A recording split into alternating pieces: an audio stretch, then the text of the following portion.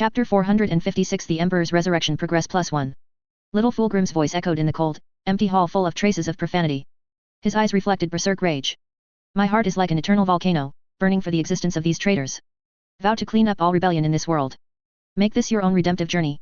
Eidolon rose from his throne of bone and blasphemy. Little Fulgrim was able to see the corrupt features of the traitor. Swollen tentacles and fangs sprout from Eidolon's face. The body once forged by the great wisdom of the Emperor has become unrecognizable, full of traces of blasphemy. The swollen body squeezed the purple armor.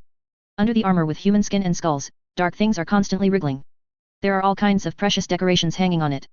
Gives a luxurious feeling of nausea. It's like decorating a fetid cesspit with rare gems and agates. Do you think Guilliman can really redeem you? There is no difference between him and his father, he is just a hypocritical liar. Eidolon said, although you are not my genetic father, you are flowing, you have the same blood and the same genetic sequence as him. Don't you have the slightest kindness and no recognition for us? Are you willing to fight for that shameful liar and kill us with a sharp blade? Open your eyes, and listen with your ears to the echoes of the warp, all the living are howling the birth of the fifth god. The Emperor departs, but Guilliman inherits the ambition of a rotting corpse, to become a true master of death. Join the arms of the Lord of Pleasures, in endless orgies till the end of time. Guilliman is but a liar unworthy of allegiance, a cowardly wretch who must die in battle with the gods. His head will be the goblet from which the blood drinks his blood. Traitor, stop your foul language. Little Fulgrim roared like a giant cannon, blocking Eidolon's words back. You don't even have the kindness of death, you only deserve to be tortured, to be spurned and reviled forever by the world. Eidolon, you are but a shameful traitor, a coward unable to yield to what is feared. Eidolon wanted to say something else. But Little Fulgrim didn't want to waste any more time. He rushed forward, the long sword in his hand smashing the lustful mortals and twisted corpses to pieces. Turn the blazing anger into an unmatched offensive against the enemy. A terrible blood trail appeared under his brutal offensive. He killed in the name of the Holy Emperor Guilliman in exchange for the redemption of his blood. A pathetic duplicate, you are not as noble as my father. A huge, fat Slaanesh champion with a huge mouth screamed deafeningly, die, duplicate. Little Fulgrim did not make any rebuttal to this. He just jumped up and chopped off the opponent's hastily raised weapon with a powerful sword. When the opponent stared wide-eyed in horror, he chopped off the opponent's head directly. Zahariel also rushed out at this time. The bolt gun in his hand keeps firing. Provide some support to young Fulgrim. Bombs hit the lustful mortals, tearing their naked bodies to shreds. A son of the Emperor who rushed over was hit by 2 explosive bombs in a row, directly blowing up half of his head. Cassar also rushed up, and slashed at the enemy amidst the shouts of his fighting brothers. The high-speed rotating chainsaw sword made a piercing sound. He slashed with all his might on a flayed monster in stabbed armor. Guys who turn to the god of pleasure always have some twisted and perverted behaviors. Obviously, this is a guy who strips off all his skin and seeks pleasure. Cassar is disgusted by this kind of thing. To be honest, he doesn't like this behavior. Every time he saw these emperor's children doing all kinds of terrible things for pleasure, it always made him feel unspeakable disgust. The high-speed rotating chainsaw cut through the enemy's armor. A stream of sparks shot out as the chainsaw gnawed at the serum site, falling on the profane things, setting them ablaze. Cassar split it in two, and the disgustingly mutated internal organs flowed out from the torn gap. Those fallen mortals died screaming in the battle of the superhuman warriors. Some of them grew up in a corrupt world, and they already had the imprint of the god of darkness when they were born. The souls of these wretches belonged to the dark gods long ago. When they die, they are taken captive to the dark realm, to be enslaved in the unimaginable dark abyss until the end of time. There are also some imperial civilians who were once captured, and in order to live longer, they were forced to dedicate their souls to these damned traitors. They don't deserve sympathy either. No matter what the reason is, betrayal is something that cannot be forgiven. One's own weakness will also poison the entire race. Little Fulgrim charged like a terrible beast. Turn the betrayers and the blasphemy into broken corpses and pieces of meat scattered all over the place. Nothing can stop him. The Emperor's children, warriors and mutant slaves who rushed up were all killed by him. Eidolon took up his sword and faced the clone of his gene father. Hate and desire to take the head of Little Fulgrim and please the god of darkness appeared in his eyes. He opened his mouth wide and let out a roar. That terrible sound even formed a sound wave visible to the naked eye, shaking everything around, and the powerful force contained in it distorted the air. The deadly sound waves shook those human bodies, instantly dissociated them into molecular structures, and exploded into clouds of blood mist. Little Fulgrim's armor projects a glowing shield. Shields keep those deadly sound waves out. No matter how Eidolon screamed, it would not help. Little Fulgrim rushed up against the sound waves like a crazy beast. Hit Eidolon's head with a thunderous punch. The huge force caused his head to fall back. The spiked helmet was dented. The dark red blood mixed with the broken sharp fangs flew out of the mouth. Several traitors who were blessed by the god of darkness rushed over, wanting to support their commander. Little Fulgrim has no fear. Even if he is just a replica, it is definitely not an existence that these corrupt emperor's children can fight against. He elbowed a rushing traitor, smashing it straight into the face shield. The ceramic steel mask was shattered by Little Fulgrim's blow, and the broken fragments pierced the opponent's face. The traitor also flew out directly.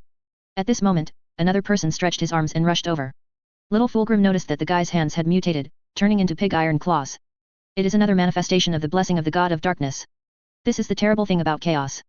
Twisting those familiar things and endowing them with unimaginable brutal violence, destroying all good things in this world. Little Fulgrim dodged the opponent's blow, then reached out and grabbed the opponent's wrist and twisted it violently. When the opponent screamed, he pulled the opponent's huge body forward. The long sword with an arc shining in his hand pierced directly from the opponent's throat. The sharp sword pierced out from the back of the head again. There is also a smear of foul-smelling blood. After finishing off the enemy, Little Fulgrim lowered his head subconsciously, avoiding the chopping of a giant axe. A Slaanesh champion roared in rage, and once again swung his ammunition box-sized fist at him. The heavy force exploded in the air. After Little Fulgrim dodged him, the opponent's fist directly smashed a big hole in the wall. Steel and concrete collapsed in pieces. The champion of Slaanesh has a swollen body, and the corrupted ceramite armor cannot completely wrap it. The calf alone is as huge as the breastplate of an ordinary space warrior. Those tumor-like fats are about to wrap the armor in reverse. Every step forward, there is a rumbling sound. The champion of Slaanesh possesses terrifying power that cannot be conquered. One punch can smash steel and marble to pieces. After dodging the opponent's punch, Little Fulgrim sliced off the opponent's thick arm with a blow from bottom to top. The other party's cry of pain slammed to the ground with the terrifying fist of steel and flesh. Little Fulgrim stabbed the opponent's chest with his sword. Stirring the blade of the sword, it tore the traitor's body apart. Then cut the blasphemous flesh upwards. The split force field of the long sword and the violence of Little Fulgrim quickly tore the upper body and head of the Slaanesh champion in two. Ceramic steel cuts are all reddened by high temperature. Adolin rushed up again, and was punched by him again and staggered back. The opponent's helmet has been completely broken, revealing that disgusting face. Little Fulgrim grabbed Idolin's cloak, pulled him back again, then jumped up, and hit the opponent's chin with a knee. There was a crisp bone-cracking sound. Adolin let out a scream, stepped back a few steps, and knelt down on the ground limply because of the pain. The broken head hangs weakly. The last traitor who rushed over held up a thunder hammer that had been equipped with a disintegrating force field capable of tearing apart armor. Little Fulgrim didn't turn his head, and directly stabbed the long sword in his hand backwards, just right through the opponent's throat. The thunder hammer in the opponent's hand just happened to be raised, and the jumping arc crackled, then went out, and fell to the ground. The heavy and huge body also fell down as Little Fulgrim drew his sword. Zahariel, Khazar, and others also cleaned up all the enemies in the hall. They walked to Little Fulgrim's side, looking at Edgerin who was kneeling on the ground, unable to resist. Are you going to kill him? Zahariel raised the power longsword in his hand, and the crackling force field covered the blade, and the surrounding air also turned into undetectable steam in tiny flashes. Little Fulgrim shook his head. It would be too merciful to give these damned traitors death. Give them to the Empire, and send him out when the next exchange of supplies is made. Those people will find a suitable reason and bring them back to Terra. This is the sorrow of the Redeemer. All the victories and honors they have won cannot be shown. The mistakes of the past made them have to eat this bitter fruit. There is no honor, no cheers and flowers, only responsibilities. Blow up here and completely destroy all traces of corruption. Little Fulgrim turned around and walked towards the door of the hall, then we can go to the next battlefield. Zahariel and others stayed, executed the traitors, and took away the available supplies. The Empire will give them supplies and equipment through some secret channels. It doesn't mean they don't lack anything. Manpower, tech priests, etc., they have none. Those guys who serve Idolin out of fear of death will serve them because of death. It doesn't matter if they are loyal or not. Just make sure they serve themselves well enough. The flames of war burn in every corner of the Eye of Terror. The struggle between the fifth and the four gods is becoming increasingly fierce. The demons who once stood high became refugees. Wherever the imperial double-headed eagle flag goes, there is only killing and destruction. The lion became his brother's minion, unscrupulously releasing all kinds of horrible things into the world sheltered by the four gods. Carnage broke out in every demon world. Reality order is being restored to replace the chaos of the warp. The scream of the demon echoed in the eerie void over there, full of despair and pain. The Eye of Terror is no longer safe, and the brutality of the Empire has begun to unfold in this harmonious paradise. The great reckoning is carried out by the lion, and he will never let any traitor or devil go. Blood for blood is the lion's motto. Garum is a forge world belonging to the Dark Mechanikus. It was once a virgin world, which was transformed into the Crone world after the Cataclysm, and became a horror paradise for demons and those twisted and transformed Eldar remains. After the rise of the Black Legion, Abaddon established his order in the Eye of Terror, manufacturing a large number of factories to support the Eternal War. Lucas Karen is in charge of overseeing the factory here, and is also the master of Garum, the demonic industrial planet. His duty is to provide enough weaponry and demonic engines for the Black Legion.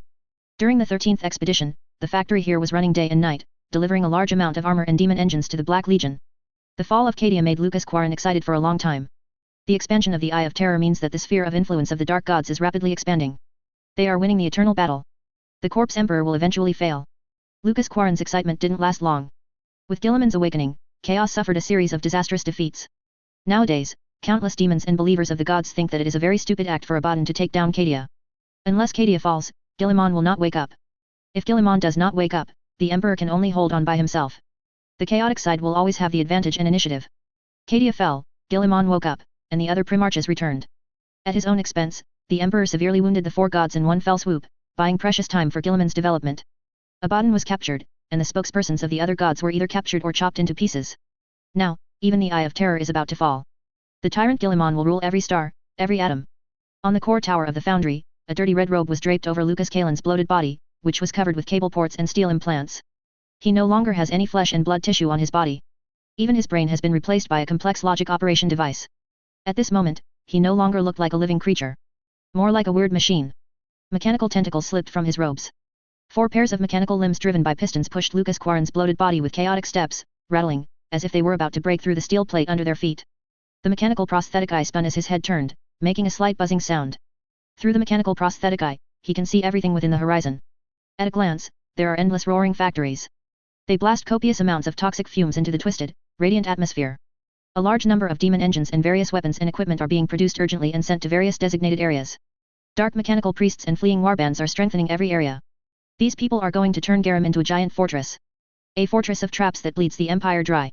Lucas Karen's identity can be traced back to the period of the Great Crusade and the Horus Heresy. He was the manufacturing director of the most powerful casting temple on Mars, Mendes III. Mendes III is owned by Carbo, the former general of Mars who created the Dark Mechanics. He, like Carbo, was loyal to Horus, and jointly launched a series of wars against the loyalists of Mars. Forced the loyalists to flee Mars. After Horus came to the solar system, he participated in the siege of Terra. After the Horus rebellion ended, he fled into the Eye of Terror and established his own dark forces. That idiot Carbo was arrested by the Empire in an attempt to liberate the Nether Dragon, and sent to the Apostle of Atonement to suffer.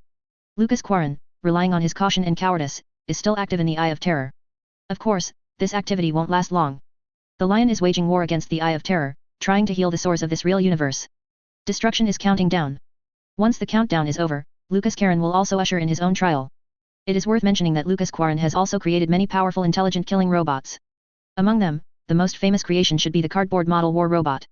The cardboard robot has banned AI technology, equipped with various extinct weapons, cold and cruel. Caused a lot of bloodshed in the Martian Civil War. This robot also hunted down Dahlia, the guardian of the Void Dragon Seal. At that time, Dahlia had not yet obtained the power of the Guardian. She helped the master of Magma City, Ms. Corel Zeta of the Loyal Faction, complete the Aksha Reader. This reader is capable of transcribing various lost lore from the warp. Ms. Corel Zeta wants to use this to recast the glory of mankind and push human civilization to a new level. But it was destroyed by Lucas Quarren and other traitors. Under the attack of several Titan legions, the Aksha Reader was destroyed. Ms. Corel Zeta destroyed all her masterpieces in a desperate cry, preventing them from falling into the hands of traitors. The loyalist dies after setting the city to self-destruct. Lucas Quarren knew what an unforgivable crime he had committed. For the massacre of loyalists, the enslavement of Mars, the destruction of Terra, and the betrayal of human beings, he is destined to get the purest revenge.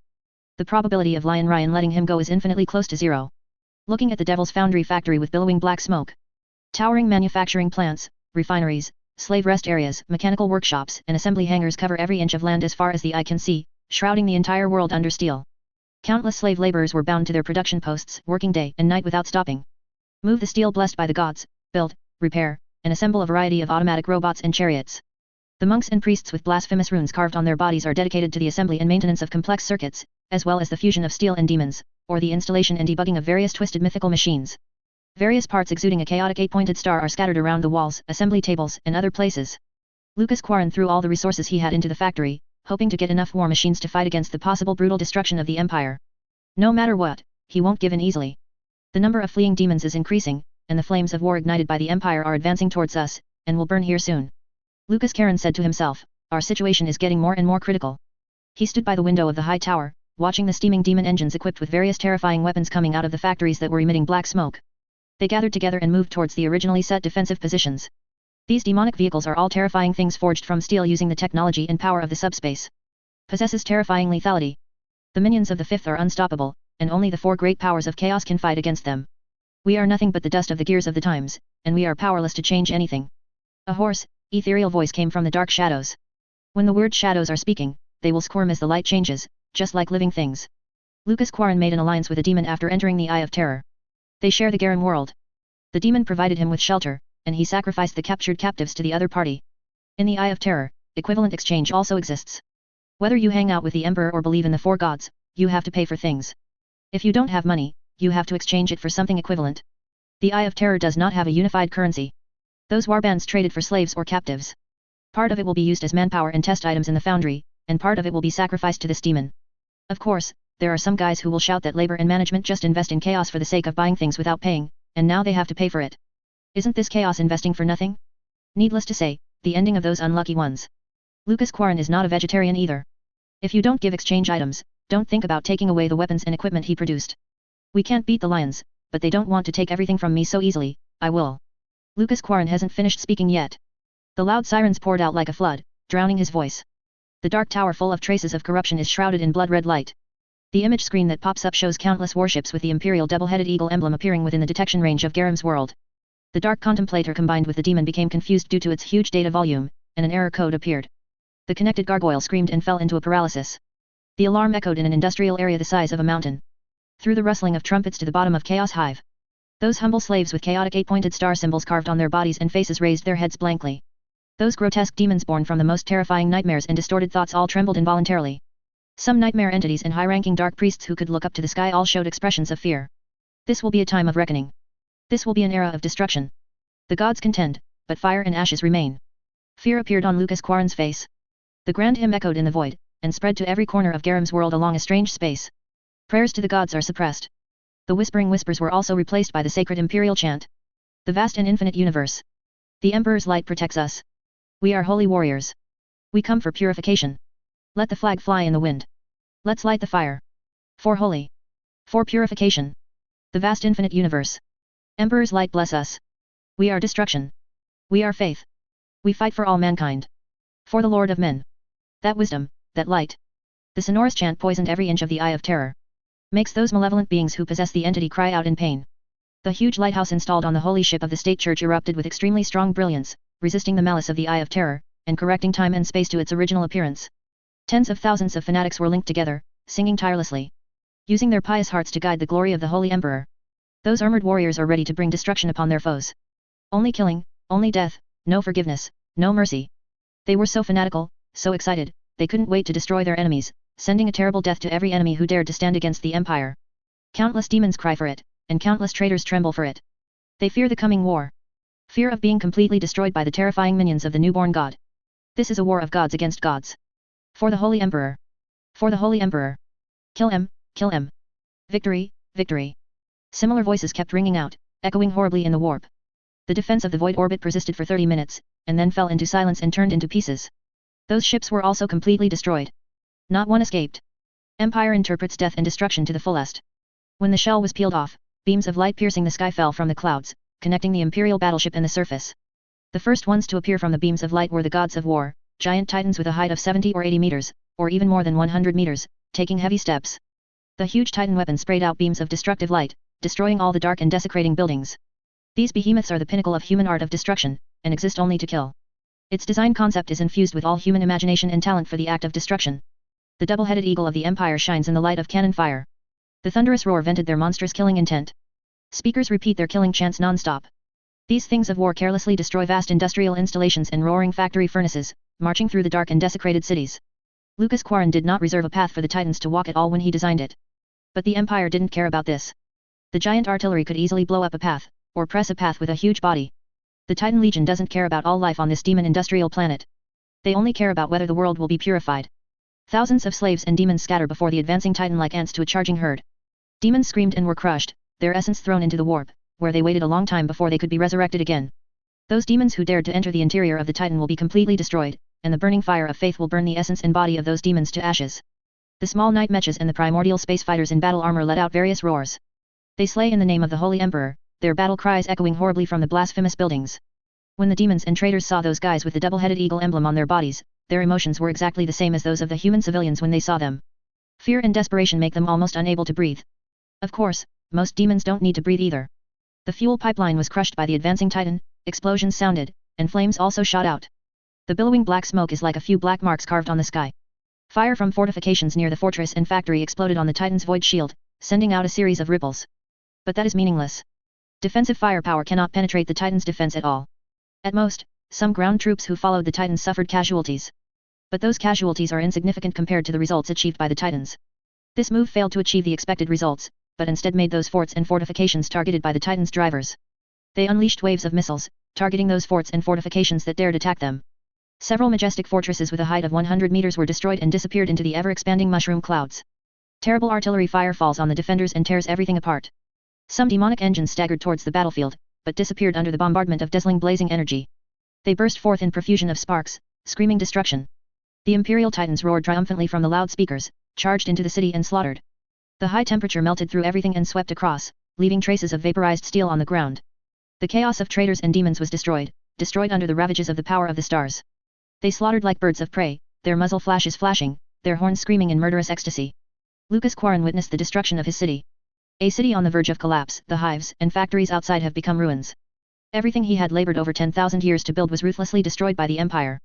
Hard-earned defenses are useless. It was completely destroyed by the Empire in just a few minutes. A communication signal was connected to Lucas Quarren's channel. After opening it, the face of Lion Ryan appeared on the screen. He only said one sentence. Blood in blood, traitors. Before Lucas Quarren could say anything, the other party had already cut off all the signals. He's so arrogant that it's unimaginable. The demon that reached an agreement with Lucas Quarren stepped out of the shadows. It is the Lord of Blood Yarnoch, apostle of hell, an abomination born in the distant past. An evil thing that has made countless civilizations fearful and countless worlds burned. Its body is extremely strong, with a height of 7 or 8 meters, giving people a huge sense of oppression. The lower body is bent backward like a goat's hoof. Bound with huge chains engraved with profane runes, and holding a two-handed battle axe. The two horns are burning with raging black flames. They want to easily take over this world. I will let them know what Yarnoch's anger is. Yarnoch and Lucas Quarren have formed an alliance. Protecting the world is also protecting its interests. Without stable sacrifices and offerings, it is likely to collapse, dissipate, and become nutrients for other demons. Yarnoch walked out with endless anger. The whole world will tremble under his wrath. Whether it is Lion or Guilliman, they will all witness Yarnoch's wrath. A bright beam of light lit up the clouds, pierced through the crumbling shield, and landed on the tower where Lucas Quarren was. A huge explosion tore apart half of the tower. Molten concrete and metal poured down the tower like a tidal wave. A mushroom-shaped flame ignites, then dissipates. A large area of buildings collapsed, and the place where the ground was hit was glowing with heat. Surviving demons and slaves let out more screams. Rows of Cathars fell, their half-mechanical, half-metal bodies twitching. Lucas Quarren lay prone on the ground. His body suffered various damages, but it did not hinder his normal movement. A huge smoking corner was not far from him. If I am not mistaken, it is the horn of Yarnoch who just said that I want to show the Lion and Guilliman a little bit more. Lucas Quarren looked at the place where the demon stepped out, and it had already turned into a steaming ruin. Everything was vaporized by that beam into the most basic atoms. The demon was killed like this.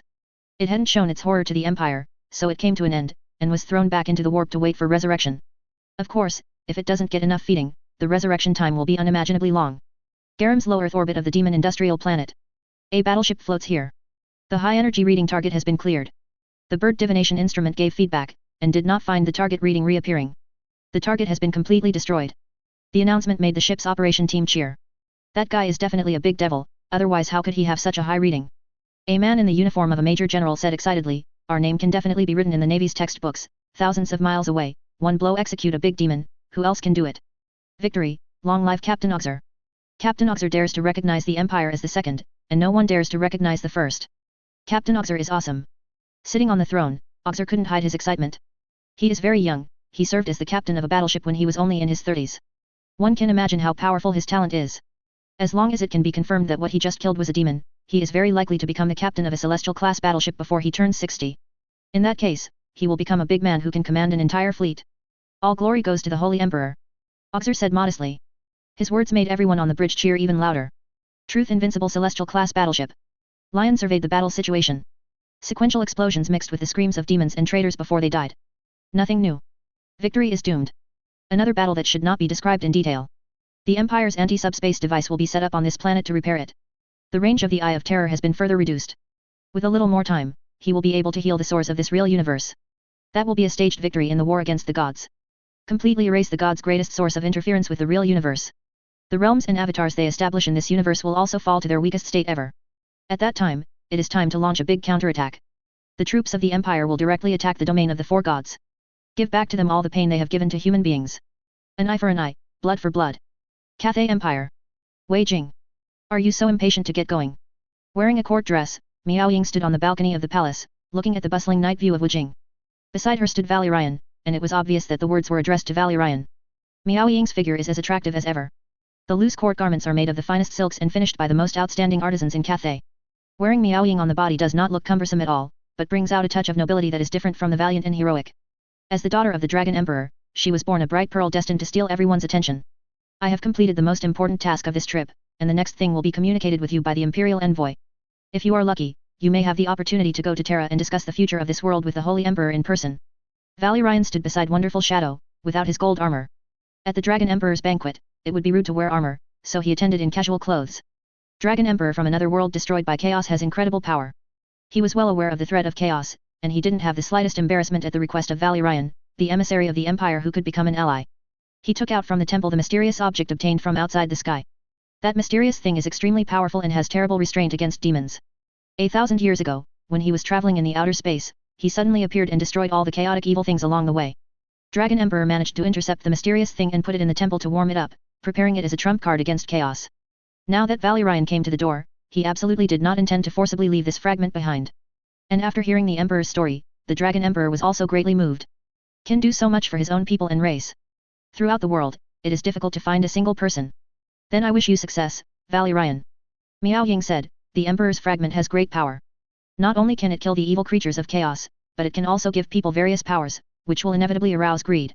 With the coveting of evil people and the blocking of chaotic monsters, your journey is destined to be extremely dangerous. Nothing will stop me, Valerian said firmly. I will find all the fragments, whatever the cost, and call the master back. 457, the invincible Nagish was brought down one half again. Valerian's expression was extremely resolute. Nothing, no force could stop him from bringing his own creator back to Terra. Miao Ying stopped talking, her beautiful jewel-like eyes reflected the bustling night scene of Wujing.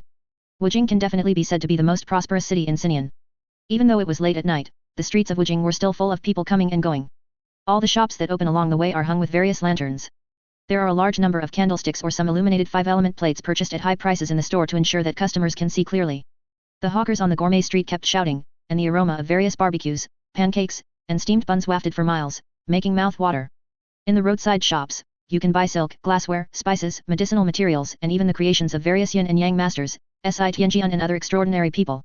Various juggling performers are beating gongs and drums, loudly peddling the money for a money market, and not having money for a personal game, showing off your skills in front of many audiences. Fire breathing, juggling, street magic, and more.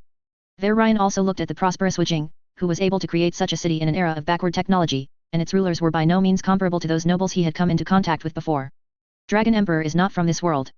According to a more modern view, he should be an alien, or a more fashionable term, a time traveler. Dragon Emperor came earlier than the old sage. But he has always been very careful to hide his tracks to avoid disaster. It wasn't until the old sage appeared, transformed the world, and after humans appeared, that he turned into a human and summoned those tribes to gather by his side. When the Stargate collapsed and chaos came, he organized people to build the Long Wall of Cathay, using magic, high walls and terracotta soldiers to keep chaos out, and established Cathay. Although he is the king of a country, he is not as vulgar and intriguing as ordinary nobles. He has no attachment to worldly power. Immerse yourself in the highest heaven, trying to absorb more power so that you can fight against the chaotic evil. Dragon Emperor is not keen on female sex. He only has one wife, and that is Yu-Ho. Moon-Ho is gentle and kind, with a handsome appearance, and there is no drama about the harem competing for favor. Valerian is a scholar. Many kings from ancient times to the present have ruined their rule because they were nostalgic for beauty. Although there are several princes and princesses, they are still in harmony with each other and have not fought for power. Dragon Emperor and Moon Queen possess the immortal body of the Dragon God. They are not like kings, but more like mentors and guardians of Cathay people. The two had conceived 9 sons, 2 of which were missing, and one died in the Longjiang River in the north of Cathay, which caused the river to have the strange ability to sweep away souls, and formed the northern line of defense with the Chong Yuan of Cathay. There was a missing dragon son who was said to have been killed by Mishi Shenxian. The remaining 5 dragon sons are guarding various parts of Xinian.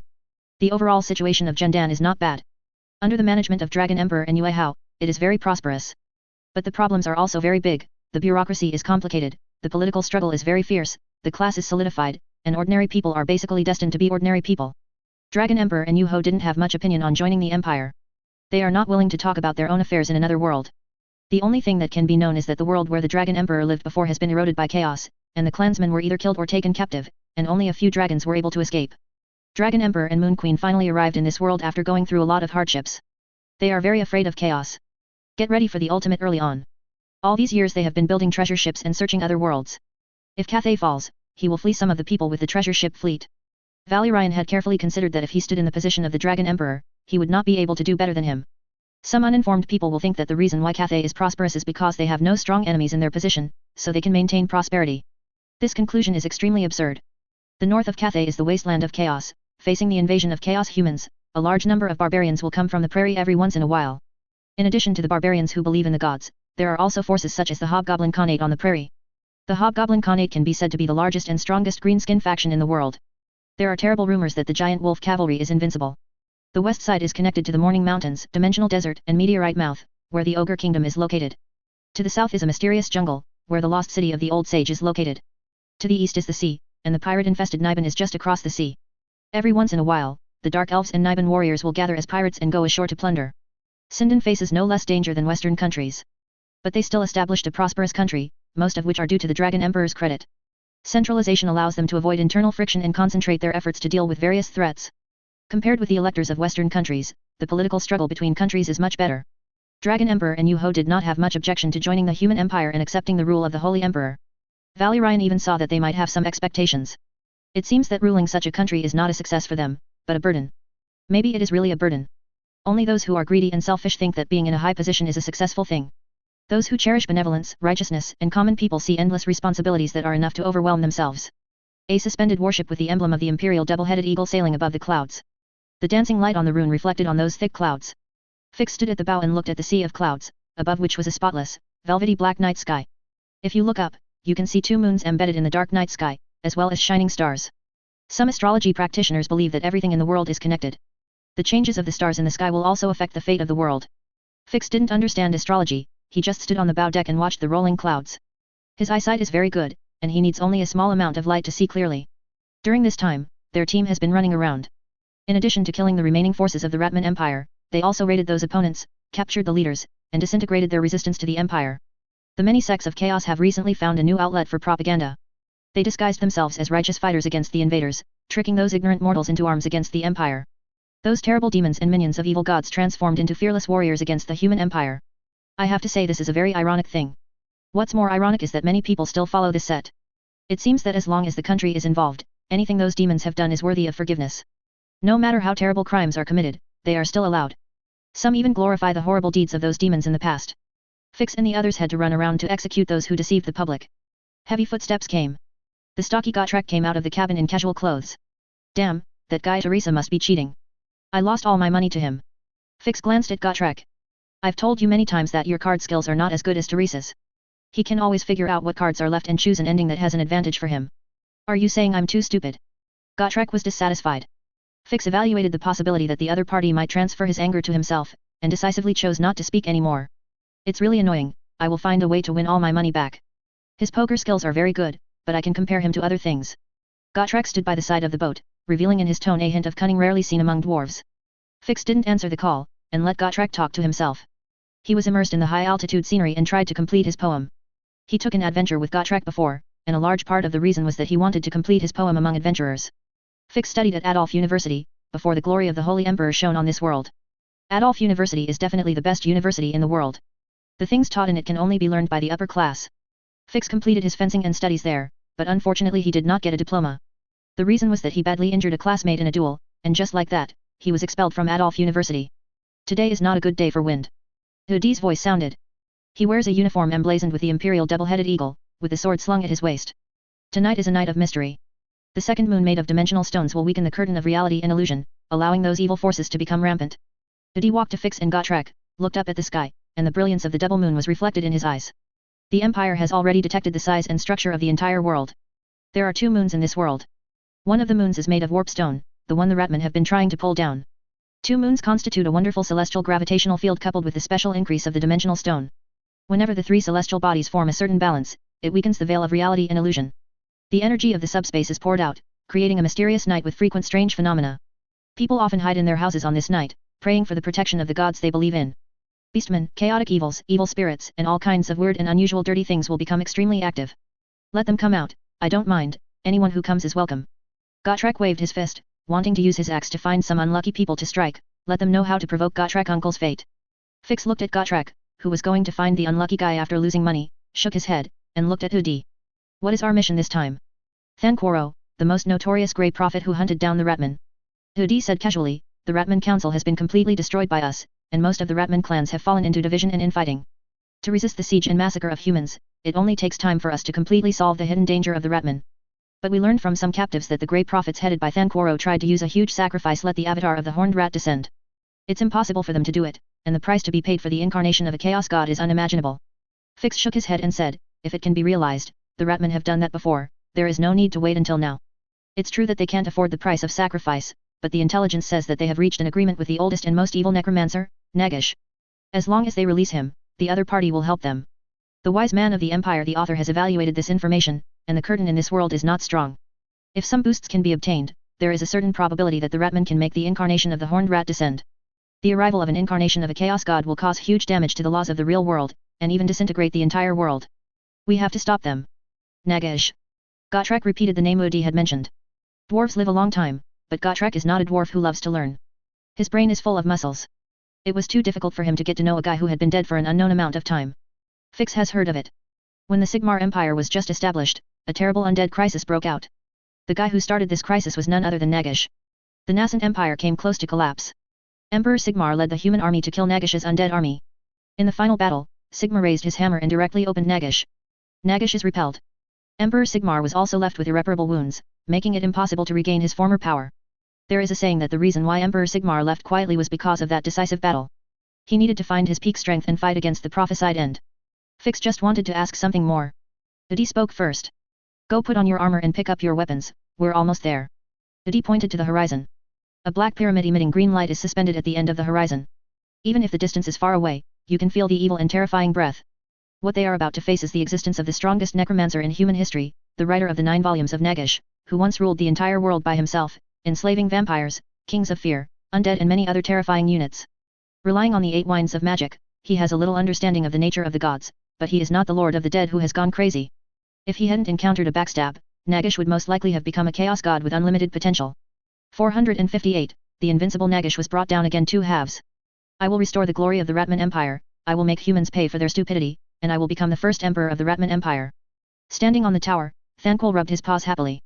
Thanquero, the greatest grey seer of this era. Darkness that moves, cunning schemer, servant of the great lord of corruption, blessed son of the Horned Rat.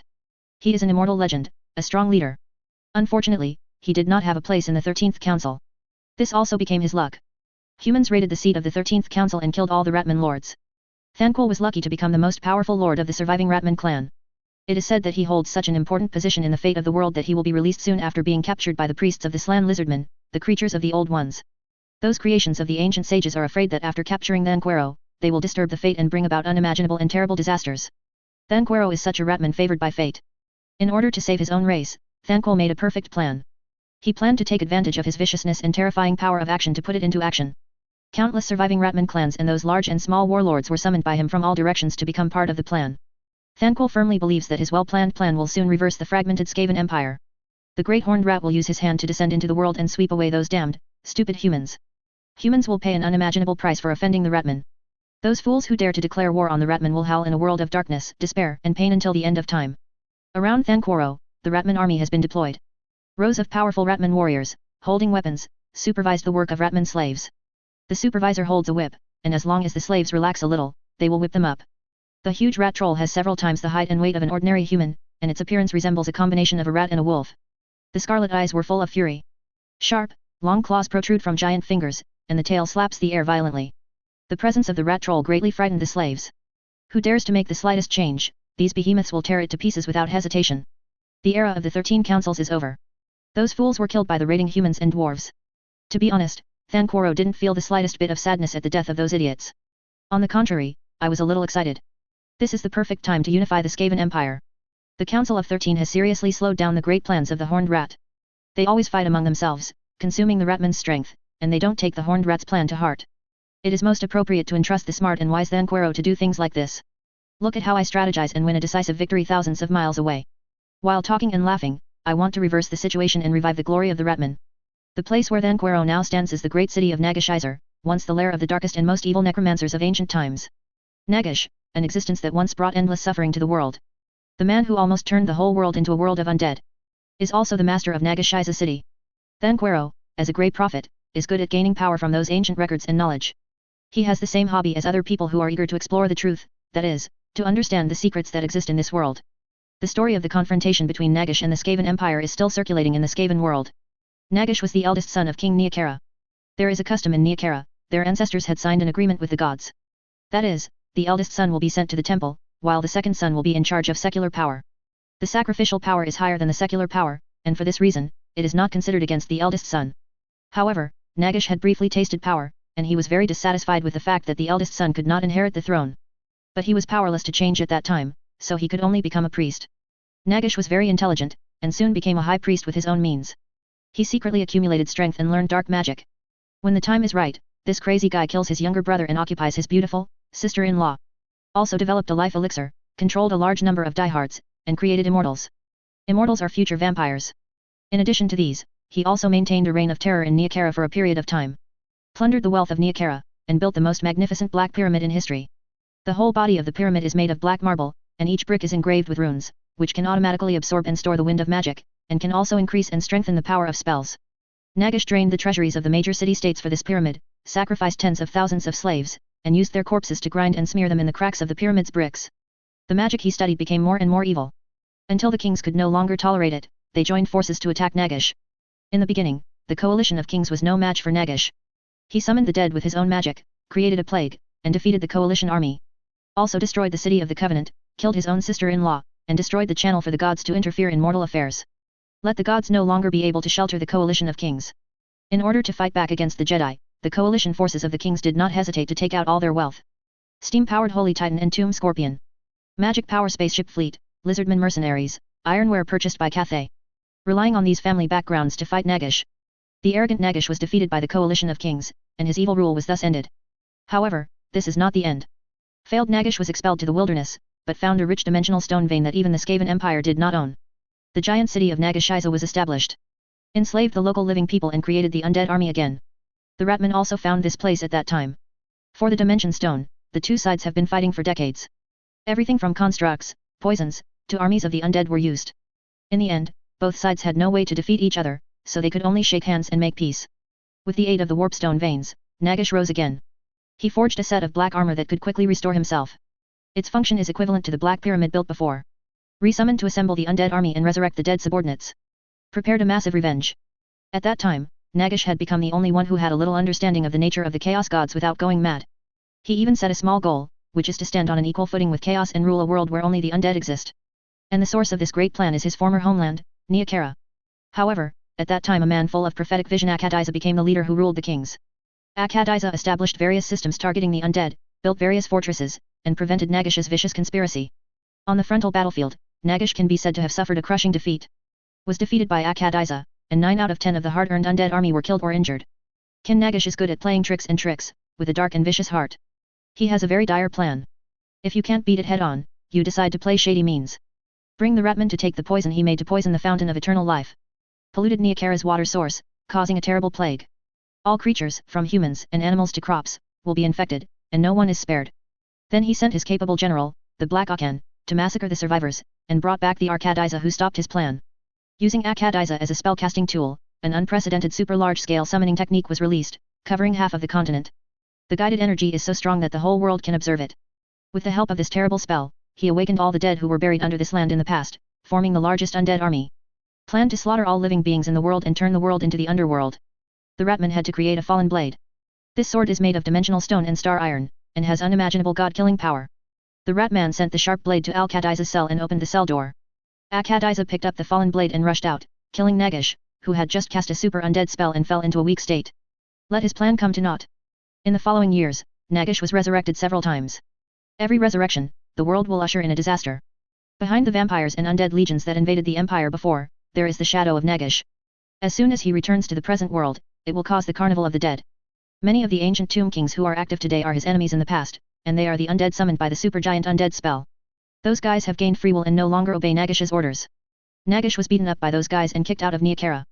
Nagish, who had nowhere to go, fled to Nagishza again, planning to hide, recover his strength, and rise again. Thanquol chose to cooperate with Nagish considering that he needed a powerful ally who was good at dark magic.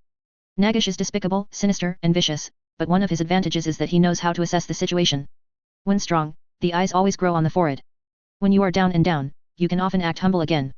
Knowing that the Ratman was going to form an alliance with him, Nagish slapped his fleshless thigh, bluntly saying that the past is past, and the two sides cooperate to look forward to the future. Then Quero gave Nagish a large amount of dimensional stones, and tried to get him to regain the Black Pyramid and the Crown of Witchcraft, so that his strength was greatly restored. When all this is done, the other party will fulfill the agreement and use the magical power of the crown of witchcraft and the Black Pyramid to help Thanquaro open the passage for the horned rat to descend. And today is when the ceremony begins. Thanquaro looked down from a height, and could see 8 huge altars that had been completed surrounding the Black Pyramid where Nagish was. The slaves used as sacrifices are ready and kept in cages, tremblingly waiting for the arrival of death. The priests standing next to the altar are preparing to cut the throats of those sacrifices with knives. Only enough deaths can break the rule that gods cannot be born. With the magic of Nagish and a great blood sacrifice, the great horned rat can be summoned back to the world. Farther away from the altar, the Black Pyramid emitting evil green light and flowing with terrifying magic fluctuations is the current residence of Nagish. The 9 scrolls of Nagish, the crown of witchcraft, and the Black Pyramid, these things created by Nagish are constantly returning. Soon, Nagish will be able to restore his peak state and become the strongest existence in this world. The sound of a series of iron boots stepping on the stone slab came. Several warriors in black armor with green eyes appeared from the stairs of the tower. Their arrival made the temperature in the tower suddenly drop a lot. Originally, Chuan Kouluo felt that it was a bit stuffy today, but now, he felt like he had fallen into a freezer. The soldier headed by him was unusually tall, much taller than the other black-armored fighters. The runes of the armor on his body are also more complicated, with invisible brilliance flowing faintly. A terrifying rune giant sword hangs from his waist, exuding a palpitating aura. Green light flows from the position of the eyes. If you look carefully, you will find that they are 2 green flames. This is a resurrected dead. It was summoned back from the other side world by Nagish in the form of profane life. Thanquaro is no stranger to him, the other party is the right-hand man of the evil mage, Black Akan. It is said that he helped the Queen of Lamia to forge the life elixir and created the vampire. Master is ready. Akan's voice was very cold, as if it came from the 9 Serenity Hell. It was creepy. Very well, I will order the priests to start the blood sacrifice immediately. Thanquaro had an ugly smile on his mouse face. Akan suppressed the disgust in his heart, but did not express it. The grand blood sacrifice ceremony began soon.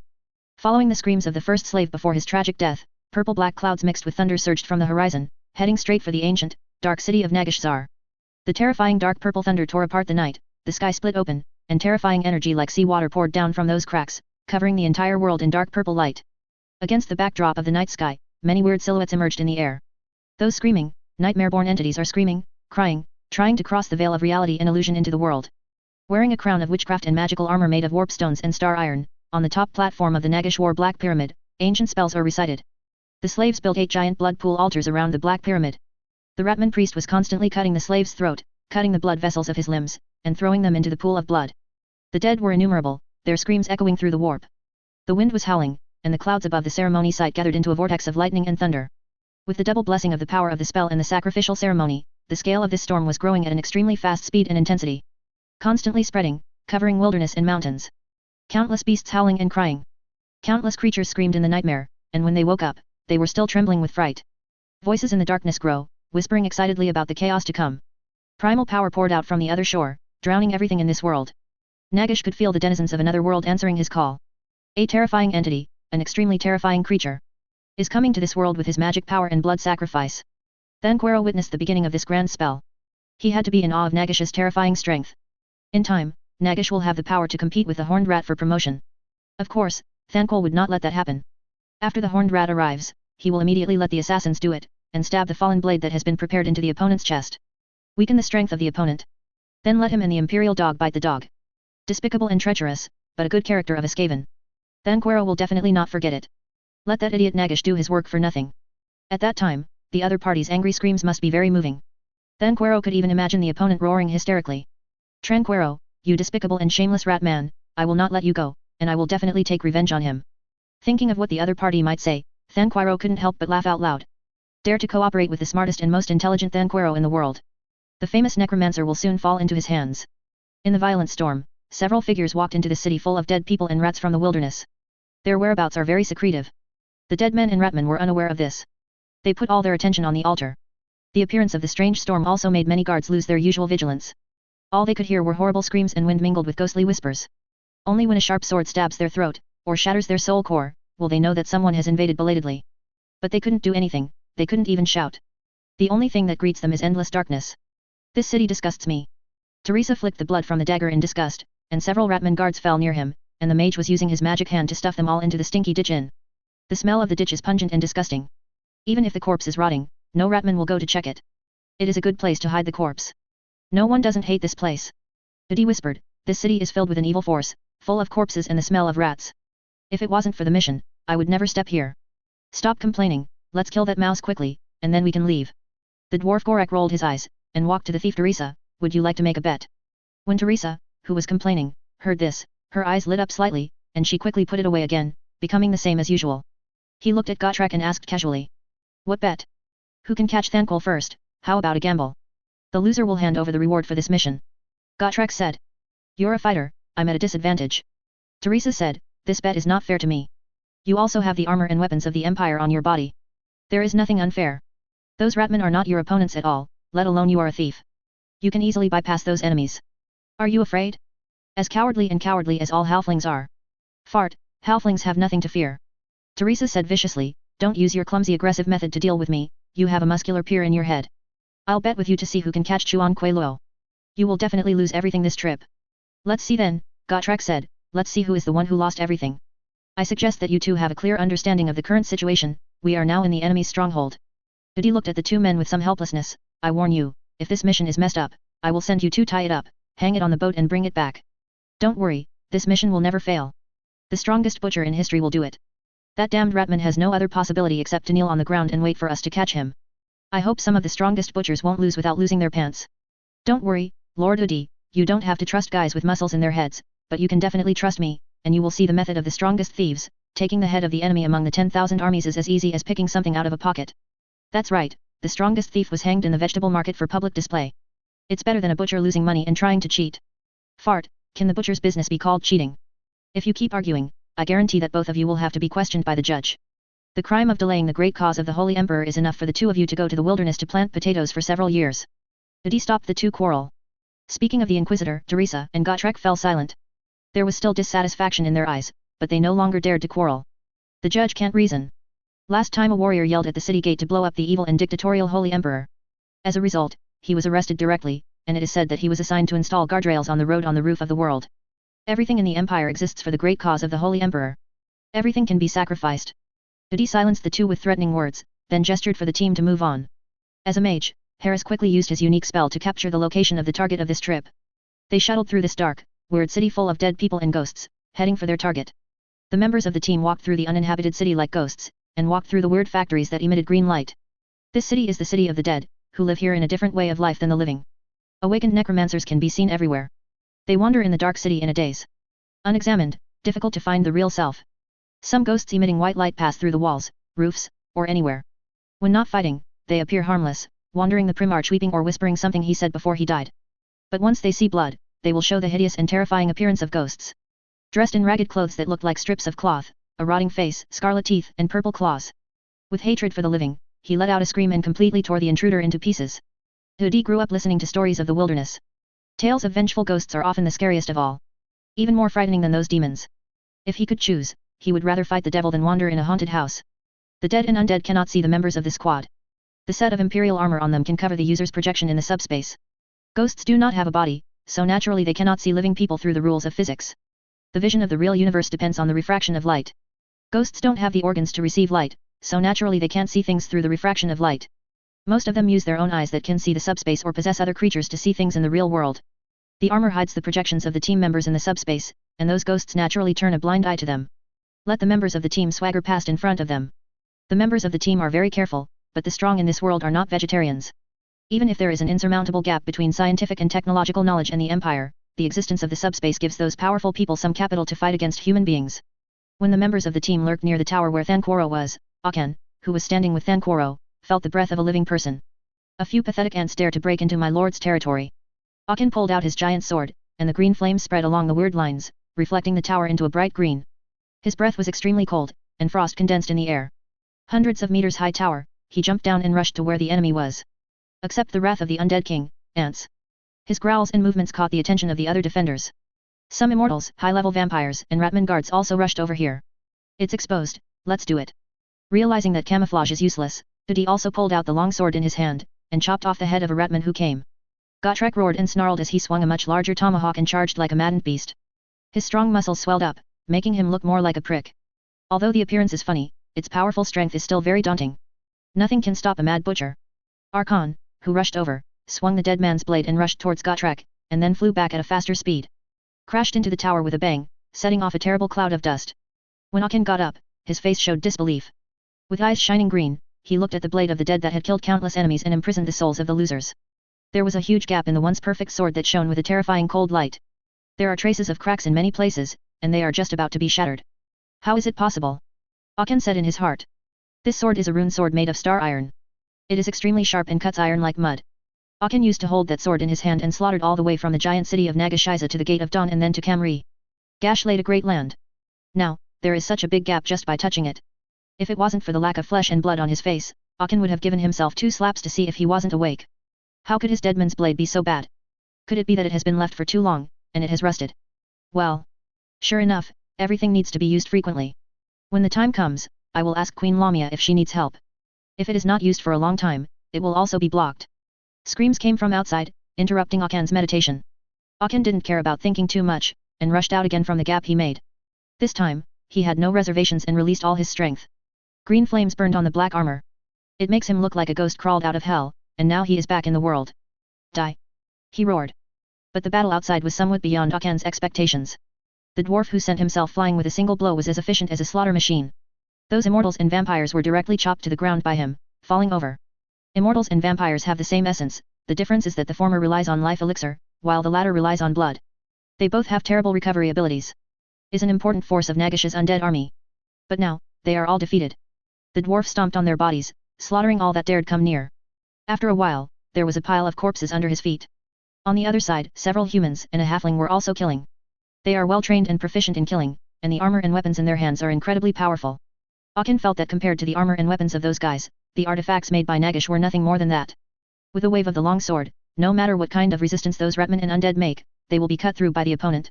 The weapon with the power of the undead is as fragile as a wooden branch, easily cut off by the opponent. Those black-armored knights and undead warriors couldn't even block a move in their hands. Some liches and necromancers tried to use their magic to deal with the intruders, but when the magic hit them, they would be eliminated by the faint glow shield, which would have no effect at all. The arrow feathers of the undead archers and Ratman archers kept shooting at the dark armor, but they couldn't leave even a white mark. But the team is still in a tight siege. Endless undead come from all directions, and there are also countless Ratmen. The endless waves of enemies could not make the members of the squad retreat. They already had a plan for this situation. In the name of the Holy Emperor. Harris roared, and the double-headed eagle scepter held high was dancing with the brilliance of the augmenting force field. With this artifact, Harris has gathered unprecedented and terrifying magic power. The terrible magic burst out with bright light, just like a rising sun. After the condensation was strong enough, Harris thrust the scepter into the ground and called out the name of the spell. Purification. A terrifying golden flame centered on him and swept away in all directions.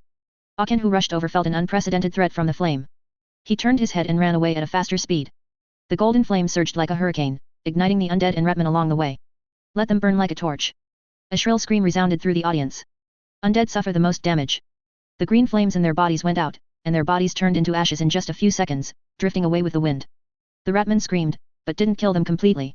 Purge simply ignites those warp powers attached to the entity. Ratmen have their own real bodies. This spell cannot completely destroy them. The undead that can be cleaned up also greatly reduces the pressure on the members of the team, and the remaining Ratmen can no longer stop them.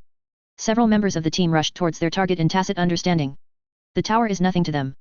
Harris can make them as light as swallows with a single levitation technique, allowing them to climb up from the outside of the tower. The target is on top of the tower. Harris also released a space interference technique to ensure that the opponent would not escape through the teleportation spell. The sound of booming explosions can be heard endlessly. Relying on years of experience, Chuang Kouluo quickly realized that the other party was coming for him. Those guys in armor and with the double-headed eagle emblem on their chests are definitely the humans who raided and killed the 13th Council. They are eyeing themselves. He should have thought of this long ago. Humans will not let the rat people unite again. A Ratman race that is torn apart and allowed to be slaughtered by them is in their interest. Gotrek is the fastest. In order to win the bet, let Teresa know how powerful he is. Every inch of flesh and blood in his body is full of strength. Protect me. Thanquol said to the Bone Crusher who had been following him. Bonebreaker is Thanquoro's bodyguard and the one he trusts the most. During the long years, the Bonebreaker died many times. After each death, Thanquol would collect his remains and stitch them to a new rat troll to create a new Bonebreaker. Bonebreaker is also extremely loyal to Thanquol, saving him from danger many times. Bone Crusher let out a low growl, roaring and rushing towards the enemy. The next second, the dwarf who jumped up chopped off the strong legs of the Bonebreaker, which was comparable to the body of a Ratman warrior, and made him fall down. The huge armored body collided with the ground, making a rumbling sound. Bonebreaker tried to swing his claws, but was decapitated by the next human rushing up. His head was also kicked away. Thanquoro stared at all this in awe. The bodyguard died too quickly, it took less than a few breaths. So short that he didn't even realize what was going on. When the opponent rushed towards him, Aken rushed up again. When the mage released the purification just now, he ran away decisively and escaped a catastrophe. It's not that he was cowardly, it's mainly because the move just now was too terrifying. If he didn't run away, he would probably be seriously injured if he didn't run away. Aachen roared angrily. His body is tall and strong, and he is wearing heavy armor, which looks full of oppression. When running, the ground trembles slightly. The green flame from the sword in his hand also became more terrifying than before, making the air condense into frost. However, his ending is no better than other immortals or vampires and liches. Gotrek split him in two with an axe, and his deadman's blade shattered into pieces. Before Aachen had time to say some harsh words, he fell into darkness. Solve the last obstacle. Gotrek smiled, raised his axe and rushed towards Thanquol. There was a ferocious smile on the dwarf's generous face. There was unconcealable excitement in those wise eyes. Let that damned halfling know what the power of a butcher is. Let him not get paid a dime, and lose to Grandma's house. But with the passage of that fraction of a second, Gotrek's smile quickly disappeared, followed by panic. Teresa sneaked behind Thanquoro at some point. The dagger in his hand had already pierced Thanquoro's neck. As long as the dagger is drawn across, Thanquoro's head will fly directly, winning the bet. The face of the halfling showed a smile that everything was under control. The other hand even extended the middle finger, taunting Gotrek. Just when the members of the team thought that the mission would be completed soon and Thanquoro was about to die, a fissure with a strange radiance appeared behind Thanquoro. The hairy, giant hand that looked like a ratman's claw several times enlarged protruded from the space-time rift. Grabbed Thanquol and dragged him into the crack. Teresa and Gotrek collided because they were too fast. No. Teresa uttered a heart-piercing cry, as if what the giant hand took away just now was not Thanquoro, but his beloved new wife. If I didn't run away with a few wives, I would definitely not be able to shout that voice. Just barely, he'd be able to show the muscular-headed fool how powerful halflings are. He's mine. Gotrek rushed out of the tower, and with his keen vision, he saw the pyramid in the center of the giant city at a glance, and Thanquol was taken there. Obviously, the horned rat, the Thanquoro believed in, made the move. The 13th Council has been destroyed, and the elite of the Ratmen have suffered heavy casualties. Warlords from all over the world were killed by humans using beheading tactics. Big Horned Mouse has very few subordinates. If Thanquoro is not rescued, he will really be a poor commander. Keep chasing down. Udi took the lead in jumping off the tower, and flew towards the Black Pyramid using the gliding technique blessed by Harris. The others followed suit. Harris is at the end. After so many missions, the team members have cooperated very well. When the Ratmen and Undead rushed up the tower, they all flew towards the Black Pyramid, letting it go straight into the air. Chuangkoluo touched his neck with lingering fear, and found that his head did not fly out. The mouse used to act as the real body of the horned mouse was already suspended in the air at this time, its eyes were burning with terrible flames, and waves of power visible to the naked eye were agitated all over its body. Indescribably terrifying divine power filled that body. Using the blood sacrifice and Nagash's mana, the horned rat has successfully poured its own strength and will into this realistic body. The time for the Ratman Empire to reverse the situation is coming. The great horned rat will bring salvation to the Ratmen of this world. Just now he was facing a life and death crisis, but now he saw the arrival of the great horned rat. Thanquoro was so excited that he was about to cry. Too difficult. Was almost slaughtered. But revenge will come soon. At that time, all those human beings will die. As soon as Chuangkoluo saw the incarnation of the horned rat, he felt the aura of dominance coming towards him. He knelt down excitedly and shouted great. Before he finished shouting, a bone hand pierced the horned rat's body in the real world abruptly. It let out a shrill scream. Even chaos gods are strong and weak, and they are by no means invincible. The big horned rat is weak compared to the four gods. Although it has the potential to become a chaos god, it can still be injured. Chuangkoluo stared at the scene dumbfounded, unable to believe what he saw. It was Nagash who did it. He is like a lich, floating 3 feet above the ground. Wearing a set of pure black armor with a cloak behind it. A face with only bones can't see the other party's happiness or anger. The other party's excitement at this time can only be felt from the violently burning green fire in the empty eye sockets. GGGGGG. Nagash reached out his other hand and took control of the head of the avatar of the horned rat. Then there was a weird laugh. That voice was full of viciousness and viciousness. Thanquoro swore he had never heard such a terrible sound. What are you doing? Thanquoro stared at the impaled incarnation of the horned rat, his questioning tone trembling. Nagash is absolutely a complete lunatic. How dare he attack a god? Do you think I'm really here to help you? Stupid mouse. Nagash mocked with a hoarse voice, I just lied to you, asking you to mobilize those ratmen to help me retrieve these equipment, and then use it. The blood sacrifice summons the avatar of the horned rat, and I take the divine shard from the horned rat's avatar. Everything is so perfect, fool, you will accomplish my great deed. I, Nagash, will not be weaker than others in my life. Others can become a high god, so can I. I will become the of gods, the king of all living beings, GGGGGG. Nagash is an absolute genius. At the beginning, he captured 3 dark elves and learned dark magic from each other's hands. But the talent of human beings is completely inferior to that of the elves, so Nagash found another way, learned to draw power from absorbing other people's souls, and created the undead spell. It can be said that he has thoroughly understood the basics of magic, and created a new kind of magic that suits him. This kind of learning ability is enough to beat many gods who rely on faith. After being expelled, he learned how to use the dimensional stone, and learned to master the essential power of the subspace with the help of the wind of magic. If his plan had been successful, he would be the out and out of the dead now. The entire human world will be turned into a land of the dead, providing him with continuous power. I, Nagish, will not be weaker than others in my life. Others can become a high god, so can I. I will become the of gods, the king of all living beings, GGGGGG. Nagish is an absolute genius. At the beginning, he captured 3 dark elves and learned dark magic from each other's hands. But the talent of human beings is completely inferior to that of the elves. No matter how much you study, you can't compete with the elves. Nagish found another way and learned to use other people's souls to draw power. It can be said that the foundation of magic, that is, the part of the subspace, has been thoroughly considered. Then on this contact, he created a new kind of magic that suits him. After being expelled to the wilderness by the kings of Neokara, he was in a state of disarray, and all his magical powers were gone. It can be said to be extremely bleak. But with his own wisdom, he learned how to use the Dimension Stone, and learned to master the essential power of the subspace with the help of the wind of magic. If his plan had been successful, he would be the out and out of the dead now. The entire human world will be turned into a land of the dead, providing him with continuous power. At that time, there will be no problem in conquering other worlds and sitting on an equal footing with the 4 gods. Nagish activated his devouring ability, absorbing the power of the avatar of the horned rat. While absorbing, he roared with a weird hoarse voice. The world will tremble at the feet of the great Nagish, and the kingdom of the dead will come. This time no one will be able to stop me, never again. Chapter 459 The End of the Elven Gods, subscribe. The immortal king looked at Chuan Kuei-Luo's shocked, terrified, and bewildered expression, and showed a smug smile. I know you want to use me, little mouse. I also knew that you arranged for an assassin to assassinate me after the incident. How could the same trick succeed on me twice? You rats betrayed me once, do you think I'll let you betray me again? Nagish clapped his hands, and the assassins arranged by Thanquoro came out from the side. They looked the same as usual. Only occasionally, a green light will flash across the eyes. This is a trait that only appears when enslaved by Nagish. I will never give you these filthy things any chance to hurt me again.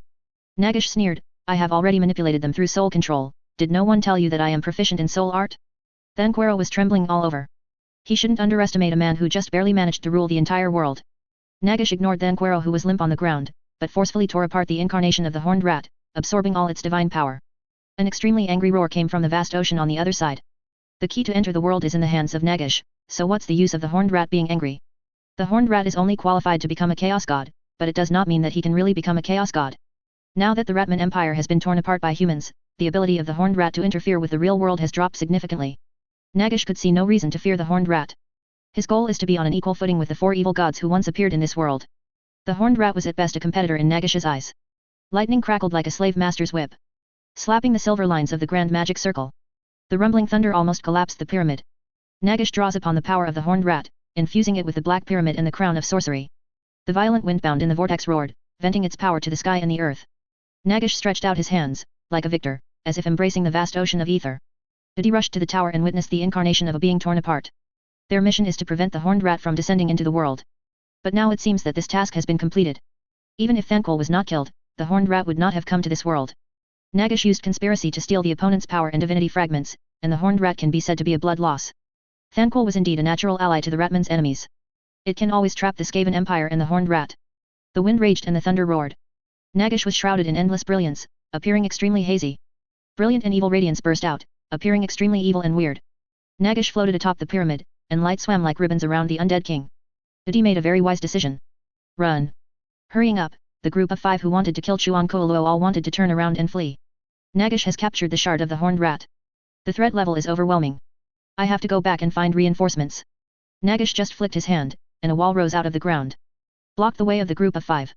Force them to confront themselves head-on. A minion of the Empire. Nagish said fiercely, with playfulness in his eyes, as if he was in control. Skeleton monster. He bent down and made a fighting posture, his eyes were full of fierceness, even in the face of Nagish who was about to ascend to God, he was not afraid. I don't know how to live or die. Nagish couldn't bear such an insult. He let out a scream, and the terrible magic power seemed to turn into substance, forming waves like ripples. The entire giant city trembled with Nagish's terrifying magic power.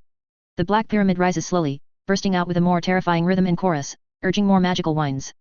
The vast etheric ocean becomes more and more terrifying. Those terrifying figures are reflected in the sky. Nagish sent Adi flying. In the ocean of powerful magic power, the opponent is like an ant, let him handle it. The armor helped Adi buffer a lot, but he still felt his internal organs were rolling, which was extremely uncomfortable. Gorek rushed forward, he gave up the battle cry of the ancestors, and called the Holy Emperor instead. In the name of the Holy Emperor. He roared like a terrifying beast, leaping up, and the battle axe in his hand also burst into a strong glow at the same time. Sinking with great force, the impact of the next fall slashed at the undead king. There was a series of broken glass sounds. Nagash's outer shield shatters under Gottrek's violent blow.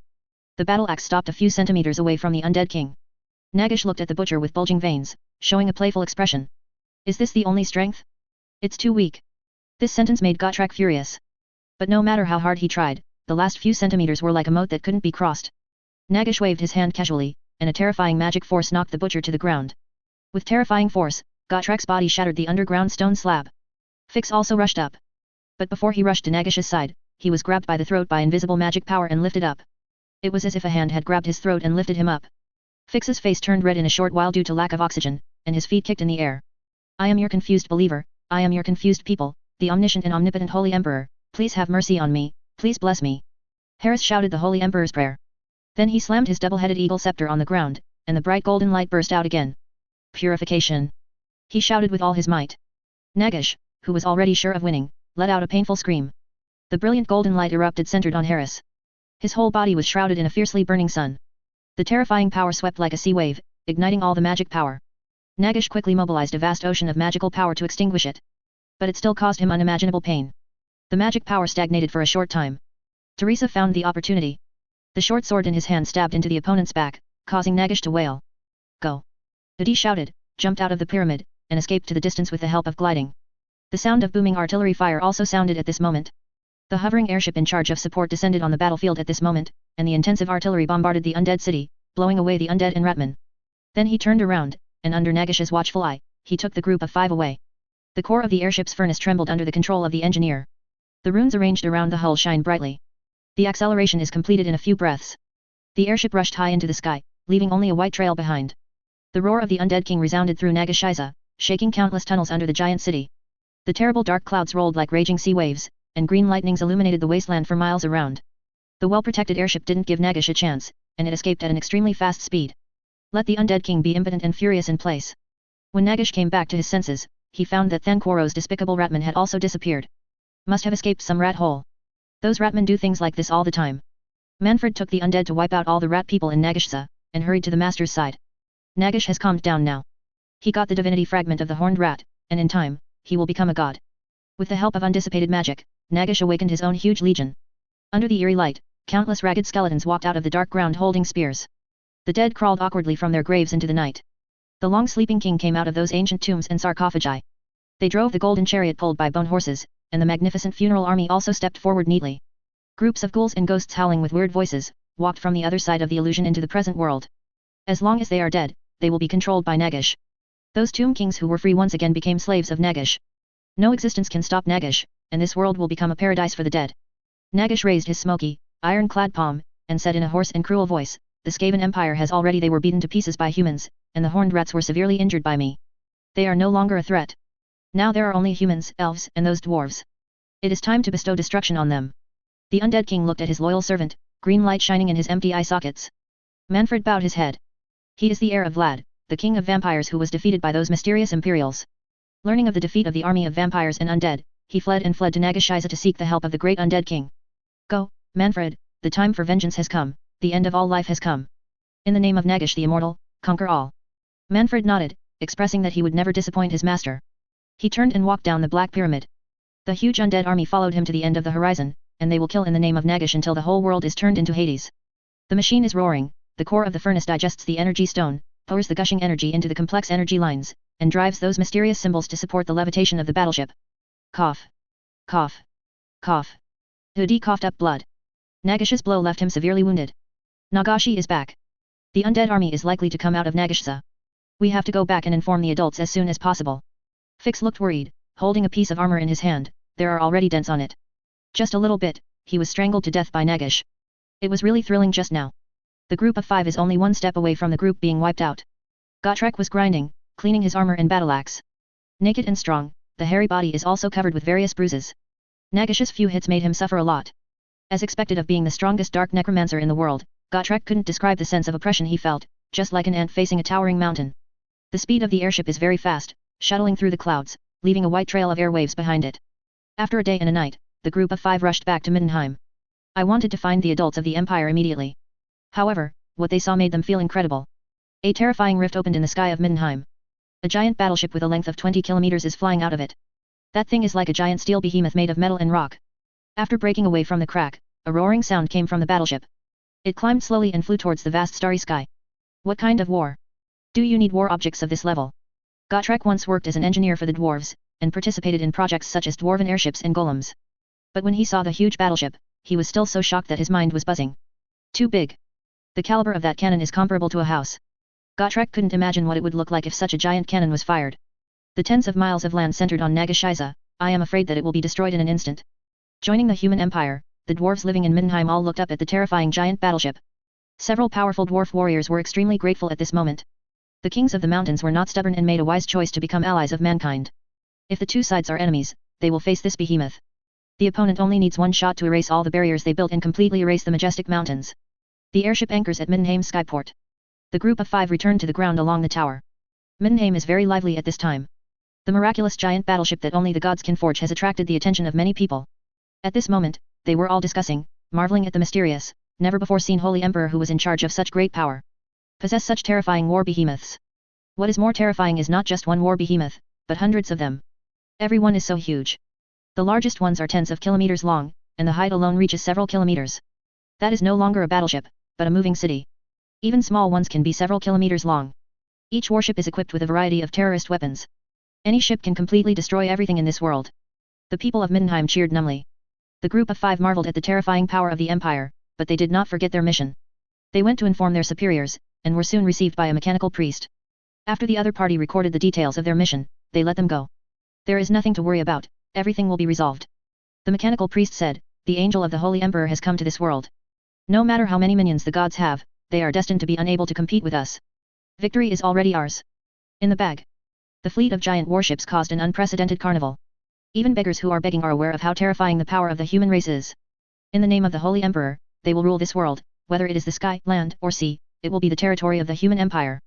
The sun and the moon will also succumb to the feet of human beings, and everything in the world must obey their will.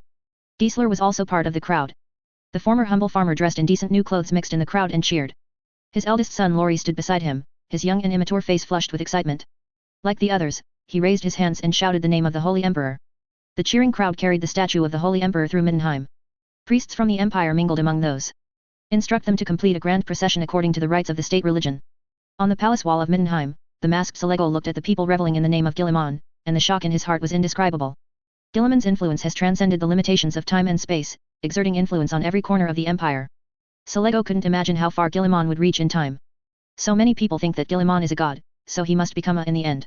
Perhaps, Guilliman is already a by now. Is this what a different world looks like? Eldral, who was standing aside, said with a sigh, the concentration of ether in the air is almost equivalent to those demon planets in the Eye of Terror. It is hard to imagine that such a world is still alive. There are humans who can survive, and even establish a crude civilization.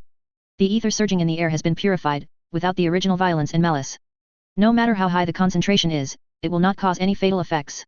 Selego felt the concentration of ether in this world, and answered aware of the confusion in Eldalal's heart, okay, there's no need to talk about these things. We have to leave as soon as possible to collect the last piece of the puzzle. This time, in addition to a group of powerful Eldar warriors and prophets, the Holy Emperor also dispatched a powerful army including the Forbidden Army, Sisters of Silence, and Primordial Warriors. Plans to take down the entire universe and become another human colony. The task of Selego and others is to capture the divine fragments of the gods of the spirit race in this universe, and to gather the spirit race in this world so that they do not become enemies of human beings. Neither mission is difficult. It's just going to take some time. The dark and evil powers of chaos do not watch the world. As long as their hands and feet are fast enough, they can take what they want before they react. Selego didn't waste any time. When those people were still cheering for the imperial army that came to this world, he took a group of Eldar warriors and prophets to Ulthuan, which is the seat of the elves. There he would summon the elf gods and kill them. Chapter 460 Meeting of the same race from different universes. At the beginning of the creation of the world, the ancient sages who came to the medieval world first created lizardmen as helpers. Stabilized the subspace energy and created vitality. The ancient saints created the family of elves. The elves quickly grew up with their outstanding magical talents and entered the Golden Age. Cities were established around the world. Until chaos invaded, the Old One ran away. The great hero Enarion pulled out the Sword of Cain, created a magic vortex, and defeated the first chaos invasion. Then, there is the War of Division. As the heir of the first Phoenix King, Malekith poisoned the then Phoenix King in order to seize the position of the Phoenix King, which eventually led to a great war. Malekith, who was seriously injured, was deported to the new continent with his followers, where he became a family of dark elves. The remaining elves are called High Elves. After the war with the dwarves failed, the high elves all withdrew to Ulthuan, and some of the remaining high elves became wood elves. Due to the low fertility rate, the overall population of the high elves is not large. Mainly because of the long birth cycle, coupled with the continuous wars, the population has been unable to increase. But they are all good at using magic, and they also have dragon allies. Strong enough to protect them. But those things can't stop a powerful god. Silago, Eldrar, Thousand Faces, Death Incarnate and other powerful Eldars headed for Ulthuan on a hovering airship. The laughing god was sorry for what was about to happen, but he had to do it for the good of the Eldar as a whole. Reaper's awakening is crucial. Will be the most beneficial weapon against Slaanesh. Using the Crone Sword and exterminating the surviving Eldar, neither path is sustainable. There is only one last path for them, and that is to follow Guilliman's guidance. Complete the Eldar death concept. And bring back its concept fragments, complete them, and complete the gestation and birth of the death of the spirit race. The speed of the airship is very fast, shuttling through the clouds, flying eagles and dragons are hard to match. Wearing a clown mask, Selego stands on the bow of the airship, looking at this backward but beautiful world. The old ones once came to this world. Selego doesn't know what they're doing in this world. Probably the same thing they do in other universes, sort out the chaotic warp energy, and try to rebuild the civilization of this world. Selego doesn't really understand the purpose of the old ones. When he awakens as an Eldar god, the old ones are already very powerful. They built various miracle structures to balance the energy of the warp, including the webway. Their interest is to rebuild every world that has been corrupted and polluted, and to fish out of time those races that have turned to dust. Unfortunately, they ultimately failed. Was forced to flee his hometown. Their work in this world had only completed the most basic point, and was destroyed by the chaos gods who followed. Selego didn't know what happened to the old ones. Maybe they escaped again, farther away, or maybe they were all eaten by the chaos gods. No one knows what happened to them. Selego thinks maybe in the distant future. As the empire expands, he will get some news about the old ones. The overall terrain of Ulthuan is in the shape of a ring. In the center is Undead Island where the Great Vortex is located. The chaotic subspace energy is absorbed here, and then transformed into the magic 8 winds through the Great Vortex, becoming the source of magic power in this world. The high elves who are closest to the Great Vortex naturally have the strongest magic power. Ulthuan is always nourished by magical power, allowing those high elves to easily release various powerful spells. Ulthuan has many city-states, which are divided into 10 kingdoms. The higher leaders of the 10 kingdoms are the Phoenix King and the Ever Queen. Originally, Ulthuan was only ruled by the Eternal Queen hereditarily, but after chaos invaded, a strong man named Enarion rescued the Eternal Queen at that time and married her. So there was a system of CO governance by the Phoenix King and the Eternal Queen. In addition to coordinating the political disputes of various countries and defending the interests of the elves, the most important duty of the Phoenix King is to give birth to the next Eternal Queen with the sexy, hot, and noble current Eternal Queen. If you can't give birth, you will keep giving birth. Ulthuan is protected by a giant magic circle. The magic circle is powered by the Undead Island in the center of the ring. Not only can it provide magical protection, but it can also control weather changes so that it is like spring all year round and the weather is smooth. In addition to magical protection, they also built a huge fortress portal in the mountains to prevent the invasion of their distant relatives, the Dark Elves. Many city-states of the High Elves are prosperous and beautiful. Difficult to describe in words. Those crystal-polished and piled-up temples are magnificent, reflecting a faint golden glow under the golden light of the setting sun, sacred and solemn. Among them, the most beautiful place is Avalon, the spiritual center of Ulthuan. Avalon is the seat of the court of the Ever Queen. Here roam many legendary creatures. Giant eagles nest on the sunlit hills of Avalon. The unicorn walks in the enchanted forest. The most powerful ally of the elves, the dragon, also sleeps in the towering mountains of Avalon. Apart from the many magical animals, Avalon is also a magnificent city. It shone beautifully in golden light under the sun. Walls, temples, and colonnades are all made of stone materials with complex patterns, inlaid with precious magic crystals. Wide squares and fragrant gardens are filled with magical fountains emitting colorful beams of light. The wide streets are lined with precious and beautiful magic plants. Shiny ivory statues dot the city. Each building contains the infinite efforts of elf designers to ensure that they are perfect. Even a brick or tile has been carefully selected to ensure the most perfect visual experience. In the magnificent palace, the Eternal Queen, Phoenix King, and many high elves are discussing about human beings. The current Phoenix King is Finubar. So far, he is the 11th. Fenubar is the prince of Yitaein, one of the 10 kingdoms. When he was young, he was sent to travel in the old world and established contact with many races. Fenubar is a leader with a tolerant heart. He abolished the sea ban issued by the previous Phoenix King, and began to revive the trade of the High Elves. Make the High Elves rich again and have enough resources to build their cities and military expenditures.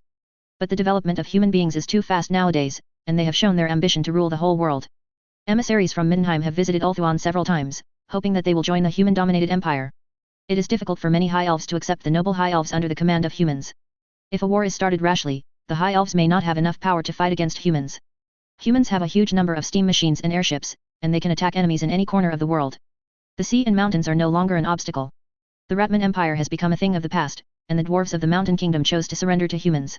According to some rumors, the distant eastern ancient country Cathay has also agreed to form an alliance with the human empire. Fenuba didn't know how to choose.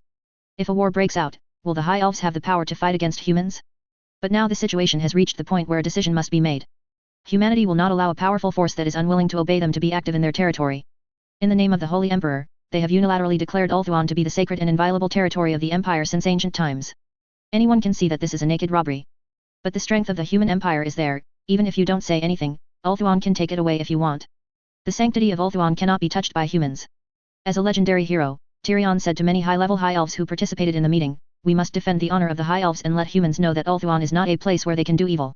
Tyrion comes from an ancient High Elf family. Has considerable family wealth. His martial arts are very strong, and he has an excellent talent for commanding the army. Once defeated the invasion of the Dark Elves. Now he is the capable general of the Phoenix King, responsible for commanding the coalition forces of various countries, and also a good friend of the Eternal Queen. Then what can we rely on to defeat them? Said a prince, his exquisite clothes with an ancient family crest. He was the ruler of the ancient kingdom of Etain. Etain is the most powerful country among the Ulthuan kingdoms, and they defend the Emerald Gate, one of the 5 fortresses in Ulthuan. Their capital, Lothern, is also the royal court of the Phoenix Kings of all dynasties.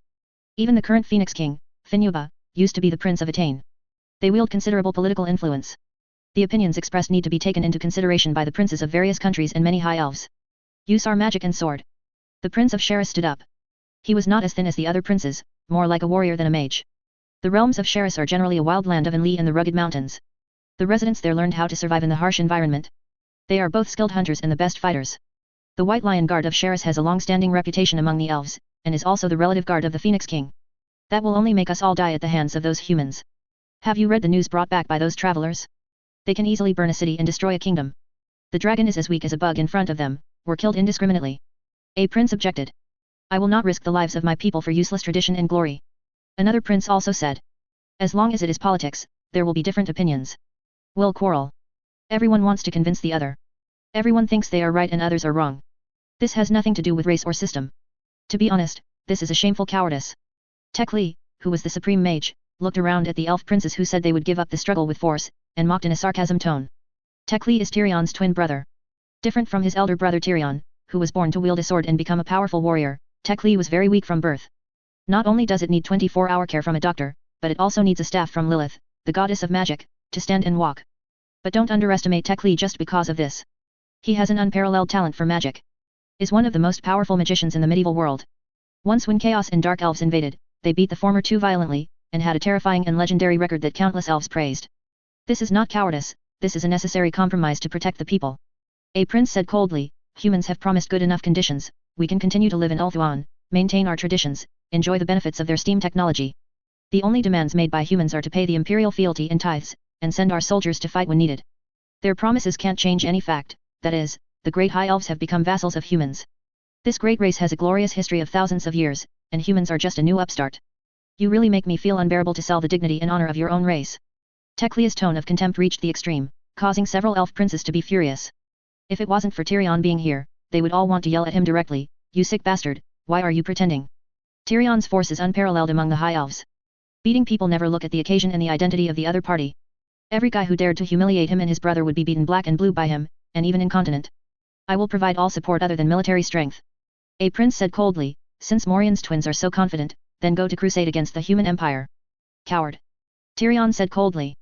Looking at the High Elves who were about to break up unhappy, Phoenix King Fenuba also had a headache. He stopped the quarrel between the two sides. Our responsibility is to protect the High Elves. This is the most important purpose of our gathering here. It is not in our interests to have a war with humans rashly. It will kill countless High Elves. Letting so many people die for the sake of actual honor, then we are not qualified guardians. But the High Elves with a long history and brilliant culture will never just become vassals of humans. I will assemble a negotiating delegation to fight for more interests for us, safeguard the honor and autonomy of the High Elves, and seek a suitable path that does not require war. Phoenix King Fenuba's words made Tygus feel a little dissatisfied. In his opinion, such an approach is undoubtedly a symbol of weakness and incompetence. The High Elves should be equal to humans, and even enjoy privileges. They are great, old High Elves. Is the most orthodox master in this world and the main force against the Chaos Demon army. Tyrion was also dissatisfied. He has Inarian's curse on him. It is said that in order to win the victory, Inarian pulled out the Sword of Cain. This sword cursed Inarian, so that his descendants would become slaves of the Sword of Cain. Such a curse reached its peak in Tyrion. He has powerful force and tyranny, and his mood is uncertain, just like the incarnation of Cain. Tyrion thirsts for war and blood. He felt like there was a giant hole in his heart, and it would take countless blood and killings to fill it. I think. As soon as Tyrion spoke, a guard in armor rushed over. The guards brought news that shocked many of the high elves. The human airship is hovering above Avalon at this moment. When they walked out of the palace, they saw several magnificent airships floating in the sky. The golden double-headed eagle emblem shining in the sun announces the identity of the comer. They crossed our magic barrier just like that? And we didn't have the slightest warning. An elf prince said with lingering fear, if there is a war, what will we use to fight them? You should think from another angle. They ignored us and trespassed on our territory without any notice. Has Ulthuan become the territory of humans? Are they come and go when they want? Tekli said angrily, they are so unscrupulous before the covenant is established. If the covenant is established, wouldn't it be their home and come in and out at will? We should protest to them immediately and ask them to leave. Tyrion said, the dignity of the high elves must not be offended. Please be patient. Finuba comforted the twins, and asked the mage under his command to communicate, and asked the guard of honor to come over as soon as possible. To the surprise of many high elves, the people who got off the airship were not humans. It was a creature that looked exactly like them, wearing a strange armor. Their looks are so similar. The only difference is the armor on their bodies and the weapons in their hands. Tekli, Tyrion, the Eternal Queen, and even the Phoenix King and other high elves all stared at this scene dumbfounded. Amazement spread across the faces of many high elves like waves. Could it be that there are high elves lost elsewhere? Why are they so alike? Who are you? Phoenix King, Finuba tried his best to keep himself calm, and asked without losing his grace. We come from the spirit race of the imperial universe. We have the same creator as you, the old sage. Eldral was at the front and was responsible for speaking. From the perspective of biology and genetics, we should belong to the same race. Selego is surrounded by many prophets. He has a noble status and should not be responsible for such cumbersome affairs. Several high elf mages including Tekli immediately looked at him. From under the body wearing the clown mask, they felt a terrifying force like a vast ocean. Some things hidden in the blood, awakened with the gaze of the other party's eyes. That's a god. Tekli made his own judgment with horror on his face. Chapter 461 The First Battle of Asses, for subscription. Tigris is the most powerful master of magic among the high elves today. In terms of using magic, sensing the opponent's mental power, and subspace projection, he will never make mistakes. That guy in the clown mask is a real god. Even if there is no frightening soul fluctuation, he can still feel that the other party's soul is shining like the sun. Compared with the other party, his soul is like a firefly. Besides the masked guy, another visitor caught Tekli's attention. The other party was wrapped in an armor with intricate patterns, and a slender sword hung from his waist. Tigris couldn't see the opponent's face clearly, but he could feel a terrible power of death hidden under the armor. It is not surprising that it is the earthly embodiment of death. Sensing someone watching him, the other person raised his head and met Tekli's gaze. Those dark eyes were like an abyss. Will people's souls into the lightless world? Tekli suppressed the fear of turning around and running away. Became silent. No longer filled with righteous indignation like at the beginning, you have to shout and kill the uninvited guy. Tyrion hasn't changed much. Those eyes were full of anger. If the Phoenix King is not around, I'm afraid he will draw his sword to see the opponent's level. The arrival of the Spirit Clan caught Phoenix King and his party by surprise. Who would have thought that the human empire dominated by the Holy Emperor already had the existence of elves? There is a slight difference in the name. They call themselves High Elves. The other party claimed to be an Eldar. But the Phoenix King could tell at a glance that these sharp-eared self-proclaimed Eldar were definitely their own race. That arrogance is definitely something that other races don't have. Numerous envoys from the Eldar race were welcomed into the palace. Eldral and others came to meet the Phoenix King and his party, not to negotiate, nor to persuade these backward compatriots. Instead, they came to declare their dominion over the High Elves. When they just sat down, the great prophet Eldrar spoke. For the greater benefit of our family, you must obey our rule. Eldrar said, only in this way can our family be unified and our family become stronger. I don't understand the meaning of your words, compatriots. The horror in Phoenix King Fenuba's heart is still as difficult to calm down as a storm, but as a king, he still shows unimaginable calmness. We have been here, living happily for many years. What right do you have to announce that we will accept your rule as soon as you come? This is the best choice. Eldrar said, the fragmented Eldar will only weaken our right to speak in the Empire, which will be a huge damage to the interests of our family. Have you joined the Empire? And become a part of them? Fenuba immediately grasped the key point in the other party's words, these fellows from the Empire universe have become part of the Empire.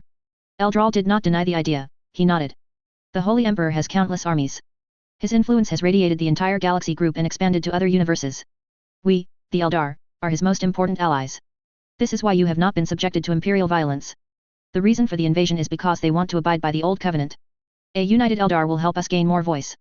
The human empire dare not use violence to invade Ulthuan, because we are strong enough, not from your charity. Tyrion stood up and said, in his opinion, Eldrar's words were a bit humiliating. Ulthuan relied on his own strength to make the human empire fear. Rather than relying on a fellow clan that cannot be beaten by 8 poles, it was not invaded. Tyrion's words made several Eldar prophets couldn't help laughing. This is rude, it is a terrible sin to laugh at backward and ignorant compatriots, but they still can't help laughing. A backward and barbaric force occupying a large island, saying that they can make the Holy Emperor of mankind fear. If those races that have left the planet and become interstellar civilizations hear this sentence, they will probably get up and see who is so arrogant and dares to say such big words. Are you laughing? Tyrion became angry. You don't know anything about Ulthuan's power. You are weak and surrender to the feet of humans, but it doesn't mean we will be weak too. But you don't know anything about the Holy Emperor. Eldrar said, if someone from Middenheim issues an order to exterminate this world, the report does not need to be handed over to the Terra bureaucrats who served the Holy Emperor before. Then let the so-called Holy Emperor try it. Tyrion stood up, and he drew his sword. But the next second, he flew out. With a wave of Eldral's hand, the powerful High Elf warrior was thrown into the air and hit the wall behind. The huge impact cracked the wall. Eldral's hand made Tyrion levitate. This potential Kane god chosen is firmly controlled by invisible forces. His limbs were tightly locked inside his armor, trembling uncontrollably. Tekli raised his staff, wanting to strike for his brother. A dazzling glow swept across the silent air. A sword of lightning arced across Tekli's scepter, splitting it in two. The tip of the sharp sword was placed at the opponent's throat. An Eldar warrior wearing the armor of the Reaper army stood in front of Tekli. The hilt of the blade was gripping tightly in his hand. Under the helmet, the threat in those eyes is obvious. If there is another change, it will be killing Unforgiven. Eldral threw Tyrion aside again before looking at Phoenix King Fenuba. Only relying on our strength, we can easily massacre you. What's more, the Empire, you will not even have a chance to fight, and you will be wiped out by terrible artillery fire. Dealing with you is not even a good thing. A battle, more like an insignificant warm-up. The strength displayed by the people of the spirit race can be called crushing. Even if it is to kill all the princes and the powerhouses of the High Elves, it is not difficult for them. Phoenix King, Fenuba's complexion turned pale. He knew he had no choice. The human empire let these same races from different universes come forward, which is already an ultimatum. If they don't understand the fun again, I'm afraid there will be no next time. These alien races will definitely kill them and take over the elves. Whether they are dark elves, high elves, or wood elves, these emissaries of the Eldar use brutal and effective methods to conquer and rule. If you can represent the interests of the elves, then Ulthuan will obey your rule. Phoenix King, Finubar said, but I have something to say first. If you and humans come to usurp our interests, then the High Elves will never sit idly by. No Eldar is foolish enough to bread from a beggar's bowl. Eldril said, an old Eldar proverb. The first negotiation between the creatures of the same race from different universes was a complete success.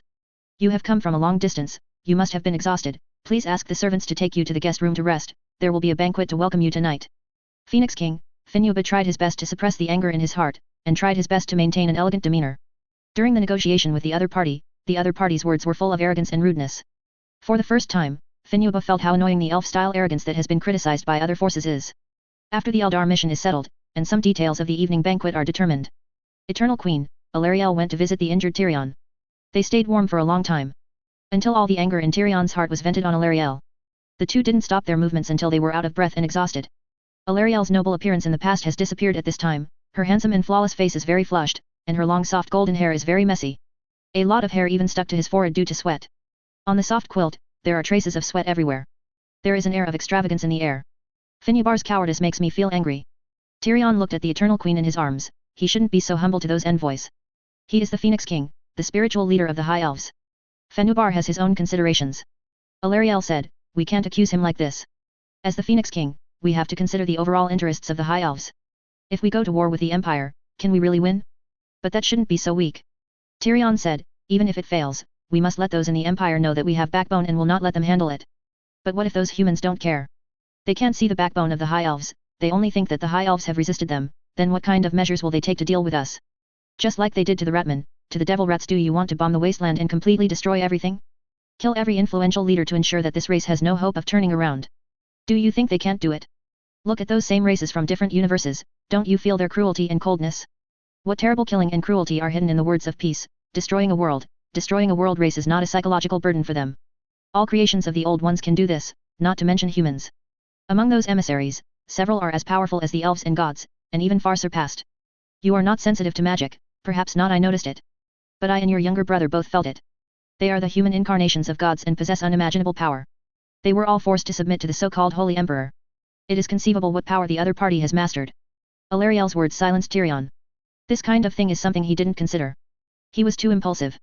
If those spirit race envoys really consider our interests, then we will be fine. If they think they can oppress the High Elves together with those damned humans, then they will think too much. Even if they risk their lives, I will fight back to the end. Alarielle didn't continue talking. Instead, he got up from Tyrion's arms. Calculating the time, the dinner party has almost begun. The Phoenix King and the Everqueen are symbols of the High Elves and their titular companions. Naturally, she couldn't miss such an important banquet. Take good care of your wounds first. After leaving such a sentence, Alara, with the help of the maid, put on the intricately patterned clothes and left. Only Tyrion is left. The departure of his beloved reminded Tyrion, who was alone, of how he was easily defeated by the emissaries of the spirit race when he met with them. A desire for power surged in his heart. The call of Cain's sword echoed again. That voice echoed in his mind. As long as you pull out the sword of Cain, he will be invincible and invincible. The undead army gathered this time is unprecedentedly terrifying and powerful. Those powerful Tomb Kings were enslaved and manipulated again under the terrifying power of Nagish. The Tomb King's burial legion, and the dead transformed over the years, have become Nagish's minions. In addition to this, there are a huge number of vampires, gargoyles, and ghosts. From a mortal perspective, this legion is shockingly large. They march forward mightily, and wherever they go, black clouds roll, as if the end is coming. The dead advance like a torrent. The only thing left is death. Manfred is the commander of this huge legion, and many necromancers and high-level vampires gather around him. Nagish revived many former subordinates.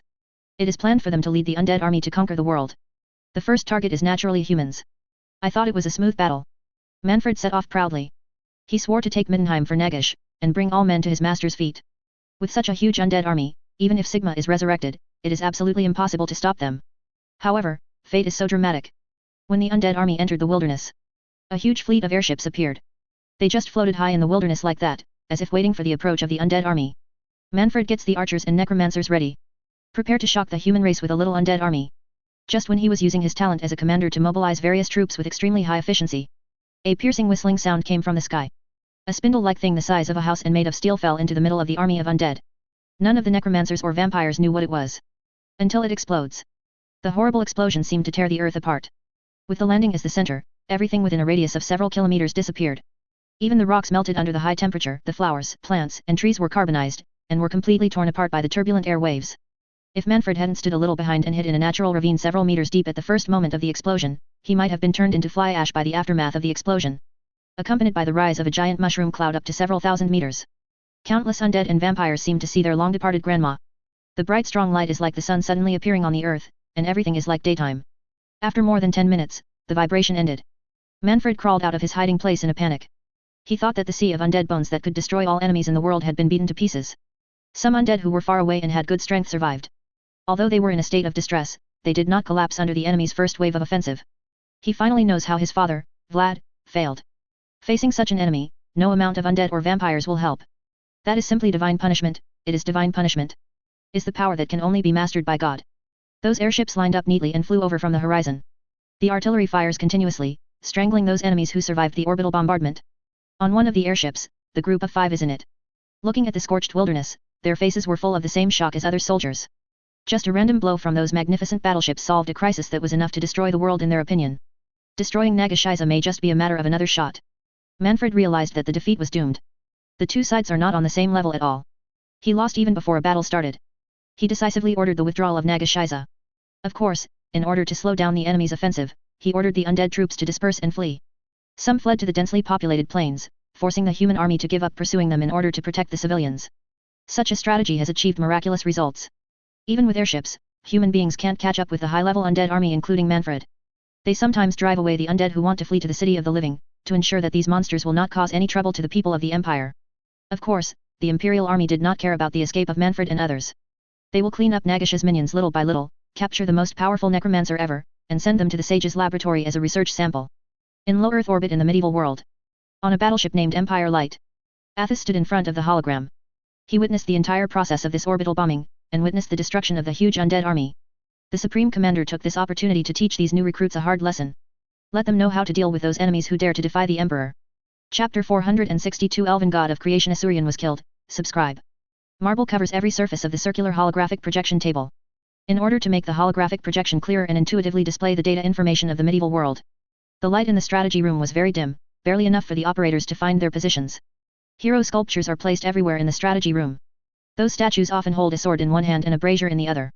Fires crackled and crackled within, offering a dim yellow light. The face of the statue appears cloudy and uncertain in the flickering firelight, flickering on and off. Many officers from Natal stood around the holographic stage. The faint light shines on the resolute faces of these young recruits. The Natal emblem on the shoulders is shining in the light. A large number of honor flags hang on the wall. Each side symbolizes the heroic Nautilians defeating the enemies of the Empire and advancing the cause of the Holy Emperor. This is the fate of daring to fight against the Empire, don't have any kindness. This is the first lesson that High Marshal Rees gave to these recruits. He was standing right next to the hollow table, his hands resting on top of the brass railing. The holographic projection shines on his middle-aged face. There are several scars on it, and the position of the left hemi-brain has been replaced by metal, which is smooth and shiny. A prosthetic eye emitting red light was embedded in Rhys's eye socket. According to him, it was lost while killing a group of traitors. The troops he led suffered heavy casualties. But the enemy also paid a heavy price, and they wiped them all out. A narrator stood beside Marshal Rhys, holding a thinking memory pen in his hand, and was quickly recording Rhys's words and deeds. The history of the Empire is forged by countless mortals, and every world has its own heroes. Rhys's words, deeds and achievements will be recorded and stored in Terra's huge database and Natal's hero monument. The narrator also looks very mature, and is very familiar with his work. Leave lines of flying writing on the data plate. Seeing the eager eyes of those recruits, Rhys cleared his throat and continued to speak. This is our duty, fellow citizens. The great cause of the Holy Emperor is the most important thing, it is higher than our morality, our kindness, our everything. For the great cause of the Holy Emperor, no loss is unbearable, and there is nothing things can't be lost. If killing a person is the only way to promote the great cause of the Holy Emperor, then you have to do it without hesitation. Even if the person you want to kill is you can't think too much about it. Maybe among you someone questioned what qualifications we have to take someone's life, then you have to think about letting that person live, and tens of millions of people will suffer. Philosophers always think about some profound questions about human nature, about freedom, and about individuals. They believe that people are born free, and this right cannot be taken away. When I take off this uniform, I respect them. I agree with my opinion. Everyone should have freedom and live for themselves, this is the ultimate goal that the Empire strives for, and it is also the ultimate goal that the great cause of the Holy Emperor wants to achieve. But our enemies are too many, they are too powerful to imagine, their tentacles span several universes, and they have countless minions. We have no choice, either defeat those enemies, or they destroy everything we have created. Don't think that there is any compromise, the war between us and chaos can only be considered as the end if one side completely falls down, if they can never be eliminated, then we have to be vigilant forever.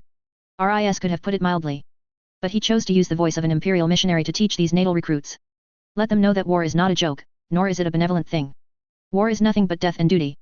When you become a commander-in-chief, you can no longer consider casualties, but cost-effectiveness. This statement is cruel.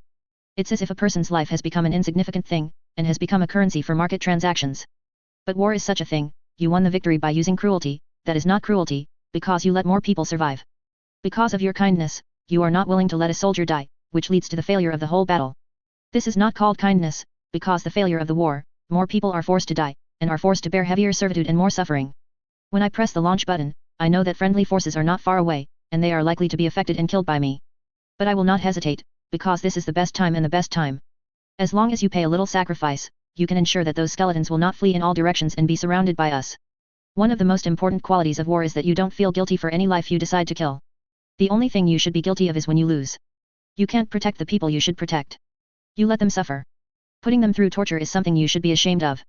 Rhys's words will not appear in class. Because it was too cruel.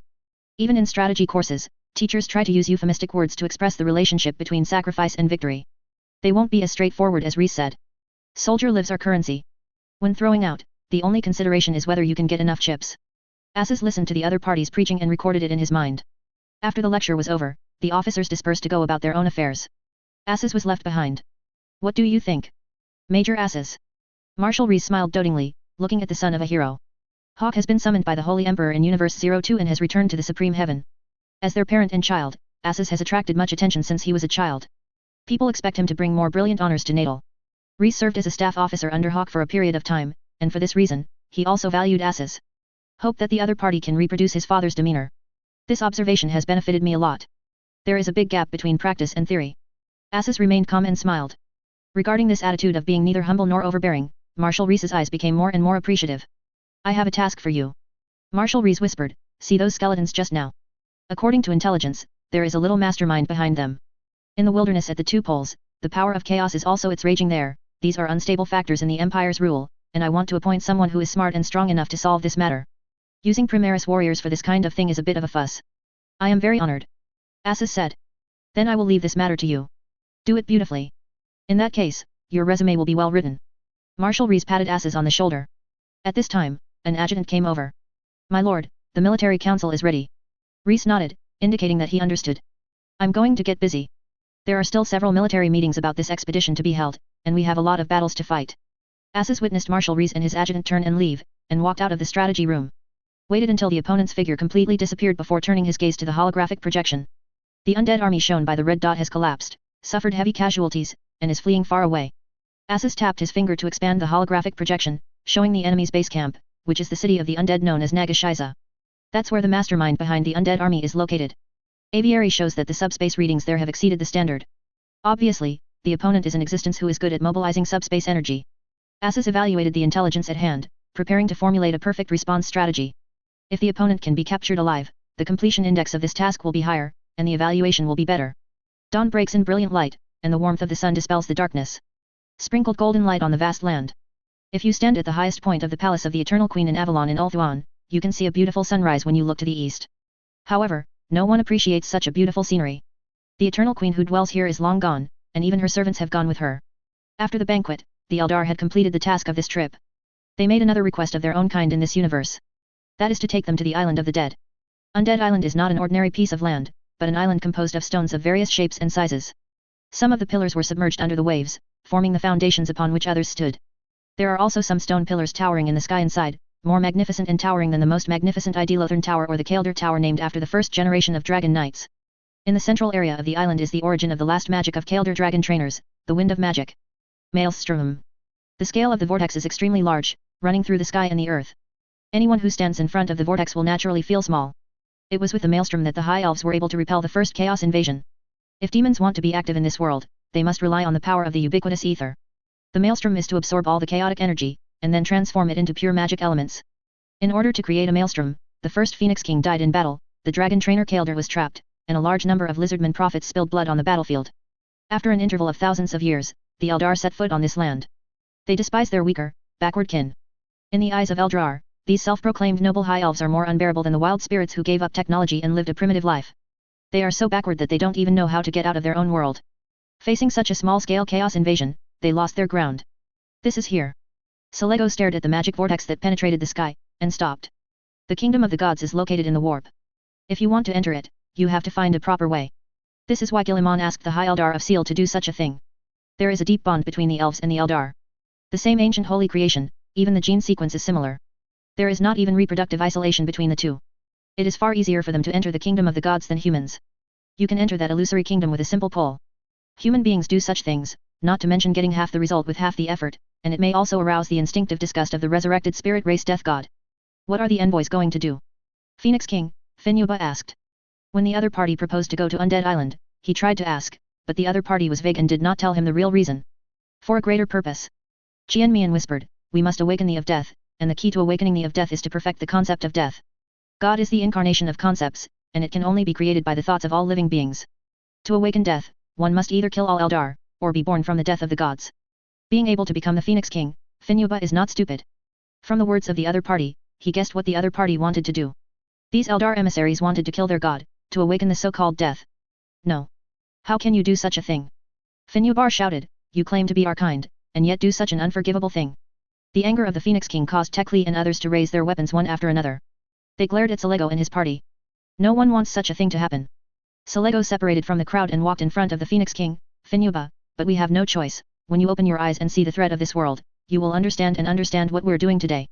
Finuba was powerless to stop the sinister conspiracy of the Eldar people. Those ghostly Eldar warriors subdued all the high elf guards who raised their weapons in an instant. They chopped off the weapons in the hands of those soldiers, and in this way warned all the high elves. Being able to chop off a sword, naturally he can easily cut off his head. Took the lives of all the high elves present. Tekli felt humiliated like never before. But the blade of the Eldar warrior was placed a few centimeters from his throat. It only needs the other party to use a little force to decapitate him. Have you considered the consequences of killing God? Finuba said, you cannot bear the anger of a Surian. Selego removes his clown mask for the first time. The tall body is not a real body, but an ever-changing phantom. Hundreds of angry, kind, smiling faces. Various. What can be seen depends on the observer itself. Every high elf sees things differently. Every pair of eyes sees the most funny person in their mind. I know, because I am also a god. After saying this, Selego turned around and ignored them. He opened his arms and roared out those ancient runic scripts. Use your divine power to open the way to the pantheon of the high elves. Each race, each faith has its own pantheon. The so-called gods are all there. Whether it's the of death, the of fate or something, it's all available. The beliefs of races create their own gods, their own pantheons. As long as you master the appropriate method, you can open the way to the pantheon of that race. As long as faith persists, those so-called gods are immortal. As long as belief collapses or is tampered with, then God will also usher in his own end. This is why the struggle between gods and demons of many races will eventually fall on the lives of mortals. Because mortal realm is where the outcome is decided. No matter how powerful and tall the company is, its final destination is the market. There is no market, and it is useless to brag about it. The same goes for the gods. It doesn't matter if he becomes the only true of the heavens and the eternal, or the omniscient and omnipotent supreme Luo, but in the end it will still fall on the creatures of the world. The gods are similar to human enterprises. There are users, believers, and usury can be packaged as a technology company, listed on the Science and Technology Innovation Board, and a group of licking dogs call themselves old slaves. Without users, even if the boss has more than a dozen high-ranking and awesome titles, it's useless. Selego is a god, a laughing whose daily duty is to mock fate and bring joy to others. He is not good at fighting, nor good at magic. Tricks and manipulating people's hearts are his forte. But he was born in the Eldar Empire, and there were countless Eldars who believed in him and worshipped him. Faith brings strength and elevates the person of God. In ancient times, there was a small country with a population of hundreds of thousands, and a super-powerful army. The commander-in-chief is a rare famous general, a master of war, who can strategize and win every battle. His generals all have undeserved courage. Such an army can never defeat a modern country with more than 1 billion people. Size and technical limitations already determine everything. To describe it in an unseemly sentence, as long as Selego is not brain-dead, he can kill the opponent with divine power. A listed company with a full supply chain and a value of several trillion yuan lost to a small husband and wife supermarket on the roadside, and was even killed by others, and all assets were eaten by the other party. The top of the maelstrom became transparent, and the subspace appeared. The violent thunder poured out from the other world, and the etheric ocean poured down in the singing of Selego. Countless horrific existences revealed the weird and distorted outlines, and the hideous and huge bodies made people dare not look directly at them. The pitch of Selego's singing became higher and higher, as if he was about to meet the climax. The temples of the gods appear in those grotesque and terrifying countless silhouettes. Magnificent and magnificent, extremely beautiful, shrouded in endless rays of light, sacred and solemn, and beautiful. It's like a dream, it doesn't seem like a real existence. The high elves watched their gods emerge from the imaginary world. As the main of elves, Asuryan appeared in the hall. Extraordinarily handsome, with the unique majesty of the king. Don't get angry and feel majestic, with a strong aura. His face was filled with consternation. Didn't know how he was dragged into the mortal world. Hack him. Under the watchful eyes of everyone, Eldral shouted to the incarnation of the of Death, the leader of the army of the of Death with thousands of faces. Chapter 463 The Death of Bloody Cain, subscribe. Eldral's ruffian-like shout stunned many high elves. The leaders of the Death Army were also stunned for a moment. Even Selego looked a little differently at Eldral, the great prophet. If he hadn't stayed together all the time, he would have suspected that the other party had been transferred. That doesn't sound like an elegant Eldar at all. Obviously, after staying with humans for a long time, Eldar has obviously acquired some bad customs of humans. Several leaders of the Death God army have been battle-tested after all. After a brief stupor, he reacted without wasting much time. Activated the sword in his hand and rushed forward. The weapons in their hands all emitted a strange aura that frightened Asuryan. Asuryan didn't know what happened from the beginning to the end. He stayed in the temple well, and then with a snap, he was pulled out by countless spells. As soon as I came out, I saw a dozen guys in weird armor saying that they wanted to kill themselves. Asuryan just wanted to ask a question. This is provoking someone. Is there still justice? Is there still a king's law? These days, if you are a god, you will be beaten and killed by people. He was dragged to the present world by the power of the curse, and saw those guys rushing towards him with weapons. But after all, he is the head of the gods, the creator of the elves, and holds the supreme authority. God must not be offended, but the rule since ancient times. Everything, how dare you disrespect God? Asuryan broke out in a roar that was deafening enough to drive everyone crazy. He didn't know what happened though. Can say so contemptuously that he wants to kill himself. What can be tolerated, God can't. With Asuryan's fury, terrible visions also emerged. Purple lightning split the sky. Night falls in just a few seconds. The sky suddenly darkened. If it weren't for the gap in the curtain that was torn above the great vortex, reflecting all kinds of strange brilliance, I'm afraid that many high elves and Eldar would fall into a strange night. There was a strong wind, mixed with the screams of thousands of creatures. The insane madness and lies of the great ocean made countless high elves in Ulthuan weep. All senses are under attack. Fenubar could barely stand in the wind that swept everything. The world seems to be collapsing and dismembered. Something terrible, unimaginable, and unpredictable all emerged. They screamed and cried, trying to pass through the gap and descend into the present world. If there is ever an end to the world, it is now. According to legend, Asuryan was the first true god. He was there when chaos first fell. After the old one's stargates collapsed, the minions of chaos also attacked the fledgling gods. Gurn killed Asuryan with a single blow of his axe. Asuryan did not die. He was reborn in the flames like a phoenix. The terrible flame brought by rebirth burned many demon minions who dared to invade the pantheon of the elves. Asuryan has countless stories and legends. The Asuryan temple in Ulthuan holds his divine power. Only the most powerful demons can maintain a stable form in the vicinity of the temple. The fire of Asuryan is an existence that demons cannot touch. Even if his body is pulled into the real world, he still possesses near immortal power. Asuryan turned into a flame giant and let out an angry roar. Surging power surged in his chest like a tide. Infinite lightning fell from the sky, and then exploded crazily. His armor burst into flames. Its dazzling degree is like a million suns bursting together. The dark night was illuminated by him again. A horrible breath spread out, causing cracks in time and space. The 8 giant magnets on Dead Island transmit the terrifying subspace energy, trying their best to protect the integrity of the island. The existence of Asuryan has disrupted the entire time and space. He set foot in this world, and the flow of time suddenly slowed down. Every raindrop falling and every flash of light extending becomes slow motion. Space-time ripples and undulates because of its sheer force. Even the weakest possesses the power that mortals look up to. The Eldar prophets have already made preparations. Before officially launching this plan, they had already made a plan. Several Eldar prophets recited the mantra together. The invisible mantra condenses into something tangible. A suspended 8-sided crystal appeared out of nowhere, composed of countless swimming ancient symbols. They blocked Asuryan's possible escape route and completely locked him in the present world. The Eldar warriors wearing the armor carefully crafted by the Empire using the characteristics of the soulless rushed forward like ghosts. The weapons in their hands exude a malicious black light. Asuryan swung the sword that was burning with inextinguishable fire, wanting to kill these mortal creatures who dared to offend him. But the speed of the opponent is much faster than him. The opponent's sword easily cut through his immortal body, causing a black crack to appear. As the king of gods, Asuryan felt unprecedented fear.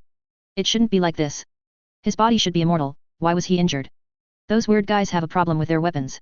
This is a hunt. A hunt for the once noble and unoffensive supreme god king. Asuryan was pulled into the cage of this world by the power of the curse. The Eldar warriors swarmed like hunters. They wanted to consume Asuryan's divine power, and cut wounds on his radiant flame body. This method is no different from hunting large beasts. Slowly consume the physical strength of the prey, wait until the opponent is unable to continue, and then launch the final attack. Asuryan struggled like a trapped animal. The ground beneath his feet trembled and cracked with his strength. The large vortex is also shaking violently. The arrival of Asuryan has disturbed the balance of the great vortex. It got even more berserk. That terrible wind of magic is as real as it is. Tech Li, who was frightened by the scene, could feel the power of magic many times stronger than usual. Now, if you cast a fireball at random, the power it produces is probably comparable to a super forbidden spell. Asuryan struggled ferociously, and terrifying power erupted from his body. Void flames and violent thunder surrounded him. But he has no way to break free from the shackles, let alone escape back to his domain, his palace. Those blades were constantly hurting him, drawing shocking and terrifying wounds on his immortal body. He was weakened a little bit. When Selego joined the battle, he fell into an absolute disadvantage. The weapon in his hand was knocked out, and the burning hair was scattered, and he was in a mess. I'm sorry. Selego said in a sad tone, staring at Asuryan's face. In another universe, he also sincerely supported Asuryan of that universe. Even though he knew that this Asuryan was not the Asuryan he knew, it still made him feel uncomfortable and sad. He was killing his brother with his own hands. In Asuryan's eyes of astonishment and fear, Selego stabbed the sword blade with countless complicated curse runes into the opponent's chest little by little. No. These are the last words of Asuryan. His immortal body was reduced to embers, blowing away in the raging etheric winds. The king of gods has fallen. Phoenix King Fenuba witnessed his die just like that. The blessings on him dissipated with Asuryan's death. Countless high elves felt as if a piece of their hearts had been severely ripped off. Pain spread among them. Tiglas, the Eternal Queen and many other heroes watched like that. Their eyes watered involuntarily. Asuryan died. Died in the hands of the laughing god. According to rumors, the god's lair will be cursed. Selego doesn't know if this rumor is true. He doesn't know much about fate-related matters. If there is, he will not have the slightest regret. In order to be able to defeat the eternal enemy of the Eldar, in order to give this nearly destroyed race a chance to survive, death must be resurrected, and only death can fight against the terrible Prince of Pleasure. To ensure that the surviving Eldar will not be swallowed after death, a shard of burning flames falls into Selego's hands. God is the creation of faith. The piece in his hand is the essence of Asuryan. Plainly speaking, it is Asuryan's godhead, and the gods are all here. Get this fragment in his hand, and get some high elves' beliefs, and you can become a god. A creator god in the elven pantheon. The violent vision disappeared. Everything is gone. The sky became bright again. The temple of Asuryan collapsed. The priests shed black tears of blood, weeping for their lost gods. The eternal flame of Asuryan is also extinguished. The high elves lost their god of creation. Something is permanently destroyed. Selego put away the pieces of Aso. The sadness on that unpredictable face also quickly disappeared. Continue to the next one. He said. Whose turn is it this time? Asked an Eldar seer. Selego uttered a name that terrified Tyrion and even countless high elf warriors. Bloodhand god of war, Cain. Selego said in a calm tone, we need its fragments. Chapter 464 Artificial Protagonist. Seeking subscription. Cain the Bloody Hand is also a member of the Elven Pantheon. Usually associated with murder, violence, destruction, and war. Is the most violent being of the Elven gods. In the Pantheon of Elves, his power is second only to Asuryan. There is basically no difference between his authority and Chaos God Gurn. The problem is that Gurn is stronger, and Cain, the hand who just got the belief of a family, is far inferior to the opponent. Numerous studies in the empire have shown that the existence of the gods is neither mysterious nor special. No matter what form of existence, their final destination is the real universe. If you have to look for the difference between Kern and Kane, that's like an interstellar company and a regional protection company for a humble small country. Both operate the same business, but the gap between them is huge. The authority of the gods does not represent everything. The power of a is determined by its followers, its influence, not the itself. Just as the size of a company depends on its market, not on the wishes of the boss, let alone its business. The battle between the gods is more like a capital feast. A powerful company will mercilessly devour the market and business of a small company, and even plunder its employees, resources, and connections. In order to achieve the goal of expansion, those powerful companies will use force, conspiracy, and other means to forcibly disrupt the business activities of the other party, and then dump their own cheap industrial products to completely seize the entire market, thereby enslaving the other party. Becoming a is equivalent to obtaining a business license, which stipulates what fields can be operated. Some people manage well, and naturally it is smooth sailing. There are also some idiots who don't manage well, owe a lot of debt, and can only be slaves to other people. Of course, competition in the warp is not so gentle and kind. It's more brutal and gory. Because the subspace has no rules, nor any legal constraints. The law of the jungle is the only rule in subspace. The most primitive hunger and greed are the driving force behind all demons and gods. There is a return of a soul, and those demons will be ready to move. With the return of 10 souls, those demons will come alive. With the return of 100 souls, those demons dare to take risks. With 1,000 souls in return, those demons would dare to trample on all the rules of the world. If there are 10,000 souls in return, those demons dare to take the risk of being wiped out and come to the world. If tens of billions of souls can be obtained, the Chaos God will bite them with his hands regardless of his face. The study of the gods has also been questioned. It tore away the mysterious veil of the gods and made the gods look so unbearable that many people found it difficult to accept. In their impression, gods should be mysterious, powerful, and have no desire for worldly things. The research of the empire makes these gods look like brainless businessmen for profit. Facts show that God is so unbearable. Capitalists will sell the rope to hang themselves for profit. And the gods will sell weapons and knowledge that can kill themselves for those benefits. The devil's behavior doesn't look like a merchant who is greedy for profit and describes his fake and shoddy products in an extravagant way in order to get benefits. Don't the behavior of the gods look like high-ranking officials who disdain to compete with ordinary people for petty profits and only start with big projects? All mysteries stem from people's ignorance. Lack of understanding of a certain thing will create the illusion that this thing is so mysterious and tall. When you understand the principle, you will feel ordinary again. Cain is a who advocates war. When he was pulled out from his temple, unimaginable anger broke out. But his ending has long been doomed. Surrounded by many Eldar warriors, and then given a doomed death by Selego. When Cain's huge body fell down, the terrifying vision he had brought when he appeared disappeared. The body covered in flame armor crashed down and broke into countless pieces. Tyrion felt a painful whine from the voice in his soul that had been troubling him, and then disappeared. His soul also lost a piece with Cain's death. It's all over. The curse that plagued their family for thousands of years disappeared. The Excalibur of Cain, which was placed in the shrine, became dim with Cain's death. Another died. Malekith, far away on the other side of the world, also felt the same pain as Tyrion. His soul was torn. The curse from his father, Aenarion, who drew the sword of Cain, suddenly disappeared. Also with a part of his soul. Cain's curse has been rooted in every descendant of Aenarion. For a long time, their souls have become one with the curse. And now, the curse is gone. There was also a gap in their souls. What happened? Malekith looked at Ulthuan with his own strength. There has been disturbed by a mysterious and terrifying force. He couldn't see what was happening on Ulthuan. The terrifying fluctuations that could come out of it made him realize that something was wrong. Something must have happened to Ulthuan. He had to go and see for himself. Of course, just in case, he will bring a strong army. Either way, he'll figure out what happened to Ulthuan. If given the chance, he would try his best to regain all the power and status he lost. The position of Phoenix King should belong to him, not those liars. Manfred, who fled, was in a panic. The surviving necromancers and vampires gathered around him. Flee back to Nagashiza with him. The power of the Empire makes them like a frightened bird. Everyone is panicked. Hearing the whistling wind, he thought it was a human battleship coming.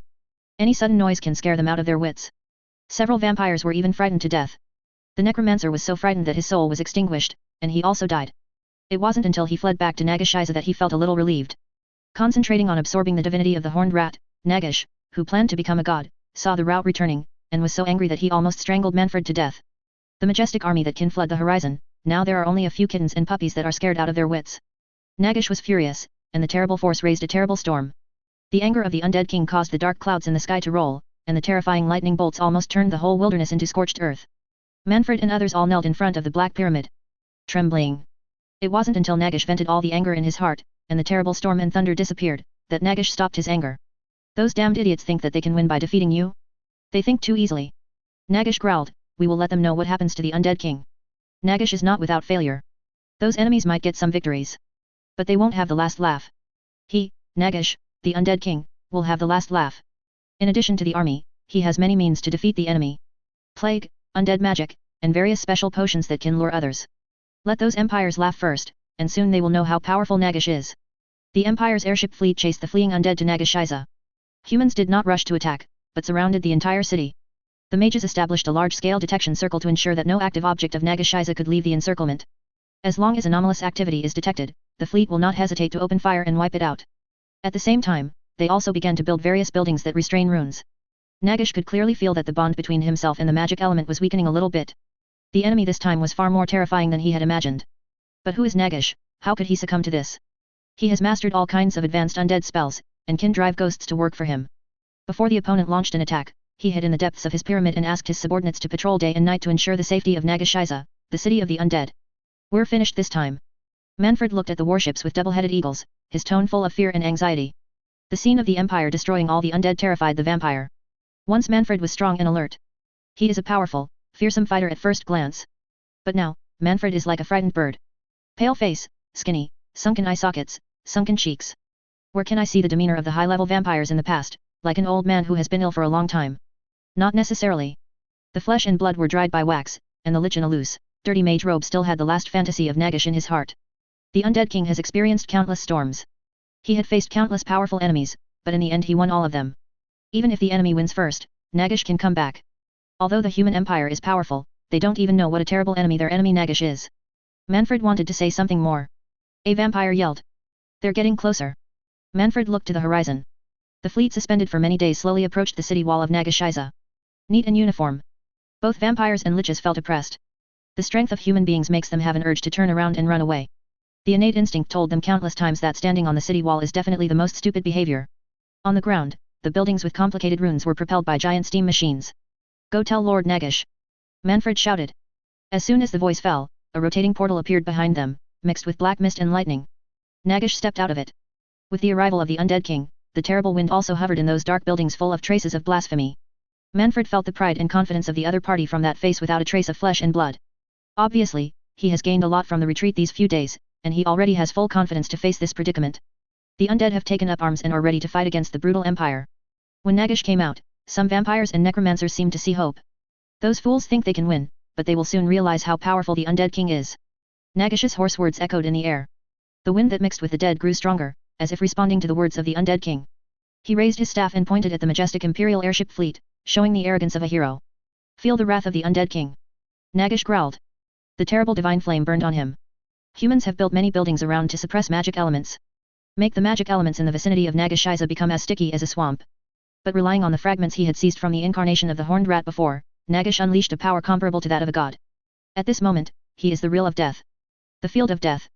Nagish broke out the ultimate move of combining all his knowledge, ready to give those humans a little Nagish shock. Terrible magic power poured out, interweaving to form countless complicated and profound magic circles.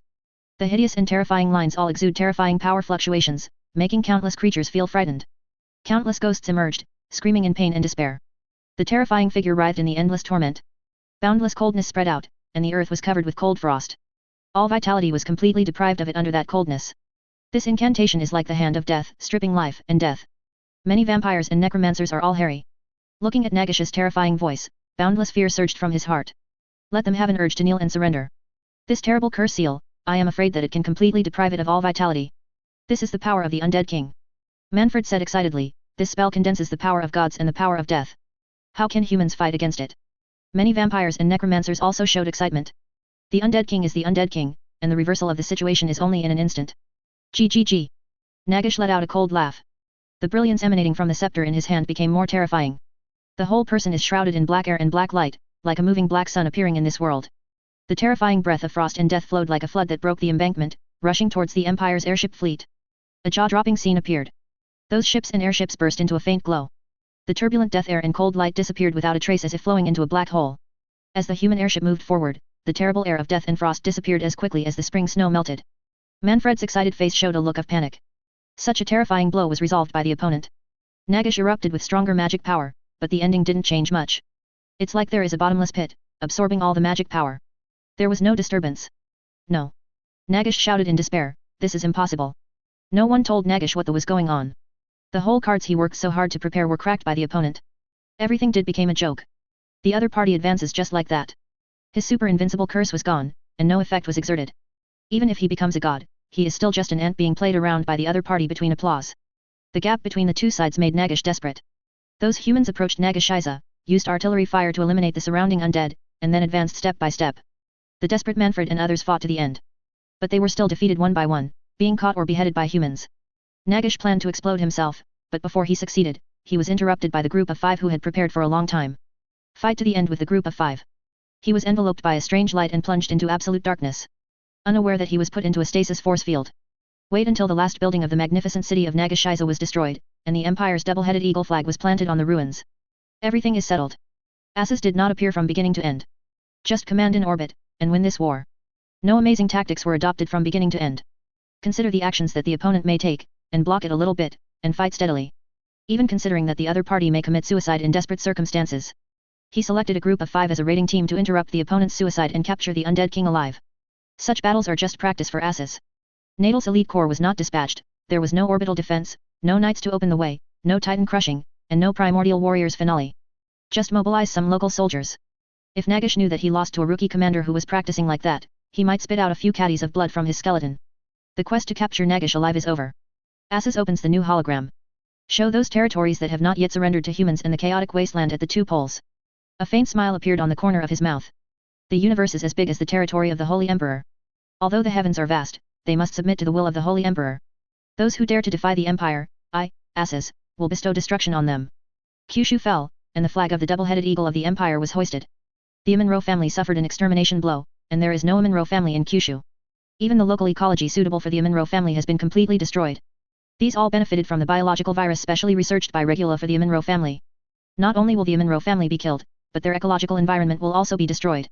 After all, the evolution mechanism of the organism itself is very likely to produce antibodies to biological viruses. If even the environment is destroyed, even if it can resist the virus, it will die because it cannot adapt to the drastic change in the environment. But the Amunro family has not been completely exterminated. This family is still active in other worlds. Regula set his sights on a new experimental world. He wants to test doomsday devices, viruses, and try to analyze some important things in this new world. It is also necessary to analyze some illusory things such as luck and fate in this universe. These fields have long been studied in the Empire. Korgula wanted to incorporate these things into his doomsday device. Make the enemy unable to use the subspace, but also play with their luck and destiny trajectory, let them go to extinction and death by themselves. This prestigious mechanical sage is like a voyeur, peeping at the development of the entire world. He has already set his sights on a qualified test product. This Amunro will rise up and become the protagonist of the story he wove. Chapter 465 The Germination of the Evil Empire. Subscribe. You trash, get out of our Jorn family. A cold, majestic voice came. Many Amunro on the martial arts field were shocked. They looked over one after another, wanting to know what happened. I saw a tall, strong physique, 2 thick fangs more than 10 centimeters long, slightly curved, shining faintly in the sun. The thick and powerful arms are covered with a simple leather armor. The muscles on his body are like vigorous old tree roots clinging to the ground. In front of that Amunro, there was a young Amunro who seemed to be in his early 20s. The young Amunro is named Yan Yet. Was once the most outstanding arrogance of the Yan family. Looking at the domineering elder of the family, Yan Yet clenched his fists tightly, his body trembling with grief and indignation at the sudden humiliation. In the past, when he hadn't broken his anger and was hailed as the number 1 arrogant, these family elders were so humble, they tried their best to kneel and lick, hoping that after he rises in the future, he will not forget their kindness. A few years ago, he was young and energetic, and he had reached the peak of the venerable realm and reached the Dzogchen at a young age. Only one step away, you can step into the alchemy realm and become the top powerhouse in the famous town. But at this time, he was taught a lesson by a high-ranking and powerful veteran who had already stepped into the king's realm, and lost his cultivation. Cultivation is divided into qi condensation, Miaoxian, Dongtian, Mingwen, and then venerable, Shinichi, king realm. Further on, there are rare realms such as holy level, divine fire, etc. The true realm powerhouse has not been seen for thousands of years. Wang Jing is already a rare master in the world. After the strong man abolished Yan Yi's cultivation, broke his Qi Si and life palace, and cut off his cultivation path, these guys all changed their appearance. Treat him as a disaster star, a waste, and insult him in every possible way. Now even want to kick him out. Yan Yet, who used to be talented, stepped into the realm of venerable at a young age. Countless Amunros believed that Yan Yet would become a strong king in the future and dominate the party. Who would have thought that Tianjiao has not yet grown, but has already fallen? Now, the Yorn family wants to drive him out directly. Yan Yet felt a burst of anger and grief. Thinking that when he was young, his parents were brutally killed, and he encountered misfortune when he achieved a little success, and his cultivation was abolished by the vicious king realm powerhouse. Now, they still have to be kicked out by the Yan family who used to be said to be a family. The other party expelled him in public, clearly to make him lose face and become the laughingstock of others. The martial arts arena was extremely spacious, and it was morning again, and there were many family members practicing here. Following the roar of the family elders, members of many families all started talking in low voices. As expected, I was kicked out on the spot. This trash really has completely embarrassed the family. At the beginning, I was too crazy, thinking that I was so awesome, but this is the result. What a waste. They looked at Ianya with sarcasm in their eyes. It was a shame to be swept out of the house on the spot. Those words of disdain and ridicule fell into Ianyi's ears, as if sharp thorns had pierced his heart fiercely. It made his breathing more and more rapid, making his heart more bitter. He struggled to breathe, trying to endure the shame and abuse.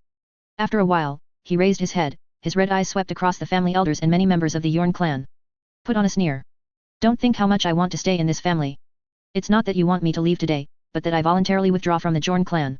3 years in Hedong, 3 years in Hexi, I advise you, don't bully the young and poor. After leaving such a sentence, Yonya turned around and walked out. He is not allowed here, but there is room for him elsewhere. When he rises in the future, he must avenge today. Yon. Brother Yet. A voice came from behind the members of the Yon family. A young girl Monroe with fair and delicate skin and 2 fangs as white as jade hurried over, calling for her brother who had been her childhood sweetheart. The female Monroe exudes a cool and indifferent temperament, like a green lotus blooming. At a young age, he already had the beauty of disastrous to the country and the people. It's hard to imagine, if she grows up, how amazing this woman Monroe will be. This female Monroe is named Ia Unmei, and she quickly chased after Ia Unya under the eyes of a group of envious and envious eyes. Walking out of the mansion of the Yan family, Yan Mei caught up with Yan Ye who was expelled. Those beautiful eyes with autumn water in them showed infinite tenderness. White, thick hands gently held Zhang Yi's hand. Brother Yon Yat, don't be so impulsive.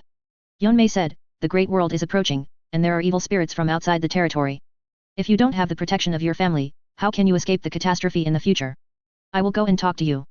The patriarch said that it must be the great elder who cheated and wanted to occupy the property left by your lineage, so he wanted to drive you away. Forget it, that's the end of this matter. Zhang Ye shook his head, his fat ears swaying with his movements. I'm already useless, and staying here is just a sad joke. Why don't you just go outside for a while? If my life is doomed, then let me die with some dignity. If you can regain the path of practice, you will be ashamed today, and those guys must pay back 100 times. Join Ye made up his mind. He let go of Yon Mei's hand, turned around and left. The sun is like a brazier, hanging high in the sky. The air is like a heated steam oven, even the air is hot. Join Ye was walking on the avenue with a piece of green grass in his mouth, chewing it slightly, letting the faint bitterness spread in his mouth. He has already been kicked out of the Yorn clan, and if he stays there, he will only become a laughing stock. The only thing he can do is to go as far as possible. Even if you die outside, you can't die in front of those guys, lest you die and be ridiculed by them. Other people time travel, I time travel, the result is really so embarrassing. Yan Ye has a secret in his heart. I never dared to tell anyone this secret. In fact, he is not the Monroe of this world. He comes from a more developed world. A Monroe in that world took another path, not the way of practice. As for why he came here, he couldn't figure it out either. As he grew older, Zhang Ye also had some vague understanding of this world. The wind of practice prevails in this world. There are strong people who can condense visions and control mighty power. You can move mountains and seas by raising your hand. One blade of grass can cut down thousands of stars. Join Yat, who just learned about this at first, was extremely excited. Cultivation has always been his dream in his previous life. In his previous life, he was just a poor low-level Monroe, who was oppressed and miserable all his life. In this life, he had secretly sworn that he would never let others manipulate him. He wants to embark on the road of longevity and aspire to be the strongest. To this day can no longer cover his eyes. One who follows others will prosper, and those who oppose others will perish. It was okay at the beginning, he awakened his peerless talent, practiced rapidly, and became the king of the all-powerful party just around the corner. But there was a sudden change. Lost all his cultivation bases and turned into a sad joke. He is unwilling. Why did the world treat him like this? Heaven is unfair. One day, if I can climb to the top, I will definitely destroy this heaven. Join Yat, as the strongest arrogance in the past, can be said to be well known in the city of Canton where he lives. No one knows without a Monroe, no one knows without a Monroe. When he was evicted, word spread quickly. Isn't this the waste that was expelled by the Yan family? It's pathetic, like a dog. At the beginning, I said that there is no need to worship the ancestors. I will surpass the ancestors. Now it seems that I am a big fool. It's more than just this sentence. Back then, there was a sentence that was even more shameless and more pretentious. Is it the sentence that tells the world that a new name will be added to the leaderboard of the world's arrogance, John Yat? Isn't that the sentence? I'm not saying you are rubbish, but everyone is rubbish, not even a single Monroe who can fight.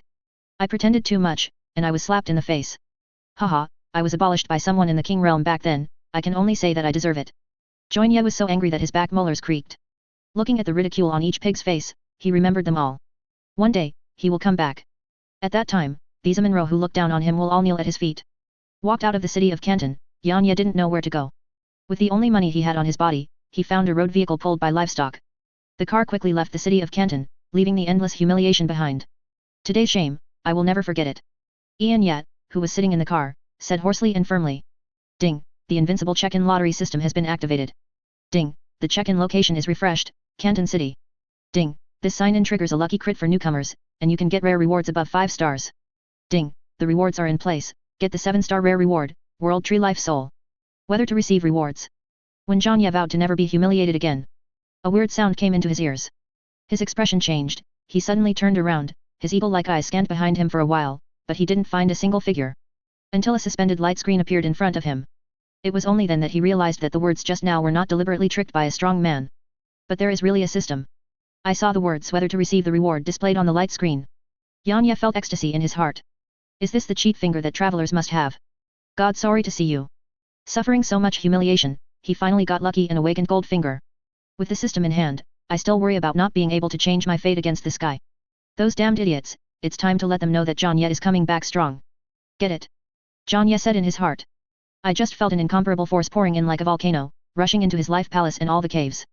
Over 100 half-illusory golden shackles faintly appeared on his body surface, and then all of them shattered with a bang. Terrible force spewed out, and the car was directly torn apart. Even the coachman was charred in astonishment, exuding a tangy barbecue smell. Joinye felt that his cultivation was advancing by leaps and bounds, and he crossed the 3 realms of qi condensation, Miaoxian and Dongqian in an instant, and became an inscription-level powerhouse again. Feel it carefully, at least half a step of Dzogchen in the middle level of the inscription pattern, it can be regarded as a master.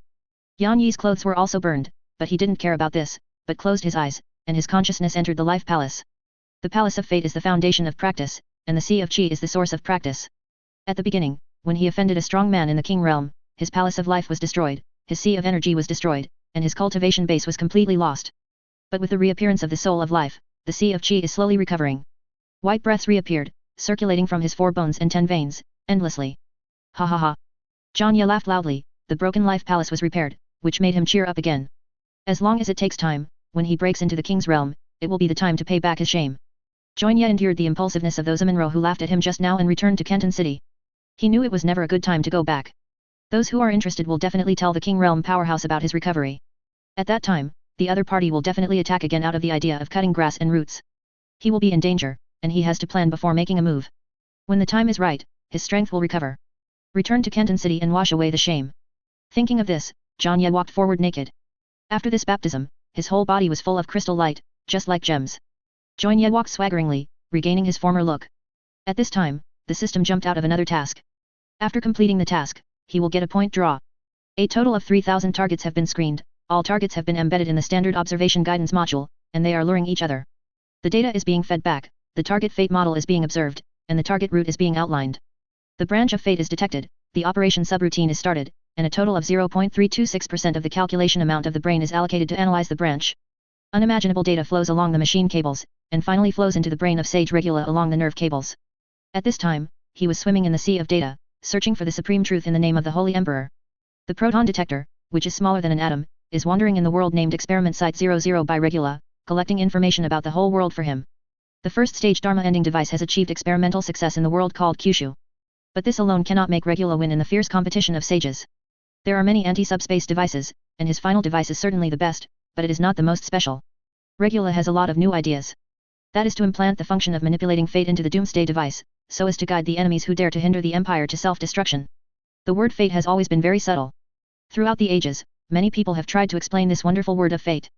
From divination, easy counting, horoscope, astrology, tarot cards, facial physiognomy, bone face, etc., human beings have launched countless means to predict fate. Even the pantheon, which was born with the help of real creatures, often has the position of fate. Goddess of fate, spindle of fate, loom of fate, etc.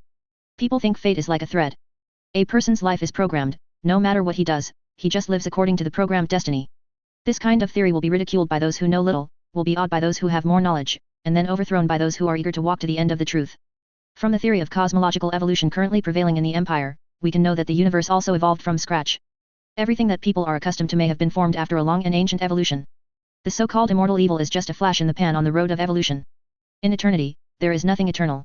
The universe itself is like an ingeniously designed program, and those mutations and changes will be recorded, which will become a new direction of evolution, thereby creating a diverse ecology of the universe. From a macro point of view, the fate of most creatures is doomed. They all follow their programmed destiny. It's like flowers blooming and falling. The peanut was born there and died there. Take root and sprout in spring, grow green leaves and flowers in summer, fall leaves and fruit in autumn, and die in winter. This is the life of flowers, the fate of flowers. Of course, this is based on the absence of external force interference. If someone breaks the flower, destroys it, or is eaten by other animals, the fate of the flower will change. From a macro perspective, the fate of flowers is like this: it is already doomed. A flower bed of white peonies will not turn overnight into a red peony capable of growing in the desert. Even if it is going to evolve, it will not happen in one generation, it will only happen in tens of thousands or millions of iterations. The same is true of the universe. It will not become what it is today in one evolution, it must go through complex evolution in multiple iterations to achieve it. The fate of most flowers is like being woven. In addition to being born step by step, growing up, multiplying, and then dying, they are gone. Maybe Hua thinks what her life is like. But from a macro point of view, it is just one factor in a long evolution. The joys, sorrows, and joys of flowers are insignificant to the grand destiny. Regula picked 3000 in row. Then according to the cognition of these low-level aborigines, give them the so-called golden fingers. At the same time, Regula will continue to rain down various disasters, making them more and more divided. At the same time, the veil of reality is enhanced, so that they cannot manipulate the energy of the warp and resist those terrible disasters.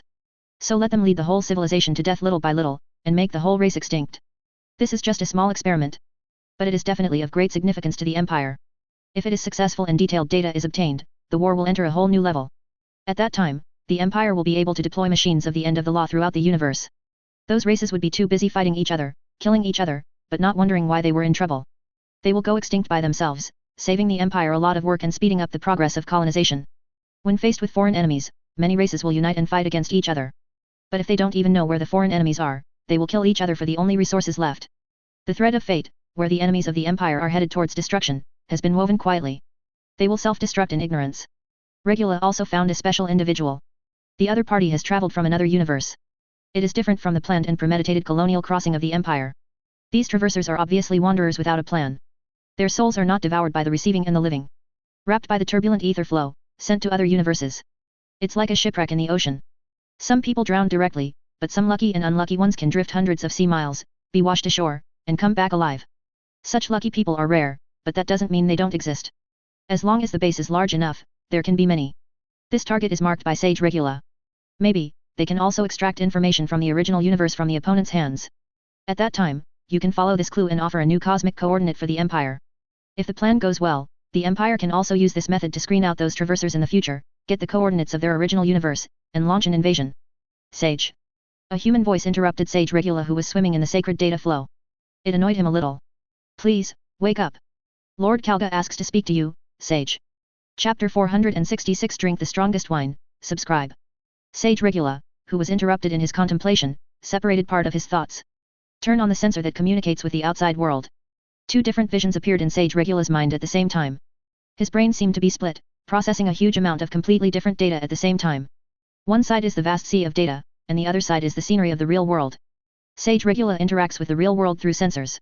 Along with the long stream of data returned by the sensor, sounds and lights from outside also entered Regula's mind.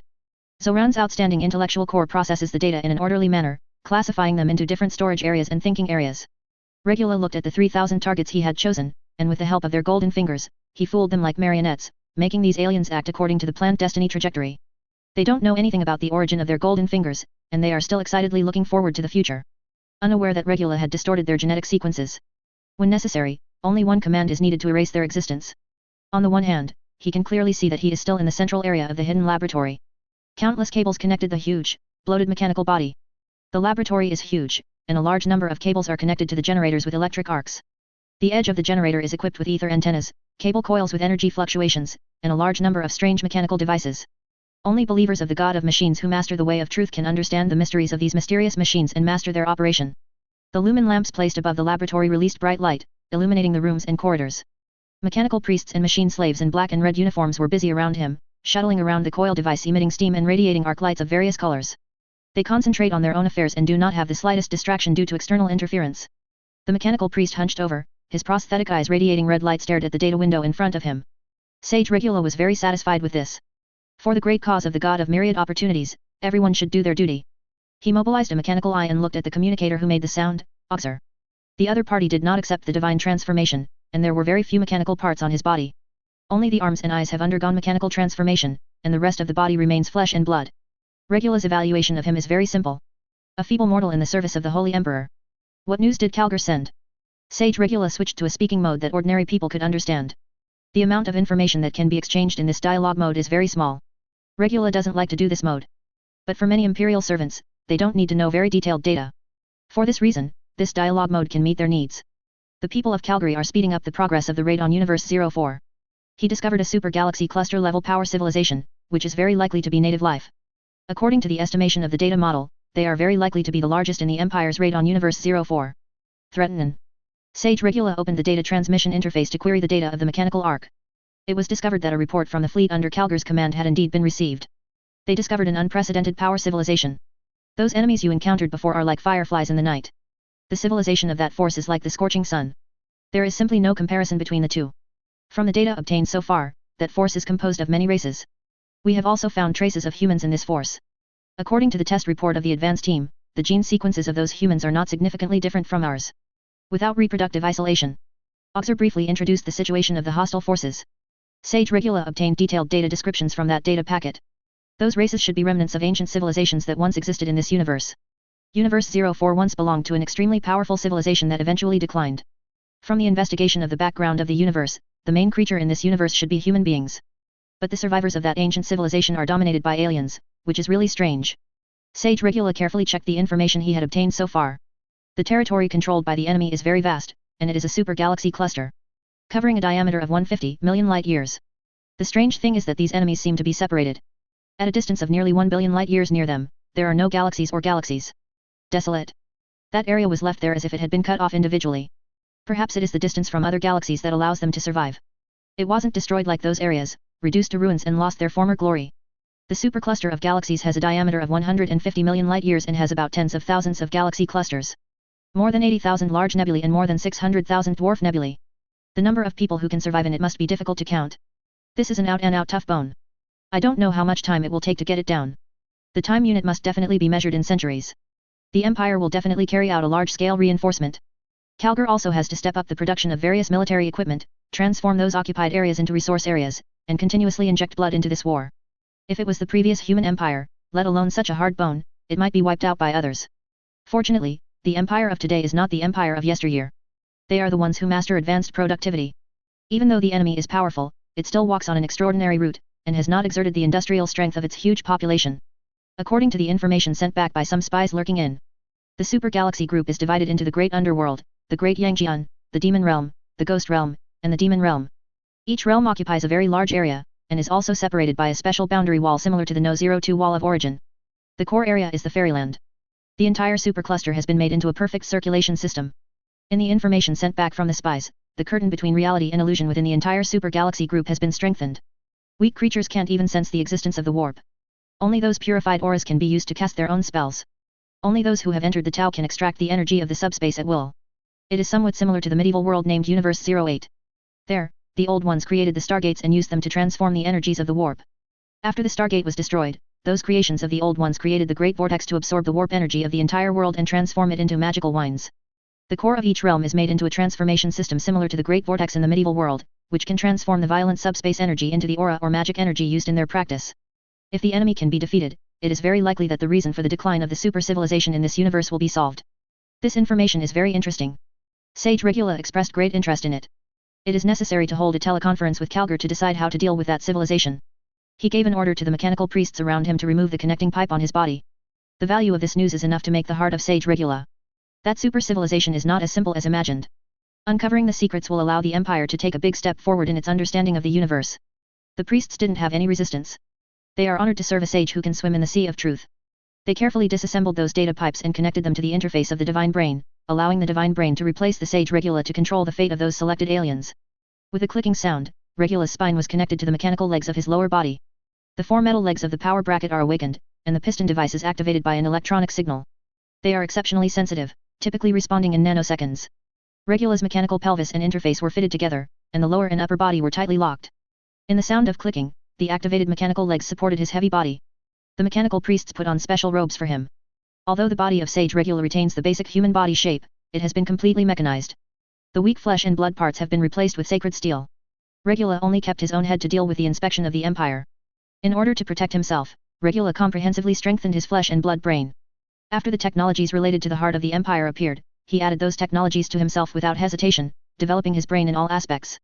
He also installed a sub-brain and a logic engine in his brain, which greatly enhanced his computing power. The mechanical priest finished his work and retired. Sage Regula stepped down from the main console. He and Oxer walked out of the laboratory and entered a wide hall. The red light from the high glass windows and the gold on the pillars are intertwined to form an artistic picture. Mechanisms and shrines embedded in the walls can be seen every few hundred meters.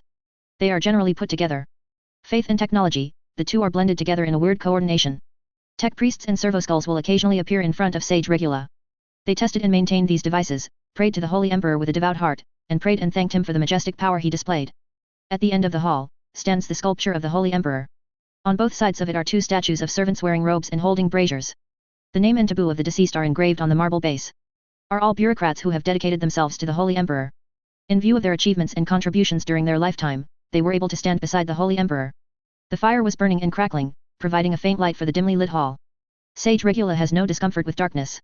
His electronic prosthetic eye can easily see things in such a low-light environment. In front of the sculpture of the Holy Emperor, there is a giant holographic communication platform. A large number of mechanical equipment is embedded under the marble, and various switches are installed on the smooth stone surface. It keeps running on low power. Regula's sensitive mechanical senses could sense the whispers of the machinery. This is a communication device capable of establishing superluminal speed. Even in today's empire, this kind of mechanical device that can establish instant communication over a long distance is very precious. Imagine, at a distance of hundreds of thousands of light years, with different time flow rates and space curvatures, two people can maintain a dialogue. This is already a fabulous technological product. Sage Regula turned on the switches one by one according to the standard procedure. The mechanical equipment made a violent humming sound. The heavy sonic pressure made Oxer feel the pressure. Crackling electric arcs danced on the arc antenna heads on the wall, echoing each other. Static light emerges in the darkness, as if an invisible painter is painting. It outlines the appearance of Calgar wearing azure armor on the dim holographic platform. Sage Regula. Calgar's voice was deep and deep, possessing absolute majesty. With the help of the intelligent creation of the god of myriad opportunities, his gaze spanned tens of thousands of light years, staring at his advisor. Lord Calgary. Regula bowed slightly as a respect for the commander. You must have received a data packet about the enemy, I need your help. Calgar said bluntly, they value extraordinary power, and your research can greatly weaken them. I'm doing an interesting experiment, my lord, if it goes well, it will indeed help you conquer this universe smoothly.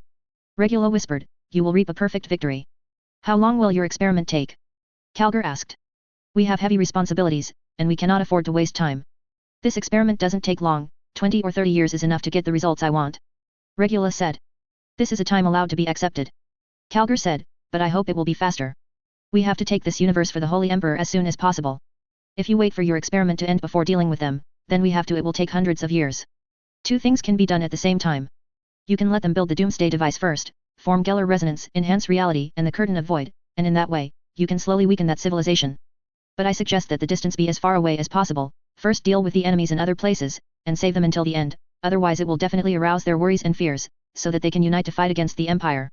The realm where the enemy lives is through transforming the core to transform the violent etheric power, and obtain the magic energy, monster energy, spiritual energy, yang energy, yin energy, etc. needed for practice. Essentially still need subspace. After reaching a certain level and having the power to fight against the subspace, that is, the so-called inner demons, one has reached the so-called Taoist state. The powerhouses in these realms no longer need to use the transformed aura to directly use the power of the subspace. Overall, there are a few more cumbersome means of protection. But the essence has not changed. Any supernatural power needs to be built on the warp. The Doomsday device can strengthen the curtain of reality and subspace, and the first to be weakened will be those who have stepped into the realm of Taoism. When the time is right, a large number of Doomsday devices are built, which can slowly weaken the core of the boundary by guiding the etheric ocean current. At that time, even those practitioners who have not entered the realm of Taoism will be weakened. Lost extraordinary power, no systematic industry, those guys are just fish on the chopping board, let the Empire slaughter. They will not be our opponents, the army of the Empire can easily crush them. Calgar said. But that's not necessary. What we want to achieve is victory, which is to efficiently promote the great cause of the Holy Emperor. There are many places in this universe that require primordial warriors, and let them deal with the scattered enemies. When the opportunity is right, we will destroy them that force. Geller resonance will strengthen the curtain of reality and illusion little by little, just like boiling frogs in warm water, and by the time they realize the crisis, everything is doomed. One of Regula's mechanical arms was operating on the information window that popped up. Please try to detect the scope and size of this force as much as possible, and arrange some spies to infiltrate it. We need more information, Lord Calgar. When I have enough information, I will draw up a blueprint for you, can be used to target them and slowly weaken their strength. It can even destroy their transformation core, making their practice system unsustainable, and then completely destroying their civilization, leaving them trapped in despair and howling, and eventually going to destruction. Calgar fell silent. After a moment, he nodded. Your suggestion is very good, Regula. I will collect enough information for you as soon as possible, and come up with a practical plan for me as soon as possible. We need to do it as soon as possible. Don't worry, my lord, as long as my experiment is a great success, we can send a surprise to the Holy Emperor.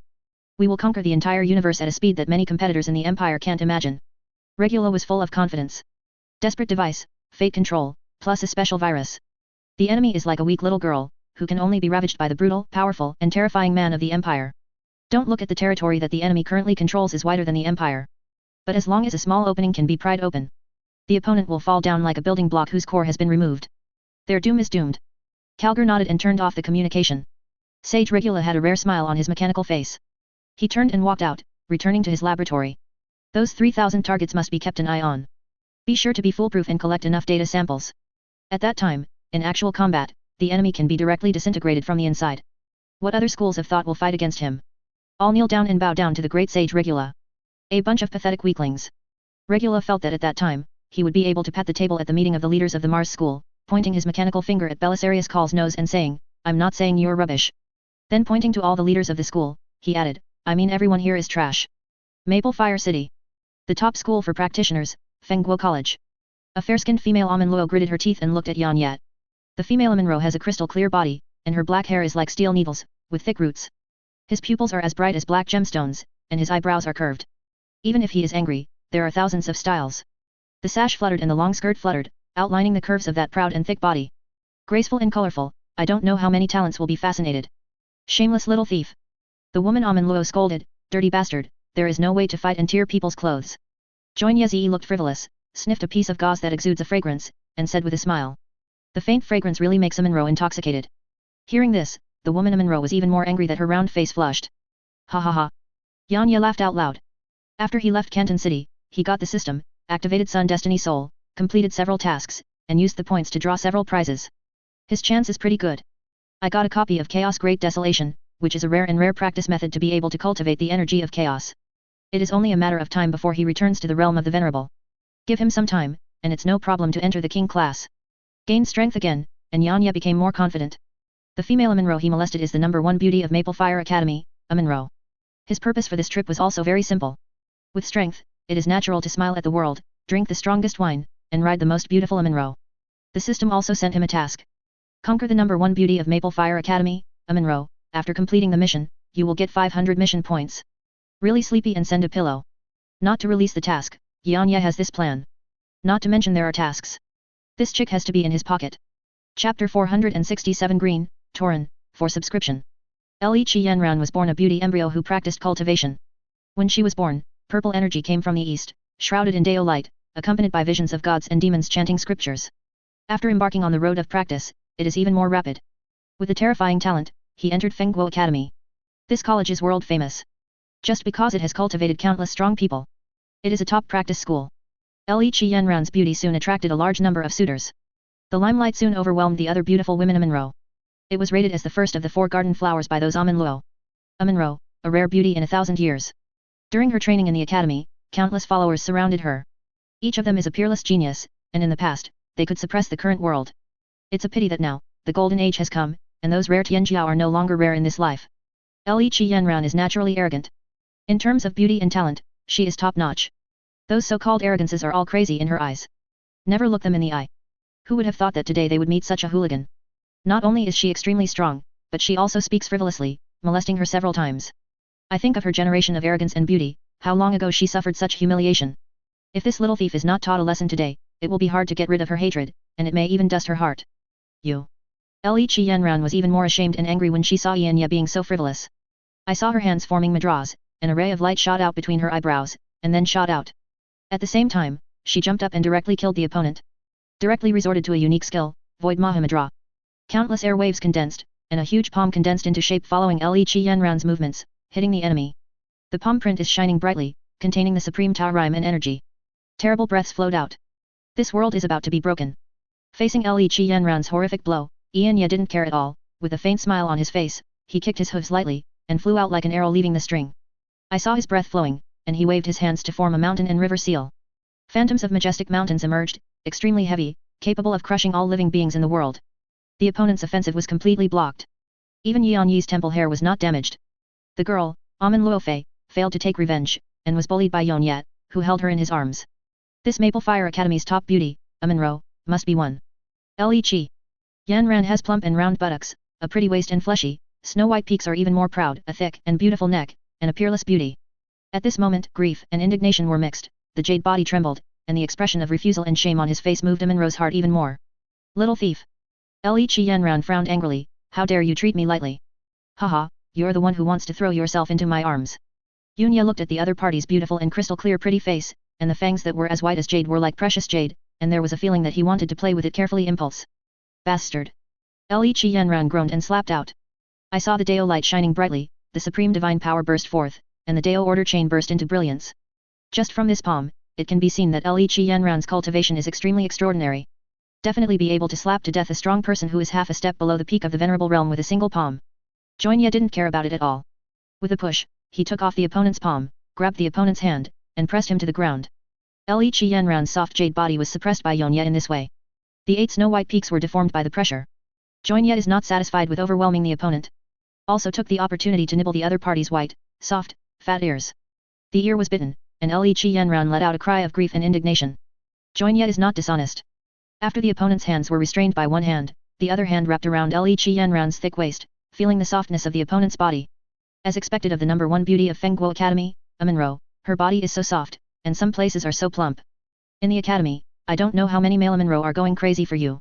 Asshole, I must kill you. Haha, you can make me groom every night, and then die from exhaustion. Ionya laughed and said, otherwise, I'm afraid you can't do it in other ways. Li Qi. Yanran has the posture of sinking fish and wild goose, and the appearance of closing the moon and shameful flowers. Coupled with her unique temperament, she looks like a very charming posture that reverses all living beings. I'm going to tear you apart. Li Qi Yanran's eyes were like black gemstones, following her anger, they burst into bright brilliance, as if they were burning. Terrible fluctuations emanated from her body. Joinya suppressed the opponent directly by relying on his powerful spiritual sense. Ha ha ha, I'm just a bastard.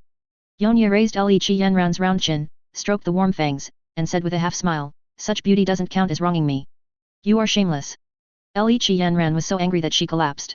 You must know that she is the most beautiful Aminro in Fengguo Academy. Wherever he goes, he will attract the attention of all Aminro. Many peerless geniuses would look up to him, but now this little said that he was barely wronged. Joinyi's smile grew stronger, and he ran his fingers across her smooth round face. After a while, you will know that I am not only shameless, but also obscene. Li Qi. Yanran's skin is as smooth as satin, as warm and crystal clear as precious jade, and as lustrous as pearls, possessing unparalleled charm. Joinya is not a waste of time, as long as the raw rice is cooked, the task will be completed. Wait until the future, and train a few more times. This peerless beauty, Aminro, is still determined to herself, willing to work hard and galloping on her own. At that time, I don't know how many of her suitors will be heartbroken and desperate, begging themselves not to be so hard and rough. Just as he was about to make a move, an extremely angry voice came. Bastard, how dare you insult my goddess? A peerless arrogance with peerless style, whose clothes are linked together, like a descending from the earth, came from the sky. He looks young, and already has amazing aura fluctuations. His eyes are as bright as the stars, and his hands are stamped with an invincible spirit that is unstoppable. He is one with all things, blending with heaven and earth, giving people a feeling that Taoism follows nature and heaven and man are one. Every word and deed, there are Taos and laws circulating. Printing with both hands, the chaos and the 2 qi are lingering, and the light of the 5 elements bursts out. Like a divine residence. Even if you haven't made a move, it will make your opponent fearful, and you can't guess its depth. Could this be the number 1 pride of Fengguo Academy? Yonya restrained Li Qi Yanran with one hand, and pinched the secret seal with the other hand. He signed in a lot of powerful secret techniques from the mysterious sign-in system. With his movements, a huge chaotic millstone composed of yin and yang qi appeared out of thin air. Rumbling and turning, it is like a world-ending mill, capable of obliterating all gods and demons. The divine chains were entangled, and all of them were worn away. This is the supreme secret technique signed by John Yet. Chaos primordial grinding, extremely powerful, practiced to the extreme, can obliterate the great way of heaven and earth. In the palace of life, the light is shining brightly. The phantom of the world tree appeared behind John Yet. Above the sky, a bright moon unexpectedly appeared, and the bright moonlight shone down. A mottled ancient tree that seemed to stretch the sky and the earth appeared behind John Yet, fluttering in the wind, with luxuriant branches and leaves, an aura hovering in it, endlessly growing. Vision, he cultivated a vision. The first Tianjiao of Fengguo Academy was extremely shocked. How is that possible? The restrained Li Qianran's beautiful eyes also showed unbelievable shock. This looks like they are the same age. How could such a vision be achieved? Seeing this scene, Li Qianran's resistance couldn't help but weaken a bit. One look at this guy will definitely have some achievements in the future. Much better than those Amonros who surrounded him like flies all day long. Committing to him doesn't seem to be an unacceptable thing. Maybe it will still be a good talk in the future. Yan Ye casually pinned down the number 1 arrogance of Fengguo Academy, then picked up Li Qianran, and entered a natural cave not far away. Witnessing this scene, the first day of Fengguo Academy roared with grief and anger, his eyes tearing apart. The teachers in the college all said that they are talented and beautiful, and they are a match made in heaven. For a long time, he thought so too. His goddess will also be his wife and his Taoist companion in the future. Now the other party actually brought his goddess in like this. No. Yi Tianjia wailed almost in despair, but nothing changed. He couldn't move, he could only watch this happen. After a long time, Zhang Ye was satisfied, with a smile on his face, and walked out holding his waist. As expected of the number 1 beauty of Fengguo Academy, Amonro, really moist. The number 1 Tianjia was gnashing his teeth, his eyes were red, and he wished he could tear Zhang Ye apart. Despicable and shameless little thief, don't think that this matter will stop here, Fengguo Academy, and I will launch all relationships to take your life. Zhang Ye picked out his ears, Amonro like you is a bitch, and you have to yell if you are a couple doing business. Despicable and shameless, what kind of couple, I clearly saw you are. On the first day, Tianjia was very sad and angry, but before he finished speaking, a scene that shocked Amonro appeared. Li Qianran, who would rather die than surrender just now, walked out of the cave. Her complexion was pink, her needle-like hair was messy. Crystal clear, fair complexion, the knees that are difficult to hurt with swords, are actually peeling and red. Under Tianjiao's terrified, suspicious, and unbelievable eyes, Li Qianran walked towards Yonye, and was embraced by the other party's arms without any resistance, just like a newlywed wife to her husband. That's how you do everything to that bastard. Although it was only the first time we met, we are indeed a couple. We fell in love at first sight and made a decision for life. You are a good person, but we are not suitable. Hearing Li Qianran's words, she vomited blood immediately on the first day with a puff. He has always loved and cared for his childhood sweetheart.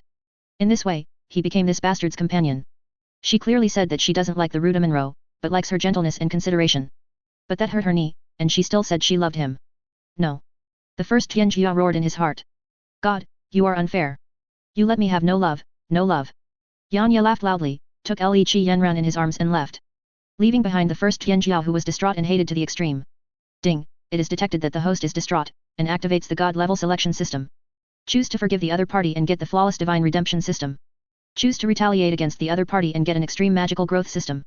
The target emotion is detected, and the extreme magic path growth system is automatically bound. Since the host is bound to the system for the first time, get a novice gift pack.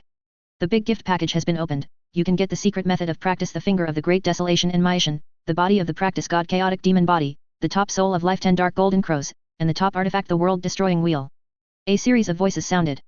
The first day's pride fell into a brief shock. But he is the smart Amonro after all, and he quickly understood the application of this so-called system from a few words of explanation. After learning about the functions of the system, Tianjia was extremely excited on the first day. This thing is definitely created by those supreme powers. Ordinary Amonro couldn't imagine that level of power at all. Heaven is pitiful, and when he learned of his tragic experience, even God gave him a chance. After he chooses to receive it, a terrifying force savagely entered him. Rubbing repeatedly in his meridians, it hits the palace of life, the sea of qi. The first Tianjia endured the terrible pain, and then passed out. That force is infinitely energetic, like inexhaustible energy, it has been ravaging the comatose number 1 arrogant. It wasn't until the first Tianjiao's fate palace and Qi burst out the white chaotic breath that it slowly dissipated. By the time the first Tianjia woke up again, his strength had already improved by leaps and bounds. Today's shame, I need that to pay back 100-fold. On the first day, Jia raised her head to the sky and roared angrily. When he returned to Fengguo Academy, he unexpectedly learned that Li Qianran did not return to the academy at all, but went to the northern territory with that bastard. A ding sounded. The system light curtain appeared in his eyes. This mysterious system issued a mission to him. The main task is released, revenge for the shame of the past. Please defeat or take revenge in the same way on the who took away your love. After the task is completed, you will be awarded the title of the real man Amonro and the peerless artifact, the Chaos Tower. The first Tianjiao did not hesitate. Even if there is no systematic task, he will take revenge for this revenge. The humiliation of that day, he will repay the other party 100-fold. Uruk roared, while stepping on the flying sword, waving his big gun and shooting at will. Green radiance is connected to his strong green body, and the giant sword that is the size of a door panel under his feet.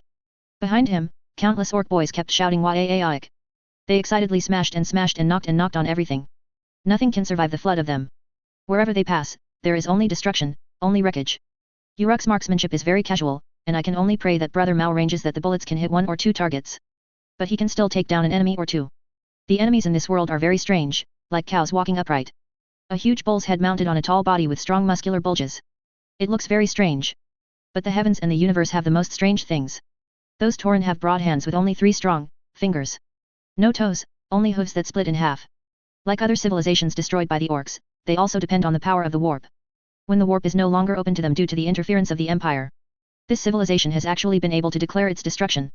Everything he did was just a dying struggle. Uruk and his boys are looting everywhere. As far as the eye can see, there is a boundless green tide. They loot stones and scraps that give off weird fluctuations. After coming to this universe, they got a brand new kind of scrap.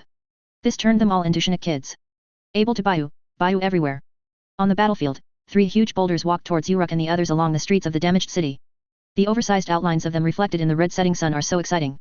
Those boulder bumps are called rune puppets according to those imperial shrimps. Uruk was not too interested in the name. He just likes to be called Big Stone Monster. The boys also accepted this popular title. The 3 big stone monsters took steps and walked towards the orc amidst the shaking. A group of cyclone boys shouting "Waaik" rushed up. They drive the hovercraft embedded in the flying sword, while controlling the cannon bang bang bang, while controlling the flying sword bayou. The big stone monster is holding a giant shield and a huge sword in the other hand. It swung violently, and white light sprayed out, and those hurricane boys who rushed up were all dead. Their hovering airships were all broken into pieces with smooth cuts. The body was also all chopped up, scattered in a large area. Damn it, it's so hot. An orc boy said excitedly, "Boss, let's go up and do it, and then take it back to the mechanic boy to assemble one for us to play with." Waaik. Uruk looked at the big guy and shouted excitedly. "Where's that Morguruk? Let him drive my Leo up there and kill them." As soon as the voice fell, several heavy steps sounded. Blowing black smoke, Gujuji, who hung the imperial double eagle banner and Uruk personal battle banner, came from the other side. Gujuji's shield projector crackled and emitted choking black smoke from time to time, as if it was about to be overloaded and burned at any time. But the shield it builds is extremely tough. The boulder puppet waved the giant sword in his hand continuously, and released a series of bright sword lights, but failed to break through the shield. Gujuji rushed up, his heavy body made the ground tremble. The giant chug mounted on the shoulder burst into flames. The shell bombarded the opponent's giant shield, stirring up a burst of brilliance, causing ripples to appear like water. Both parties quickly realized that long-range attacks cannot solve each other. Soon a melee combat that only belongs to war behemoths broke out. Chapter 468 Genocide and Latent, Seeking Subscription. The huge Gujuji is like a moving steel fortress. The bloated body is covered with layers of thick iron sheets, and the exhaust pipe on the back is so huge that it can even stuff a gritter into it. In Gujuji's body, a huge furnace was rumbling, providing power for this moving mountain of metal garbage. Every few seconds, there's a huge puff of exhaust, whining. Gujuji is an important war machine for greenskins in ground combat. Each one is unique and unique. It was created by Big Tech and his countless grid helpers. Don't think they have anything in common. Even if it is a screw, it will not be of the same model. After all, the most prominent feature of the orc style is to do whatever you want. One of Gujuji's hands is equipped with a giant hydraulic press, and the end is welded with a heavy and big super chop, or a super giant chainsaw sword and power claw. This thing can easily crush an entire team of infantry with just one stroke, and even a heavy tank can be easily crushed with a few more strokes. The other hand was installed by the big fighters, just looking at the super large barrel that can make people's legs weak. In addition to the arms, on Gujuji's huge body, Dajaba will also try to install various giant big chugs and the largest barrel that can be emptied. In the simple cognition of orcs, the more chugs, the bigger the muzzle, and the stronger the power. These behemoths can smash all enemies on the battlefield to pieces. Amidst the excited screams of the mechanic boy, Gujuji took heavy steps, trampling the masonry along the way into powder. Controlling Gujuji, he slammed his fist on the giant rune puppet. The rune puppet blocked the opponent's punch with its giant shield.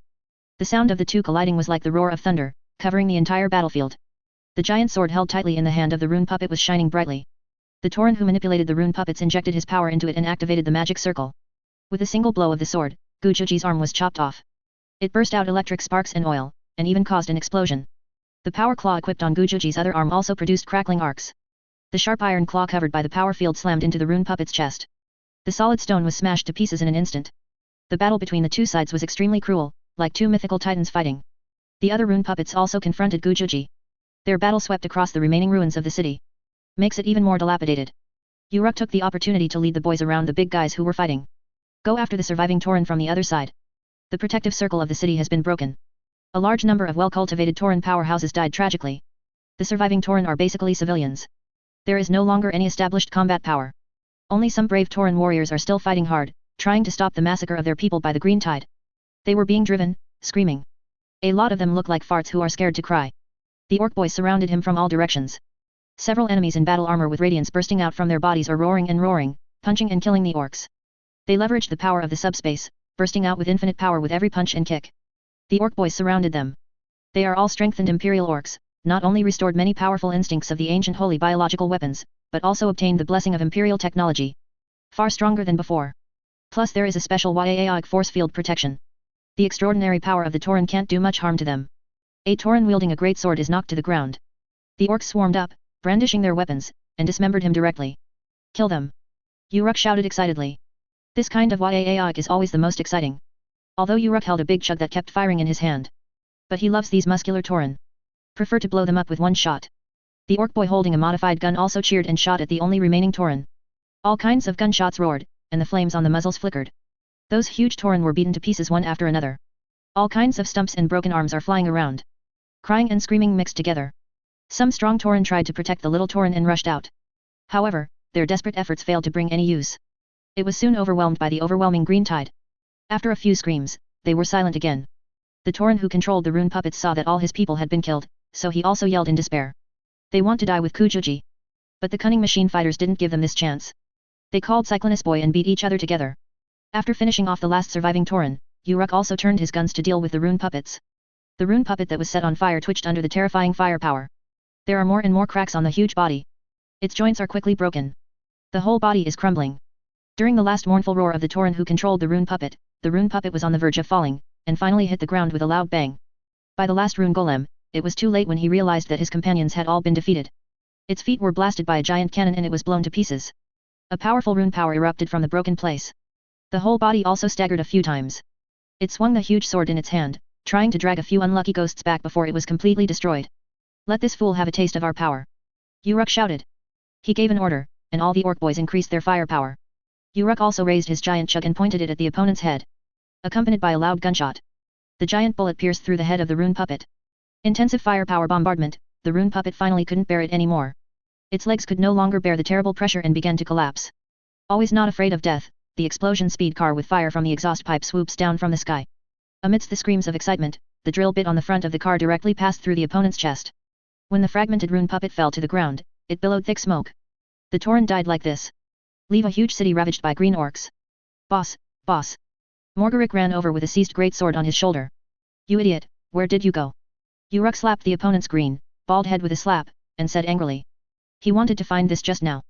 The result has never been found. It will come out only after the fight is over. Shouldn't be scared and hide. This approach is greatly insufficient. YAAIC. I was crushed there.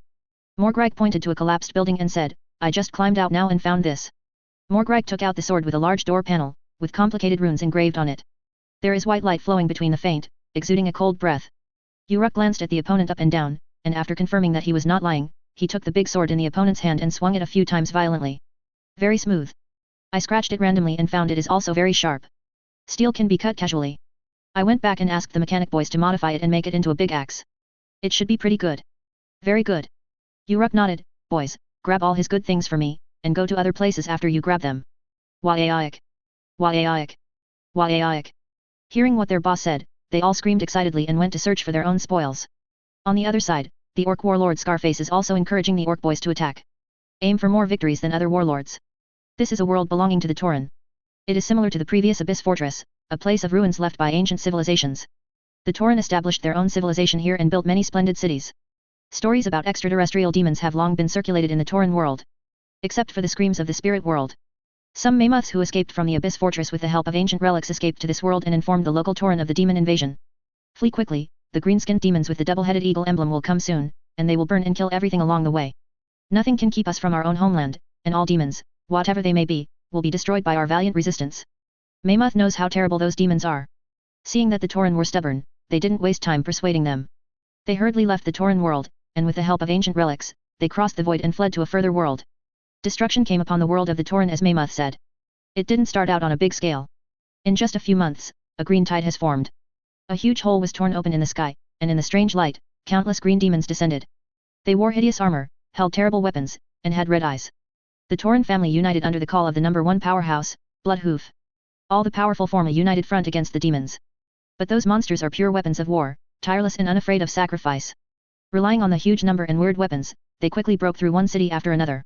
The hermit powerhouse and many holy places, sects were forced to unite under the pressure of foreign enemies.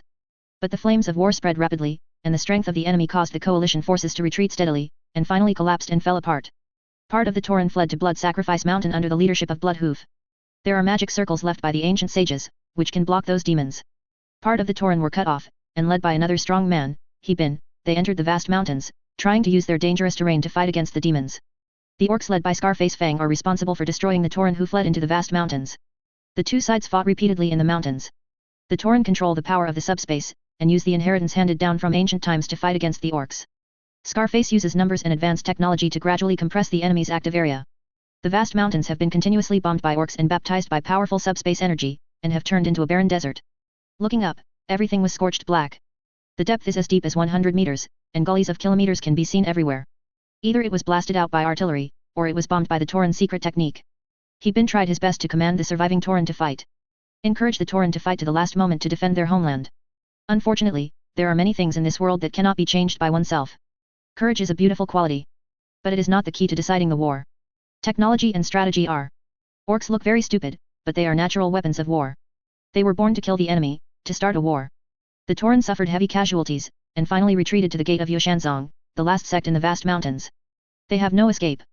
Outside the sect's magic circle, there are endless green-skinned demons. The alchemy room of Yoshanzong is already full of wounded people. The sound of wailing and crying can be heard endlessly. The healing elixir has been exhausted.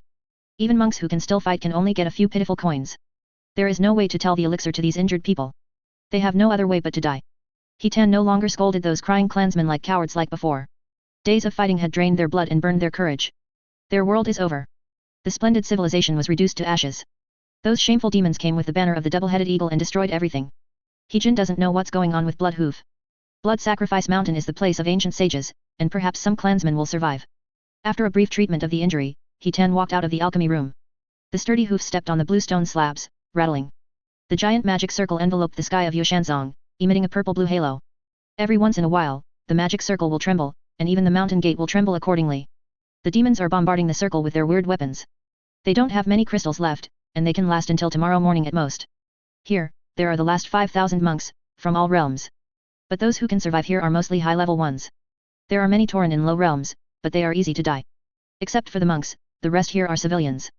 There are more than 25,000 of them. Those demons are so cruel that no Tauren can survive in their hands.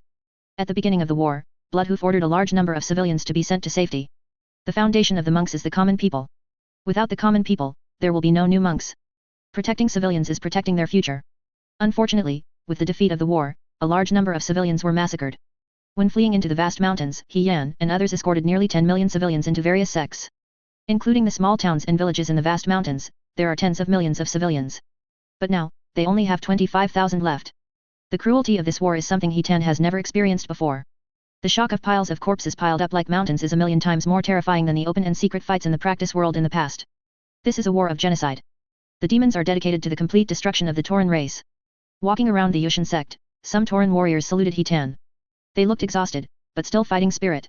Giant puppets stood in the open space, and the refiners and their apprentices were trying their best to restore those terrible scars, ensuring that they could participate in the next day's battle. The rune flying boat was suspended in the sky, and the monk driving the flying sword carried the refined shells up. Heaven patrolled around, and all the Tauren were silently preparing. The last battle will break out at dawn tomorrow. We will fight until the last moment. Hitan said in his heart, no matter what the outcome is. The coordinates are being corrected. Soul detection method detected, evading. The curtain is being torn open, descending into the real universe. A series of voices echoed in the mind of the Raven Guard Captain John. He felt like his body and soul were about to be torn apart. The ultra-long-distance single-body teleportation made him feel an indescribable pain. But relying on his strong physique and the blessing of the heart of the Empire, he was able to carry it over and successfully landed in a virgin forest. Stealth mode has been activated, the proton detector has been released, and is detecting nearby intelligence information. Please wait patiently. At the announcement of the Empire system, John stretched his muscles. The armor's servos ebb and flow with his movements. More than 5,000 Raven Guards were sent to different worlds, as scouts of the Empire, to investigate the civilization named Forgotten. The implication is that they are the descendants of that super-civilization, a group of forgotten people. Calgar decided to find out what the situation of this civilization was, and then formulate a detailed war plan. The Raven Guard, who is best at lurking and fighting behind enemy lines, is regarded as the best person to gather intelligence. Yan and several warriors were sent to this world. Their task is very simple, that is to collect intelligence. If possible, assassinate the local strongman by the way. Ensure that when the Empire comes, it can receive the entire world smoothly. To fight against such a vast civilization, it is impossible to rely on military power to do it recklessly. The place is too big. Even if it goes all the way to extinction, halfway through the fight, you will find that the planet that was burnt into glass has been transformed into a vibrant planet by the other party. It will also excessively waste the resources of the empire itself, and even get into trouble because of the war. It is necessary to fight while colonizing. Let the empire take root there, and then it can destroy the opponent in one fell swoop, without much support from the empire itself. The information sent back with the released proton detector. A small map formed in John's mind. Not far from him, he found a huge city and some scattered villages and towns not far from the forest. Humans and aliens live together. After confirming the direction, John decided to go over and see what information he could gather. Chapter 469 These Ants of the Human Race. Seeking subscription. This primeval forest is terrifying. Behemoths often appear. The roaring sound shook the sky, as if it was about to tear the world apart. Those ancient trees that were as thick as sky pillars also trembled, and their leaves fell rustlingly. Among the mountains and ravines, all kinds of terrifying and strange beasts are rampant. A snake python with a huge body and a head like a hill crawled through the virgin forest, leaving a shocking and conspicuous trace. The python is hundreds of meters long, and it takes 3 or 4 people to embrace it at its thinnest point. When standing up, the body alone is tens of meters long. Red eyes as big as water basins, like 2 blood moons. Join immediately turned on the hidden state. He hid his breath, stood on a giant tree, looked at the giant snake, and was slightly amazed. Such a giant snake is comparable to a small titan in size. Haven't waited for him to comment. A terrifying, mountain-like behemoth jumped up and grabbed the head of the giant snake. It was a super-large orangutan, walking upright, astonishingly huge, as tall as a mountain. He has black hair all over his body. Take a step, and a huge footstep appears on the ground. The eyes inlaid on the face shone with a golden glow, sharp and captivating. The overall chi and blood are like a sea, like a terrifying and demon. The giant python was grabbed by the huge orangutan, and its thick tail swung desperately in the primeval jungle. The fight between the two caused the mountain to shake violently. Finally, the python was killed with a single punch. The giant mountain-like beast bit the snake fiercely, and dragged it into the depths of the dense forest. Join witnessed the whole process from the side. The struggle between those behemoths is almost the same as that of titans. Also has the power of ether beyond imagination, and can control and release various abilities. The mystery of this world is beyond imagination. The concentration of ether is beyond imagination, and even animals and plants have been mutated. Jan muttered to himself. A suspended light curtain that only he could see appeared in his eyes. Various data jumps quickly inside. Like other planets in this universe, it is huge, beyond imagination, almost comparable to a star. Gravity doesn't change much. No collapse occurred either. Obviously, the rules of physics that sustain this planet are very different from those of other universes. The power of too dense ether distorts the original physical rules, making it an existence that goes against common sense. Join had to lament that the heavens are so big that there are no wonders. There is also the mysterious dimensional space attached to the space structure of this planet, just like the bubble.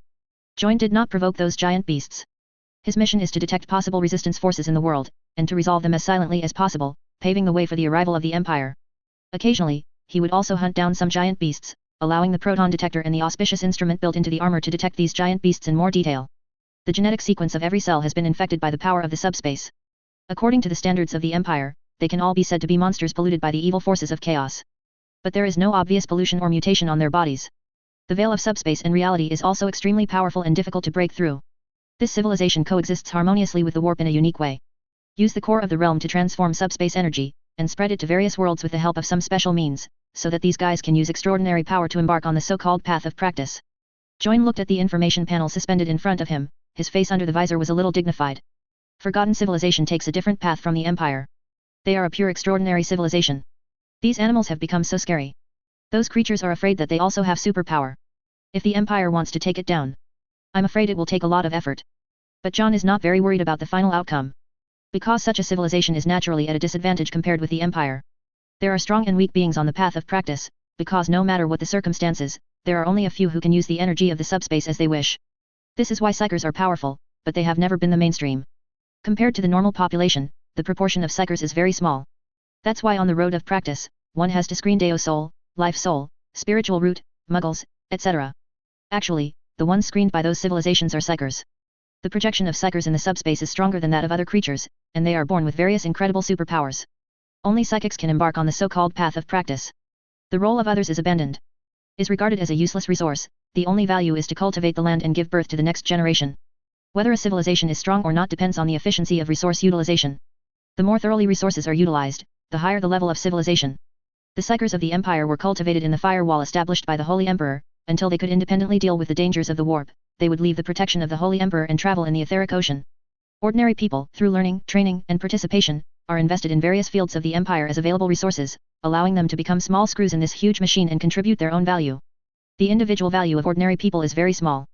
But as long as the quantity is large enough, incredible changes will occur. Thanks to the efforts of these ordinary people, the empire has a lot of wealth. The wealth can be used for various grand projects. Allows the empire to invest unimaginable talents in various fields for research and development. A speedboat that can only take one person can always be far ahead of the aircraft carrier when it starts. But when entering the ocean, the speedboat will fall into the dilemma of continuing to advance, and it will be difficult to continue, and retreating will waste all previous efforts. However, the aircraft carrier can face the strong winds and waves, advance steadily, and reach the other shore. This civilization possesses as much power as an empire, and probably no less in terms of population. After all, it has a territory of nearly 150 million light-years at the supercluster level. But their extraordinary system is destined to be unable to match the empire. The parts of the empire were held tightly together by the Holy Emperor. However, many practitioners in this world are fighting with each other, killing each other for the so-called elixir and exercises. There is no spirit of cooperation and win-win, and there is not much pioneering spirit. Such a civilization is meaningless no matter how long it exists. They just keep going in circles. If there is a war, the victory will belong to the empire. It's just a matter of how long it takes.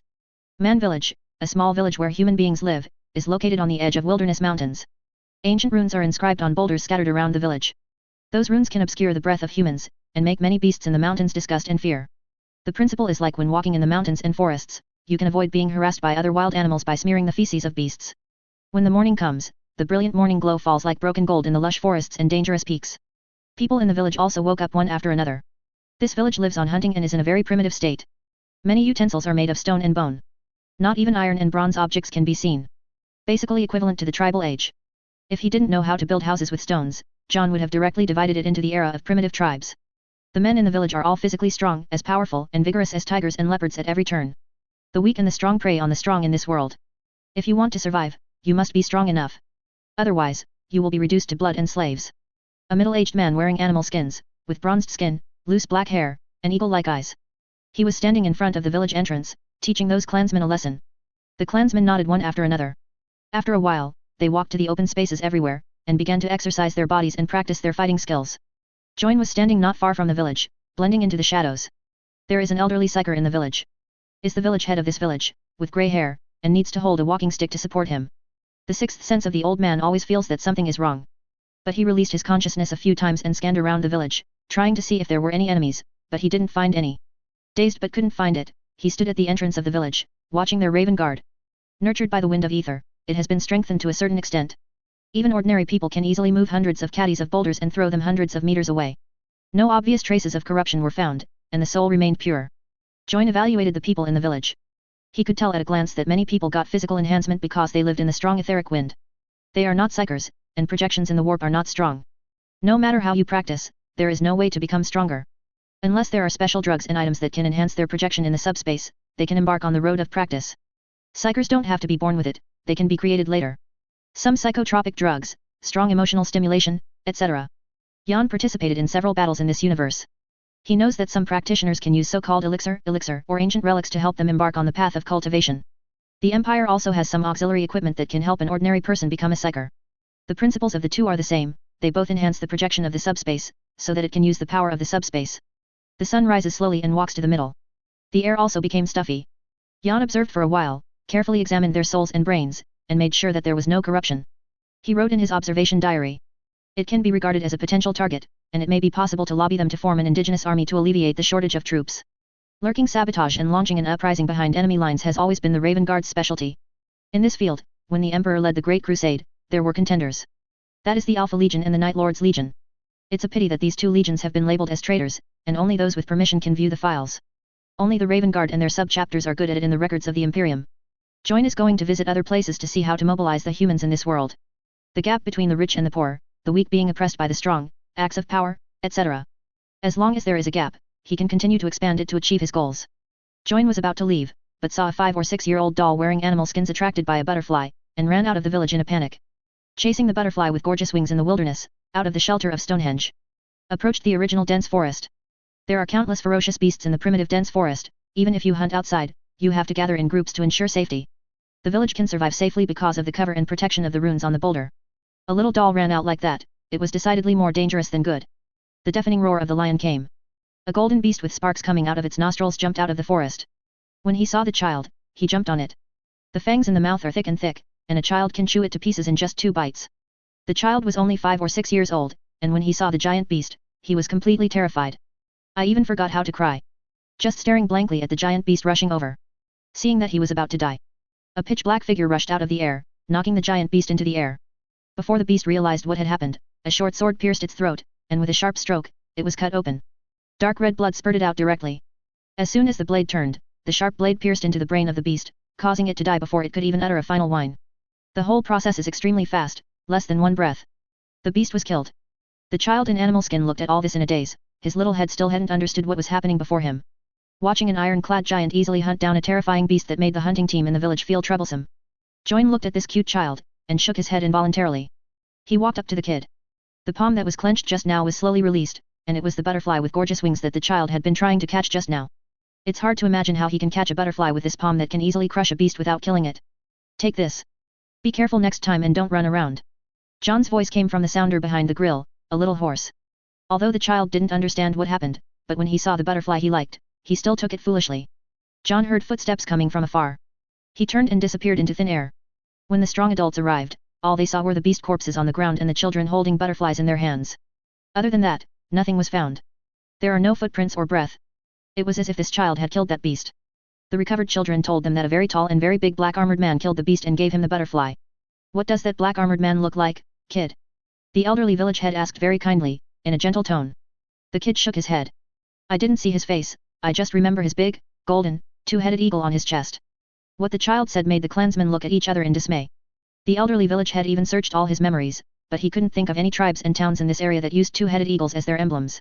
The setting sun is brilliant, reflecting the clouds all over the sky.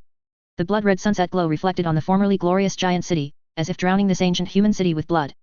Pingian City is one of the best human cities, but now there are countless tragedies.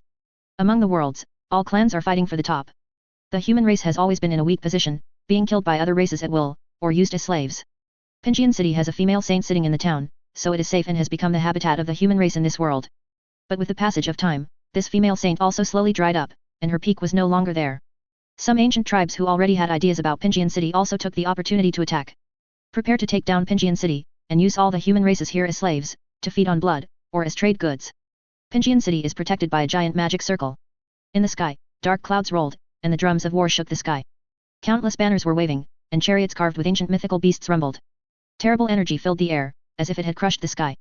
The cold light of the sharp sword flickered, and the radiance of the treasure armor seemed to appear. I don't know how many strong men have come. On the wall of Pingian City, many powerful human races in armor all showed fear. With so many powerful enemies, Pingian City will be destroyed today. A middle-aged man in armor, sitting on a strange beast, holding a long spear, walked out of the magic circle, and stood in front of many opponents.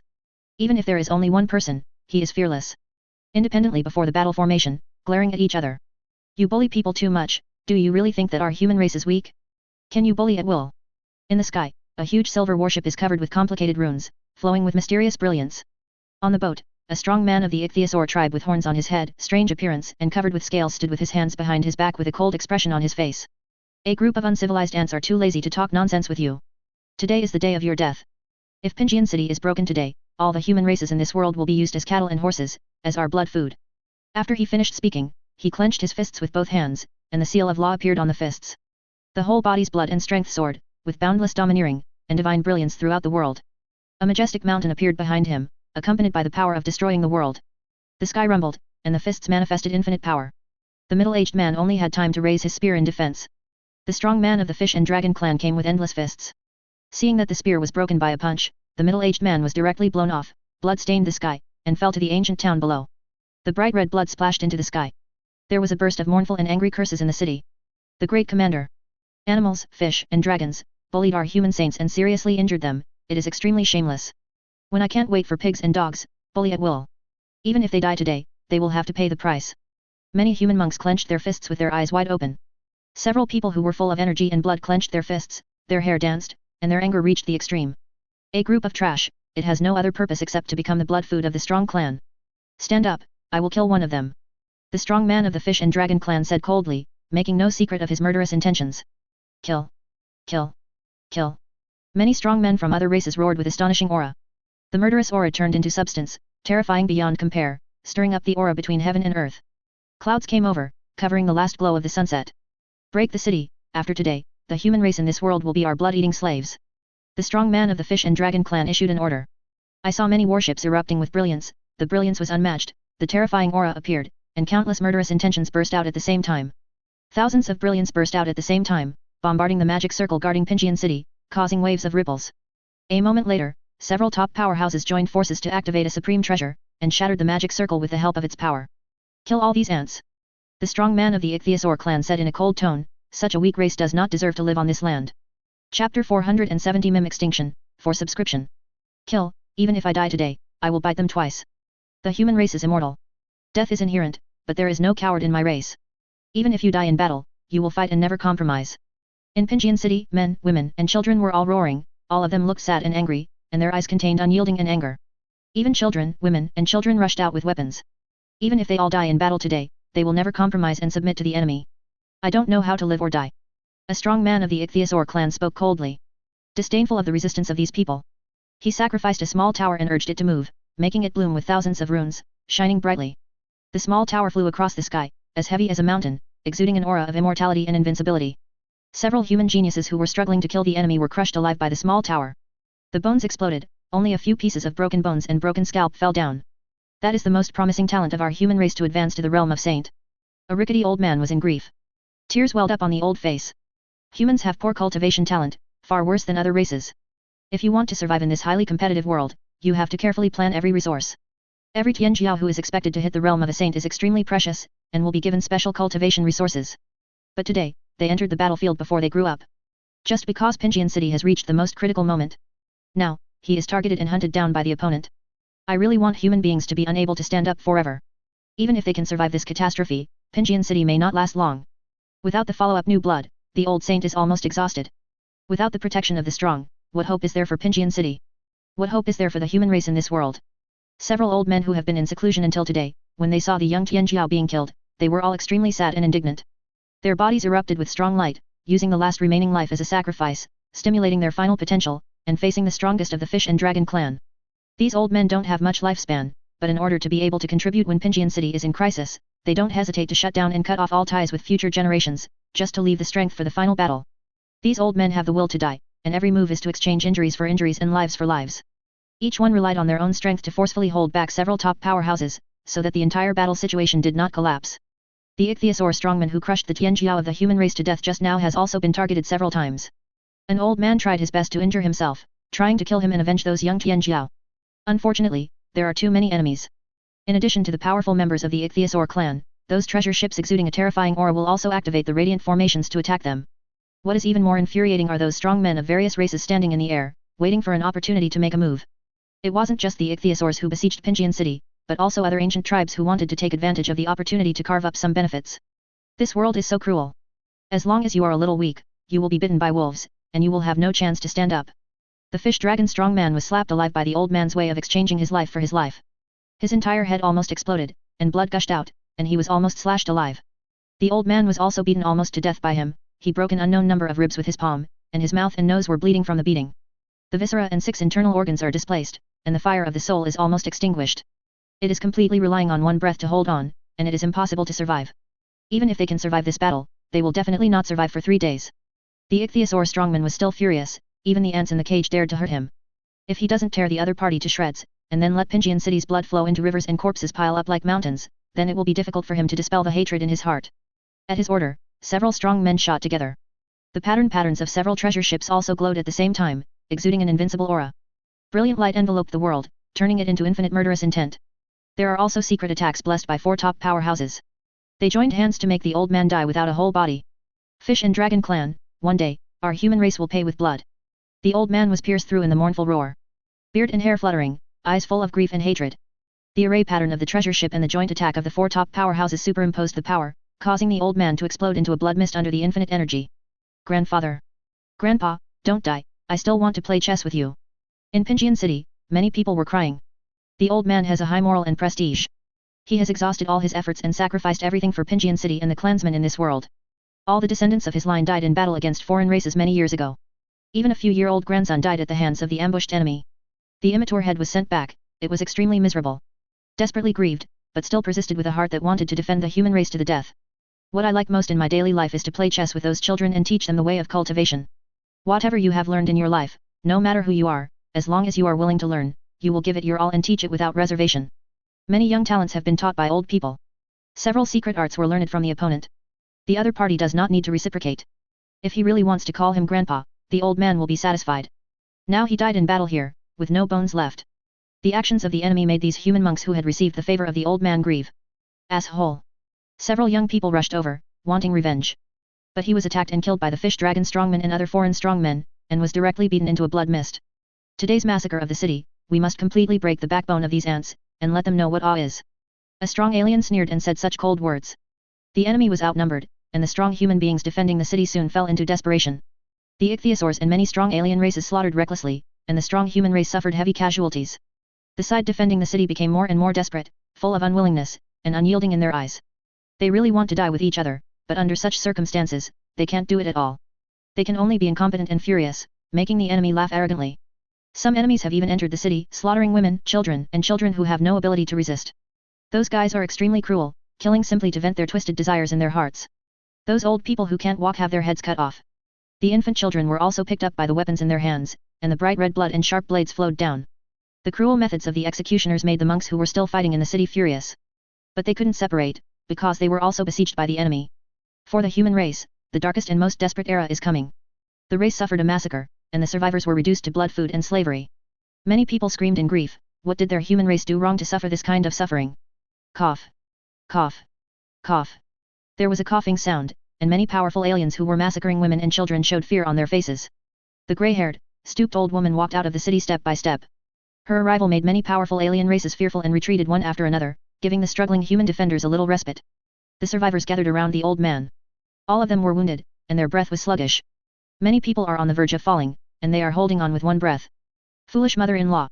A female cultivator wept, we are powerless and cannot stop these thieves. Everyone's face was decadent, revealing self-blame and grief. They are incompetent, they cannot support the banner of the human race. At such a critical moment, there was an old woman to support them and fight for a chance of survival for them. It's okay, it's okay. The foolish old woman said with a smile, there's no need to blame yourself, it's already very good to be able to do this. You granny comforted the injured people, then walked towards those strong aliens. An old woman frightened many strong men of different races to retreat, for fear that the other party would make a sudden attack. This guy is a ruthless character with the title of female killer. Even if they are old, they are extremely afraid. Old man, you think you can change anything when you come out? A voice came from the sky. A terrifying wave like a tsunami came. A figure shrouded in yin and yang, surrounded by the light of the five elements emerged. He just stood in the void, and without any movement, he caused fear in the hearts of countless strong men. The shadow was shrouded in the sun, and the real body of that figure could not be seen clearly, but just from those eyes, one could see its horror. The sound of the avenue roared because of the coming of the saint, and the radiant glow reflected the heaven and the earth. Many human races looked desperate, and this was a saint-level powerhouse at his peak. The stupid old lady is already exhausted, and she is no longer in her former peak state. Suddenly, the rumble sounded again. A tall, extremely majestic figure, just exuding aura with endless killing intent, as if to tear apart the eternal sky. It was also shrouded in the sun and the sound of the avenue, making it difficult to see the true appearance. The body is in harmony with the avenue of heaven and earth. People have an illusion that he is Tao and Tao is him. He stepped out of a treasure ship, and time and space seemed to be collapsing. Golden lotuses appeared in the sky, and the sound of the majestic Dao was endless, as if singing for him. Just stepping out has produced such visions. Resonates with the heaven and the earth, and let the avenue bring all kinds of auspiciousness for him. Many alien powerhouses smiled. They came prepared for this trip. Even if the guardian of Pinjian City is not dead yet, they will help her die. The human race fell into deep despair. Two saints of different races who were at their peak, what would they have to fight against? It hasn't waited for the survivors of the human race to recover from despair. Two terrifying, strong men exuding astonishing fluctuations also flew from the sky. A strong man with the head of a dragon, behind his head is a shining divine ring, like a golden sun. Physically strong and majestic, far taller than humans. The whole body is covered with scales. Hands are shaped like claws, and the tips of the claws are extremely sharp, as if forged from a magic weapon. Exudes unparalleled power, and the natural aura alone is unbearable. Another sage carried a tortoise shell on his back, and when he took a step, he gave birth to yin and yang gossip. The whole body is covered with brilliance, sacred and solemn, and those eyes seem to be able to see through everything in the world. The four saints gathered together. The already desperate human race fell into the abyss. Just one has already overwhelmed them, and now four are here. After today, Pinjian City may cease to exist. The human race in this world will also be reduced to blood food and slaves, and there will be no chance of turning over. Granny Yu coughed a few times, and said with a smile, I really trouble you to come this far to care about me, Old lady, I am in very good health, and I won't die for a while. Then I'll send you to die. The sage of the Ichthyosaur clan sneered coldly, and looked at the silly old woman. I know you have a secret treasure left over from the ancient times, but how many times can you move it with your current appearance? A saint has a long lifespan, far exceeding that of ordinary people, but you are now grey-haired. It is because your cultivation is not enough, and you need to use your own life energy to activate the secret treasure, so that you will grow old before your lifespan is here. Today is you death, old thing. Granny Yu smiled, stretched out her withered hand, and a small scarlet sword exuding fierce sword intent appeared in her palm. That little sword is extremely sharp, capable of cutting through everything in the world. It is said to be a powerful weapon in ancient times. It is with this secret treasure that she can protect Pingian City from being destroyed by foreign races. It's a pity that even if it is a saint, it is very difficult to activate this sword, and it needs to consume a lot of life energy every time. It's true that I can't activate the flying sword a few times, but I can still do it once or twice. Which one of you will do it first? The faces of the saints remained unchanged, but no one dared to take the initiative to step forward. The record of Zhanxian Fijian is obvious to all. At the beginning, several saints joined hands to suppress this little human saint. When they went back, they were sent back in boxes by the human race. Those immortal saints were chopped into pieces, without even their souls, they disappeared completely. The wreckage was packed in different boxes, and the descendants of their clansmen slowly put together. Why don't you dare to come up? The foolish granny looked at the saints with a sneering look. I said, you are not good, a bunch of idiots. Now I give you two choices, either go or die here. Really? The Ichthyosaur sage sneered, how do you know we don't have a third choice? You have. The stupid old lady didn't finish her sentence. A dagger shining with vicious light pierced her chest from behind, and the tip of the sword was exposed from the front. The few sources of life left in the first place quickly passed away under the power of the dagger. Everyone looked in disbelief at the man with a strong physique and mana fluctuations behind the silly old woman. Second commander, you. A female cultivator looked at the man in disbelief, unable to imagine that the other party had done such a thing. Pingian City is finished. We have already received a promise.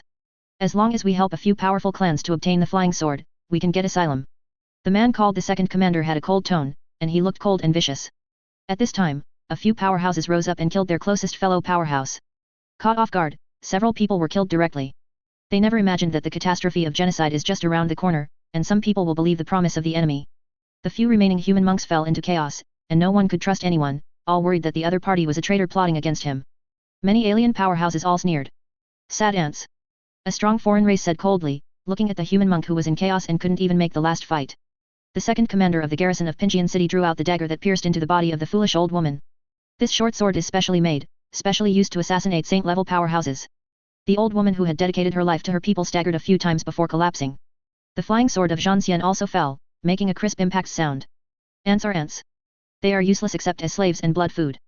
Said the Ichthyosaur saint. In the name of the Holy Emperor, your words are so arrogant that it is unimaginable. A black figure appeared beside the Ichthyosaur saint who was shrouded in divine light, and a dagger directly pierced his throat. The speed is extremely fast. The all-powerful saint who stirred up the world had not had time to react when he saw his own blood gushing out from his throat. He instinctively wanted to use his power to repair his body, but he was horrified to find that his power was fading rapidly. Falling all the way at an unimaginable speed, even faster than the night he was with the female fish dragon he liked at the beginning. At least a minute that night. His cultivation did not persist for a minute, and it immediately plummeted. The huge body also fell directly to the ground. The three saints who realized the crisis lost their arrogance and detachment just now. His face was terrified. How could the other party sneak up to them without being sensed by their divine sense? Nothing like this has ever happened. Even if it is the supreme level, the emperor level, which is more powerful than a saint, can easily crush a saint, but they will never be able to approach the saint quietly. Several saints flew backwards at high speed, trying to escape from this weird and terrifying enemy. Join naturally wouldn't stop there. If you are not fully sure, how can you show up and do it? The bolt gun in his hand pointed at the dragon-headed saint with a divine ring behind his head and pulled the trigger continuously. The specially made bomb specially designed to target extraordinary practitioners followed the trajectory of fate, with a rate of 105%. The probability of hitting the opponent. The saint's whole head exploded. The divine ring of the headless corpse still exudes a radiant and terrifying aura. It just has no head, it looks weird. The turtle-backed sage also suffered the same fate. Both heads were blown off. Only a headless corpse remained. The last saint wanted to seal and launch a secret attack, and the terrifying power flowing from him tried to push John away. Join was not shaken, and when the opponent was gathering strength and trying to activate the secret technique, he swung his knife and split the opponent's head. The whole process is so fast that it takes milliseconds to calculate. The other powerhouses haven't seen clearly what happened. The four saints died. The stronger the creatures, the faster the winner will be decided. Especially at close range. Any act of wasting time is a way of death. Join fought against the Psychers in the warband. He knows the power of Psychers. The best way to defeat them is to prevent them from using the energy of the warp. As long as you give them a chance to make a move, you may overturn yourself. The best way is to attack close to the body and attack continuously with high intensity. The other party will die if he is a bit distracted. It's a pity that these 4 alien species are too stupid. They didn't even have a melee weapon. You must know that the psychers of the warband have always held a scepter in one hand, an axe, and a chain sword in the other, and they will also use a bolter if they are not good enough. These idiots didn't take anything when they were fighting. Didn't they ever consider fighting close to each other? Many powerful aliens watched in horror as the bodies of the 4 saints fell to the ground, making a bang-bang sound. The immortal body containing the supreme law fell to pieces, as if they were not saints, but ordinary creatures. They were so frightened that they felt chills all over their bodies. This black armored creature that suddenly appeared is too weird. How could it be possible to kill the 4 saints silently and instantly? Since when did such a terrifying existence exist in this world? Flee! The strong man of the ichthyosaur clan who was clamoring to slaughter the city just now roared. Turn around and fly to the sky with your fastest speed. No matter who the other party is from, it doesn't matter anymore. At this time, he only had one thought, and that was to escape. Chapter 471 Darkness and Turmoil, Blood flows into a river, seeking subscription. Many strong men from different races turned into light and flew in all directions, trying to escape from that terrifying black armored figure. Fear clung to their hearts like vines. Many strong men were so frightened that they did not dare to pant loudly, for fear that the airflow they exhaled would slow down their escape speed. The 4 saint-level powerhouses will kill if they say so. Without even a scream, it just disappeared. Kill the wild dog on the side of the road, and the wild dog will bark at least twice. In front of this kind of guy, a saint is even worse than a dog. If you don't run and stay, you will continue to wait for death. Activate the forbidden magic field. A strange wave radiated from John's body, passing over the bodies of those strong alien races. The unrivaled power in them becomes viscous and difficult to drive. There were several weak ones, who fell to the ground directly, and fell to the ground and ate shit. After a while, all the strong men fell in pieces, like dumplings. The treasure ship with a strange glow swayed, and then fell to the ground. Everything of a practitioner is based on the use of ether. The arcane field is to disrupt their use of the ether. Similar to their own Fengxianzan, Huaxiandan and other things. The forbidden magic force field spread out in the form of waves, interfering with the power of those strong, making it impossible for them to control the extraordinary power. Who are you? The strong man of the ichthyosaur clan was terrified. Everything was going well, how could he suddenly provoke such a killing god? How could he provoke such a great god? Join didn't answer the other party's words. He just turned on the extreme speed state, held the short sword in his hand, and slaughtered those alien species indifferently. In the name of the Holy Emperor, they should all be thoroughly purified. There is no need for any kindness to aliens. Don't kill me. A strong foreigner with wings on his back and a bird-like head saw the black shadow walking towards him, his face turned pale with fright, and the feathers on his back stood up, terrified to the extreme. Yan didn't say a word of nonsense, just passed by, and the opponent's head flew up, spinning in the air. The bright red blood spurted out thinly and sprinkled high into the sky. Join was very fast, and he easily slaughtered those alien species that had lost their extraordinary power. The weapon in his hand is specially made according to the characteristics of the soulless. As long as they penetrate into the bodies of those extraordinary practitioners, all their power will disappear, and even their souls will be annihilated. If you use ordinary weapons, it is very difficult to kill a practitioner. Practitioners can be immune to some physical damage like demons. At the same time, they can also use the subspace to complete treatment and short-term strengthening. It takes a long time to kill them by purely physical means. This is why the fights between practitioners are so strenuous. Both sides have ordered the recovery skills, fighting and recovering blood at the same time. How could it be possible to tell the winner? To kill them quickly, use the soulless blade. Soulless blades will destroy their warp projections, disrupting the operation of their powers. Pinjian City is completely silent. Just now, he was still arrogant, but many powerful aliens who wanted to slaughter a city were hunted down by the black armored figure that suddenly appeared like a chicken and a dog. The opponent is as fast as a ghost. The sharp sword in your hand will hit the enemy's vital position every time. Those strong aliens fell one by one, slaughtered by each other like chickens and ducks. Blood spilled on the ground, all died with unwillingness and despair. Those traitors who fell into despair and thought that Pinjian City must perish today trembled with fear. The second commander was speechless, with horror in his eyes. 100,000 muddy horses galloped past in my heart. What are you doing? What are you doing? I just took refuge in a foreign race, and now a killing appeared, killing all those guys. Wouldn't I become a super big wronged species? The other betrayers were also terrified, and a little angry. Anger is aimed at the second commander. The other party found them quietly, saying that the Yulong tribe had a promise: as long as they kill the foolish mother-in-law and send Pinjian City to the city, they can keep their family alive and become masters. The ichthyosaurs plan to treat humans as livestock in captivity, so they naturally need some shepherds. They surrendered to the past, and when the time comes, they will help the ichthyosaurs manage humans and send the grown humans there on time. Based on the idea of killing others and not killing themselves, they all agreed to join the team of the second commander. Preparing to take the opportunity to kill the foolish old lady, take away the flying sword of Zhanxian, and offer it to Pinjian City. In order not to make others suspicious, they were still fighting hard just now, and many of their companions died. Finally seized the opportunity and seriously injured the foolish old lady. She was about to complete her plan and become a running dog of the Fish and Dragon clan. She became a master and reached the pinnacle of life. The appearance of the black armor made everything they did a joke. Many alien races were slaughtered like chickens and ducks, without the ability to resist, and they no longer had the high-spirited spirit they had just dealt with Pingian City. It is clear at a glance what the situation has become. Several traders want to run away quietly. As soon as he turned around, he saw several monks holding swords and glaring at them. If it weren't for the scruples about the figure of the black armor, I'm afraid they would come up and chop them right away. We were brothers in the past, please let us live.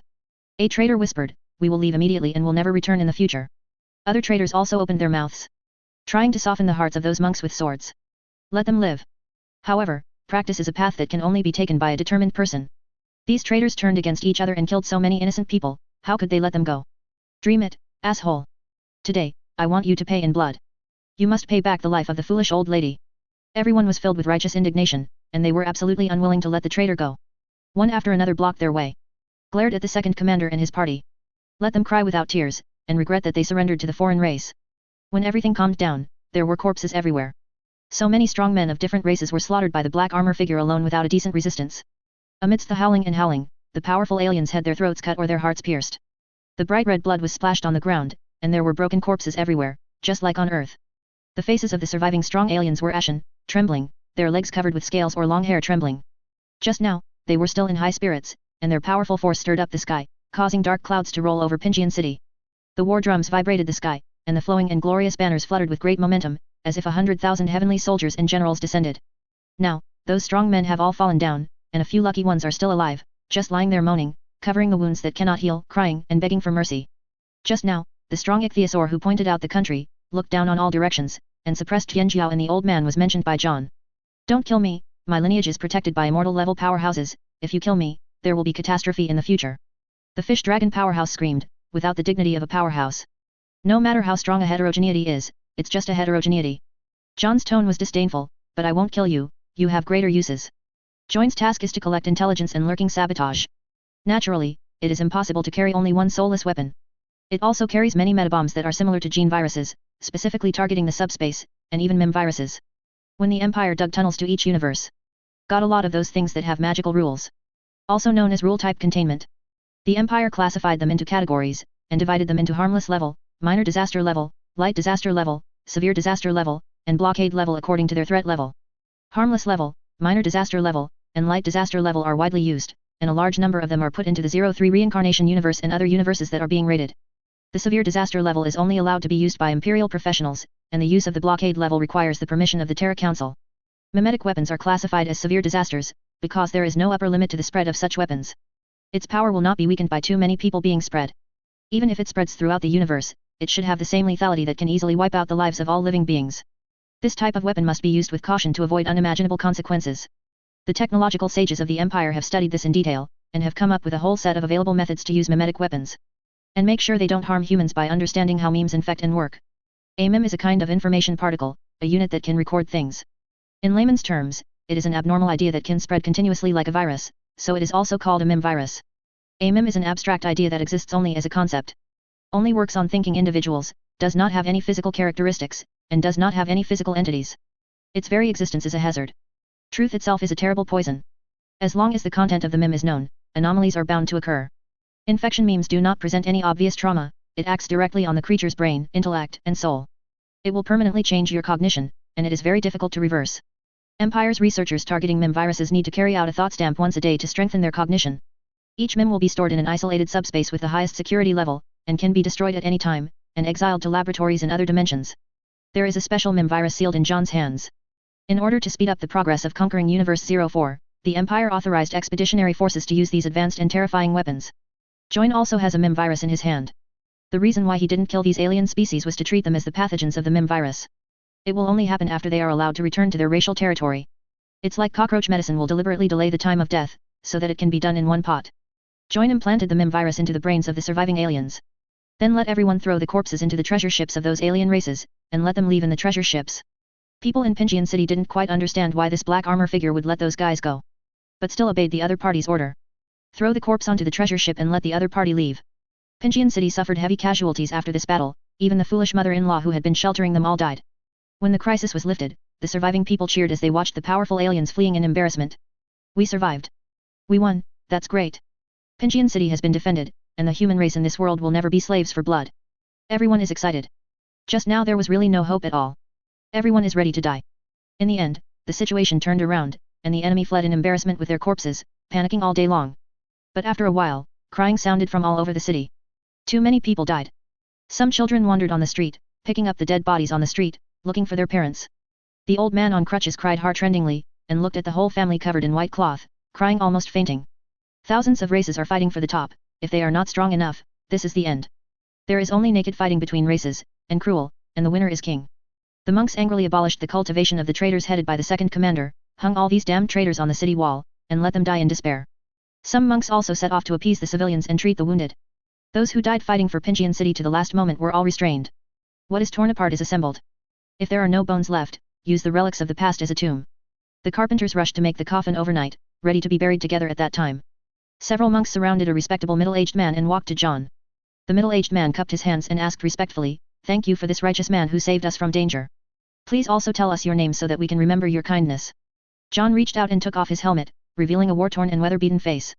Executor of the will of the Holy Emperor, the Raven Guard Legion, Jan. The monks didn't know who the so-called Holy Emperor was, nor did they know the Raven Guard, but they still understood the last name. Lord John. John nodded. The built-in hearts of empires has language modules. When he was in the small wilderness village, he had already mastered the native language, and there was no obstacle in the conversation. Humans have similar body structures, and the difference between different languages is nothing more than intonation. As long as you master the intonation and know what tone they use to express what, you can easily speak each other's language. I am the 5 commanders of Pincian City, named Shi Tian. I have a merciless request. I also ask Lord Yon to sit in Pincian City and protect the peace of our human race.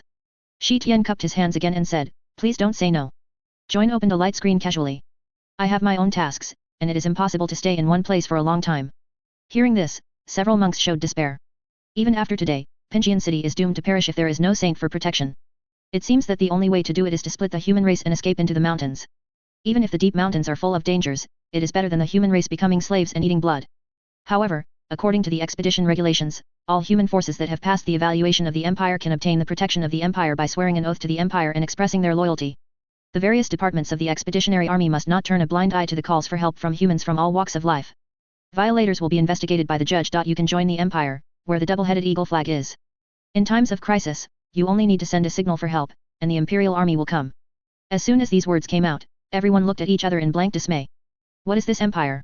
A monk asked puzzledly. I have traveled abroad, and I have never heard of the name of this force.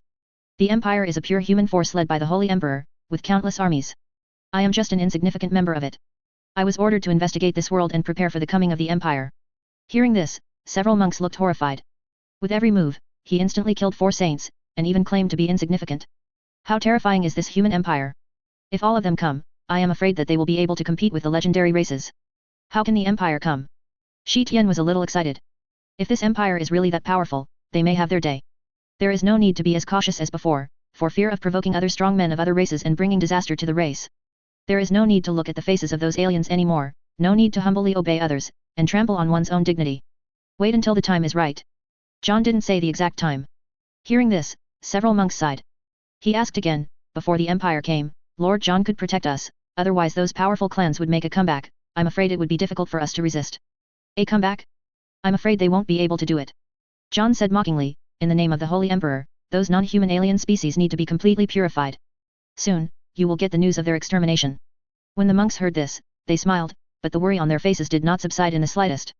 They knew that Lord Yan from that empire was very strong and could instantly kill a saint. But those strong clans all have a lot of background. It is said that they are related to the fairy world. It is too difficult to destroy them. Immortal level powerhouses may not be able to do it, and they cannot be completely eradicated. Many foreign powerhouses who attacked Pincian City suffered heavy casualties, only a few were able to return to their ancestral land with a boat full of corpses. As soon as the news spread, it caused an uproar. Pincian City has only one old woman with a short lifespan sitting in town. The 4 sages came out together, and a large number of strong men came out together. The momentum was astonishing, but they ended up like this. The corpses piled up on the treasure ship, the corpses piled up like a mountain, dripping blood all the way. It can be called a great horror. The few survivors were scared out of their wits. That black armor figure is too terrifying. Left an indelible mark on their hearts. Those strong men were even a little crazy, repeating a few weird words over and over again. No one can understand what those words mean. It's quite catchy, and you only need to listen to it once to remember it. What's more, that thing seems to be engraved in my mind, and I can't even forget it. It's just that no one takes it seriously, it's just the ramblings of these unlucky people who survived catastrophe. The strong man of the Ichthyosaur clan was sent to the ancestral land, and was interrogated by the patriarch and several elders in person. After taking a nap at noon, it's overdone. Chapter 472 Orcs invade the immortal world, subscription required. On the vast plain, a magnificent giant city sits on the horizon. The city wall is cut in half with black masonry, shining with a metallic luster. The giant city is huge, with towering buildings, each of which is very exquisite. The city wall has no end in sight and stretches all the way to the horizon. This majestic giant city is like an incomparable behemoth crouching on the plain. Gives people a majestic sense of oppression. A blue halo emerged from the palace in the center of the giant city, very bright. This huge city is the ancestral land of the fish and dragons. The news of the first battle of Pingian City shocked many strong clans. Many saint-level and even half-step immortals were frightened by the news that spread. The 4 powerful saints didn't even resist, and they didn't even utter a scream before being killed. Such means, no one in this world can do it. Even if a half-step immortal level powerhouse makes a move, the saint still has a chance to resist. If the secret technique of practice is strong enough, the saint may turn defeat into victory. The mysterious strong man killed him directly, making the saint look worse than the wild dogs on the roadside.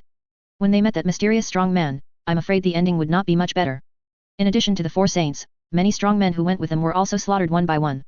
The body was thrown on a treasure ship and sent back. The inhorrible corpses challenged the nerves of many powerful people. The other party declared war on these strong races with an extremely arrogant attitude. Take out the fairy artifact and exterminate the human race. If you dare to humiliate our turtle clan like this, you must never let them go. Some of the strong clans involved in the Pingian City incident have stood up and declared their revenge. The human race in this world must be bloodbathed and their majesty restored. The ichthyosaurs also reacted greatly to this. Many strong men came out of the retreat, preparing to attack Pingian City. Of course, before that, they have to get the order of the old patriarch of the fish and dragon clan before they can make a move. The center of the giant city is the ancestral land of the old patriarch. Here enshrines the fairy artifacts given by their ancestors who ascended to the fairy world. Immortal artifacts are the background of the top powerful families and forces in this world, and the luck that can protect them is endless. Even if you enter the trough period, you can still have a chance to start over. There are many palaces in the ancestral land, each of which is magnificent and shrouded in endless auspicious light. There are a lot of strong people who are sleeping here in retreat. There are also many rare animals and precious medicinal materials in captivity. The aura is so strong that it almost turns into substance. One day of practice here is comparable to years outside. The power of the ichthyosaur family can be imagined, and it is one of the strongest races in this world. Even in the fairy world, there is a place for them. My name is Barong, my name is Barong. I am his warrior, I am his will, I am his servant. No, I'm barren, I'm barren. The Holy Emperor is above, all creatures who do not want to submit will unite with him. Forgive me, merciful Emperor. He is the salvation of all, he is the enlightenment of destiny. The blue sun that radiates gold and green light. I am barren, I am barren. The strong ichthyosaur who was spared by John muttered to himself. Crying a lot, laughing a little while. From time to time, he whispered a strange language. Several top experts who escorted belonged to the ancestral land of the Ichthyosaurus clan shook their heads and sighed after seeing this scene. Ba Long, who used to be arrogant and always said that he could become a fairy, has gone crazy. After escaping from Pingian City, he became insane, and he was no longer as unruly as before. It is conceivable what kind of blow he suffered in Pingian City. I just thought it was a smooth task. The 4 sages came out together, with boundless power. It is absolutely safe to take down Pingian City, which is only sheltered by an old woman. Many powerhouses even think that they are killing chickens with a sledgehammer. Who would have thought that such a change would occur? They sent this poor clansman deep into the ancestral land. It is the place where the patriarch of the Yulong clan retreated and practiced. Deep all the way, passing through countless magnificent halls exuding a terrifying atmosphere. In every hall, there is a heavenly pride of the Ichthyosaur clan sleeping. Those Tianjiao are practicing in seclusion, seeking to ascend to the fairy world. When they passed through those halls, they would always be swept away by their master's spiritual sense. Balong muttered to himself all the way, and his words were naturally heard by those experts who had retreated. It's just that no one cares. Who cares about the ravings of a madman? Barong was sent to the deepest part of the palace complex by those strong men. It was still an incomparably magnificent palace, shrouded in countless rays of light, like a fairyland. The patriarch and several elders sat on a high place in the hall. Their bodies are tall and mighty, with a pair of antlers growing on their heads and long beards at the corners of their mouths. They float in the air, and there are light golden dragon scales on their bare skin. The eyes have also turned into vertical pupils, shining brightly, and the eyes are like burning flames. The cultivation path of the Ichthyosaur family is to transform from a fish into a real dragon. In the later stages of practice, the more you resemble a dragon, and after experiencing the last catastrophe, you will turn into a real dragon and ascend to the fairy world. Belong. The patriarch scolded softly, and a terrifying radiance emerged from the poor strong fish dragon tribe, restoring a little clarity to his confused mind. He looked at the patriarch in the hall, cried and shouted, "No, how come here?" Hearing this, several clan elders looked at each other, and they could all see the grief in each other's eyes. Belong was once one of the few arrogances of the Ichthyosaur clan, and he was expected to become a fairy. Now he is insane, and he doesn't even know where he is. Terrans have gone too far. Even if the ichthyosaurs want to destroy Pingian City and slaughter all the humans in the city, they can't hurt their arrogance to this extent. Even if those guys lose, they are just slaves, treated as blood food and sacrifices. What their fish and dragon clan lost was a heavenly pride who could become a fairy. Say, what's going on? Why didn't you, who is a holy powerhouse, come back with you? We had already breached Pingian City, and even the female saint was assassinated by the human race we had instigated in advance. The immortal flying sword poses no threat to us. Just when we thought we were sure of victory, a terrifying monster suddenly appeared. A figure in black armor. Speaking of the black armor figure, Baron's whole body was shaking. That scene was horrible. It was like hell. For so many years, it is not that he has not experienced life and death crises. That time in Pingian City was definitely the most powerless and desperate moment. He just watched the terrifying black-armored monsters falling to the ground one by one, killing those who could not escape. Using the most common means, cut their throats, let them lie on the ground and twitch, and blood gushed out from the wound. He watched those people stretch out their hands to cover their wounds, but blood continued to seep from between their fingers. Those desperate eyes are like slaughtered cattle and horses, just waiting for the arrival of death. Those corpses were all killed by him. The 4 saints were assassinated before they even had time to resist.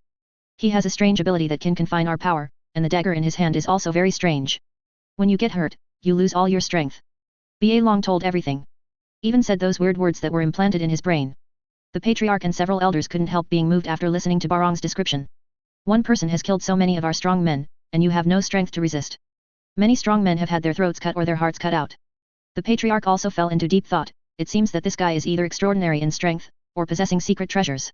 This realm is restricted by the laws of heaven and earth. Even if one enters this realm, no matter how powerful one is, it will be weakened and suppressed, otherwise he will not be able to enter. I think it is more likely that he has secret treasures in his hand, so he can suppress your cultivation. Patriarch, this enmity must not be let go like this. That's right, whether it's for the majesty of the ichthyosaur clan or for that secret treasure, we have to fight that guy for a while. Several clan elders spoke one after another, trying their best to lobby the clan leader. If you dare to offend the ichthyosaur clan, you will naturally not let it go. The Patriarch said in a majestic tone, I will discuss with the other clans, activate the fairy weapons of each clan, and suppress that guy who knows nothing. Balong trembled a few times, then fell down on the ground. Several strong men of the ichthyosaur clan hurried over, trying to help him up. Barong made a sudden move, only to see that his whole body was full of divine light, an infinite chaotic aura emerged. A full blow pierced through the head of a strong man, forcibly grinding away the opponent's soul. Are you crazy? Baron. Killing people, do you know what kind of felony this is? The strong men flew back in fright, and were scared out of their wits by Barong's actions. All aliens deserve to die.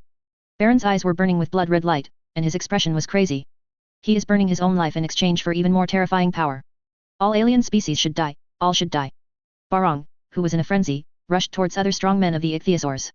Coming up is the strongest secret technique, gathering thousands of gods, turning into a weapon, killing a clansman who tried to stop him in one blow. Kill, kill, kill, kill all the alien species. Barong violently tore off the arm of a clansman. Blood splashed on his body along the wound, making him look like a demon. Asshole, stop it.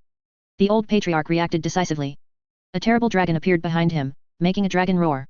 The old patriarch's long-distance immortality is only short of the last transformation, which is the peak of the half-step immortal level, Dzogchen. It is more than enough to deal with Barong. He stretched out a palm, which turned into the size of a mountain, and pressed Barong violently. Balong roared and roared, trying his best to burn his life, but he couldn't break free from the patriarch's big hand and was suppressed by the opponent. Seeing Barong's crazy appearance, the patriarch of the fish dragon clan shot out a golden rune, and the rays of light flew into his body, making him unconscious. After subduing Baron, the patriarch used his spiritual sense to search carefully, but found no trace of spells such as soul control or enslavement. Balong's soul was not damaged in any way, and the protective restraint in his mind was also intact. What's going on? Why did Baron suddenly go crazy? Several clan elders also took action one after another, trying to find out the reason. But they didn't find any clues. Baron had no problems. Neither the soul nor the memory has been tampered with. Maybe. The patriarch just wanted to express his guess, but the blow he received in Pingian City was too great, which made Barong go crazy and finally collapsed completely. Haven't said it yet. Several guards guarding the ancestral land hurried in. The commander headed by said in horror, Patriarch, Patriarch, it's not good. Riots broke out in the city, and many ichthyosaur clan arrogances shouted slogans that all other races should die and massacred in the city, even children. As soon as these words came out, several clan elders and patriarchs immediately looked terrified. They ordered someone to guard Barong, and they walked out of the palace. At this time, the screams from the ancestral city of the ichthyosaur clan could be heard endlessly, and there were riots and massacres everywhere. Those strong men who were supposed to be retreating all came out, fighting each other, and even rushed to the outer city to slaughter their own clansmen. Atian Jiao's whole body is glowing, and runes swim around his body like tadpoles. Random shots are magic tricks with astonishing lethality. Unscrupulously slaughtering his own kind. The ichthyosaur civilians and soldiers looked terrified, looking at each other with despair and grief in their eyes. These arrogances who usually say they want to protect them, are now attacking them. The Tianjiao grinned, and made a seal with his hand, and it turned into a big sun, bursting out with terrifying light and breath. A group of women and children were crying and trying to escape. The treasure in his hand fell, and it exploded in the middle of the group of women and children. The terrifying power instantly vaporized the women and children in the middle, and the side ones were blown away. Many civilians of the ichthyosaur clan were torn apart or turned into mud. All alien races should be killed.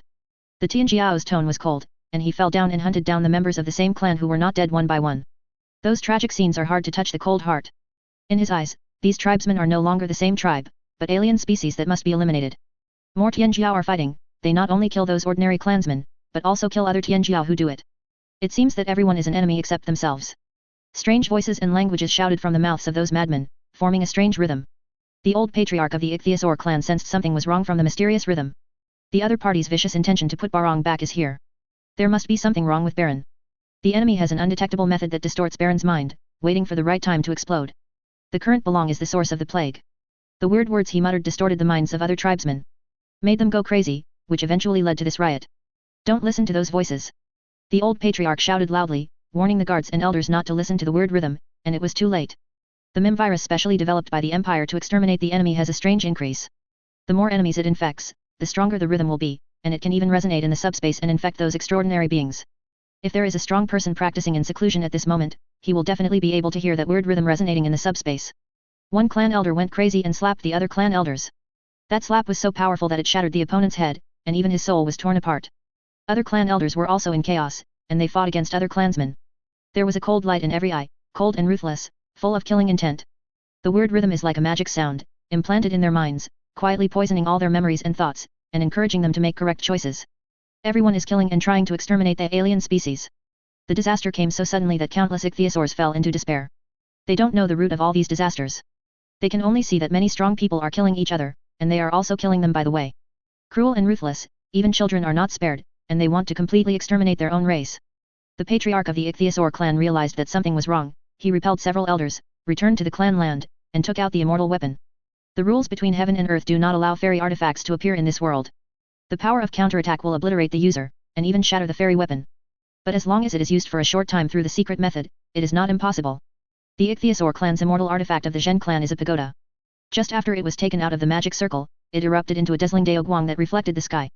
The pagoda is forged from 7 color crystals, and the whole body is shrouded in rainbow light and steaming. There are 9 floors in total, and on each floor there is a who recites the true meaning of the Dao and tells the secrets of time and space through the ages. The patriarch of the Yulong clan took out the fairy artifact, but his mind was in a daze. Various thoughts appeared in his mind, giving him an urge to kill all the alien species. But after a while, he woke up again. There is nothing unusual about the consciousness passing by the soul. With the fairy weapon in hand, if it is manipulated, there will definitely be warning signs. Damn it, what kind of method is this? Immortal artifacts can't protect me. It seems that we must act as soon as possible to kill the source of all this to solve the problem. Realizing that something was wrong with him, the head of the Murloc tribe didn't waste any more time. He walked out with the fairy weapon, ready to suppress all the clansmen first, and then go straight to Pinjian City, to kill the mysterious black-armored creature and solve this catastrophe. It went well at first, but the more the suppression was made, the more the old patriarch felt that those Tianjiao and clansmen who had been pleasing to the eye were so ugly and disgusting. They are all a group of alien species that deserve to be killed. Messy thoughts can't control the power of the fairy weapon well. Slightly out of control, just a ray of breath caused a Tianjiao to explode on the spot, turning into a pile of rotten meat. Endless joy suddenly rose in the heart of the old patriarch. A voice kept telling him that to kill the alien species, only by killing the alien species can he be worthy of him. The old patriarch relied on his strong will to support him, resisting those weird thoughts, feeling depressed and irritable. It was like a beautiful female ichthyosaur posing in front of him, posing in various poses, but he was powerless and unable to enjoy the beauty of it. After killing that Tianjiao, let him have the joy of returning to his youth and galloping on the bodies of many beautiful female fish and dragons. The will of the old patriarch is like a piece of soap that slips smoothly into the abyss after being soaked in water. He had no scruples anymore, he used all his cultivation, urged the immortal weapon to start killing. The fairy weapon is so terrifying, the old patriarch injected all his strength into it to revive it. I saw the celestial light shining brightly, surpassing the sun, moon, and stars, reflecting thousands of miles of mountains and rivers.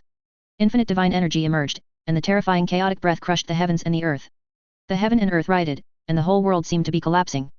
Countless divine chains of order emerged and then collapsed, as if the whole world was about to be turned upside down. Countless thick thunderbolts emerged. Submerged the ancestral city of the ichthyosaurs. The order of heaven and earth is resisting the recovery of the immortal artifact. When the ancient sages created all realms, they formulated rules and stipulated the upper limit of the power of each world. It is absolutely not allowed to use a fairy weapon in such a small world. Will trigger the punishment of heaven. Even a fairy weapon will be destroyed. The old patriarch who had already resonated with the strange rhythm was not afraid at all. Push the fairy weapon with all your strength to fight against the punishment of heaven. At the same time, they began to kill all the alien species.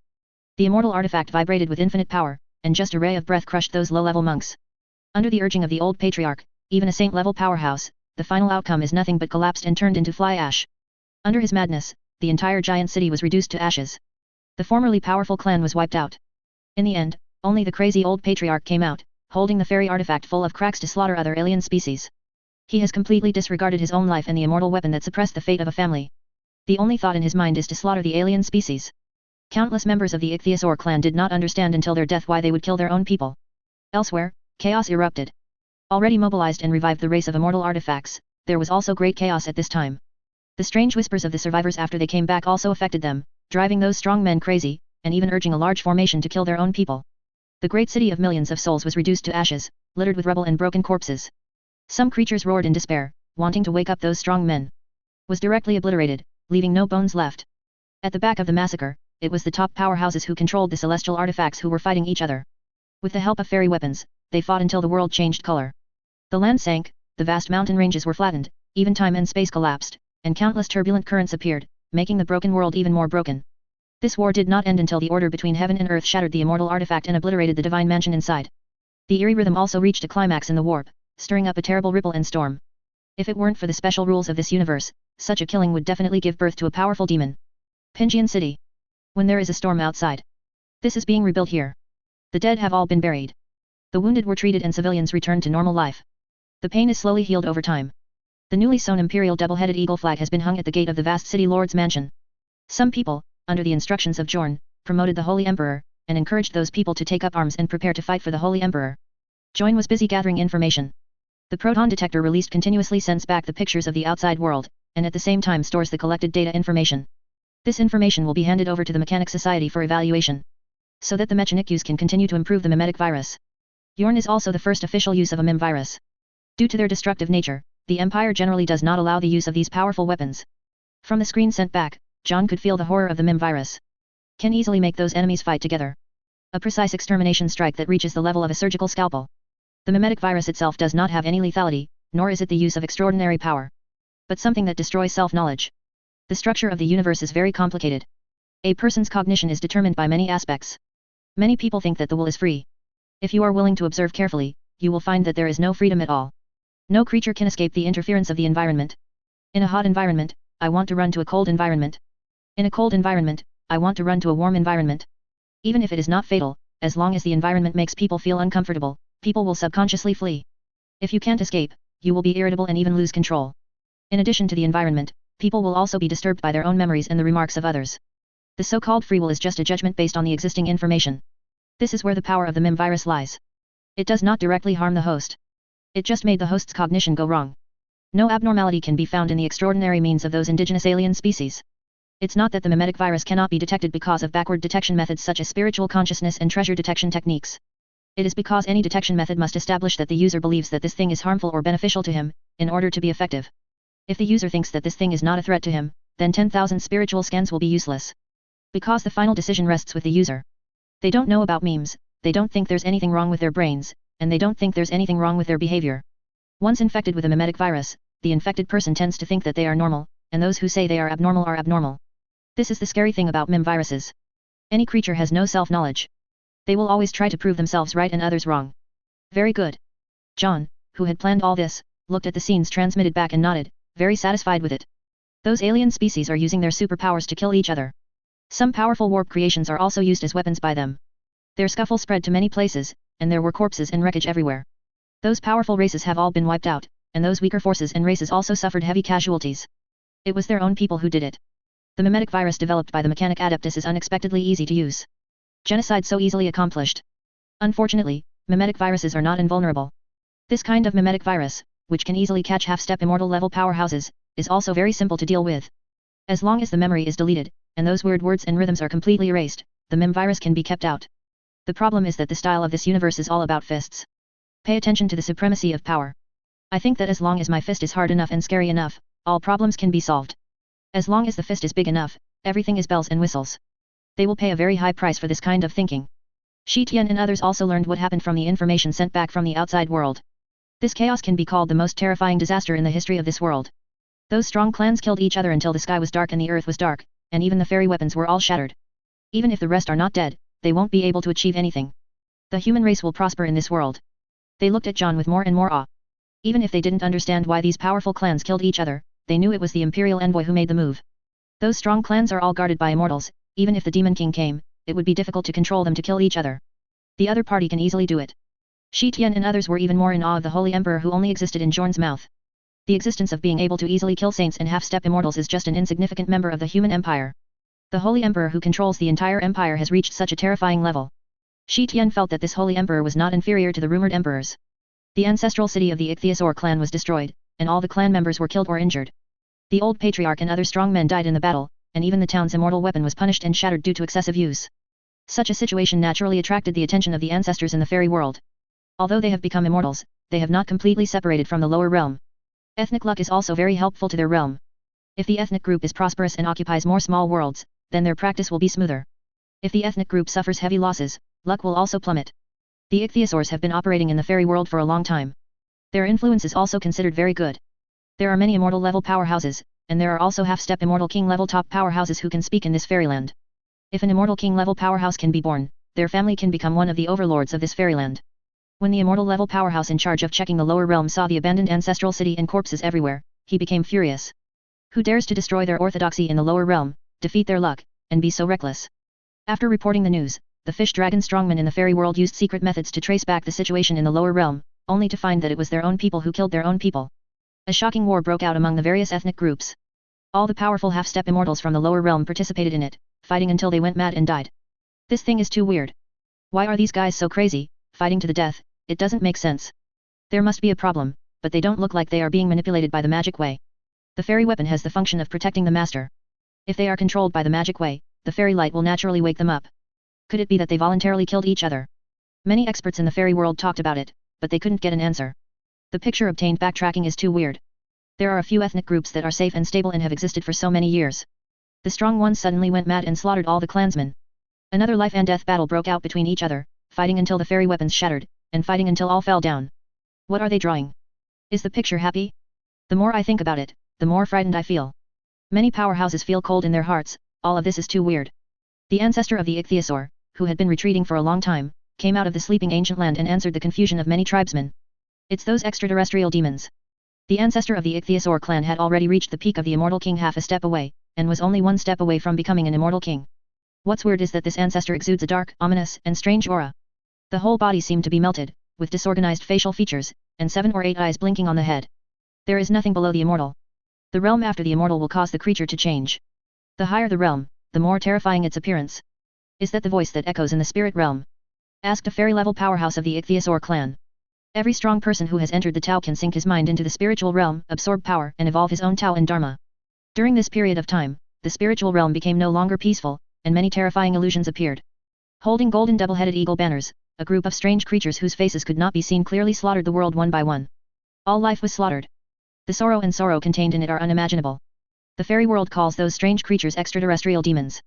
I thought that those monsters were very far away from the time and space where the fairyland was located, so they would not interfere with them.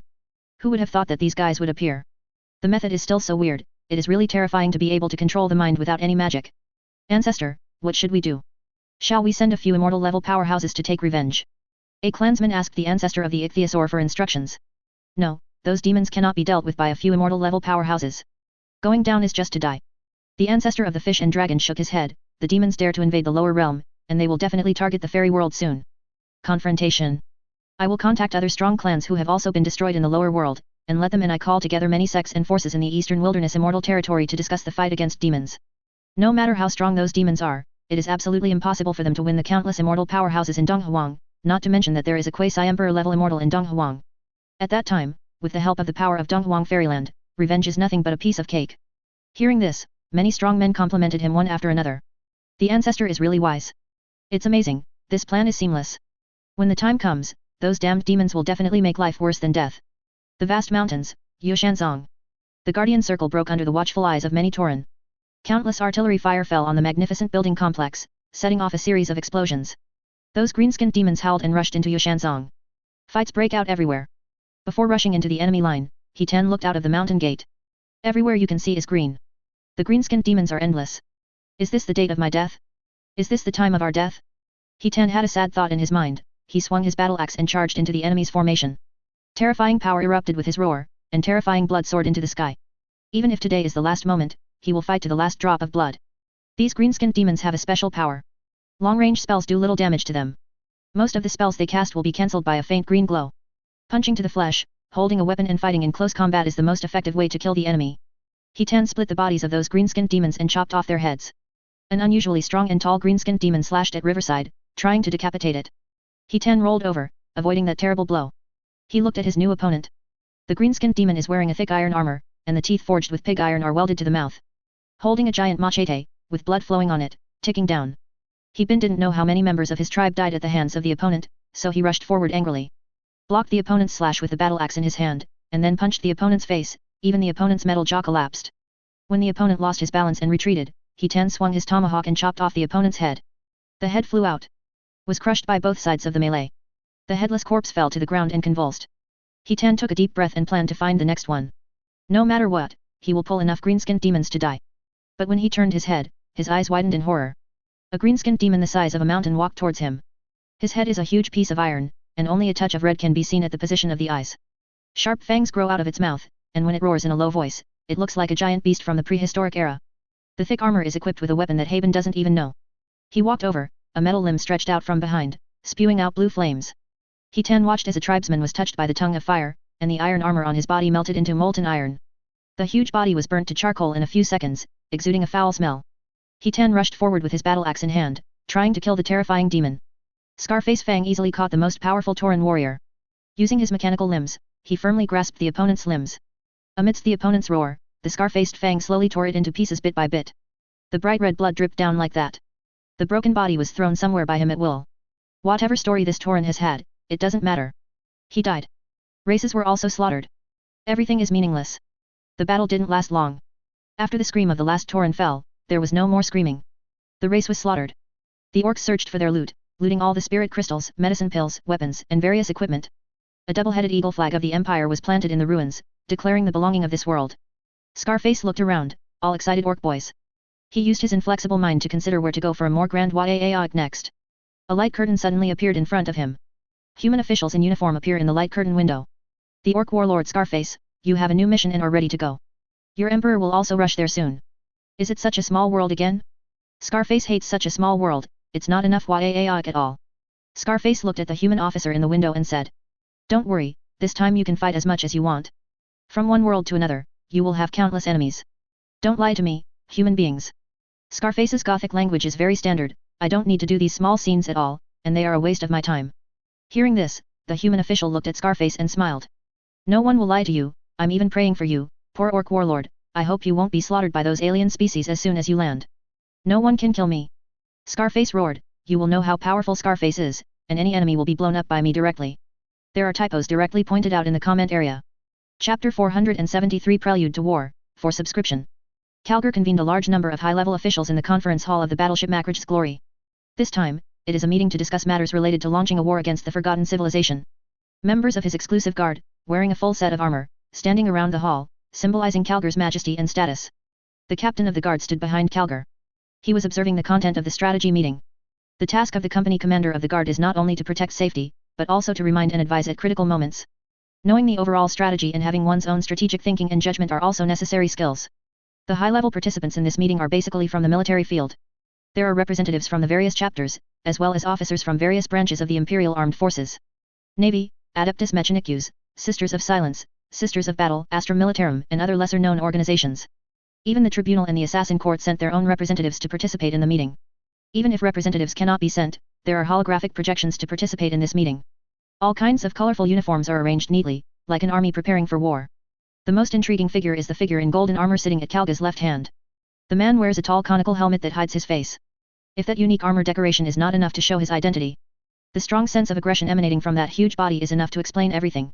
He is Li Weifu, the tribune of the Imperial Army who was assigned to Universe 04. The identity of the Imperial Army is very special in the Empire.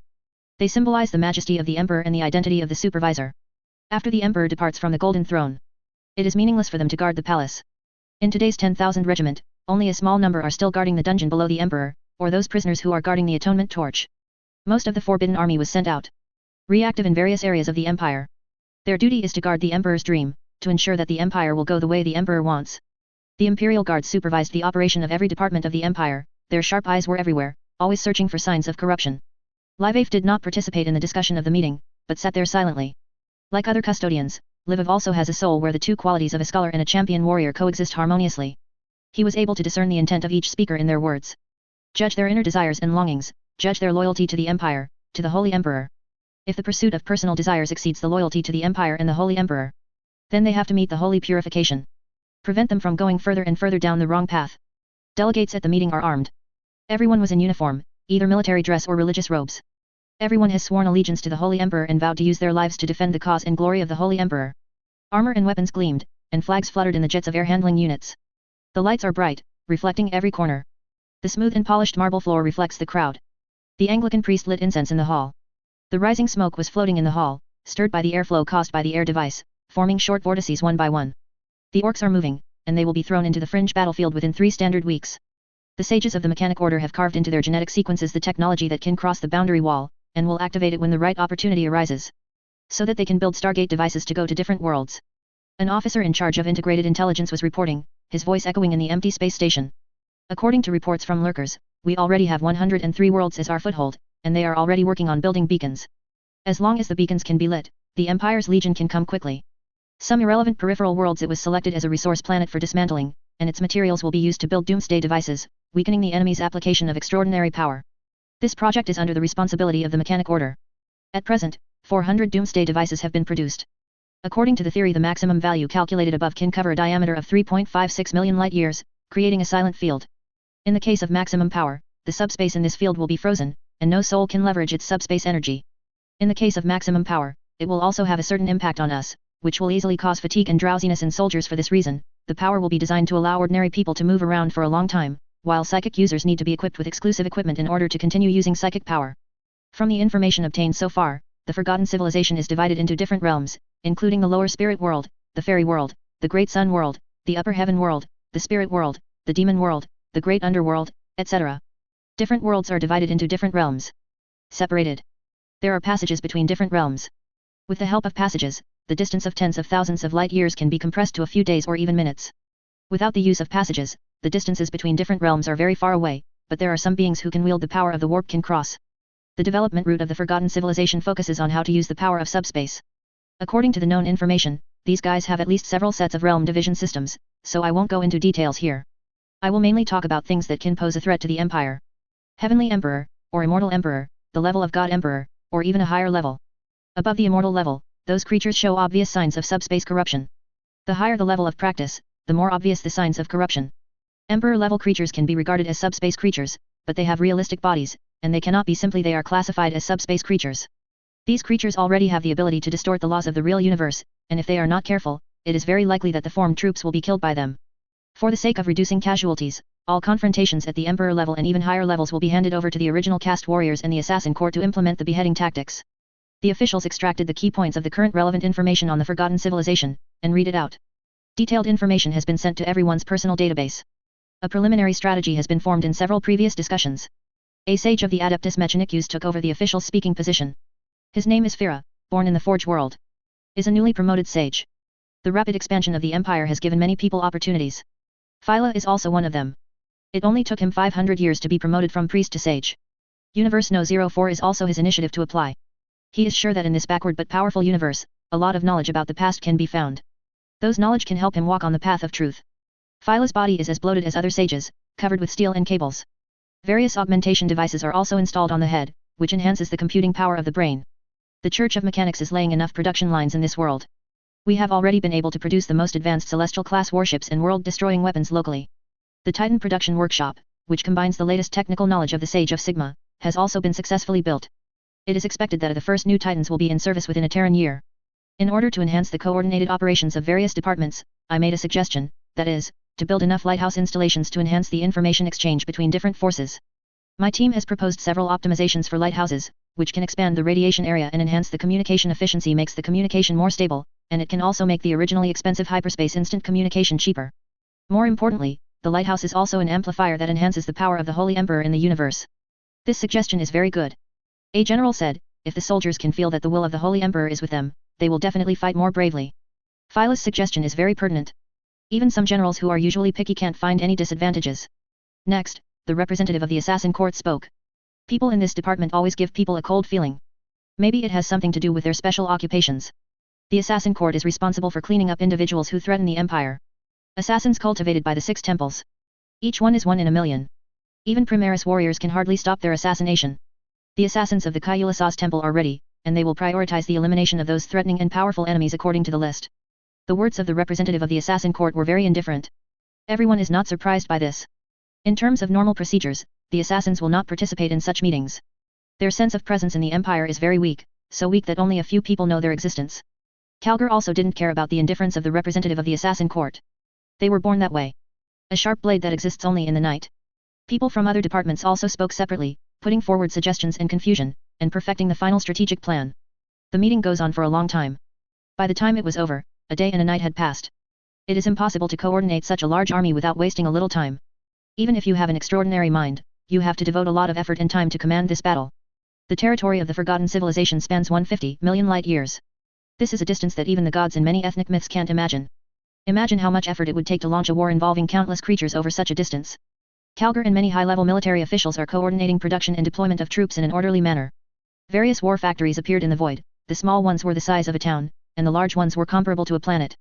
Huge industrial machines disassemble planets, stars, and even various giant structures left by that ancient civilization. Send ore to the smelter and seawater to the storage area of the Celestial class warship. All resources are allocated and used reasonably. A large number of war engines were forged, magnificent, powerful enough to drive the enemies of the Empire into despair. Imperial forces are engaged in Universe 04 on a scale never seen before. The frenzy of mass production has started, and all resources will be used for war. The ring-shaped doomsday device is pulled by a huge transport ship and sent to the battlefield. The various legions of the Empire took the oath of war, vowing to take the world for their lord. Let the double-headed eagle banner of the Empire fly over the ruins of the Forgotten Civilization. A battle even grander than Universe 02 is about to break out. This is civilization versus civilization. Humanity is determined to win the No. 04 universe. No matter what kind of enemy it is, the warriors of the Empire will go forward and send it to destruction. Chapter 474 Give the Immortals a little green skin shock, subscription required. This is a glorious world. In just a few years, fearless geniuses have risen one after another. All kinds of precious physiques and rare Taoist souls in the past can be seen everywhere with free white radish. Those peerless talents are talented and intelligent, and their growth rate is amazing. In just a few years, he has dominated one party and completed the practice that others can only complete in hundreds or thousands of years. Rise all the way, stand out from the crowd. Playing countless old players with fear. I'm afraid that the next one will be me. Really, a new generation of a Monroe is better than a generation of a Monroe. Yanya is also one of those rising talents, and is still far ahead of the first echelon. The world is so big that there is no one who can compare with him. Tianjiao Shenji, not to mention those veteran powerhouses are afraid. Yanya is also very afraid in his heart. Even feeling tired. It's too rolled up. Even if the system is activated, it has a promotion speed that ordinary people can't match. Yanya also felt a deep sense of crisis and urgency. Those guys are too strong. If you relax a little bit, you will be surpassed. In the past few years, he was unparalleled and offended many people. Once he loses, he will suffer unimaginable revenge. Joinya can only find ways to improve his cultivation, even reaching the level of unscrupulous. No way, the task of the system is there. If you don't do it, you can't get stronger quickly. Of course, he can also choose to practice slowly as before. But after trying to upgrade quickly, it is really impossible to practice slowly. The higher the level, the more difficult the practice. It often takes hundreds of years, thousands of years of retreat practice. After completing the system tasks, you only need to ding to see your progress, and you can get various pills, exercises, and life souls that other Monroe envy and hate. If you don't become stronger, the other Monroe will become stronger. People just press you to hit you. At this point, he has no choice. Even if the advancement of the system to individuals is not as great as before, the speed of becoming stronger is still unimaginable for those Monroe who are slowly practicing. The sun is setting in the west, and the last sunset glow is as bright as blood. Just like this prosperous age. Having reached a certain level, I also have a deeper understanding of the changes in the chi mechanism between heaven and earth. Prosperity and decline. Behind this glorious and prosperous age may be the Dharma-ending era that needs to be silent for thousands of years or 10,000 years. It is a good thing that more and more Tianjiao are present. but their existence also divided up the aura of heaven and earth. Rise is like 1,000 troops crossing a single plank bridge. If they can get across the sea and the sky, if they can't, they will be lost. Joinye stood on a high mountain outside the wild city. Here is adjacent to the mountains of beasts. Sometimes there will be giant beasts roaring, and the sound will shake the world. There are also ancient divine birds flying across the sky, tearing the sky apart. There was even a medicine king who was born and exuded radiant brilliance, attracting countless wild beasts to fight. Not far from him is a magnificent giant city, covering a vast area. It is the wild city. Those buildings are endless, extending to the end of the horizon. Amunro dwelt many. There are also many Tianjiao staying here, wanting to win the opportunity of the beasts and mountains. As long as you get a medicine king or subdue a 10,000-year-old beast, you will naturally make rapid progress on the road of practice and be proud of the crowd. The stories that occasionally circulated also moved many Amunro's hearts. It is said that a few years ago, a young man subdued a 100,000-year-old beast that could turn into Amunro. Not only can she help her practice, but she can also warm her bed and act as a girl. This story once caused a craze to enter the mountains of beasts. Many Amunros wanted to subdue the 10,000-year-old beast, and embarked on the road to success. Check the mission. Jianye whispered. A curtain of light emerged following his voice. Sacrifice to the wild city, temper the soul of the sword, and continue to upgrade the Hongmeng Dao tool for swords of immortals. This is the latest task released by the system. Seeing the details of the task, Jianye's expression showed confusion and pain. The system task has gradually escalated from conquering the female Amunro at the beginning to destroying a certain force. Now, he is required to do something to the ordinary Amunro. Can you skip it? Asked Ian Yat. The system task cannot be skipped, please complete the host as soon as possible and enter the next stage. No. Jianye said painfully, I can't do this, I can't slaughter those innocent Amunro. Cultivators pay attention to doing whatever they want, the Tao follows nature, and killing means not killing. Please the host complete the task as soon as possible. If the host does not complete the task, he will be stuck in this stage. If the task is delayed for too long, the system will lower the penalty and close the sign-in function. Signing in is an important channel for Jianye to obtain rare exercises and ancient artifacts. Once it is closed, Jianye can imagine the feeling of his practice slowing down suddenly. Being a person should not be too narrow and selfish. To commit such a terrible crime for the sake of one's own practice.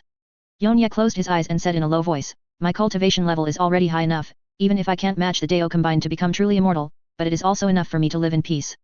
From now on, I will withdraw from the world of practice and find a secluded place to live a hermit life with all the beauties. Jianye finally chose to give up. His cultivation base is very high, and there are not many Amunro in the whole world who can match it.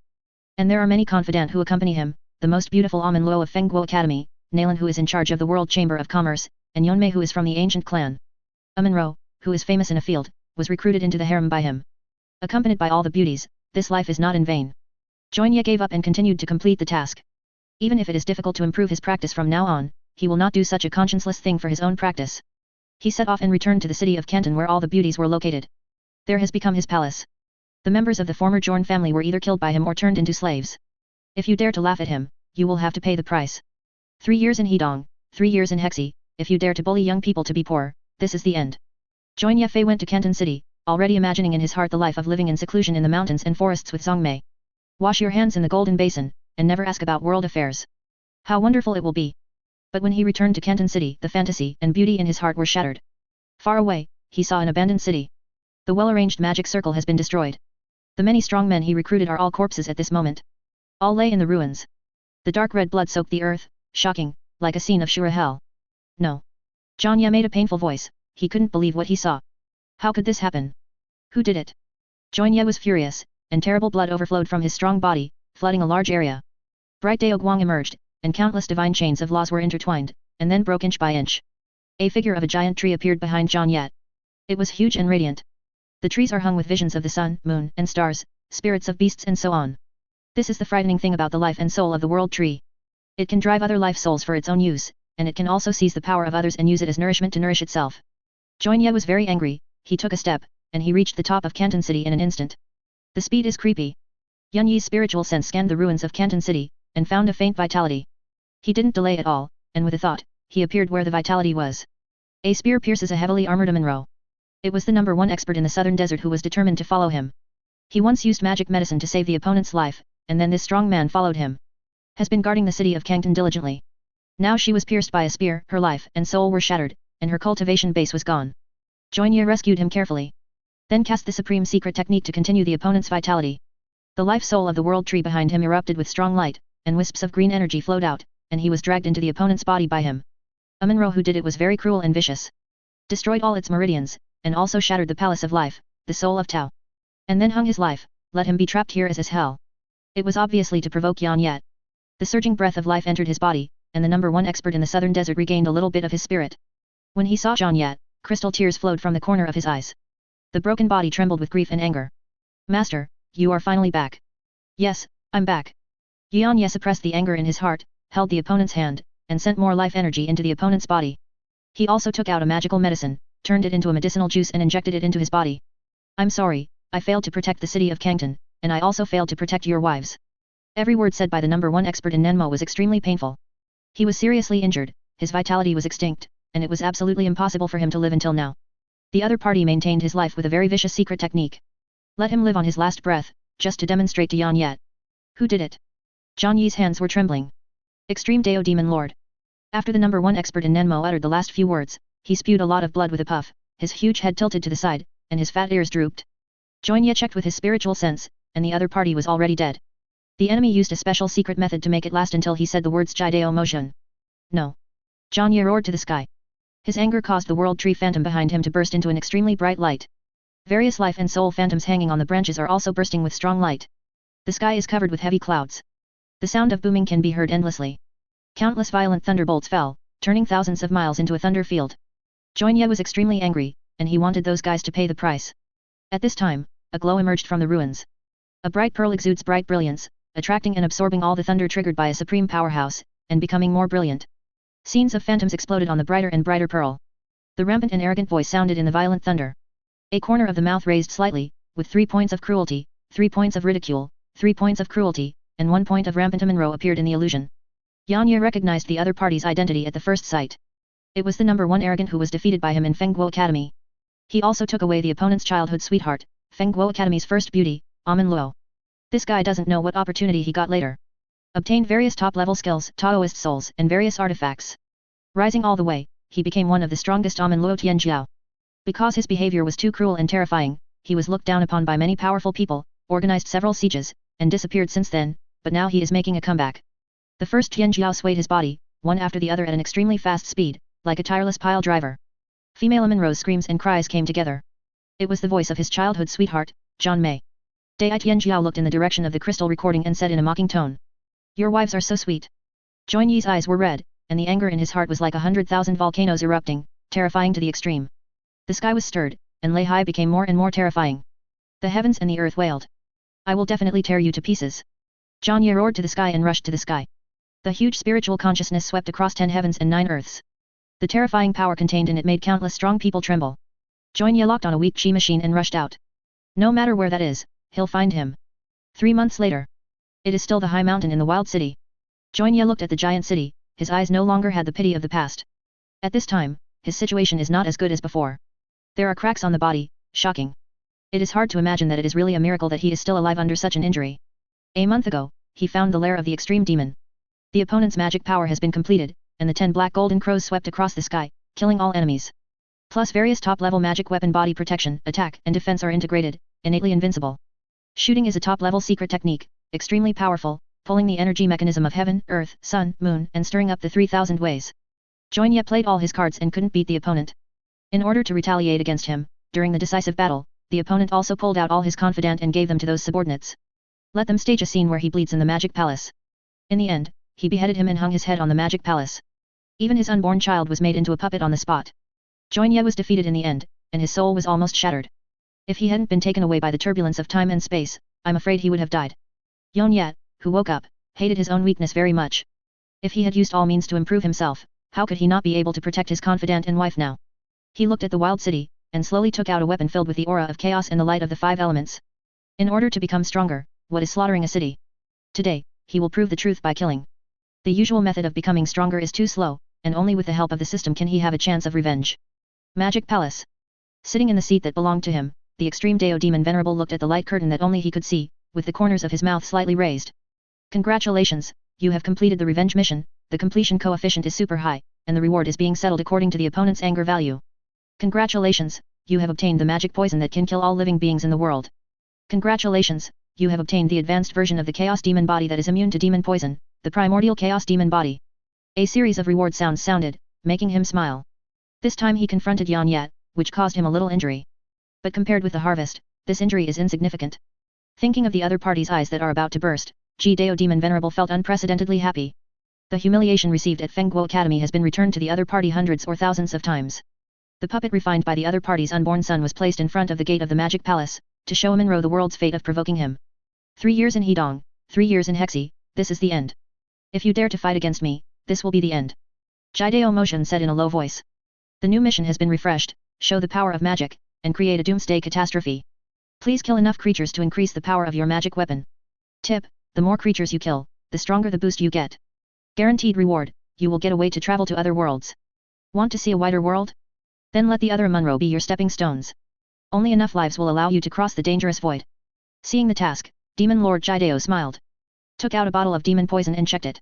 Devil's poison is extremely contagious. Infected Amunro will subconsciously search for other Amunro to infect, and the killed creatures will continuously strengthen his magic weapon, magic skills, and magic body. He beckoned. A strong Amunro came up and said fearfully. The Demon Lord. Find some strong men of Amunro, and throw them into the giant city of the righteous way. With a wave of his hand, hundreds of bottles of magic poison appeared, and he sneered and said, I want to see how strong this thing is. Power. Understood.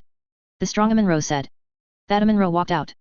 Ji-Dao Demon Venerable sat upright, the twisted and terrifying expression on his face became more and more terrifying. The magic lines all over the body exude a strange and ominous atmosphere, which made Amunro in the hall feel fear involuntarily. Ji-Dao Demon Venerable didn't care about this. After all these years of hardships, even if this world is destroyed, he will not feel any heartache. Even if I am the joy of weaving fate, I can't help but immerse myself in it. In the laboratory, Sage Regula's nerve cables were connected to the console. A massive stream of data was throbbing in his nervous system. Presented him with a grand symphony of fate. The selected Tianjiao is moving forward according to the fate trajectory set by the divine brain. The prelude to the destruction of the experimental world is being pulled. The chosen ones, driven by hatred and anger, are pushing this world to the abyss. In order to become stronger and obtain supreme power, these aliens will do whatever it takes to kill their own race. Those idiots have no idea that they are being manipulated like puppets. It is also possible that they have thought of it, but they are too deep, and they have long been unable to break free from the control of the system. They are unwilling to become stronger, and some of them are willing to become stronger. As long as they can become stronger, even if they are slaves to the Empire, they will be happy. If the Empire invades directly, they will inevitably unite in order to survive. But if they are divided by interests, they will kill each other like lunatics. Why are you so high and have many wives and concubines, while I can only live in poverty for the rest of my life? Why are you drunk lying on the lap of a beauty, sober and in charge of the world, while I can only become the object of your enslavement and teasing? Everyone is doing a Monroe for the first time. Why, you are born with good talent, but I spend my whole life but can't compare with you for a few days. I just want to become stronger. What's wrong? Even if you sell the whole world, what does it matter? Rather than being a slave for a lifetime, it is better to be destroyed. This is the magical function of the system. It gives those Monroe who could not stand up in the first place a chance to stand up. Make them crazy about it. Sage, this is the content of the strategy meeting. Lord Calgar has ordered the expeditionary force to march towards the super galaxy cluster where the forgotten civilization is located, and the orcs will be the vanguard of the invasion. A technical priest came over, and he still had a data pad in his hand.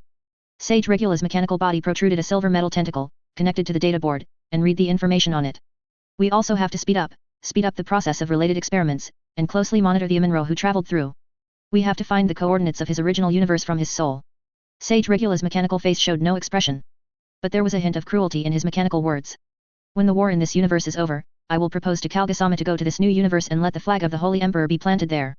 Desolate ancient world. This is a world where demons coexist and practitioners emerge in endlessly.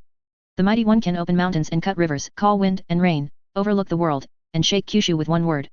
Many sects and holy places have a long history and have existed for an unknown number of years. Yet just a few months ago, a terrible crack tore open the sky, and a strange light emanated from it.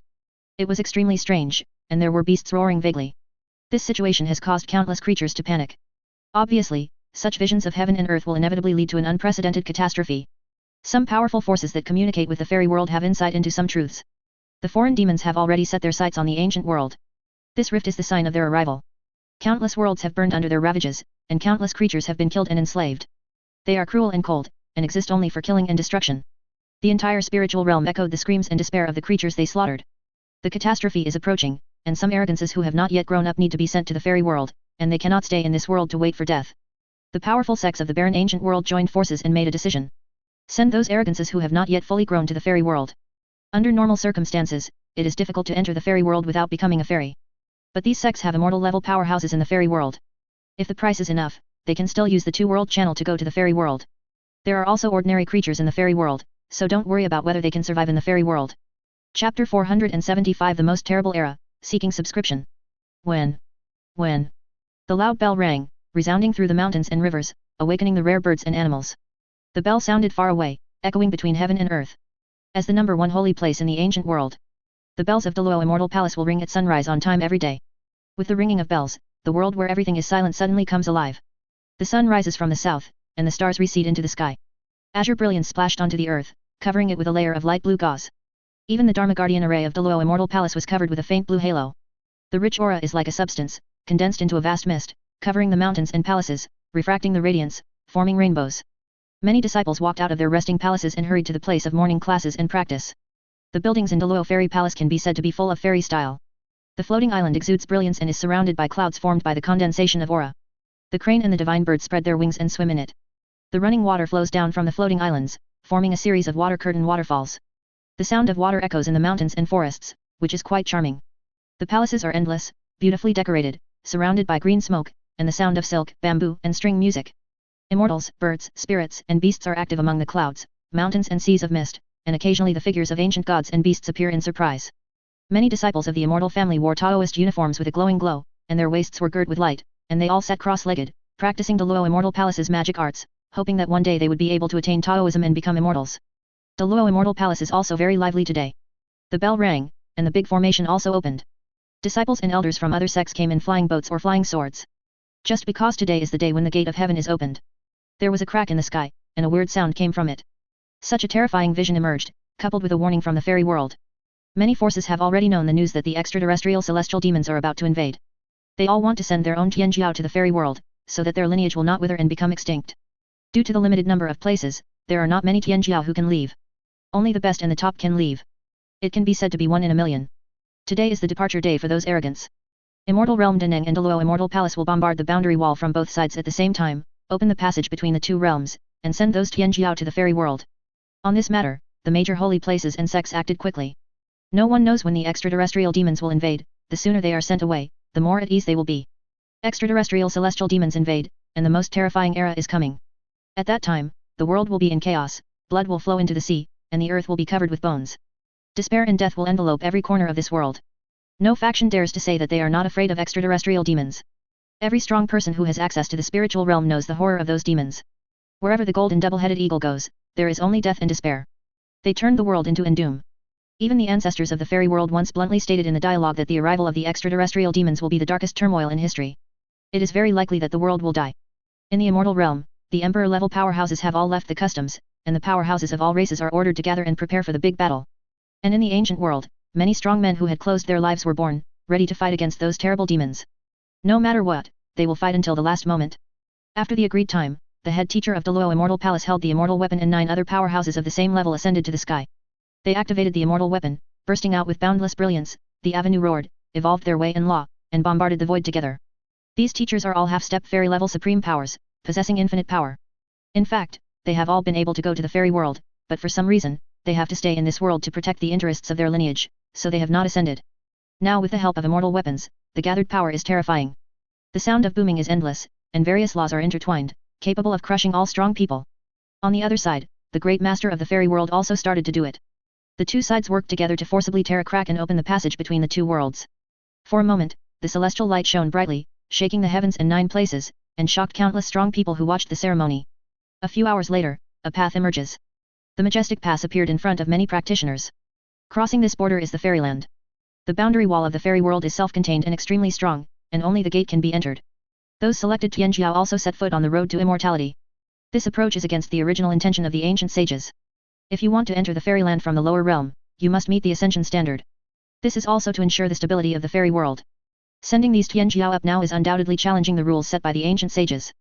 Thunder, earth, fire, and gangsters emerged one after another, trying to kill these unqualified immortal climbers. But it was blocked by the heads of the major forces and the great powers of the fairy world, allowing those arrogants to enter the fairy world safely. After the last Tianjiao entered the pass, many strong men stopped maintaining the fairyland passage. The passage between the two worlds is intertwined with the divine chain of order, slowly closing. In a catastrophe, we can't take action to kill the enemy, so we can only leave our hometown. A Tianjiao looked at his homeland with a sad face. The enemy came too suddenly. They have not yet risen, and this kind of thing happened. The other Tianjiao also showed a sense of powerlessness. Hate yourself for being born at the wrong time. Don't worry, there will be a moment for you to take action. The head teacher of Doluo Immortal Palace said, the demons from outside the territory are coming fiercely, which will definitely lead to the flames of war in all walks of life. Wizards from all walks of life will be sent to the fairy world to give them enough time to grow. You must grow up as soon as possible, the extraterrestrial demons will never let the fairy world go, and your future battlefield will be in the fairy world. The head teacher of Doluo Immortal Palace appeases those Tianjiao, let them leave with peace of mind. The channel between the two worlds is closed. All kinds of terrifying visions just now disappeared. The head teacher of Doluo Immortal Palace sighed, turned to look at the head teachers of several other forces, and was just about to speak. The bell used for warning rang in a hurry. A terrible roar came from the crack in the sky. It formed a terrifying sonic boom that reverberated throughout the world. Across vast continents, swirling oceans, flying dirt, blown plants, and devastated forests. Countless creatures screamed in pain. That horrible sound made their guts and diaphragms tremble. It vibrated the internal organs, causing profuse tinnitus and bleeding. Even the breath of practitioners was disturbed, and many practitioners who were in luck were backlashed and vomited blood continuously. The crack erupted with a strong light. A mottled, big, black thing broke free from it, like a lamb breaking free from a ewe. Accompanied by a brief glare, the sky immediately became dark again. The sun is blocked. That thing is so huge, yet so close to their world. It seemed as if they were about to hit each other. Even ordinary beings who cannot cultivate can see the surface of that thing by looking up. Large dissolving wreckage and interconnected metal panels overlap and intertwine like giant, rusted music boxes. Some areas emit a dark red light, and some areas emit a green light. Glows of different colors are dotted on the surface of the huge star, which looks very messy. Countless rays of light flew out of that thing. Compared to that giant, they seemed very small. It looks like a group of fireflies, with glowing tails. Thousands of tiny brilliants, hard to count. The whole sky is falling at high speed like a meteorite. The huge stars flickered, as if the sun suddenly appeared on them, and then went out. After a short while, a series of meandering beams of light with lightning fell from the sky, bombarding the entire land, turning pieces of rock into glass. The protective formation of Doluo Immortal Palace also encountered a violent attack. The yin and yang qi are spinning, removing all the destructive power carried by the beams of light. Countless shells fell, and tower-like flames shot up in all directions on the horizon. Even without the appearance of the sun, the sky was lit up by continuous explosions and beams of light. The terrifying shock wave shakes the whole world. The sky is falling apart, the mountains and rivers are shattered, and the end is coming. The sky became gorgeous because of the scattered light. Those monsters are coming. The head teacher of Doluo Immortal Palace said, all disciples obey the order, defend Doluo Immortal Palace, and never let any demon enter this place. Sworn to the death to defend Doluo Immortal Palace. Sworn to the death to defend Doluo Immortal Palace. Sworn to the death to defend Doluo Immortal Palace. Many disciples roared. Countless disciples flew out with flying swords, went to the command of the elders, obeyed the orders of the elders, and defended the main roads of Doluo Immortal Palace. Junyang Holy Land is resigning first. The head teacher of Junyang Holy Land turned pale, and he needs to return to Junyang Holy Land to preside over the overall situation as soon as possible. Will it be too dangerous? Asked the head teacher of Doluo Immortal Palace. I think the other elders can also preside over the formation, so let's stay here. Those demons have already attacked, and I don't know what they have. If they go out, they will be met. Isn't it such a pity? The words of the head teacher of Doluo Immortal Palace made the head teachers who originally wanted to rush back to the sect show expressions of surprise. The horror of the heavenly demons outside the territory, even the great powers of the fairy world are very afraid. Let's stay here for now. A head teacher sighed, I just hope that the great elder can take care of the overall situation. The other headmasters could only agree to this suggestion considering the strength of the heavenly demon. When the landing capsule fell, a series of explosions occurred because of its huge impact force hitting the ground. Within a radius of 100 meters from the landing point, those creatures were all blown away by the huge explosion shock wave, or their bones were directly broken. Waiaik! Waiaik! Waiaik! The orcs made sounds continuously. They roared loudly and rushed in all directions, brandishing their weapons. Launched an attack on all living creatures and buildings within sight. Screams and cries arose. I hack them to death, these four-armed monkeys are all damned, and all the waste is ours. Scarface roared through the communicator. In every orc army, there is a grit kid with a megaphone on his back. Scarface's voice is echoing on the battlefield through these loudspeakers. Scarface Liao quickly noticed the Doluo Holy Land, which was emitting light and could not be broken by orbital bombing. See that glowing cover, hit it there, Cyclone boys, charge up. Throw the grit with the bomb in there, let them know how powerful it is. Scarface roared loudly. Send your orc boys to the glowing hood. Judging from my own experience. Where there's an odd shroud protecting it, there's often good scrap. Scrap, shiny and powerful. With a little modification, it can become a good weapon. The cultivators defending Doluo Holy Land looked pale as they watched the overwhelming green tide. There are too many, at a glance, they are all green. Each demon has red eyes, terrifying fangs, and bulging muscles, making it terrifying just to look at it. The magic circle in Doluo Holy Land is very powerful, attacking and attacking is one. But any powerful magic circle has its own limitations. The green-skinned orcs used the Waiaic force field created by the Shinik boy, the magic circle of the Great Luo Holy Land. The two sides launched a big fight. The disciples of the Immortal Palace waved their forearms, pinching up the seal while controlling the flying sword. They fought with the influx of green skins. A disciple charged forward, he controlled 4 flying swords with 2 hands, and pinched the seal with the remaining 2 hands, causing the phantom of the sun and the moon to appear behind him. The sun and moon seal glowed, making a shield appear on his body surface. Those orcs who rushed up were pierced by his flying sword, and their heads flew up one by one. Like cutting melons and vegetables, he killed more than a dozen orcs in a row. These extraterrestrial demons are nothing more than that. The disciple of the Immortal Palace smiled. If the opponent is at this level, it would be a dream to capture the great Immortal Palace. But soon, he couldn't laugh anymore. Those demons seem to have no end. When 1 falls, 10 appear, and when 10 fall, 100 appear. He also holds various weapons in his hand. Bright rays of light and iron bullets kept hitting him, consuming the light of his shield. The spiritual energy in the air gradually became viscous and difficult to absorb. There was no way to replenish the loss in his body, and his spirit began to gradually become fatigued. Roaring and howling shocked his senses. The longer he fights, the weaker his strength becomes. These green-skinned demons polluted the aura, making it difficult for him to continue. After beheading another green-skinned demon, the aura in this disciple's body was running out. He was forced to hold the spar in one hand, and fight while absorbing it. The remaining 3 hands each hold a weapon, beheading those green-skinned demons who want to get close to him. He knew very well that he should stay away from the battlefield, go back and use the spar to replenish the aura in his body, and then continue to fight. Aura is polluted and difficult to absorb. This kind of thing often occurs in martial arts.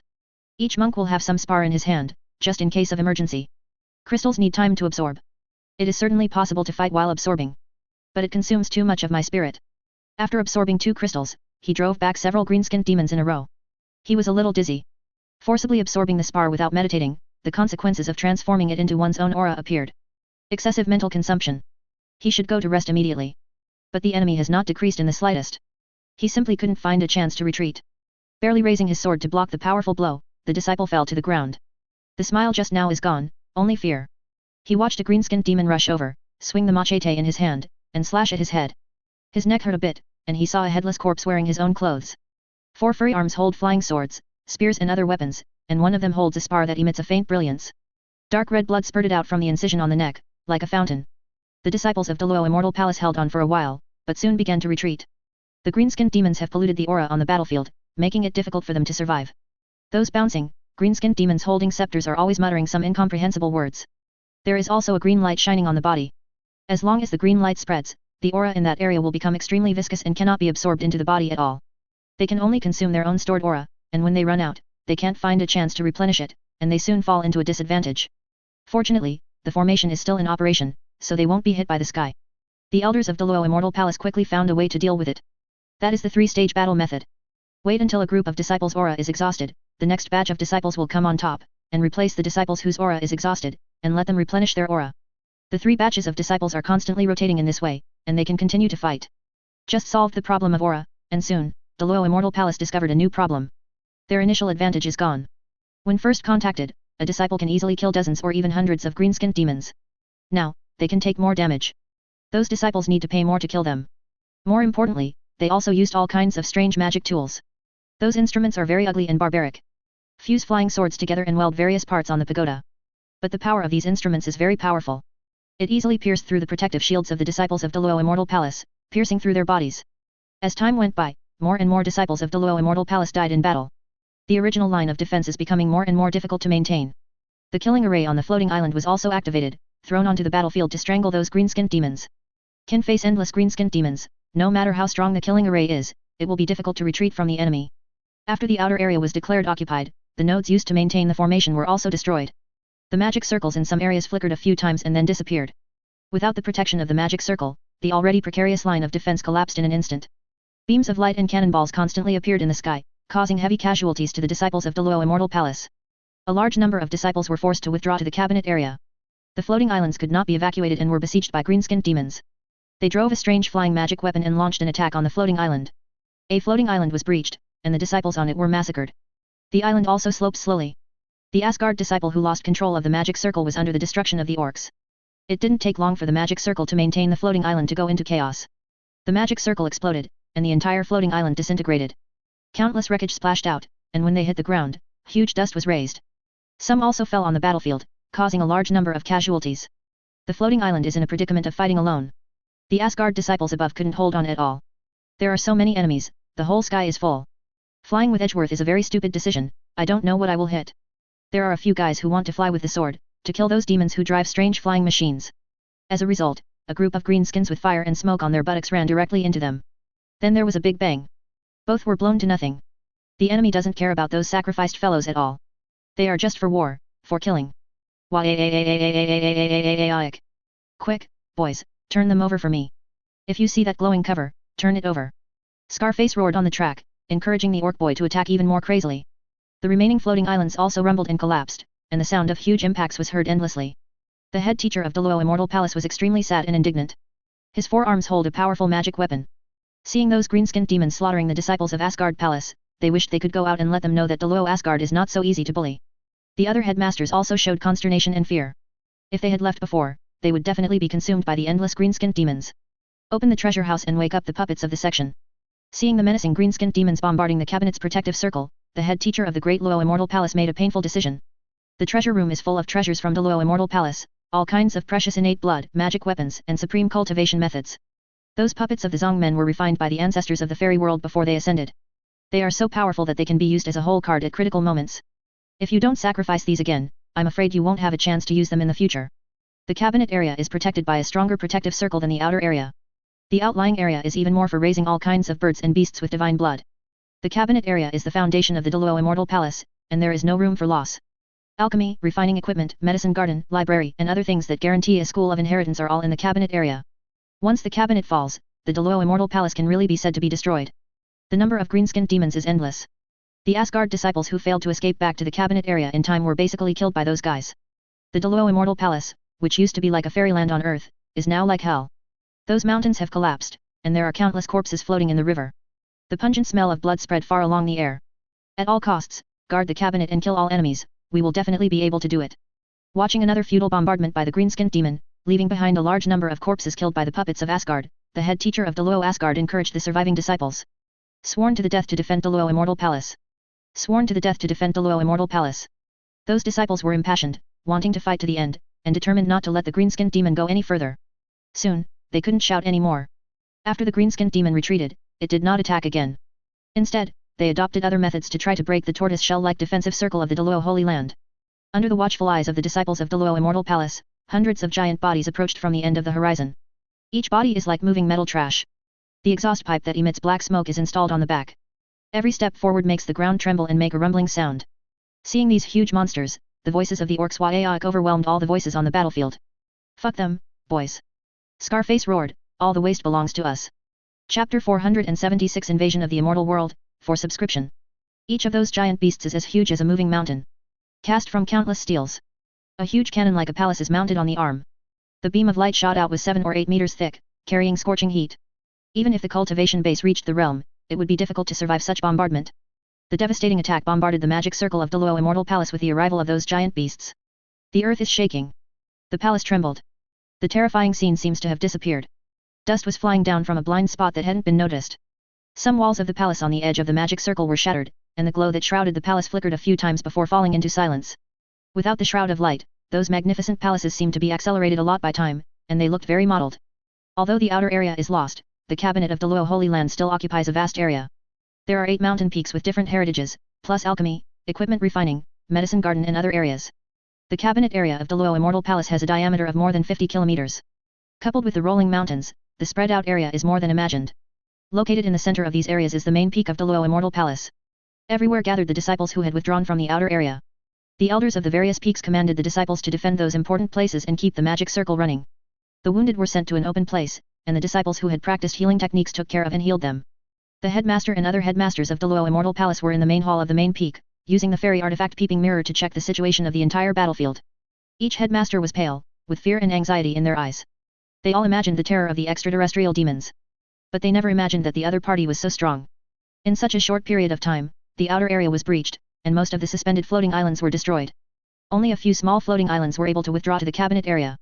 40% of the disciples died in battle, including several elders. This is only the data at the beginning of the battle.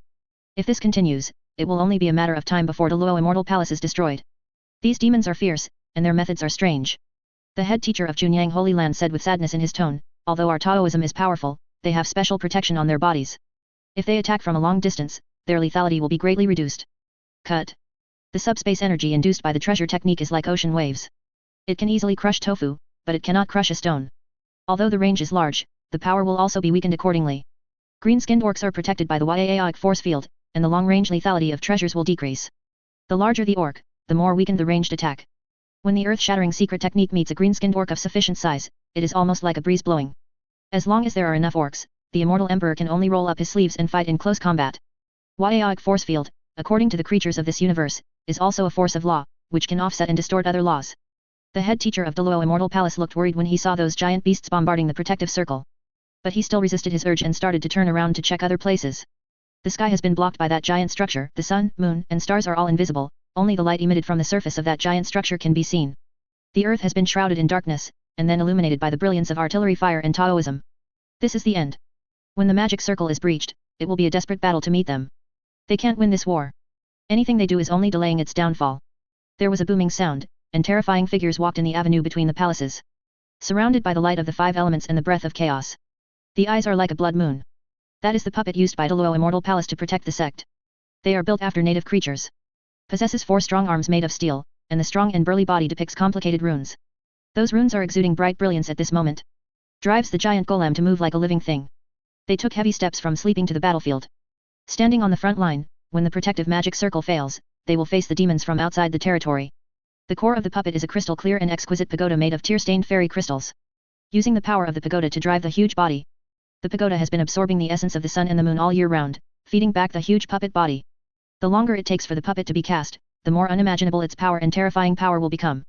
These behemoths have terrifying power. Strength has reached the upper limit of this world. No matter how strong it is, it will be tolerated by the great Dao of heaven and earth. They are located everywhere in the Deluo Immortal Palace like sculptures. Has guarded the holy land of Deluo for tens of thousands of years.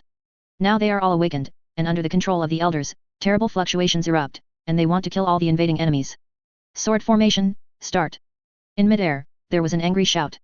I saw hundreds of disciples of Deluo Immortal Palace pinching the magic arts at the same time, and a strong light burst out from their bodies. Each one controls 4 flying swords. Countless flying swords interweave in the air. Under the auspices of the elders, they formed a giant sword array. Other disciples also formed formations one after another, preparing for a desperate fight. Several headmasters looked around the Deluo Immortal Palace. All disciples are ready to fight to the death. They stared nervously at the rippling magic circle. Every disciple knows in his heart that when the magic circle is broken, it is the final battle. The magic circle that guards the Deluo Immortal Palace comes from the fairy world. It is powerful and terrifying, and can block the immortals.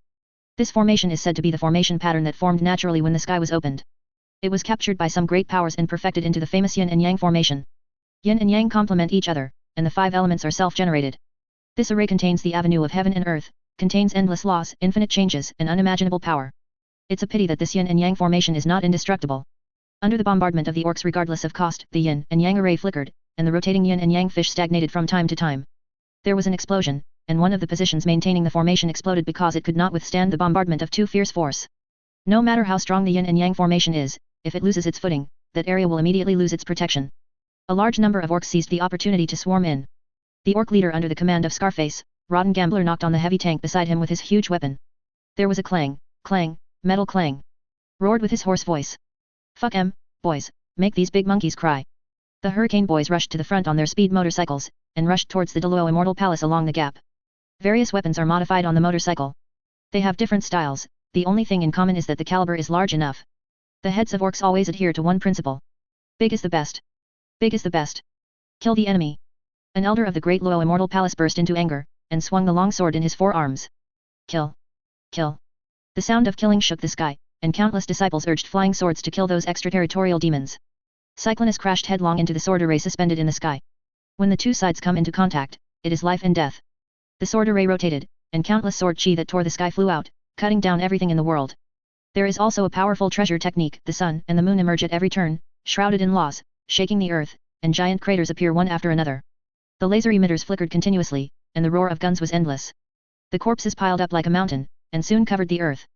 The smell of scorching permeates the air, wreckage and broken bodies can be seen everywhere, and dead people are everywhere.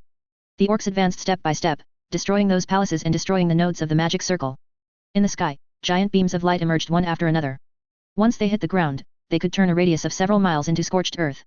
Evil demons don't care about the life and death of their fellow clansmen, they bombard them blindly, only seeking a breakthrough, and don't care about casualties at all. The elder brother of Deluo Immortal Palace led many senior brothers to fight hard, relying on a palace built on the spiritual veins to block the enemy. He is the head disciple of Deluo Immortal Palace's head teacher, and also the future head. According to his talent, he is already qualified to go to the fairyland. But out of righteousness, he still chose to stay in this world and let his second junior brother go to the fairy world. This kind of high-spirited, unafraid of life and death, and only seeking righteousness has won the approval of many disciples of Deluo Immortal Palace. If there are no accidents, it is inevitable for the elder brother to take over the position of head teacher. All disciples obey the order and must not take half a step back. We will guard Lingxian Palace. The elder brother of Deluo Immortal Palace speaks sonorously and forcefully. Inspired countless disciples, as if they had found their backbone. In Lingxian Palace, many disciples who were injured and unable to fight were even more excited. Brother is mighty. I want to bear a child for you, big brother. In this life, they will recognize the elder brother. In the future, if the elder brother tells them to go east, they will never go west. Even if they are asked to go to the mountains of swords and seas of fire, they will never hesitate at all. Those green-skinned demons swarmed. They destroyed everything along the way, those exquisite murals, glowing palaces, and all kinds of rare flowers and plants. Swarming along the avenue, scrambling to be the first, scratching and pushing each other, like beasts vying for leadership in a herd. They are getting closer. Close enough to clearly see the ferocity of the face, the pair of eyes full of malice, and the pair of terrifying fangs. Their roars are so terrifying, as if they want to destroy everything in this world. Too many, countless, like a flood. Kill. The senior brother roared. The assembled disciples launched attacks one after another, flying swords across the sky, as uncapturable as phantoms. Not many disciples have released the treasure technique. Every time a treasure is released, it will be offset by the layer of green light that emerges from the surface of those green-skinned demons. Lethal power is really hard to describe. The green-skinned demon who rushed to the front was pierced by the flying sword, and his body was torn apart. Some disciples of physical training rushed up, their strong and powerful limbs glowed with gold, and even their lush hair became golden. With a sudden punch, the head of the green-skinned demon was blown away. Physical repair has become the mainstay in such battles. Their fist-to-hand fighting has become their biggest advantage. Xiu often gets special care from those green-skinned demons. They will keep flocking to that body trainer, and then challenge him one by one. This is a very stupid approach, but those green-skinned demons never tire of it. When a green-skinned demon can defeat a body repairer who has defeated many green-skinned demons, it will cause countless carnival sounds. After the carnival is over, those demons will find other body repairs. Some disciples observed a terrible phenomenon. Those green-skinned demons who win will grow bigger and greener at a speed visible to the naked eye. The damage of Taoism to them will be lower. In the end, the earth-shattering blow, ghosts weeping and gods crying, the sun and the moon changing dramatically, and the roaring treasure technique of the Dao hit it, and only suffered a slight injury. The number of enemies is increasing. Brother tried his best to cut down every green-skinned demon that rushed up, but it was difficult to stop the defeat. The great wilderness swallows the heavens. Looking at the increasing number of green-skinned demons, the elder brother shouted loudly, gathered his strength and used his strongest magic technique. A savage breath emanated from his body, caused the avenue to roar endlessly. The great famine swallowed the sky. This technique comes from the fairy world, and it is said that it is a treasure technique obtained by a supreme power in the chaotic and unopened primordial world. Probably from a previous era. This technique is powerful. If it is performed by the strongest, it can ruin a world. Even though the elder brother's cultivation base cannot reach the immortal level, he should not be underestimated. Following his roar, a terrifying airwave swept through the sky, and black cracks appeared visible to the naked eye in time and space. The green-skinned demons nearby were all shredded, and those a little further away were knocked into the air. This move greatly relieved the pressure on the defensive Asgard disciples. Eldest brother also panted heavily as if his kidneys were overdrawn. Seeing the power of his move, the senior brother felt a little lost. In the past, this move could wipe out a huge city and wipe out millions of troops with a snap of its fingers. Now they can barely force those demons back. The green glow on those demons is too disgusting. It makes these powerful treasures look very tasteless. A terrifying monster stepped out of the green ocean. It is the leader of the orcs, a bad gambler. His original jaw was amputated long ago by Dr. Greenskins. The reason is that his jaw was swollen on the battlefield. The clever doctor just sawed it off and inserted a huge metal chin. This metal jaw will never get swollen. Rodden Gambler is equipped with various weapons, one of his hands was cut off, and a high-speed rotating chainsaw is installed. There are also several huge metal prosthetic limbs embedded in the back, the kind that can blow up a four-armed monkey with one punch. Every metal prosthetic was stained with blood. Tick tick tick tick tick tick tick tick tick down. And some ape hair stuck on it. The bad gambler doesn't even bother to count how many enemies he has killed. This Yaik, he is very satisfied. Much more powerful than the previous ones. The boss also said that after defeating these four-armed monkeys, the passage to other worlds can be opened, and then it will be a more grand Yaik. Evil, go to hell. The elder brother rushed up. Brother is very fast, and his movement has after images. When he reached the demon, he jumped up. He drew his sword. A light appeared on the body of the sword, it was very bright, and the avenue was roaring, a sword light emerged, illuminating the 10 heavens and 9 earths, the sword energy was so fierce that it seemed to be able to cut through the universe. He chopped off one of the opponent's metal arms. The disciples cheered. celebrating the big brother's victory. He was caught by the opponent's other metal arm. He was crushed. His eyeball flew out and was crushed again. Brother is dead. The disciples cried and screamed. They fled everywhere, and Ling Xian Palace couldn't hold it anymore. The wounded disciples inside were massacred by the green-skinned demons pouring in.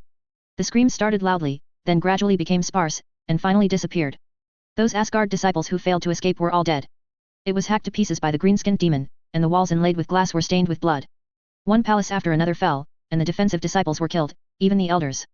The medicine garden was destroyed, and the precious elixir that had not been transferred in time was snatched by the green-skinned demon. The alchemy and crafting workshops were breached, causing looting of precious elixir and magic weapons. All the disciples were killed, and the elder was pierced and hung on the banners of those green-skinned demons. The 8 peaks representing inheritance also fell one by one. The shining light goes out, which means that the last resistance has also failed. With the final roar of the peak master, the curtain fell. The surviving disciples retreated to the main peak in embarrassment, which was their last battlefield. Some injured disciples fled to the main peak with the help of other disciples. The orcs followed closely, and they slaughtered those Asgard disciples who couldn't move fast enough. There are some Yujian disciples in the sky who are still struggling to resist. Even though the sword array has been dilapidated, they are still doing their best to maintain it, preventing the green-skinned demon from chasing other companions. Those hurricane boys charged into the formation of those Asgard disciples. Guns roared, explosions and bullets tore their bodies apart, and fell to the ground like kites with broken strings. Everything that was once glorious is gone, only death and pain remain. The headmaster of Deluo Immortal Palace saw those green-skinned demons planting a banner with a golden double-headed eagle on each mountain peak in the main hall. Beside the banner, there were other rough-style banners. The golden double-headed eagle flutters in the turbulent air currents of battle, standing proudly above the devastation wrought in its name. We need to speed up. This is the easiest place to open the passage between the two worlds. Just choose here. In the ruins of the former ancestral city of the fish and dragons, bones were scattered, covering the earth. A banner of the imperial double-headed eagle flies over the ruins and bones. Staff wearing imperial uniforms come and go, carrying various instruments and completing their work. Hovering servo skulls and cherubs roar through the air, relaying commands to designated targets. Machine slaves equipped with industrial-grade servo systems carried all kinds of heavy goods, and began to build cross-time and space passages according to the instructions of the mechanical sages. Those once arrogant and self-righteous ichthyosaur strongmen have disappeared, and have been swept into the garbage dump of history. They once regarded human beings as ants, but they were completely destroyed by human weapons. The spread of the Mim virus has caused all the aliens in this world to die in cannibalism. The Empire regards it as a springboard to the fairyland. It is necessary to establish a stable road to the fairy world here, so as to launch an offensive to the fairy world. Of course not only this world, but also other worlds are doing such things simultaneously. Hundreds of passages will be opened at the same time, so that the Imperial Legion can be thrown into the army in batches. Some dark crows have sneaked into the fairyland, after obtaining accurate space-time coordinates. The Empire will send a large number of doomsday devices near the time and space where the fairyland is located, and use resonance to weaken those practitioners. It's amazing. The man-tiger from Man Village looked at those magnificent buildings and couldn't help sighing that they were much bigger than the stone houses built in his village. The barbarian village that John once visited has also stepped out in response to the call of the magnificent world of human supremacy. In fact, they don't understand any macro narratives. It is simply someone who promised that as long as they fight for the Holy Emperor, they will get inexhaustible things and all kinds of knowledge. Those precious cultivation methods are given away for free as if they don't need money. The other party also promised that they would not be bullied by other races again. The golden double-headed eagle emblem that the kid said back then can be seen everywhere here. Chapter 477 Dengxian Road Break, for subscription. At the beginning, many people in Man Village were skeptical of what the little boy said. Even the well-informed village head, who had traveled around in his youth, had never seen the emblem of the golden double-headed eagle. For such a character who appeared mysteriously and rescued the little kid, they even doubted whether it really existed. Until one day, the envoy from Pinjian City, the great city of human beings, appeared with a golden double-headed eagle flag, and the unsolved case was solved. From the mouth of the messenger from Pinjian City, everyone in the barbarian village knew that the mysterious person who saved the little boy was the messenger from the Empire. Affiliated to the Imperial Military Department, a company commander of the Raven Guard chapter. The deeds of the other party are not only saving the little kid, but also turning the tide and saving the human race from danger. When the guardian of Pinjian City, Granny Yu, was plotted to death, and when many powerful aliens wanted to enslave the human race, it was this mysterious man who shot and killed the 4 saints in an instant. Destroy the alien allied forces with every gesture. Save human beings from the crisis of enslavement and extinction. More importantly, it also used mysterious weapons to cause infighting among those powerful races, wiped out many alien races in one fell swoop, and established the status of human overlord. Why can the house be built so high? Man Yun, the head of Man Village, raised his neck and looked at the towering megalithic building with nothing but wonder and awe in his heart. The power of the mysterious empire is really breathtaking. Such a magnificent building only took a short time to complete. The eyes of everyone in Man Village widened. Too fast.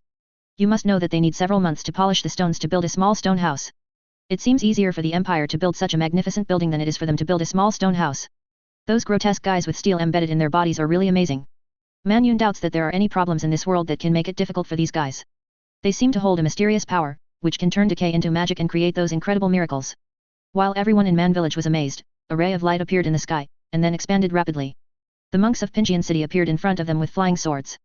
After the altitude dropped, he retracted his flying sword and landed directly beside Man Yun. He took out a document from the sleeve robe and handed it to Man Yun.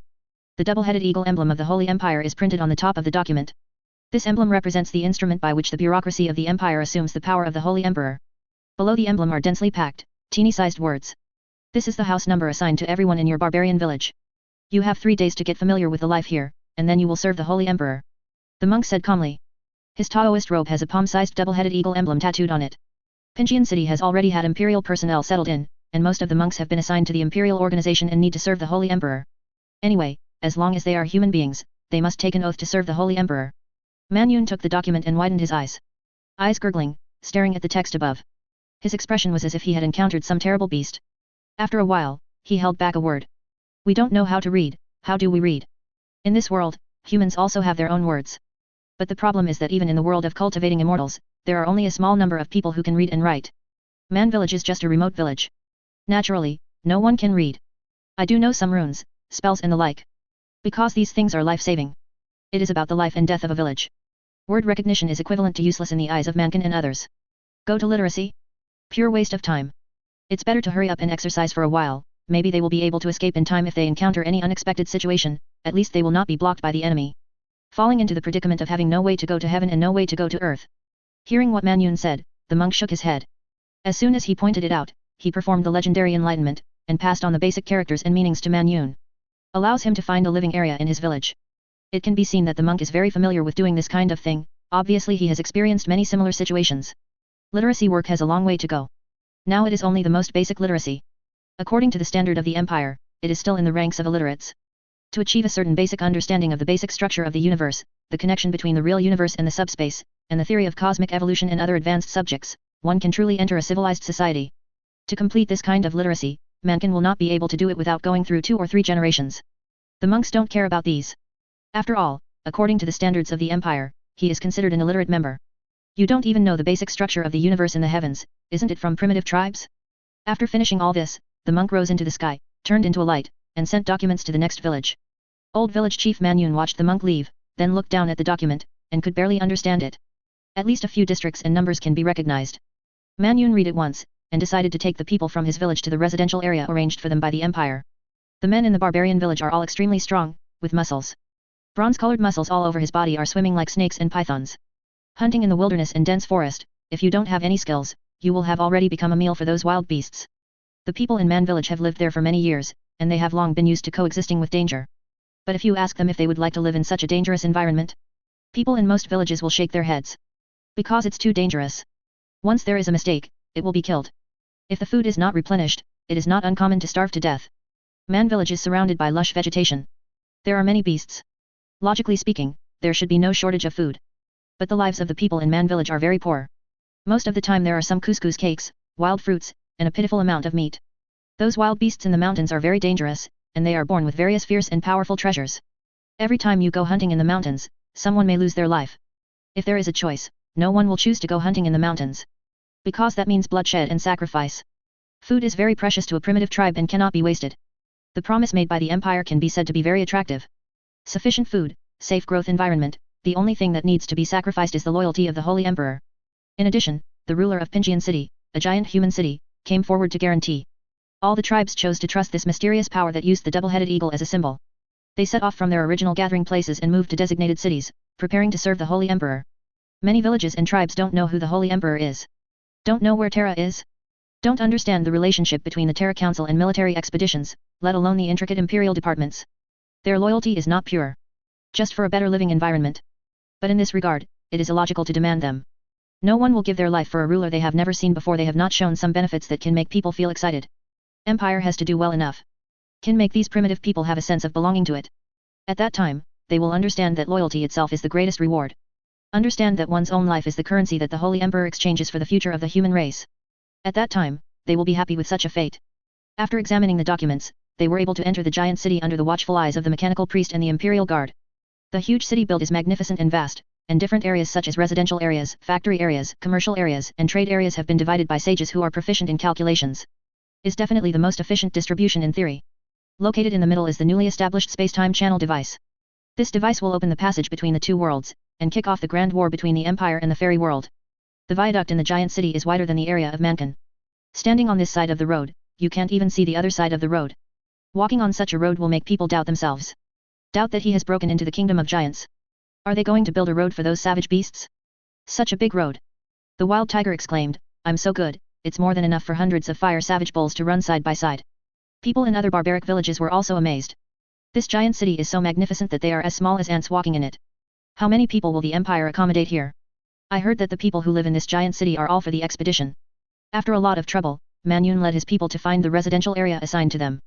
All living rooms are built according to imperial colonial standards and equipped with complete living facilities. For Man Yun, Man Hu, and others who have lived in primitive times for a long time, it is really strange for Grandma Lu to enter the Grand View Garden and see everything.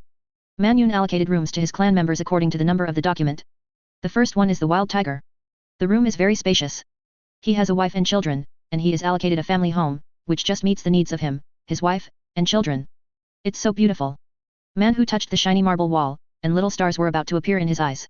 The house he polished in Man Village was not as beautiful as this. The doors are all open. They walked right in. As soon as he walked in, he heard a voice coming from the room. The dancing light outlined the appearance of an elf in the room. Hello, I am your housekeeper. I will conduct a simple science popularization for you and learn how to use these technological creations so that you can use them better. Patriarch, come here, a villain can come out here, this guy can't be a ghost. The wild tiger yelled loudly. Man Yun, who was being assigned, had to stop what he was doing. Many clansmen also rushed over. Looking at the people suspended in the air, they all showed shocked expressions. Could this be the legendary spirit? This guy's cultivation is very high, or he just appeared without a body. It must be the power of the Empire. Hurry up and meet Deneng. What the hell, this is the power of the Empire. It is able to leave the body. This is at least a half-step immortal existence. Man Yun's tone was trembling. What kind of concept is a half-step immortal to Man Village? If there are 1 or 2 Dongfu realm practitioners who understand the treasure technique, it is already the most powerful village in a radius of tens of miles. Half-step immortal, that is an existence that is unimaginable. Hearing what the village chief said, everyone knelt down one after another, hoping that their disrespect just now did not offend the mighty power of the Empire. I am just a home assistance system, number 9527. The purpose of my birth is to help humans in the backward world better integrate into the Empire, not a practitioner. The system made a sound, trying to explain that he was not the power that the barbarians thought he was. Who has seen this scene in Kamen Village? The phantom of a person is floating in the air like that, it is not a ghost, it is the power that can leave the body. A bunch of ignorant bumpkins. A mocking voice came from behind. No matter how the home system explained it just now, they firmly regarded it as a powerful barbarian. Hearing this voice, the barbarian looked back with an ugly expression on his face. It was their old friend, Ishimura, who made the mockery. Shi Village is a village near Man Village. There is no blood feud between the two parties, but there are many contradictions. Everyone can't understand each other. Each village has its own hunting range. The hunting ranges of the tribes of Man Village and Shi Village are divided very closely. People in the two villages often quarrel or even fight over their prey. If Pinjian City hadn't formulated the rules that human villages should not fight to the death secretly, they would have formed a death feud long ago. Even if they move here now, the people of Shi can still see the jokes of Mankin. What did you say? Man who was impatient, stood up and scolded angrily. Say you are ignorant. A burly man from Shikan came out from the crowd. He was very strong, with a lot of muscles. Standing there, he naturally exuded a forceful aura. When he spoke, his voice was very loud.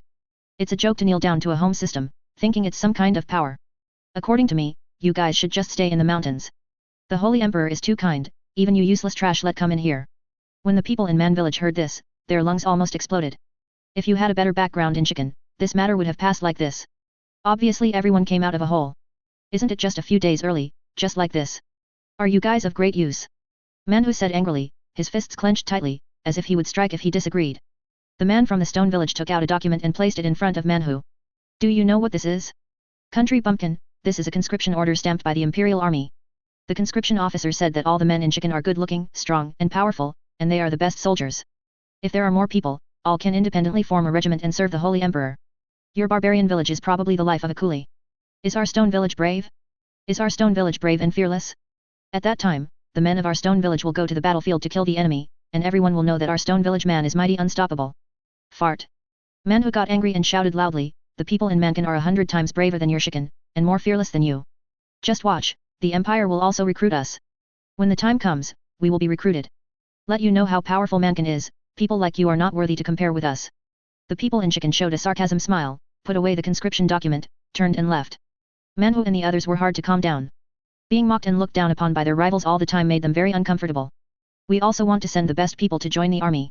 As the village chief, Man Yun said, this is for the honor of the village, we must not let those damned guys look down on us. I'll go. A childish voice sounded. Everyone followed the voice and saw that it was a kid.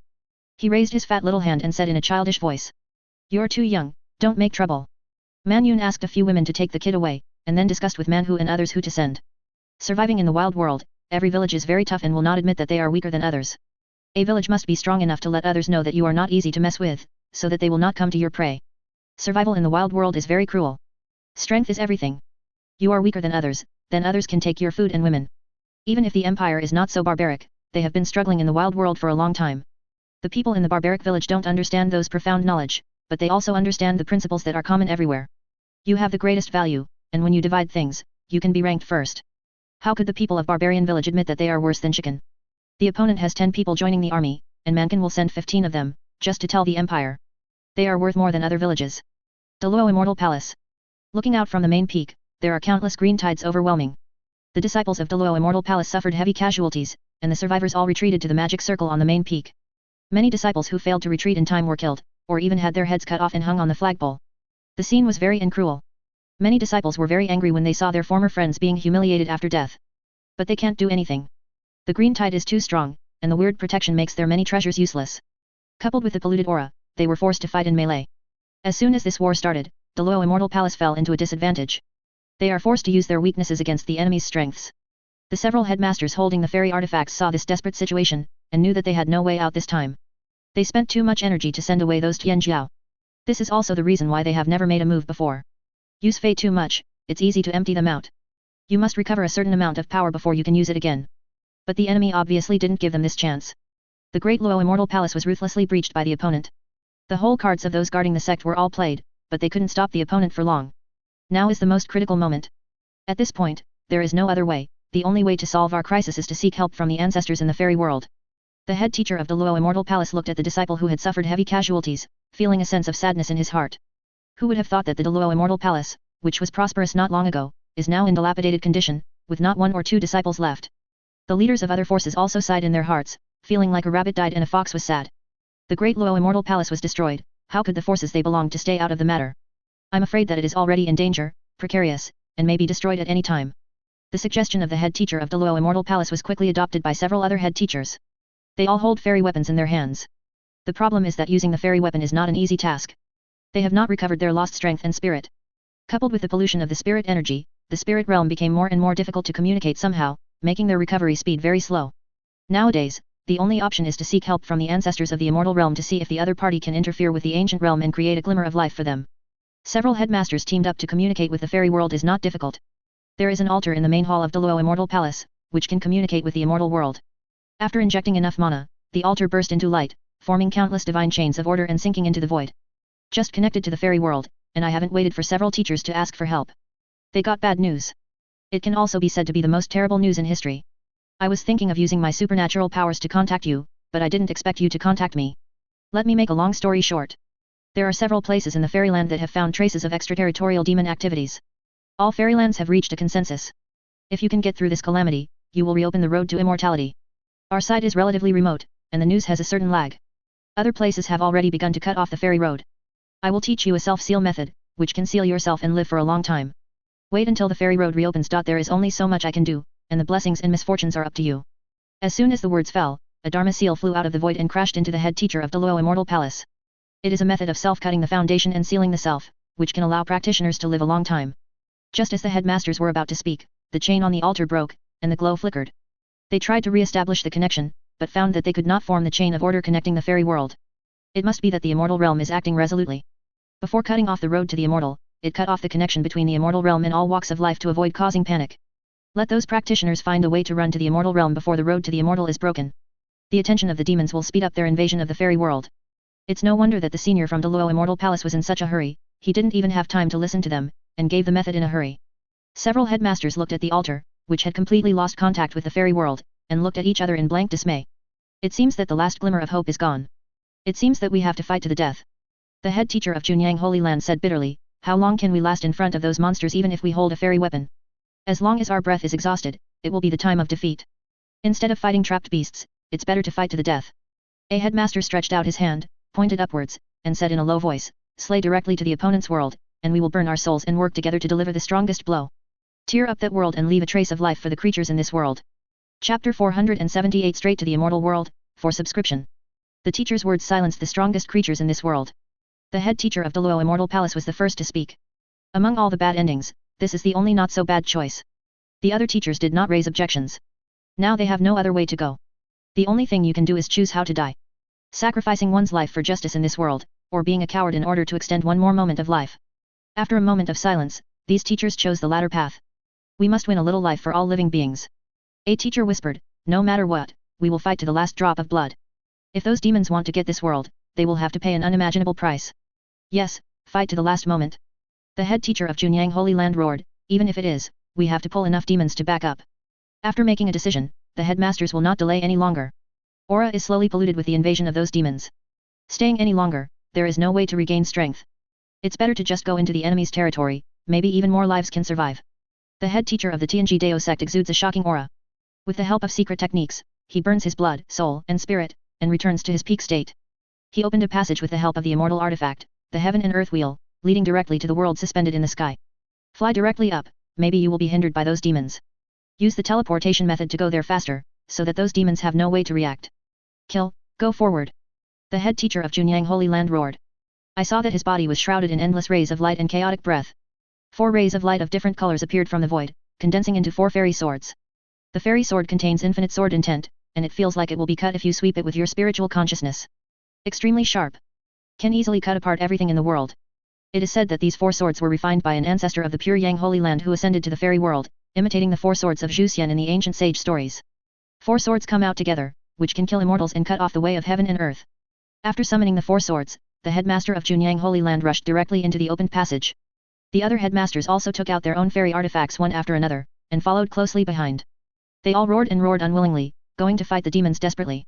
The disciples of Asgard who retreated to the main peak couldn't help feeling excited when they watched the strongest men in this world make their moves. Maybe, these powerhouses can turn the tide of battle and bring them a glimmer of life. All survivors are praying that these strong men can turn the tide, win this victory, and severely defeat the enemy. The headmaster of pure Yang Holy Land who was the first to step through the portal of light regained his eyesight after the strong light, and saw the world where demons from outside the territory lived. Steel buildings stretch endlessly to the horizon.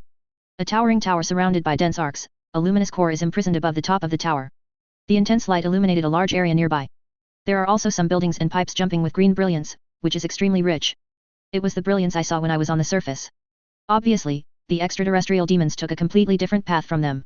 The green radiance emitted a strange fluctuation, causing the power in his body to slowly fade away. The headmaster of the pure Sun Holy Land realized that the green light had the same effect as the light on the demon. That is to weaken their strength. The 4 fairy swords exuding a simple atmosphere were floating around him. When operating, there is a feeling of stagnation, as if separated by an invisible membrane. It is no longer as easy to control as it used to be. Other headmasters also emerged from the passage. As soon as he came to this world, his complexion changed drastically. They all feel the oppression of this world on them. The connection with the spirit world is slowly disappearing. When the practice has reached their level, it is not only spiritual energy that is absorbed. Their souls will also be combined with the spiritual realm, continuously absorbing more pure and essential power from the spiritual realm. If they cannot contact the spirit world, their strength will drop a lot. Surrounding the chaotic aura around the several head teachers, the rich energy and blood and the light of the 5 elements are slowly dimming. There is a special power in this world that is weakening them. It's like those orcs weakening the Asgard disciples. After realizing this, several headmasters suddenly turned pale. I wanted to give up my life for righteousness, so as to gain a little life for the common people in the world. Who would have thought it would be a dead end? A teacher performed the supreme secret technique. If it was in the past, this secret technique would definitely resonate with the heaven and the earth, and the mountains and rivers would change dramatically, wiping out all the creatures in a radius of thousands of miles. But in this world, it is very unbearable. The range of influence is only tens of meters. Can only kill those extraterritorial demons that are close. The original plan went bankrupt directly. With the help of the combined force of the fairy weapon, it is absolutely impossible for them to destroy this world. If it's an ordinary world, maybe it's okay. The problem is that there are weirdnesses in this world. It's not bad that they can make a giant deep hole with a single blow. But that will inevitably bring the price of the collapse of the fairy weapon. Why? The green-skinned demons recovered from their intrusive surprise, roared ferociously, and rushed towards them. Several headmasters greeted them with fairy weapons and beat them all to rotten pieces. After massacring a group of extraterritorial demons, those guys fled screaming. During the battle, a headmaster accidentally destroyed a tall tower emitting green light next to him. The suppressed soul suddenly felt a lot lighter. It felt like the elder of the Hehuan sect was nourished again after being imprisoned for several years. It's just so wonderful. Destroy those things that emit green light, they suppress our power. The head teacher shouted. The other teachers also reacted immediately. Those weird buildings emitting green light are constantly absorbing their power like a sponge absorbs water. Let their celestial artifacts and treasure techniques not be able to exert their due power. Destroy them, maybe you can restore your strength. But those demons didn't give them time. Accompanied by a booming sound. A green-skinned demon, the largest since the start of the war, appeared in front of them. That demon was much bigger and greener than the others. When moving, it is heavier than the sound made by those giant puppets. The axe in his hand was bigger than all of them combined. Those scarlet eyes expressed tyrannical cruelty, and the ecstasy of seeing them. A row of densely packed teeth is like a guillotine. Wearing a thick helmet on the head, the horns on the helmet are longer than their swords, also exuding a terrible brilliance. It looks like some kind of rare iron is melted and cast. On the thick set of armor on his body, he could also see the shimmering fluorescent iron fairy gold, all of which were extremely precious. I don't know how many worlds were destroyed to get so many precious gods. The huge size brought a terrible sense of oppression, which made the several masters feel fear involuntarily. Their power was suppressed badly. The fairy weapon can't exert its original power. Facing such a behemoth, they really have no chance of winning. Scarface roared. The huge sound formed a sound wave visible to the naked eye, shaking everything around. He never thought that there would be a fool who would come to his place on his own initiative. Directing those boys, exhausting him. But for the greater Yaik, he can only endure the pain of not being able to fight in person. After conquering this world and opening the passage between the two worlds, you can descend on the battlefield without any scruples. I thought I would be bored for a while, but who would have thought that there would be fights? The first person to die was the headmaster of Junyang Holy Land. When he saw the arrival of the orc warlord, he immediately picked up the sword formula and manipulated 4 flying swords to cut off the opponent's head. The 4 swords easily pierced into the huge body of the orc warlord. The sword energy and sword intent contained in it did not play a role. A substantial green light appeared on the surface of the scar-faced fang, forming a shield force field. This is what every orc warlord has. The more powerful the orc, the more it will be blessed by the Yaik force field. This force field will become very terrifying as the number of orcs increases. Such long-range Shinnik attacks basically have no effect. Even suppress the opponent's spiritual energy in turn. The only thing that works is the sharpness of the 4 swords, not some mysteriously blessed sword intent, sword energy, and the like. 4 swords pierced Scarface Fang's body, forming 4 penetrating wounds, but did not affect his actions. The headmaster of the Pure Sun Holy Land was caught by one of Scarface's mechanical arms, and the other mechanical arm emitted high-temperature flames. It's like grabbing a bug with tweezers and putting it in front of a blowtorch to burn it to char. The second one is the head teacher of Deluo Immortal Palace. Seeing the headmaster of Junyang Holy Land being burned alive like this, fear also appeared in his heart. The methods of these demons are too terrifying and weird. Seeing the monster looking at him, terrifying auras emerged from his body, and a divine ring appeared behind him. The fairy artifact that suppresses the luck of the sect, the pagoda, is also rotating at a high speed under his urging, releasing waves of chaotic aura, which is so heavy that time and space are rumbling. Even if the power in my body is pouring out like a leaking balloon, I don't care. Facing this kind of death without dignity, the head teacher of Deluo Immortal Palace was really scared. But his resistance didn't work. The presence of the Yaik force field severely weakened his strength. No matter how powerful the treasure technique is, it cannot break through the defense of the orc warlord. Only by punching to the flesh, can these ancient holy weapons that are fully awakened and enhanced by imperial technology be able to cause damage. The head teacher of Deluo Immortal Palace was slapped into a pulp. On the contrary, the celestial artifact, the pagoda is extremely strong. Even if its owner was patted into a pulp, it was not damaged in the slightest, but its brilliance dimmed a lot. The fate of the other head teachers is not much better. Seeing that the situation is not right, the head teacher of TNG Taoist sect wanted to escape with the help of the celestial artifact, the will of heaven and earth, but was disturbed by the masters using the space-time device, and finally the head teacher was crushed by the power of space. Even if it was just an insignificant battle, Scarface was still very satisfied. These 4-armed monkeys bring more pleasure than spankers. The disciples of Deluo Immortal Palace waited hard, but they didn't get the comeback they wanted. Several headmasters are gone forever. The mountain protection formation struggled for a while before being broken by these demons. Then there was a massacre. Deluo Immortal Palace also declared its demise. The rotten gambler took his orc boy to evacuate from Deluo Immortal Palace, and went to a place that could bring them more fun. There are still some hidden holy places and sects in this world that need to be cleaned up. He can have enough fun with those guys. Some big techs started to build a huge space-time device. The Empire gave them the schematic design. The big techs will take the grids to build their own space-time devices in the style of the orcs, and open the passage to the fairy world. Scarface is looking forward to this more grand Yaik expedition.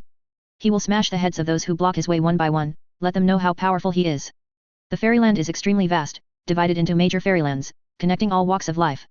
Those who have the ability to ascend can become immortal level powerhouses through the two-world channel. Of course, there are also a large number of immortal level powerhouses in the local area. Ascension plus natives, there are hundreds of millions of immortals in the fairy world. Some practiced fairy palaces or sects have a long history. There are some power legends that have existed since the beginning of the sky, very ancient. Bihun Immortal Palace is the strongest force located in Bihun Immortal territory. It is said that there is an immortal emperor sitting in the town. Northern Cold Immortal Palace covers a vast area, and the palace flowing with rays of light is continuous and undulating, with no end in sight. There are countless beasts and birds. Immortal grass and magic medicine can be seen everywhere. The main race of Bihun Asgard is the Ice Dragon clan with the head of a dragon. They are very talented in cultivation. Born to be a master of ice-type Taoism. Bihun Asgard is connected to many lower realms, and the Ice Dragon race is distributed and survived in every world. Most of the ascending Ice Dragons will basically join the Northern Cold Asgard. In the fairy world, the competition between different races is also very fierce. Immortal level powerhouses without the support of strong clans are doomed to be very difficult. There is no way to find a suitable trading place for Taoism, martial art, magic weapon, elixir, etc. Without the support of a strong family, they dare to lie to you, fool you, and take your fairy crystal and refuse to work for you. What the fairy world pays attention to is the background, and what it pays attention to is the power. Some of the immortals of the human race who are attached to Bihun Asgard have a deep understanding of this. It is too difficult for the human race to cultivate. They have no support, so they can only barely survive by relying on others and relying on other forces. After ascension, although they are collectively referred to as immortal ranks, there are still divisions between immortal ranks. The lowest level is the true immortal realm, followed by the celestial immortal, golden immortal, Deluo, immortal king, immortal emperor Quasi, immortal emperor and other realms. The human race has branches in all walks of life, and the number is huge, but there is no strong person above the level of a fairy. Because human beings are stuck at the true immortal level, they cannot be promoted to the latter realm. No matter what method is used, there is no way to advance to a higher level. That is to say, the true immortal level is the end of the road of human cultivation. Without the protection of the strong, the human race can only be described as pitiful in the fairy world. Can only live in desolate, remote areas. Or become a vassal of other strong races. Humans in many places are still treated as slaves and puppets. Many human Tianjiao have hatred in their hearts, but there is no way to change it. They don't have immortal emperor level, immortal king level, Deluo level, or even celestial immortal level powerhouses. Can only be slaughtered. There are some rumors that the human beings in the past were the most suitable physique for cultivation in this world, and they could complete the cultivation of others for tens of thousands of years in a few hundred years. Even the worlds were created by the human race, but somehow, the path of human cultivation was cut off, and they could only cultivate to the real fairyland. If you go higher, you won't be able to fix it. You trash. A curse came from the palace. A teenager from the Ice Dragon clan slapped a real human immortal on the face. I can't do this little thing well. The boy from the Ice Dragon clan has only just practiced, and he hasn't even reached the Holy Land yet. But the human immortal was still trembling, even if he was beaten, he didn't dare to fight back. Just because the Ice Dragon clan youth in front of him is noble, he is not something he can provoke. Once you offend the other party, not only will you be punished, but you will also implicate your own clansmen. Go down, all of you. A dignified, feminine Ice Dragon woman walked in, looked at the furious little Ice Dragon walking back and forth, and shook her head. Why is Howard so angry? Father promised to take me to play, but he didn't come back for so long, so he was lying to me. Xiao Binglong said. Something happened in the lower realm. Your father and other colleagues went to guard the border connecting Bihun Immortal territory and the lower realm to prevent those enemies from entering. Humph, it's just a lie. There are countless immortal level powerhouses in the Bihun Immortal Palace, and the ancestors of the immortal emperors are in charge. If anything can threaten us, it's just breaking our promises. Xiao Binglong didn't believe her mother's words. In other words, he thought his mother was lying to him. He will come back as soon as possible. The dignified Ice Dragon woman shook her head and said helplessly, it will be good to let him accompany you when the time comes. If you lie to me again, I will ignore you next time. Xiao Binglong looked at his mother and said firmly. The glory of Makraj. Kalgar, who was sitting on the throne, stared at the many screens suspended in front of him, extracting useful war information from them. The elder prophet, Anvil, stood not far from his throne, assisting him to check the spiritual readings from various areas. The sound of the metal prosthesis hitting the floor came, and a sage walked in from the direction of the door. My lord, 120 worlds are ready.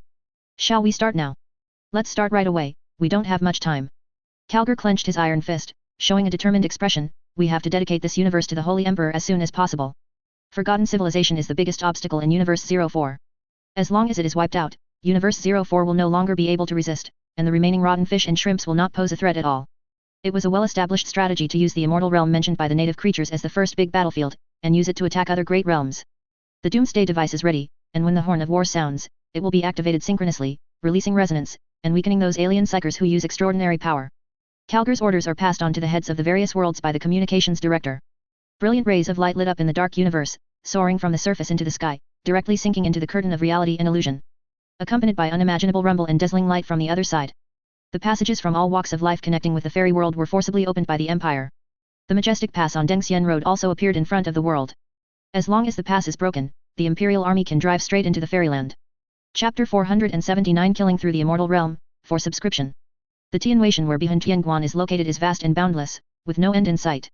It is a very mysterious ancient land. You can see stars hanging in the sky, very close together, exuding chaotic breath and five-element divine light. Looking up, you can see the craters on those stars that were hit by meteorites. There are many mysterious ancient lands, where some strong men who don't like fighting live in seclusion. If you travel in it, although there are many dangers, there are also many opportunities. Hidden fairy caves and caves of ancient beasts are scattered in this vast area. If you can find one or two, it is not surprising that you will reach the pinnacle of your life and become a legend. Tianwei is the edge of the fairyland. At the end is Tianguan. Tianguan is divided into many sections, connecting different fairylands. Every fairyland will be guarded. One is to communicate with the lower realm orthodoxy, and the cost of communicating with the lower realm in Tianwei is much lower than in other places in Xianyu. Secondly, it is also to ensure that the immortal level powerhouses who ascended from their own Taoism will be picked up by their own forces. Some forces are shameless and have no moral bottom line. They pretended to be other forces to trick the immortal level powerhouse who had just ascended. What is leading the way, what is a good way to earn fairy crystals, and even in the name of recommending other fairy and Taoist couples, they behaved so enthusiastically. It was as if the immortal level powerhouse who ascended was his father. Naturally, the reason they worked so hard was to reap the benefits from those immortal level powerhouses who had just come up and didn't understand the dangers of the fairy world. The better one is just to recruit him into the group and let him work for a period of time for nothing. It was almost cheated to other forces and used as raw materials to refine medicine and weapons. I once heard that a fairy level powerhouse from the lower realm of the real dragon family flew up. As a result, he was deceived and abducted by other forces by mistake. He saw off the dragon's horns, and was and let the dragon's blood drain for a long time. Every 10 days and a half months, a few divine beasts are brought in for breeding, and various mounts or divine pets mixed with dragon blood are to be cultivated. In the end, if it wasn't for the great power of the real dragon clan to rescue him, he might have died. In view of this kind of chaos, many forces can only send people here to stay here. When they meet a lower world immortal level strongman of their own family, they will guide them to join their own sect forces to avoid being harmed by other forces. Tianguan is the pass of the two-world passage connecting the lower realm. It is said that when the fairy world was born, this great pass already existed.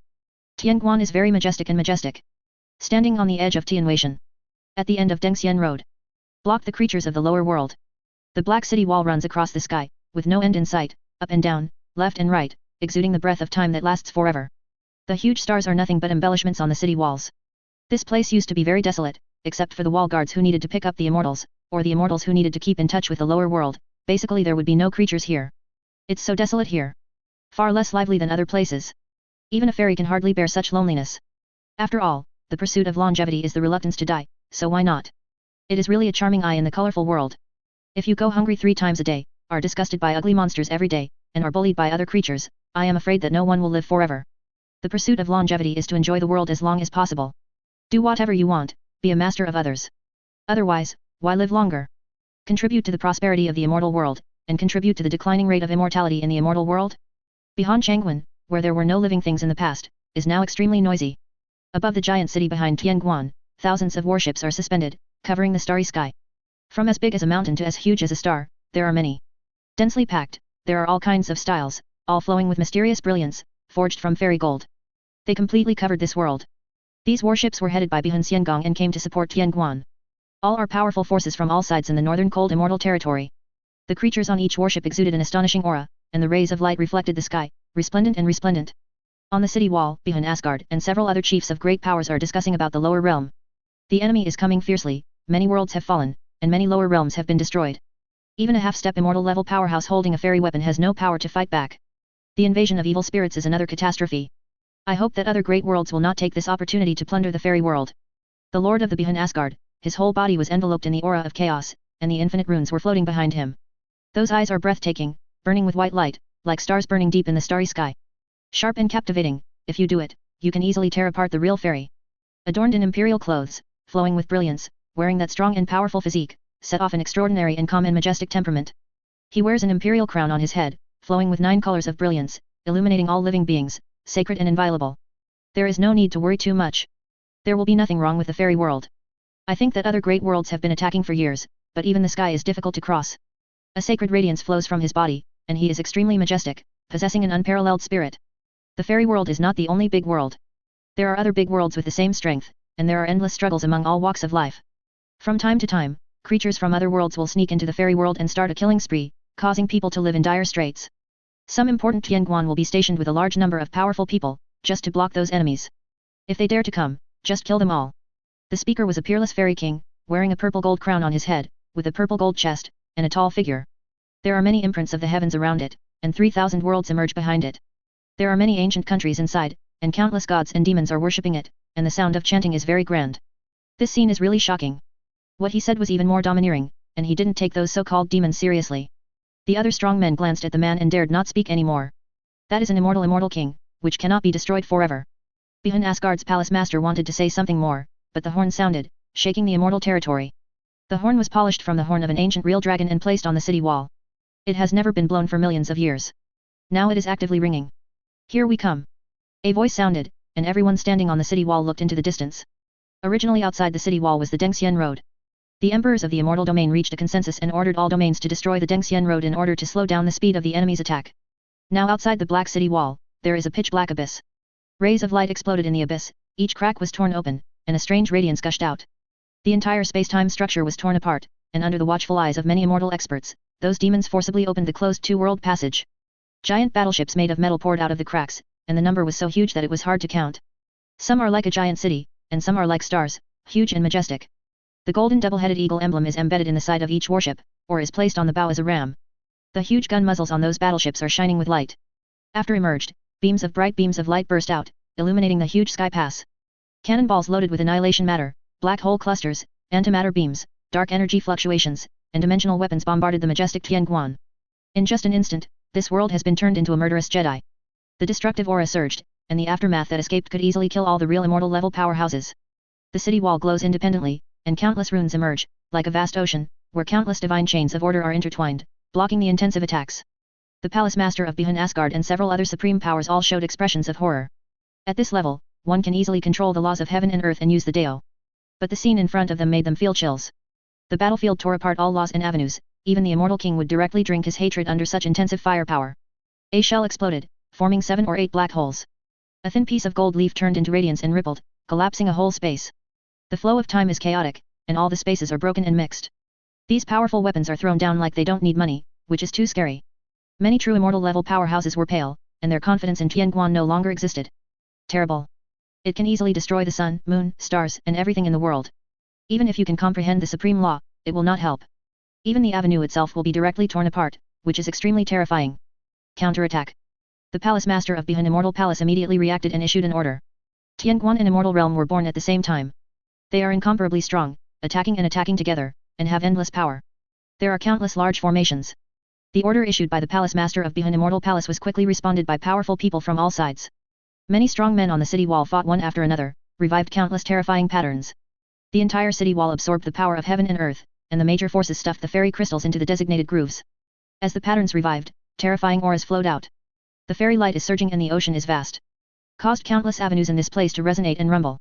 One after another of blazing brilliance emerged, sweeping towards those battleships with endless murderous intent. Several battleships carrying the imperial double-headed eagle disintegrated in the void, turning into fiery fragments and falling into the endless abyss. A moment later, a weird scene happened. Those fragments seemed to have flowed back, returning to the way they were when they were never destroyed. The law of time. A fairy king looked at the restored warship with horror. These damned demons can use the law of time to such an extent. The faces of the other fairy kings were also very ugly. The law of time is the most difficult to master among the 3,000 avenues. Unexpectedly, the enemy has mastered it. Erasure all the imprints, I don't believe they can be restored. A strong man shrouded in chaos roared, and let the people in charge of the formation push the formation patterns to the extreme. Even the heaven-opening killing formation contained in Tianguan awakened it. The heaven-opening killing formation is the formation that pays the most attention to killing and cutting. It is said that it is a peerless formation that has been mastered since the beginning of the world. It was born in the primordial chaos and is a supreme formation. The fierce battle between the two sides was very crazy. One after another breath swept across, tearing the world apart, and the avenue wailed endlessly, just like the kind where a cute loli meets 18 bronze figures and is ravaged to the core. Several battleships collapsed, and then were swept by several beams of light with a destructive aura, smashing everything, obliterating them abruptly, making them irreversible. The strategy room on the Glory of Macridge was very dark at this moment. Only the flickering light of the tactical projector. The virtual battlefield scene is suspended on the cold metal platform. The huge city wall stretches between the sky and the earth. If Ryan, Sanguinius, or the Holy Emperor were here, they would definitely be able to associate it with the subspace buildings that he saw during his trip to Devon during the Horus Rebellion. Is also so huge. Trampling on all the laws of reality. Calgar sat on his own throne, and he controlled the dynamics of the entire battlefield through the information on the screen and database. Big chunks of text that scroll endlessly. Massive numbers surround these words like glowing strips. Every second, millions of pieces of data are fleeting and captured by Calgon's enhanced brain. The communication channels of the Raven Guard, Nova Warrior, Silver Skull, and Angel of Judgment have been connected. They waited for the fleet to open a passage for them. Corps from famous war worlds such as Cadia, Catachan, and Krieger are ready. Their war vehicles roar, power engines roar in wait. Calgar is looking for breakthrough opportunities from the huge data. The enemy's defense is very delicate. Those luminous runes diverted all the Empire's attacks into the subspace, and handed over the power enough to destroy the world to the vast ocean of ether to digest. The defense of the enemy's city wall is mostly completed by using runes to pry the energy of the subspace. Different from the Empire's use of shield projectors to form a protective shield. Their defense is made up of independent parts. They call it formations. Each formation is a shield. They use shields to form such a huge defensive wall that deflects our attacks. Even if we are paralyzed, one of the parts will only have a small hole, and the defense formed by other parts will still block this small shield. Mecha Sage Phyla explains to Calgar the defenses on the enemy's walls. Before their so-called formation is completely paralyzed, we have no way to teleport. Forced teleportation will put soldiers in extreme danger, causing them to be torn apart by the chaotic space-time structure, or sent to other places. Calgar listened to the sage's return, and kept clicking on those screens with one hand. Issue different orders to the various departments of the fleet, let them test the adjustment of the formations on the city wall, activation speed, energy absorption, and replacement reaction, replacement trigger and other aspects, looking for the weakest place. Even from the perspective of the Empire, this city wall is perfect. Calgar did not hesitate to praise the enemy. But everything has weaknesses. As long as we can dig a small hole, we can quickly collapse it. Those magic circles need to be supported by the formation, just like our shield generator must have projection parts. Mechanical Sage Phyla said, I suggest throwing those captives to the teleportation platform and teleporting them in. Such teleportation will disrupt the operation of their formations. If they see their own clansmen killed by their own formations, they may soften their hearts. As long as there is a 10,000th of a nanosecond to relax, we can send the soldiers of the Empire deliver it. The Empire launched an attack on a large number of worlds, and many worlds were slaughtered, but some creatures were taken as captives and used to feed some demons who followed the expeditionary army. Mechanical Sage Phyla's move was cruel, treating those captives as consumables. Calgar glanced at the other party, and then gave orders to other departments to send the captives in. A large number of captives were escorted to the transfer platform. They cried and shouted, desperate. But those humans were cold and ruthless, and drove them all away. Even the child is not spared, being hugged by his own mother. Please, he's just a child. A creature with a body like a maggot cried out. Her body is white and fat, long and round. There are 4 legs under the feet. It looks no different from a bug. Those eyes were as black as jewels. Cried very sadly. The armed men showed no mercy, forcing them onto the teleportation platform. A creature wanted to say something, and the armed personnel directly pulled the trigger. The muzzle of the gun that was emitting hot smoke burst into flashes, and the head of the creature that wanted to stand up disappeared.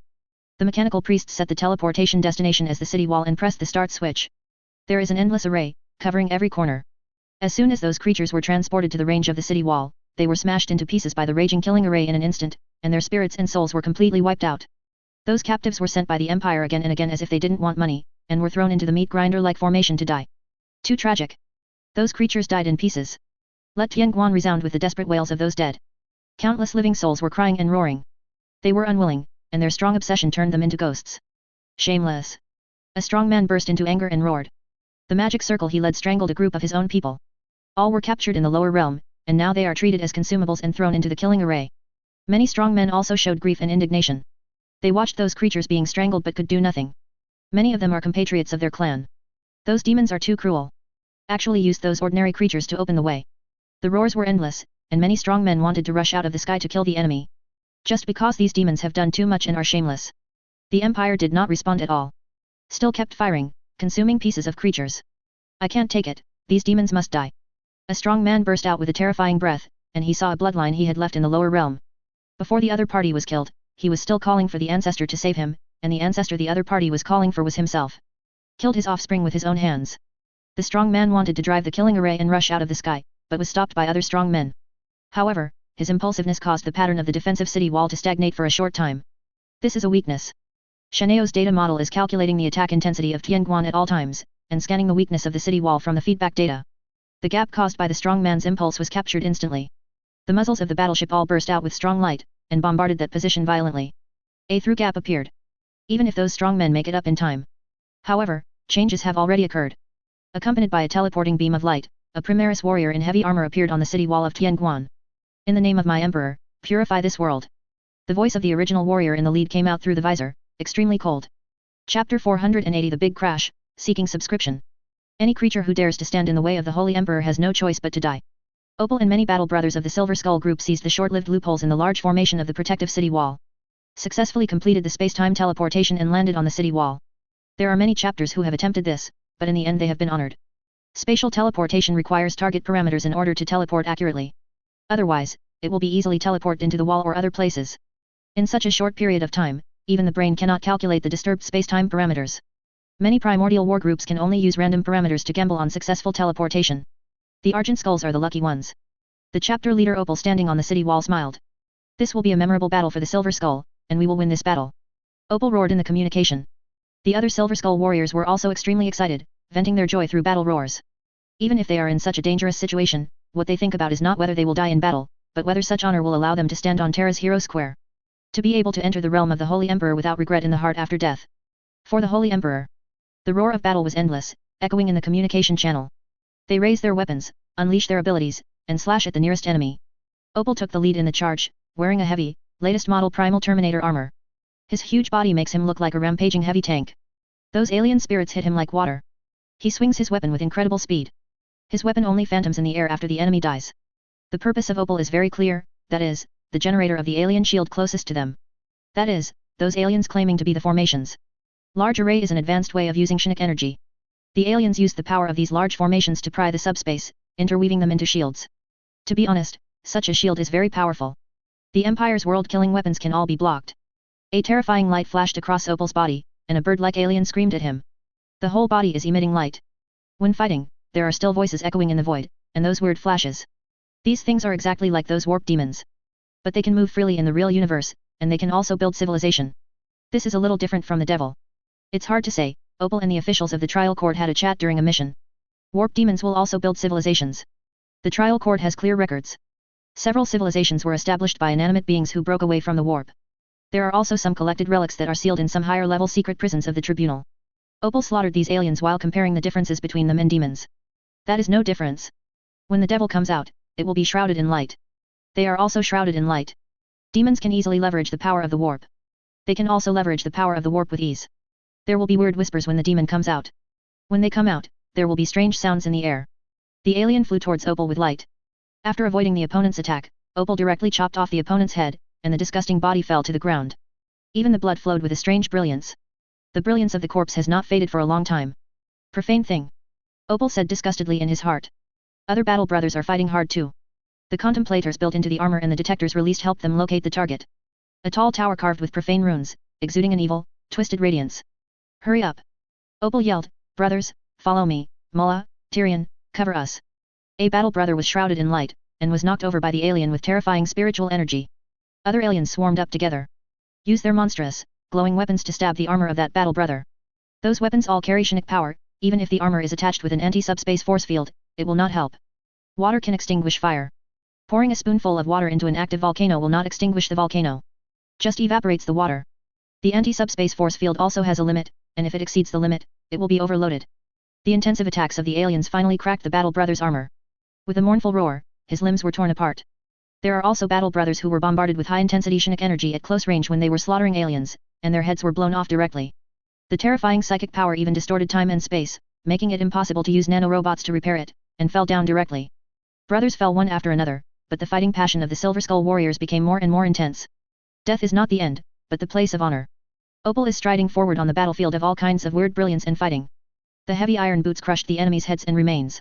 They are getting closer and closer to their goal. Already able to see the profane runes and evil radiance on that tower. Mysterious whispers echoed in the air, full of ominous and strange. A terrifying radiance took his bodyguard away, and the explosion of the armor's anti-subspace force field colliding with that terrifying spiritual energy was deafening. It's like blasting a crack in time and space. Wait until the light fades, and the battle brother falls. Only his combat boots and the arm gripping the axe remained in their original positions. There is a strange shape holding a weird long sword, the evil runes on it flow all kinds of brilliance, the evil echo is especially strong around him, and all kinds of profane lotuses appear under his feet. Those evil visions appeared behind him. The alien killed a warrior with a silver skull with a single sword, splitting him even his battle armor. But in the next second, the alien's head was chopped off. The dark red blood spurted out thinly, like a fountain, splashing all around. Opal turns the anger in my heart into strength. Accelerate! Opal shouted, for the sake of the Holy Emperor, we are fearless. A part of the recruits of the Silver Skull Corps come from the mother planet, Savia, and some are selected from the children born on the Celestial class battleship. There is no difference between the two, and they enjoy the same treatment. This practice is not unusual. Many warbands will use it. With the expansion of the Empire, expeditions away from the mainland have become the norm. If you stay on the battleship for a long time, it is easy to lose the original inheritance, culture, and spirit of the battle group. Don't underestimate these things. The Empire's army has been in a state of war for a long time. Even if he is not fatally injured, he will suffer from soul depletion, become insensitive, and even become bloodthirsty, showing various war syndromes. These symbolic things can heal them spiritually and make up for the lack of faith in the Holy Emperor. Symbol is a very important concept in subspace, possessing very mysterious power. If it is used skillfully, it can help the fighters not to be hurt by the illusion of demons, psychers, or practitioners, and it can also gain a certain amount of Shinik resistance. In order to make up for this, each battle group will regularly absorb qualified fighters from the home planet to protect their heritage and beliefs. As the first company commander, Atigenis is an original warrior born on his home planet. The previous company commander was ambushed in an encounter, and by the time the reinforcements arrived, he had already died. The outstanding and beloved Atigenis thus became the commander of the company. He was protecting Chapter Master Opal's flank with his battle brothers. He's a burly warrior with 4 Primaris upgrades. Steel-colored power armor has signs of long-term service and wear. Even if it has completed 4 generations of upgrades, it is equipped with the most advanced weapons of the Empire. Primaris warriors are not invincible either. Those who wield superpowers can still pierce their armor, decapitate them, and destroy any means of their resurrection. The only reassuring thing is that the Holy Emperor will take their souls away and put them to sleep in his divine kingdom until the time is right to wake them up again. Atigenis has a metal patch on his face. In one battle, he killed enough aliens, but he was also smashed half of his face, contaminated with those filthy powers, had to give up stimulating therapy to regenerate it, and use blessed sacred mechanical parts instead. Adrenaline surged through his body, and his roar came from the sound generator on the visor. The long sword flashing with an arc swung in his hand. His speed is very fast, not only the speed, but also the impact on time. The original warriors of the Empire will not practice those powerful treasures like the creatures of this universe. Destroying the world is the Navy's business. Long-range strikes and cover bombings are artillery. What they have to do is to solve the melee kill. All abilities possessed and all weapons used are for this goal. A horrified alien was beheaded by him. The head of the alien is similar to the head of the dragon slaughtered by Saint George in ancient mythology. Hands are claws covered with scales. Those eyes were vertical pupils, and when his head was cut off, the yellow-brown pupils gradually became dilated. The headless corpse fell to the ground. Perhaps, he hasn't adapted to such a simple war yet. Swing the sword, chop off the head and die. No nonsense, no time for fancy spells. There is only the simplest and purest way of killing. The soul of the opponent is shattered by the soulless feature in the weapon. If you think that a fairy-level powerhouse will last a long time in battle, or recover immediately after being killed, then you are thinking too much. The soulless trait will shatter their souls, rendering their means of resurrection useless. Even if the soul can be reunited, it will be many years later. By that time, the Empire has long since conquered the universe. Even if they were resurrected, it wouldn't make any sense. To a certain extent, these immortal practitioners have even more exaggerated methods than demons. Blood rebirth, immortality, the sky is hard to reap, and the earth is hard to bury. Due to the reality anchor point, if the soul power of the practitioner is not exhausted, the opponent will continue to use the power of the subspace to distort the laws of reality and rebirth. An arm is cut off, a head is cut off, it is a trivial matter. As long as the power of the subspace can be leveraged, those cut off limbs can continue to grow back. The sword in the hands of Atigenis has various conceptual abilities. As long as the real body is destroyed, its soul projection will also be destroyed. It can also instantly cause the death of a fairy-level powerhouse, preventing him from being reborn with a drop of blood, nor can he return because of the thoughts of the worldly creatures. The great battle broke out on the city wall, and it was extremely tragic. The appearance of primordial warriors caught many of the wall guards by surprise. They can't figure out how these guys show up. Just like that, it appeared on the city wall. The palace master of Behan Asgard and the heads of several other forces were startled by the sudden battle for a few seconds. A few seconds is a short time. In the fairy world, this is not a fatal flaw. In ordinary fighting, it takes a lot of time just to speak harshly. Especially these immortal king-level powerhouses, they must fight for thousands of years. It is necessary to slowly exhaust the opponent's mind and soul in order to win the final victory. Even if it is an ordinary fairy level, the fairy king has to consume it slowly, at most it will consume it faster. But those demons are different.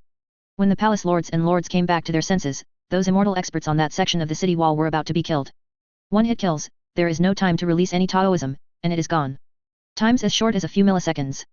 There is no resurrection, no rebirth from a broken limb. Just like a creature without cultivation, being killed is being killed. There was a rare fright in the bright eyes of the palace master of Behan Immortal Palace. He watched those guys chop off the heads of those immortal level powerhouses with their swords shining with arcs. Pierce their chests, tear their bodies apart. The bright red fairy blood dripped on the black city wall like that, forming a pool of fluorescent blood within a few breaths. If those practitioners in the lower realm saw this scene, they would definitely go crazy. Such precious fairy blood was wasted like this. A celestial powerhouse saw the opponent's knife and axe coming, and subconsciously waved his hand to block it. Wanted to block the opponent's blow with Liu Lai King Kong's immortal body. As a result, the whole body was cut open just like cutting tofu. The whole process is extremely smooth. Blood and intestines flowed out together. Seeing this scene, the palace master of behind Immortal Palace also felt a little scared. This death is too fast. The cruelest aspect of the war was displayed in front of this Immortal King level powerhouse. No matter what kind of stories you have, what kind of sacrifices you have made, and what kind of achievements you have achieved, you are just an individual who sacrificed at will in the war. Which immortal level powerhouse didn't spend a long time growing up and fighting to become a fairy level powerhouse? It takes less than a second to kill them and destroy everything they've fought for. This is war. Kill.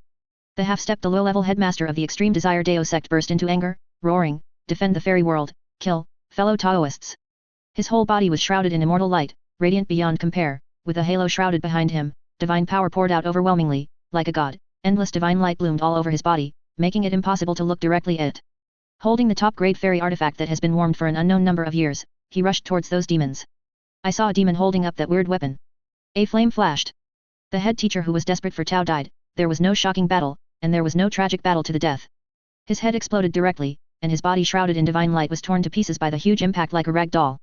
Death came so quickly that all the visions around him have not subsided. Still shrouded in a sacred and peaceful halo.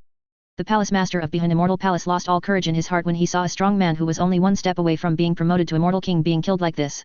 "Come on, let's go together, we can't let them go." The owner of behind Immortal Palace shouted, "Kill the enemy for the immortal realm." He didn't dare to go up, so he could only put on a show and let other immortal powerhouses go to die. There is no way to escape. The majestic palace lord of the Immortal Palace, the big man covering the sky with one hand in the behind immortal territory, who escaped before the battle, who will take him seriously at that time. At that time, it will really become a laughing stock. There was a bang. The tower as the node of the formation fell down with a loud noise. The city wall shook. The large array covering the city wall flickered a few times, and then burst out with strong light. There was a chaotic atmosphere in one area, and the runes intertwined in the sky flickered a few times before disappearing. Several strong men with quick eyesight and quick hands, who were in charge of hosting the formation, immediately took remedial measures. The speed of those demons was also very fast, and the intensive attacks directly bombarded that place. Just persisted for a moment, several rays of light penetrated there, causing a series of big explosions. It spread to another high tower, causing the overlapping large array to become disordered again. The gap was enlarged a little bit. There were more flashes of light in the air, and those demons in heavy armor appeared one after another on the city wall of Bihanshan Pass. A fairy king level powerhouse brought many immortal powerhouses up to try to block it. Was slaughtered within minutes.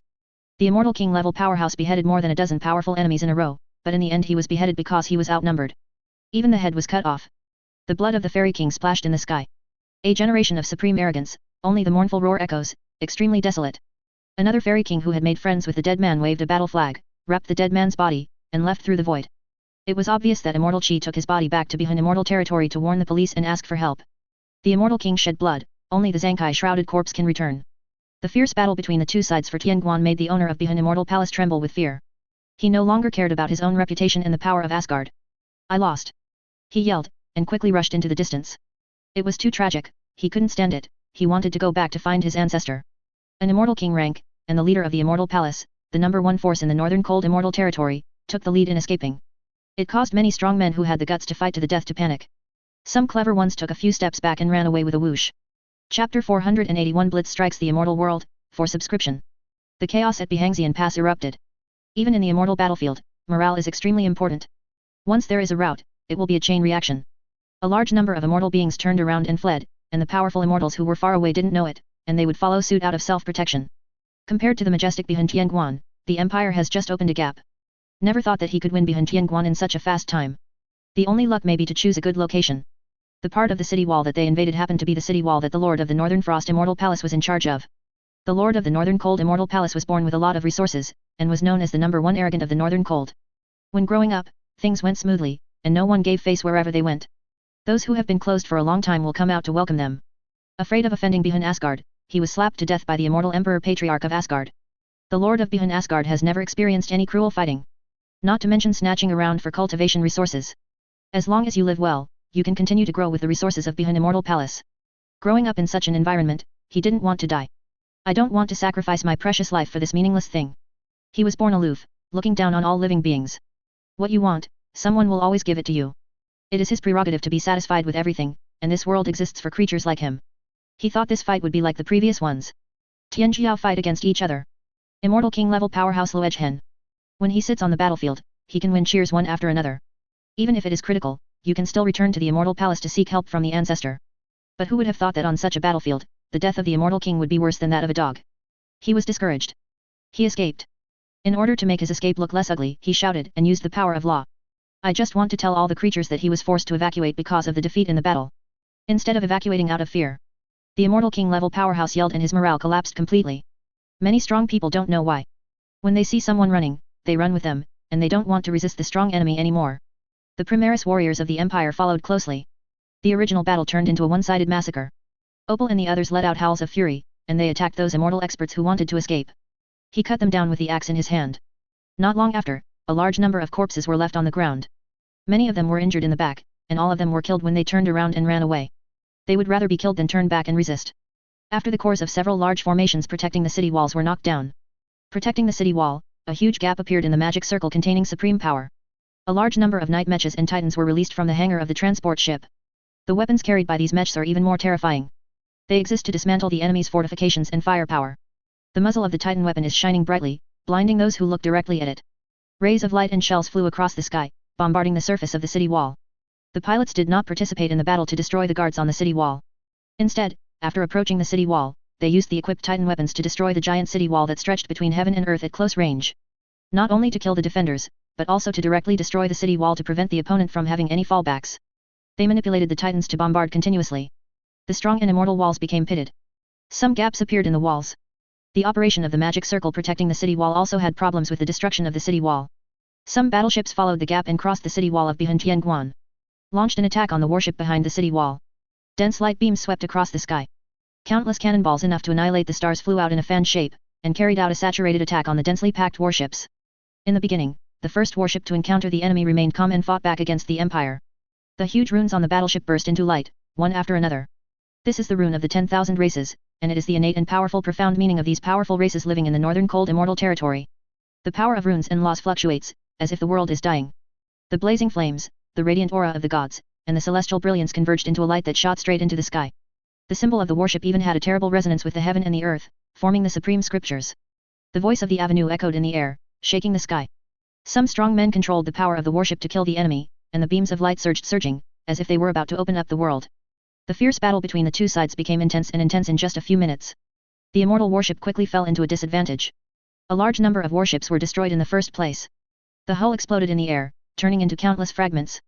They couldn't stop the bombardment of the Empire at all. The Empire was ready before the invasion. Specially took out weapons to restrain them. No matter how strong they are, it will not help them. They are deliberately targeted by the Empire, and many advantages cannot be brought into play. Even if they were able to destroy the warships of the Empire occasionally, their confidence was broken by the difficult time regression. With the help of the city wall before, it can also release an attack that is enough to annihilate time and space. Nowadays, the city walls have fallen, and those big formations that opened up the sky have been lost. It is difficult to counter the technological power of the Empire with the power of warships alone. Pieces of the dead fell from the sky, all of them were the arrogance of the clan. If they grow up in the future, there is no limit. Now they are dying like ants. The coalition forces in the northern cold immortal territory have not been well tuned. Many forces are mixed together, and they all have their own calculations in their hearts. It's okay to fight with the wind, but once it falls, it will definitely collapse. Now that the battlefield has turned into a meat grinder, how could they throw all their resources into it? Even if they win, the strong will suffer too many casualties, and their power will be destroyed. It was even scrambled by other forces, which eventually led to the extinction of the orthodoxy. That is definitely not the result they want. There used to be many forces that used all their sect strength when fighting against the invasion of foreign enemies. The ancestor died in battle, and many sect masters also shed blood on the battlefield. After the war, they were not treated well. The sect that lost the protection of the strong was annexed by other sects. Blood relatives are displaced, and even reduced to the existence of others for fun. When someone questioned them, those sects who invaded also said eloquently, the practice world is originally a law of the jungle. Its ancestors are not strong enough. If they die in battle, it has nothing to do with me. As time goes by, naturally my heart is very cold. The defeat in the battle is naturally because everyone wants to protect themselves.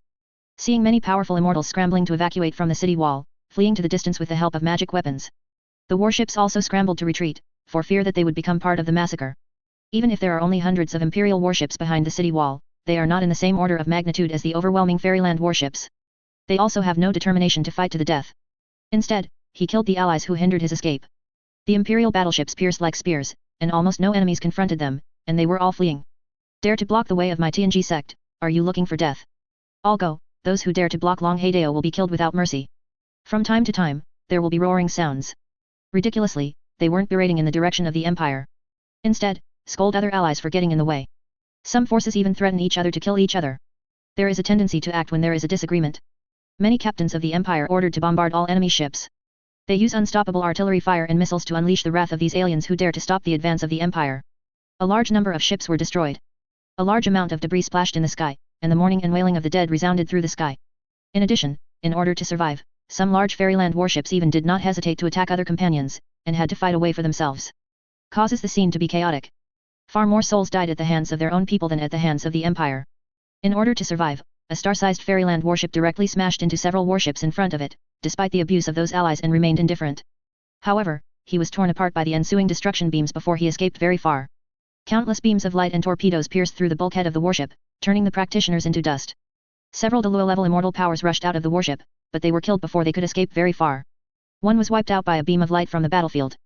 The other few were swept by another battleship's killing array, and they exploded in the air. This kind of thing happened one after another. On the chaotic battlefield, the coalition forces in the northern cold immortal territory were defeated and fled. Cosby-Hanshan Pass, which is strong enough to resist immortal emperor-level powerhouses, fell in a very short period of time. Most of the strong choose to flee. Only a few immortal kings fought to the last moment with some strong men with blood.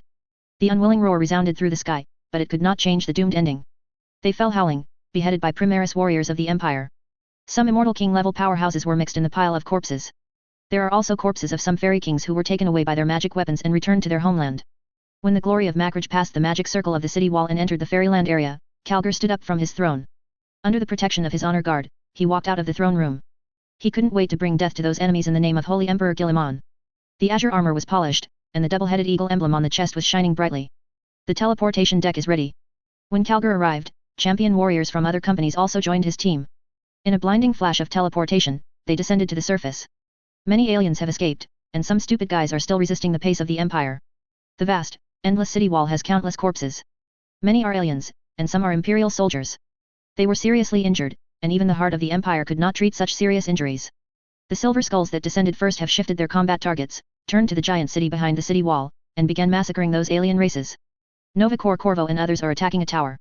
That is a spiritual energy center, the core of the formation. If it can be captured, the Empire will gain more initiative.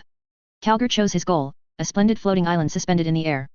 There is a majestic palace built on it, exuding brilliance, and it looks full of hope. When they landed on the floating island using short-distance teleportation, hundreds of enemies came to them. Each shrouded in an evil radiance, echoing eerie whispers in the void. The weapon in his hand is also emitting light. Their distorted and weird faces made Calgar feel disgusted and profane. These unclean things should be thoroughly cleaned up. Calgar raised his gauntlet, and with a thunderous bang, the few enemies in front were torn apart. Members of the honor guard also opened fire. It was like a massacre. Those guys were cut to the ground in no time. A holy purification. Calgar stomped the head of a guy who was trying to grab his boots, and then led the honor guard into the palace of the floating island. They entered through the gates of the splendid palace. Some sporadic fighting broke out here and there, and then quickly subsided. It wasn't until they entered the grand hall that another brief battle broke out. When a soldier of the honor guard blasted open the door of that hall, the brilliance as bright as a star erupted out from inside, instantly vaporizing that soldier. Even though Calgar, who has completed 4 generations of original casting upgrades and received a transformation of the sacred body, has to choose to avoid the edge temporarily.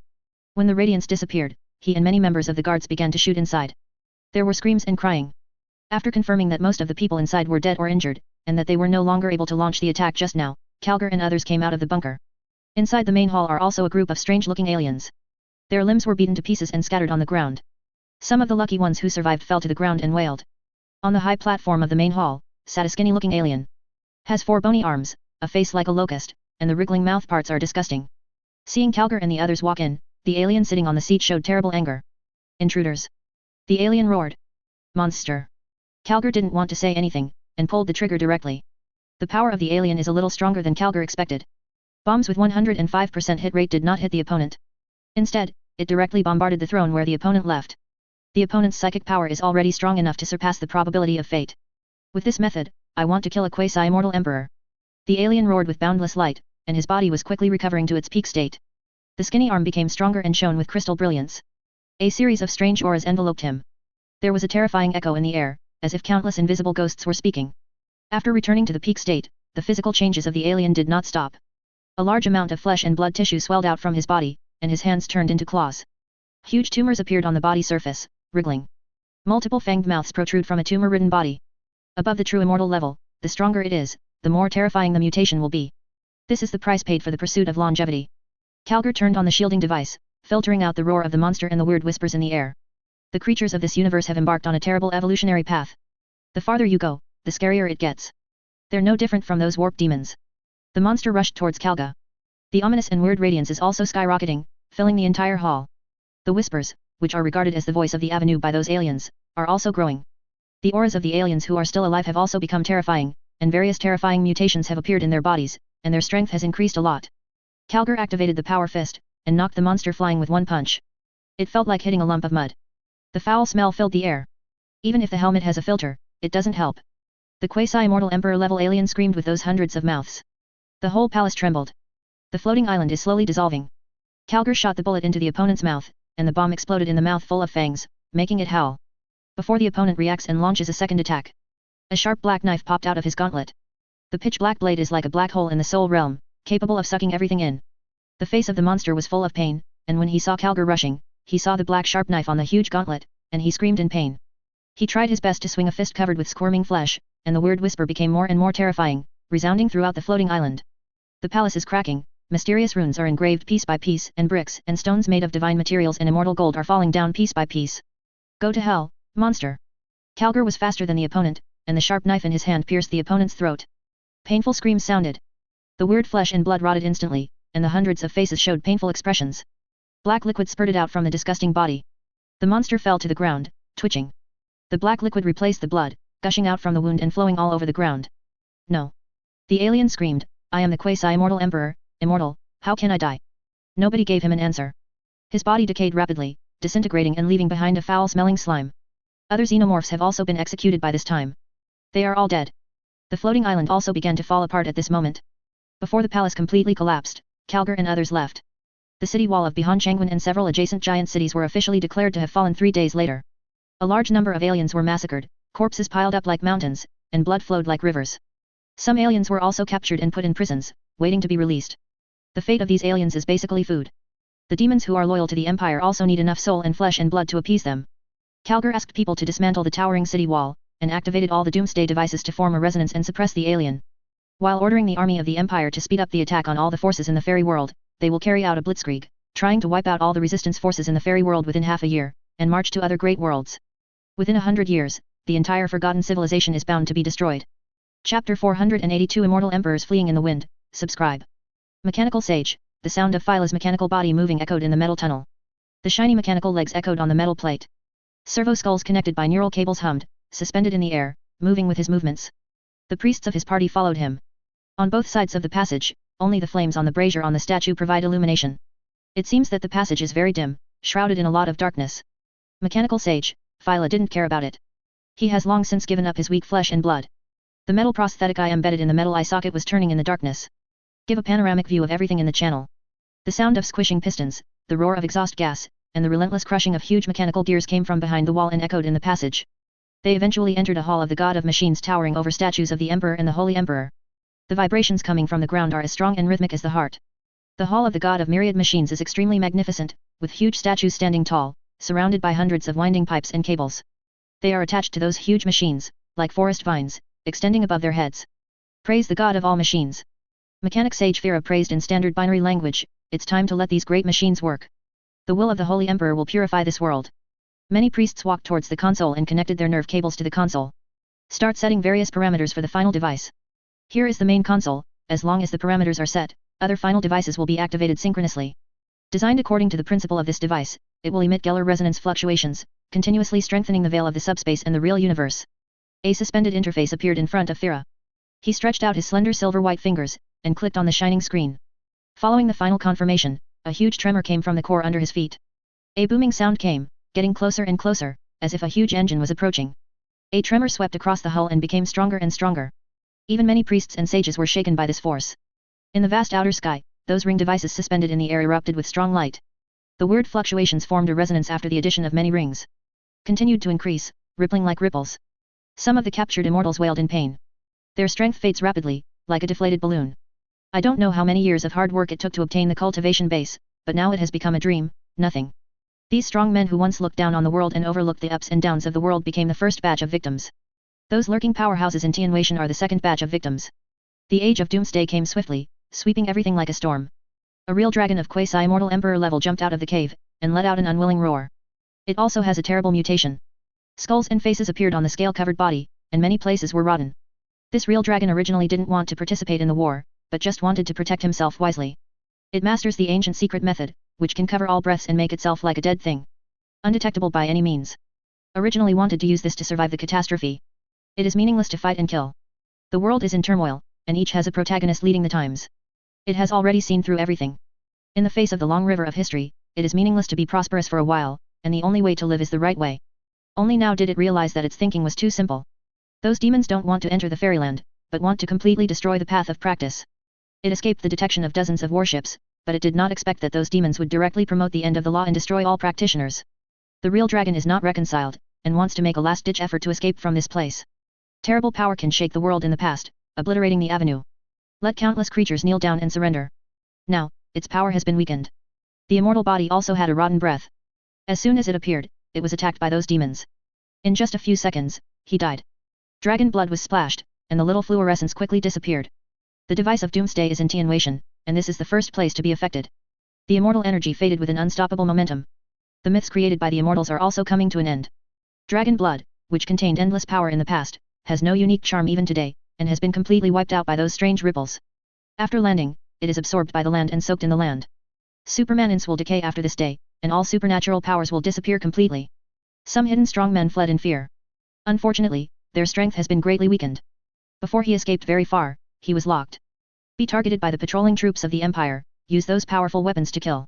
The vast universe ushered in a great catastrophe. Many hidden strong men were killed, and some giant cities guarded by large formations were also burned. Calgar's order was very clear, all non-human races were killed, and a few were left to be used as food for those demons. The continuous massacre made the demons accompanying the army ecstatic. They are longing for the despair and mourning brought about by the killings to satisfy their hungry hearts. Clang! Clang! Clang! The sky clock of behind immortal territory was rung. The loud voice resounded all over the world. Surprised countless creatures. You must know that this sky clock has existed since the behind immortal territory was opened up. According to the records of some powerful forces, the sky clock only rang 3 times. Every time there is an attack by the supreme power from other great worlds, the sky clock will ring. Now that the bell is ringing, I'm afraid there will be another battle. Many forces are ready. The situation is worse than all creatures imagined. The escaped immortal master is back. Brought terrible news. Bihan Changguan fell.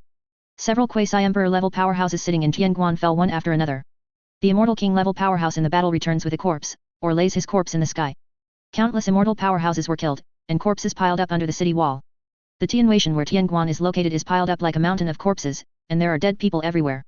Those demons are slaughtering everywhere. Leading to soaring hostility, countless wailing and screaming of living souls that did not dissipate. This news shocked many top powers. It made behind Immortal Palace into a mess. The Lord of Asgard escaped back. He directly entered the Forbidden Ground to meet the ancestors of behind Immortal Palace, and asked them to come out and take charge of the overall situation. The ancestors of behind Immortal Palace are all extremely ancient. All are creatures of the living fossil level. They have been closed in the Forbidden Area for an unknown number of years, only seeking breakthroughs. After learning that Bihan Changguan was breached by evil spirits from outside the territory, countless souls died tragically. They walked out one by one. Just the breath makes countless creatures tremble. The brilliance flowing from his body is enough to obliterate the avenue of heaven and earth, which is absolutely terrifying. Especially that patriarch who has reached the great consummation of the immortal emperor level, just standing there, the terrifying power exuded made countless people tremble. These ancestors are all shrouded in light. Do not allow other creatures to peep. Otherwise, the brilliance containing the majesty of the emperor will burn their eyes. The reason for this? It's all because the flesh and blood bodies of these strong men who have comprehended the laws of the emperor's way have decayed. A terrible mutation appeared on his body, and his appearance became indescribable. No longer like the ice dragon family in the northern cold immortal territory. The deeper the practice, the worse this situation becomes. It can be for power, for eternal and immortal life. This price is worth it in the eyes of many powerhouses. Of course, they also need to be careful to cover their bodies, otherwise their terrifying side alone is enough to scare many creatures and damage their image. The Lord of Behind Asgard's yelling, which led to the massacre, was also witnessed by living beings. If it weren't for the voice of the Lord of Behind Immortal Palace, Tianguan would not have fallen so quickly. But with the appearance of its Okshan creature at the peak of the Immortal Emperor level, 2 creatures who have entered the early and middle stages of the Immortal Emperor level, and the appearance of quasi-emperor level creatures, these strong men who knew the truth decisively chose to shut up. Besides, even if they say it, it won't help. In the fairy world, whoever has the biggest fist is the one who speaks the truth. Otherwise, if someone slaps it, the whole orthodoxy will be gone immediately. The truth is naturally only what the other party said. The strength of Bihun Xianyu is not weak. After all, this fairyland has existed for an unknown number of years. The immortal emperor is immortal and cannot be buried forever. No matter how difficult it is to be promoted, with a huge base, there will still be a small number of lucky talents who will be promoted. Bihun Immortal Palace plus other forces can produce more than 20 immortal emperor level powerhouses. They basically don't move around on weekdays, they are all retreating to understand the supreme way, seeking the ultimate detachment. When they reached their level, they no longer cared about many things. Even the bloodline descendants left behind don't know how many generations have passed, and naturally they don't have any feelings for them. Unless the orthodoxy left behind by oneself encounters a catastrophe, or there is a big problem in the fairy world, these old antiques will come out and sit in the fairy world to solve the problem. Now that Bihun Tianguan is broken, if they just sit back and ignore it, their luck will also be implicated. Only then did they leave the customs one after another. 20 immortal emperors gathered in Bihun Immortal Palace. Just its aura is enough to burst the void, and the avenue trembles unceasingly. One can imagine the horror of these ultimate creatures. Being able to become an immortal emperor, even if the body is mutated, still has a pattern and strategy that ordinary creatures can't imagine. They called on all immortal beings together. Use all the resources to set up a large formation in the Bihun Immortal Palace, gather the power of a region, and turn the Bihun Immortal Palace into a fortress. Countless killing formations were embedded in every palace of Bihun Immortal Palace. Even if an immortal emperor-level powerhouse enters it, he will suffer bloodshed or even die. At the same time, they sent messages for help to the fairylands. Tianguan was broken, which is a catastrophe for the entire fairy world. If you don't deal with it well, it will implicate the luck of all the strong. Especially the immortal emperor level, even creatures above the immortal emperor level. It is not surprising that it caused the realm to fall. As long as they stick to it for a while, reinforcements from other fairylands will continue to flow. However, the changes in the war situation caught these immortal emperors by surprise. They never even thought that the war would unfold in this form. When the northern cold immortal territory was preparing for the battle, the Empire directly activated the doomsday devices, making them resonate, strengthening the curtain of reality and illusion, and making the subspace dead silent. The subspace is the source of all extraordinary power. Any idealistic extraordinary power is the use of different forms of subspace power. Even the Yaaic of the orcs have to rely on the subspace, even if they have a high degree of autonomy, they will not be interfered by the evil gods of the subspace. The age of the end of the Dharma that the creatures of the fairy world have never imagined has come. Sweeping the entire fairyland at an extremely fast speed. Bihun immortal territory bears the brunt. The source of their power, the spirit realm became lifeless, no longer waves. A large number of immortal experts found that their cultivation was no longer increasing, and even began to decline. The mythical winter came, and countless strong men saw the eternal night that was only recorded in ancient history books.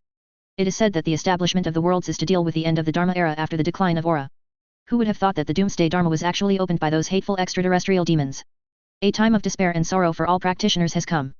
No matter how strong the immortal creatures are, they are crushed to pieces like ants standing in front of the torrent of history.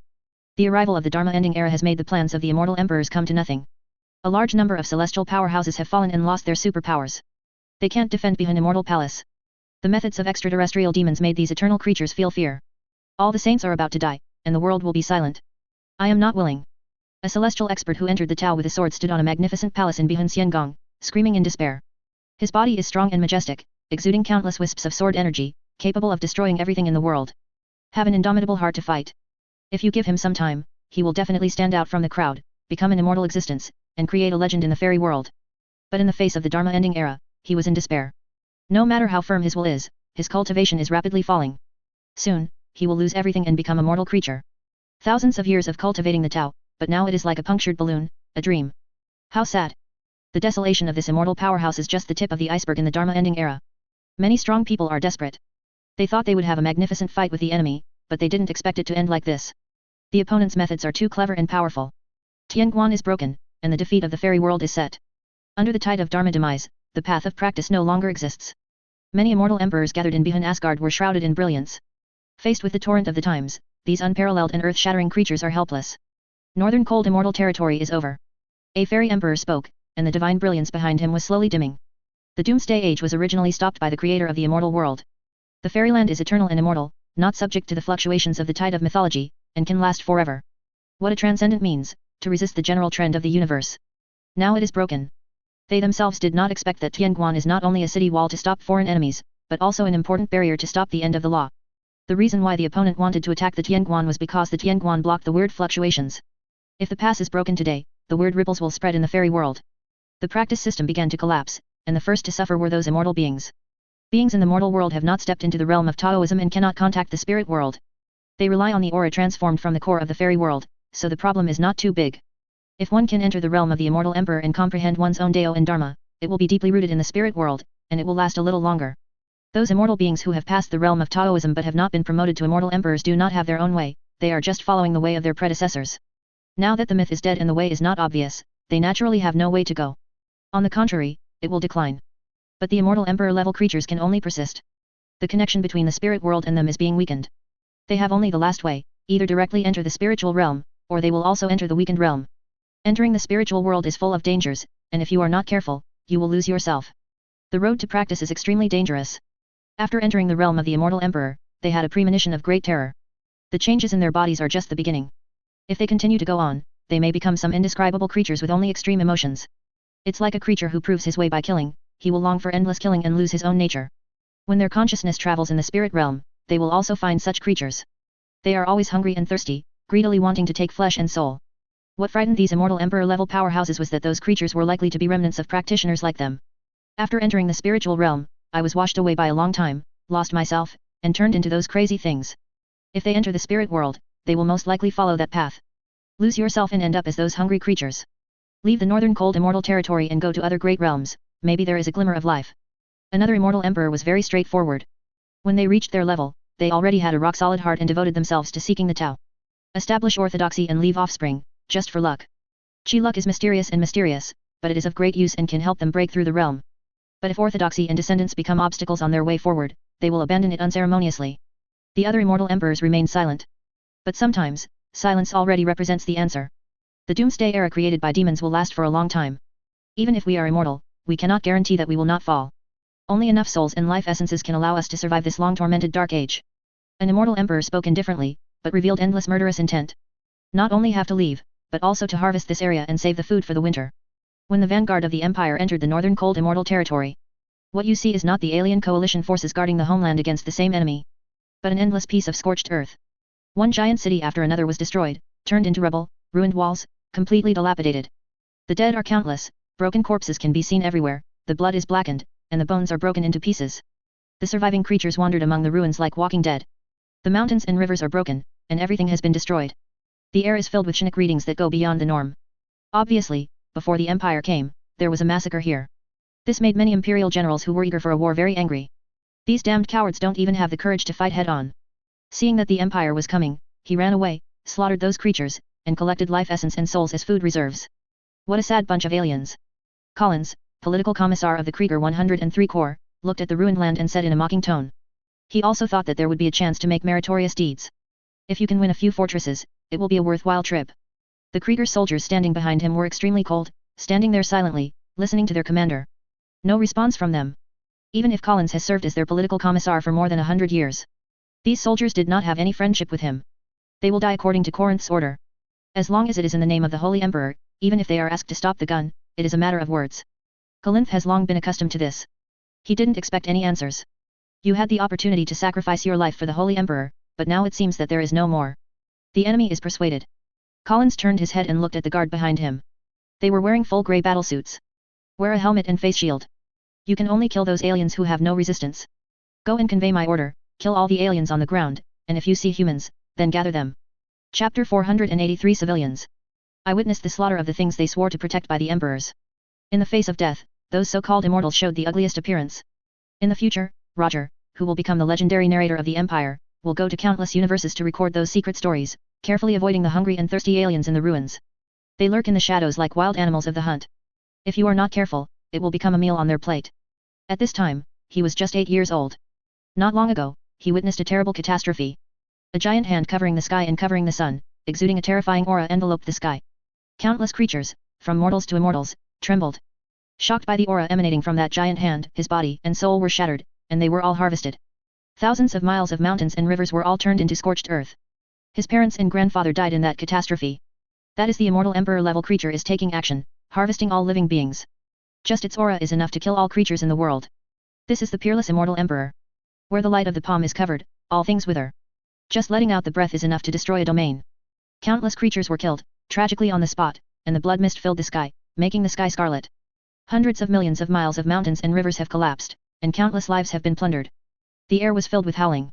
That's because the soul is unwilling to live, and it is roaring, which has not dissipated for a while. Shadowy, lifeless, like Shura hell. If it weren't for the end of the Dharma era, the power of the immortal emperor would be greatly weakened.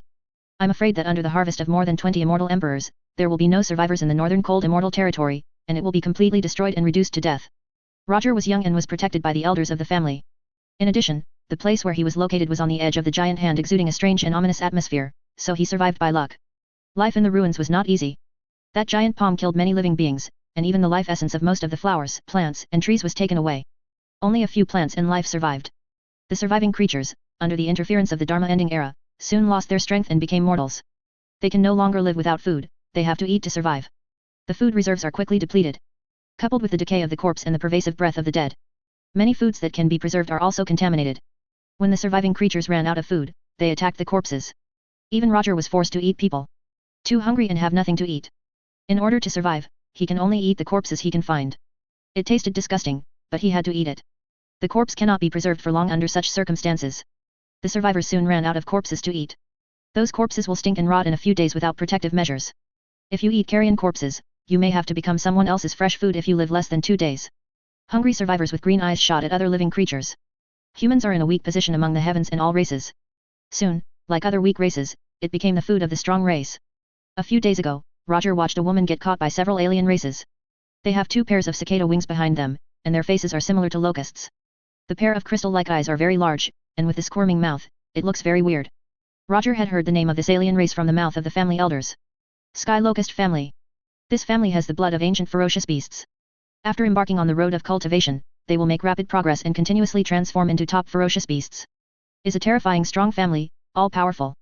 It's a pity that the Dharma ending era forced them down to make them lose their magical powers and powers. You can only forage in the ruins, looking for survivors as food. They speared the poor woman through. The woman screamed like that. It took 7 or 8 minutes to die completely. After disemboweling the belly, put it on the campfire and grill it until the 2 sides are golden before sharing it. Roger witnessed the whole process of the woman's death. To tell the truth, the horror scene terrified him. This world has become a terrible hell. If there is another choice, he will definitely hide in his den and never run around again. But the stomach growling with hunger made him unable to bear it, so he could only walk out of the hiding place. There is a stench in the ruins. The rotting corpses were left alone, emitting a pungent stench. The flies surrounded the wreckage full of maggots, and when a creature approached, they all flew up again with a buzzing sound. Roger moved cautiously through the shadows of the ruins.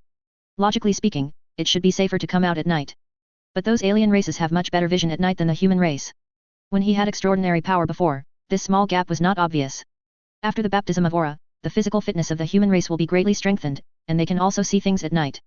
But now is the Dharma ending age, and all living beings can only rely on their own innate conditions. Being able to see at night is a huge advantage. They don't need torches and lighting, they can see everything easily. Roger would really die if he came out at night. Maybe, he doesn't even know when he walks in front of others. The stench of corpses in the ruins became more and more intense. Even if he covered his mouth and nose with his clothes, Roger still had a disgusting feeling of wanting to spit out bile. Roger came out to find a vine root that could be used. He saw those vines in this area the other day. Most of the life essence of the vines has been taken away by the giant hand of the past and has become dry. But Roger believes that so many creatures can survive, and some of these vines can survive. If you can dig some, you can stay for a while. God did not abandon his poor child. He saw a touch of green among the dry vines. Looking around, there are no living creatures. Roger took out a pocket knife and began digging. He dug out 3 to 4 caddies of moist, edible rhizomes. I can have a full meal tonight. Roger looked at the dugout rhizome and said to himself. It's really a good meal. A voice sounded behind Roger. Let the 8-year-old pale. Holding a knife in his hand, trembling all over, he slowly turned around. It was found that it was a few alien races with fangs. Those eyes reveal the joy and tyranny of seeing food. They are muscular and covered in thick, sweat-smelling hair. Logically speaking, he should have run away when he smelled the other party. Hungry and dizzy, he dug too fascinated after seeing the food, and didn't pay attention to the arrival of these alien races. Mix it together and bake it to make you feel full. An alien race stretched out a giant hand covered in hair, trying to grab Roger, who was frightened like a chicken. Roger, who was so frightened that he couldn't even turn his head, subconsciously stabbed the knife in his hand at the opponent's hand, turned around and fled amidst the opponent's screams. There is no extraordinary in this world. The most common sharp weapon can easily pierce the body of a foreign race. None of the alien races thought that a skinny human child would dare to resist. They roared and chased after them. Roger specializes in those small crevices. He can come over, but those strong alien races cannot. But no matter how clever and witty he is, how could he escape from these strong alien races? After running for a while, he was caught by the opponent. Out of retaliation, the other party broke his hands and feet cruelly, gouged out one of his eyeballs, and ate it raw. Finally tied him to a spear and brought him back. The reason why the opponent didn't kill him was simply because it was far away from the camp. Kill him now, the meat will be stale when you return to the camp. Roger, who was tied to a spear like a little piggy, thought of the woman he saw before, and thought of the inhuman treatment he might encounter later. Couldn't help crying. Blood and tears streamed down his young, dusty face. There were tear streaks on his face. He's going to be eaten by these guys. A roaring sound came from the sky. A huge, monstrous thing made of steel is going fast as hell. It was still in the distant sky just now, just an unnoticeable little black dot. After a while, it rushed to the front. Several soldiers in full protective armor jumped down from above. Abnormity target found, execute according to Order No. 01. A voice echoes in the air. The light blades popped out from the wrists of those guys, and rushed towards the aliens. Several alien races tried to resist. They roared like wild beasts, brandishing their spears. But after a while, they were killed. The corpse was split by the lightsaber, and the wound smelled of being burnt, which was very disgusting. Roger thought he would die too. Those people did not kill him. A creature in armor walked in front of him, and the device on his shoulder emitted a green beam of light. Those beams scanned Roger, who was trembling with his hands and feet trapped. The lightsaber was only a dozen centimeters away from him, and he could feel the deadly heat from the sword. The fluff on his face was slightly curled due to the high temperature, exuding a burnt smell. Scanning result analysis, the target is the standard human gene sequence, please assist him to go to the human gathering place. Roger couldn't understand the voice. He stared at the visor of his helmet, trying to make himself less afraid. Even if he was about to urinate at this time. He also pretended not to be afraid. I'm not afraid of you. He said in a trembling voice. The other party didn't speak, but just took out a syringe from the backpack behind him. Roger's hands and feet have been broken. He can't do anything. Can only watch helplessly as the other party plunges the syringe into his arm, and then injects the liquid into it. He was so scared that he kept crying. The body is shaking. He doesn't know what these guys are doing. Are you going to kill yourself? It is better to inject toxins into yourself like snakes, so that they can be easily absorbed. None of the things he worried about happened. A stream of heat gushed through the severed limb, erasing his pain. The sound of clicking sounded in the body. The broken limbs are recovering rapidly. After confirming Roger's status, the soldier stood up. On the hovering airship, another middle-aged man jumped off. Instead of armor, he was wearing a uniform. There is a golden double-headed eagle on the chest. This is the most conspicuous feature of the opponent. Roger watched those soldiers who easily killed the alien race give way to the middle-aged man, letting him walk in front of him. A little brat. The middle-aged man stretched out his hand and pulled Roger up. He said in a language Roger is familiar with, "My name is Collins, the political commissar of Krieg's 103rd Corps. I thought there was no one alive here. What's your name, brat?" "Roger. It's a good name, let's go.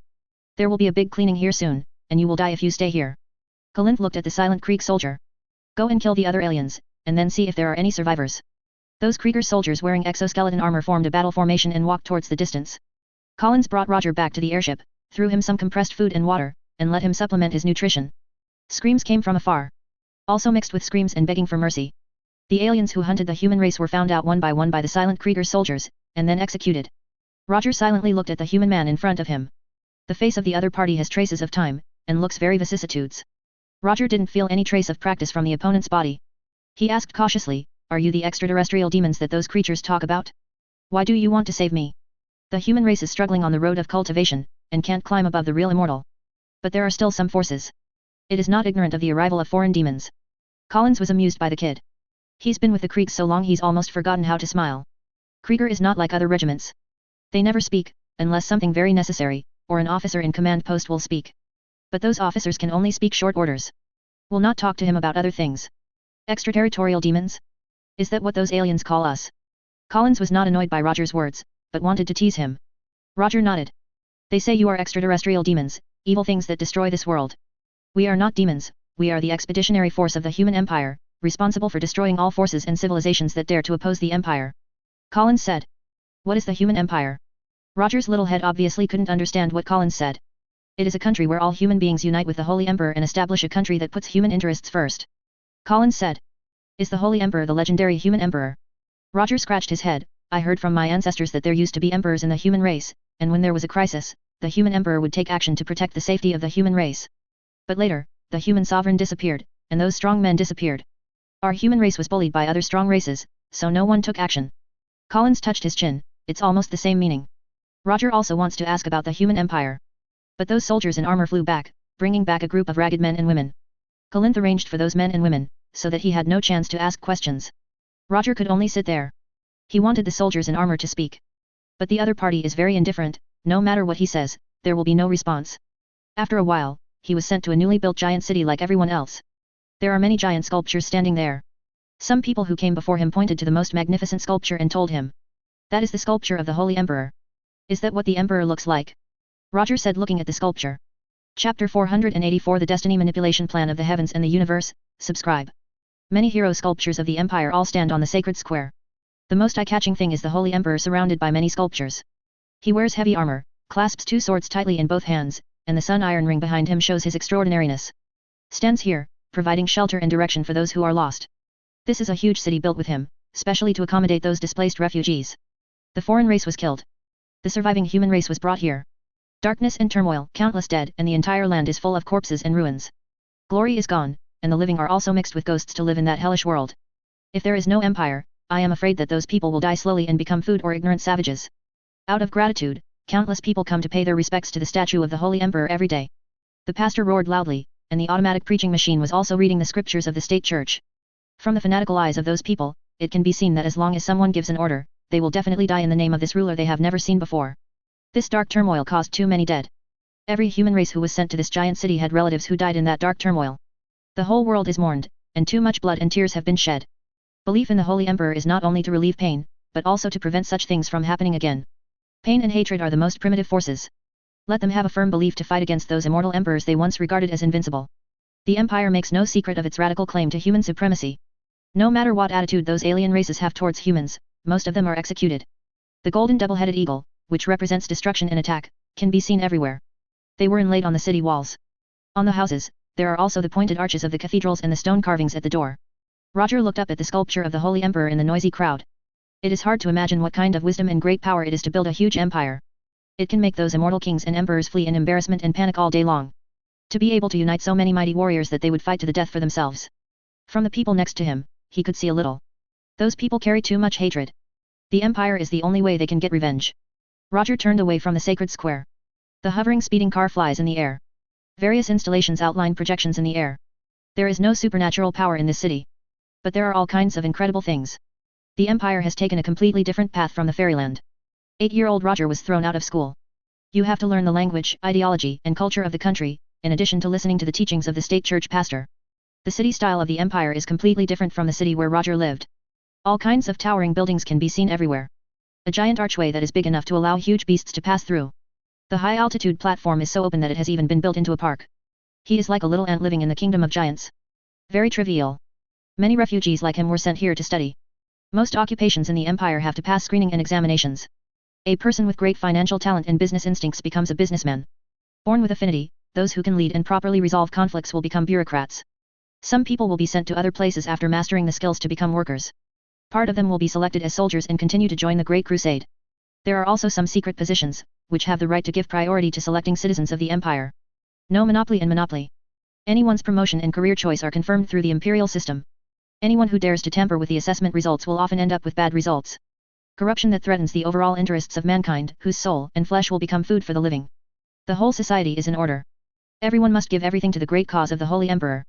These words run across those towering walls. Each character is about 10 meters high, made of metal, very shiny. Obviously just installed. Slogans like this can be seen everywhere. The holographic projection outlined by the light, the priest in robes growled madly. Who guides us forward in the dark, who allows us to escape endless oppression and pain, who allows us to rest in peace after death. It is the Holy Emperor, my countrymen, my brothers and sisters, praise his wisdom and deeds. We need him more than he needs us. Roger boards a maglev bus that runs the public transportation system. Man is a highly adaptable creature. Many people, like Roger, lived in a world with many practitioners before. But when they came into contact with the Empire, they quickly adapted to the technological world. Although they don't understand the principles of those technologies, it doesn't prevent them from using those tools. There are some people sitting in the car, there are men and women. Several of them looked very tired. Last night, I searched for the escaped alien. I was so tired that I felt sore even if I moved a finger. I'm the one to complain. I clean up the corpses every day. Now I feel like throwing up when I see the meat. For a little imperial credit, people feel that they are not their own. The Empire was in charge of the Great Crusade, and the manpower to maintain the city was not enough. A lot of work is handed over to the local aborigines to complete. A new vegetable market has opened in the Eastern District. Listen to me, why don't you go and see and set up a stall? At that time, the two of us will join hands to make it bigger and stronger and create greater glories. Did you see Bagur today, a well-behaved son of a family, now working in a factory with a hammer? That guy is really persistent. He made it clear that he was a pug, and he rushed to deceive others. After so long, he didn't even touch his hands. Really, I steamed the golden lotus fish when I got back, and drank 2 cups. You thought that thing was some kind of spirit fish? I didn't see that the fire cows with Kylan blood were all slaughtered for meat. Now there are no spirit beasts. Eat as much as you want, and even if you keep it, you can't sell it for a price. Roger felt a warm feeling in his heart. People are talking in low voices about all kinds of daily chores. It's almost the same as before. At most, the content has changed. The smile on the face also becomes more. Their suffering seemed to come to an abrupt end after the arrival of the Empire, and they lived a peaceful but troubled life. Reminiscent of his family and friends who died tragically, Roger's immature face lost his smile again. He wants to grow up as soon as possible. Find a way to join the Empire's expeditionary force and seek revenge. So what if he is an immortal emperor? Those beasts will die the same. The glory of Makraj. They fled. A military commander slid the holographic projection ball suspended in front of him. The fairyland is very huge, with countless mountains and rivers. The existence of such a giant world does not conform to the laws of the physical world. Gravity would tear such a world apart instead of letting it run smoothly and exist for so long. Considering the use of the power of subspace by the creatures of this world, such a thing is not impossible. The power of the subspace has always been idealistic and will not follow the laws of reality. If they are all cowards, then this war will be easy for us. Calgar whispered. Tribune Liviv remained silent as usual. The only difference from the past is that there are several terrifying sword marks on his phlogopite armor. This is a terrifying scar left by chasing and killing a quasi-immortal emperor-level alien. The opponent burst out with all his strength in the desperate situation of dying, leaving traces on his golden armor. The technical sage who was in charge of repairing the armor conducted an inspection and found that there was a strong subspace power remaining on it, making it very troublesome to repair. He can only wear it first, and wait until the repair team is ready before repairing it. They had to flee, and the magic ending device restricted their extraordinary power. If they stayed, they would only become the dead souls of the Empire. The prophet of the spirit race, Anweer pointed out the key to the problem. The main reason for those aliens to escape is the doomsday device, and the loss of power is the most fatal to those aliens. This universe is more dependent on the warp than the Eldar. The Eldar only regard Chinook energy as a tool, as a high-level productive force. The beings of this universe regard Chinook energy as everything. Those creatures would think that whoever can control the most Chinook energy will become the leader. Under such circumstances, if one can win the civilization war, it would be hell. Without their spiritual power, their fragile coalition naturally collapsed. Can't even make a decent resistance. Send our vanguard troops to investigate more places and see if those are running away. Calgar said, by the way, send someone to contact Sage Regula to see if his experiment is doing well. What's the matter? Let him come over as soon as possible. Several officials in charge of communications took down Calgar's words and contacted Sage Regula when the meeting was over. Our military strength is relatively sufficient at present, but I suggest that the local natives should be ideologically stamped and trained immediately. A strong man from Katachan made his own suggestion. We can't just rely on the Empire itself support, the best way is to support war with war. The enemy is fleeing quickly, giving up a large number of areas for us to occupy. But this is not a good thing. Their vitality has not been weakened or destroyed. We have to allocate a large number of troops to maintain the occupied area. Public security and production. In that way, our troops will be greatly dispersed. If the opponent finds some way to counteract the doomsday device, we will fall into a passive position because of the overly dispersed troops. The scientific research capabilities of this world are very poor, and those indigenous aliens cannot possibly have the means to counteract the magical devices. The mechanical sage Philo retorted, such a hypothesis does not exist. Nothing is impossible, sage. The Katachan man said, never underestimate the enemy. This universe has too many secrets. It belongs to a lost ancient civilization. Look at the land under your feet, you can create how weak is the civilization that came out of this world? Even if those natives have no way to study it, who knows if they will dig out anything. My suggestion is that there is no need for high-intensity training and arming of the local aborigines, and there is no need to give them any advanced weapons. You only need to train them to use laser guns and understand simple passwords. Let them maintain local law and order, and deal with those aliens who have lost their extraordinary power. This suggestion is very good. Kalga nodded and said, we really need enough native troops to maintain it, so let's conscription to those worlds, except for the workers and businessmen who maintain the necessary production, other men and women conscripted into the army, let them participate in the battle to liberate their fellow men. This is an expedition, and everyone is destined not to stay out of it. Dedicating everything to the Empire is not just a slogan. Desolate, dead still. The whole world has been destroyed. The sky is covered with dark, thick fog and smoke. At this time, it should belong to the noon of the day, but there is not a ray of sunlight shining on the devastated world. Between the heaven and the earth, there is a grey area, and there is no hope in sight. Kill. A roar came from the sky. An Amunro flew over at a high speed, shouting, Wang Jian returns to the section. The long sword in his hand reflects thousands of lights, transforming into countless long swords, falling like raindrops. Joinye also roared up to the sky, and cast the Chaos God and Demon Extermination art. The entire world of Amunro has been destroyed. The Demon Lord of the Extreme Way poisoned the whole world, leading to rampant plagues and countless deaths.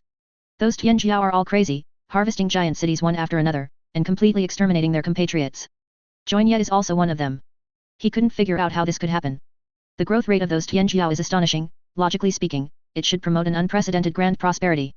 The result became like this. Let the whole world go extinct, and only a few of the strongest geniuses are left alive. It seems that there is an invisible force that is pushing these arrogances to kill each other. Just like raising Gu, raise the strongest Gu king. Wanjian Gazong and Chaos God Demon Mi Tianju both brought terrible visions. Once they collide, it will surely shake the sky and shake the world. But in the next second, two rays of light enveloped the two Amun-Ros, sweeping them away instantly. The two destructive forces that lost their support also slowly dissipated. It was the mechanical sage Regula who shot. At this time, he was standing on the platform of the giant biological laboratory. At a glance, there are more than 20 Amun Luo Tianjiao who are trapped by the space-time static force field.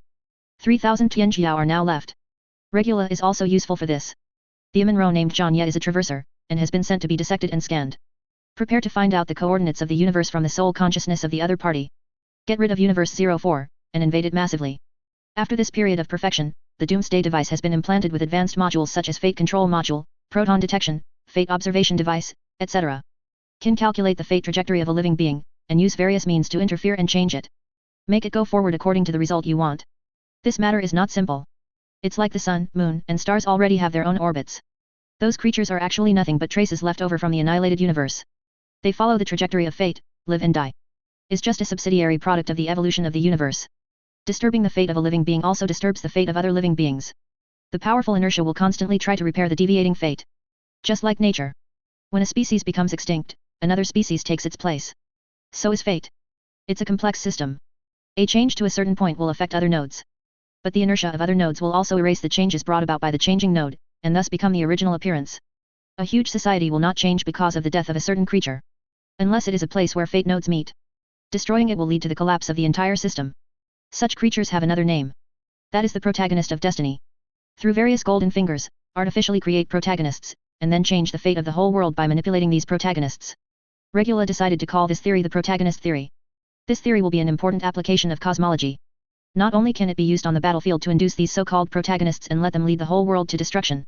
It can also be used in some human worlds that are extremely xenophobic and do not understand the good intentions of the empire. Select those creatures with good conduct, let them gain strong influence, and then gradually introduce the thoughts and culture of the empire through them.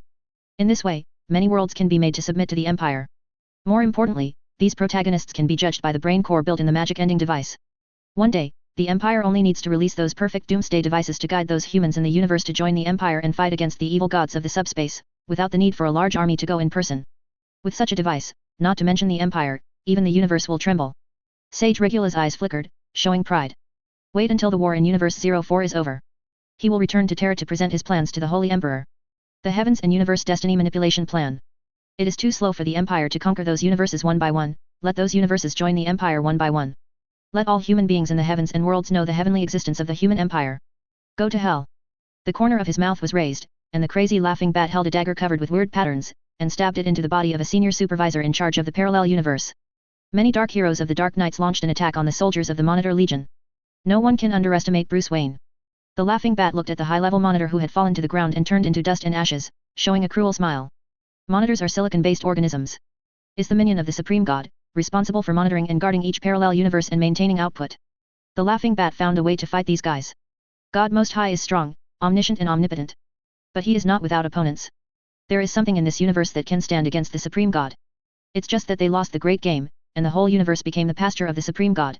And they are marginalized, excluded from this universe. The appearance of the laughing bat made those guys see the hope of intervening in this universe again. They weave their fate, betting on the laughing bat. Looking forward to this guy who once claimed to be righteous, but now is more evil than the devil, will bring them surprises. With the help of those guys, the laughing bat led the Dark Knights and Barbados to attack a parallel universe and eliminated the local watchers. It was planned to be a brutal, dark laughing universe. Chapter 485 God's Lair, Son of Fenris. Parallel universe number 165210.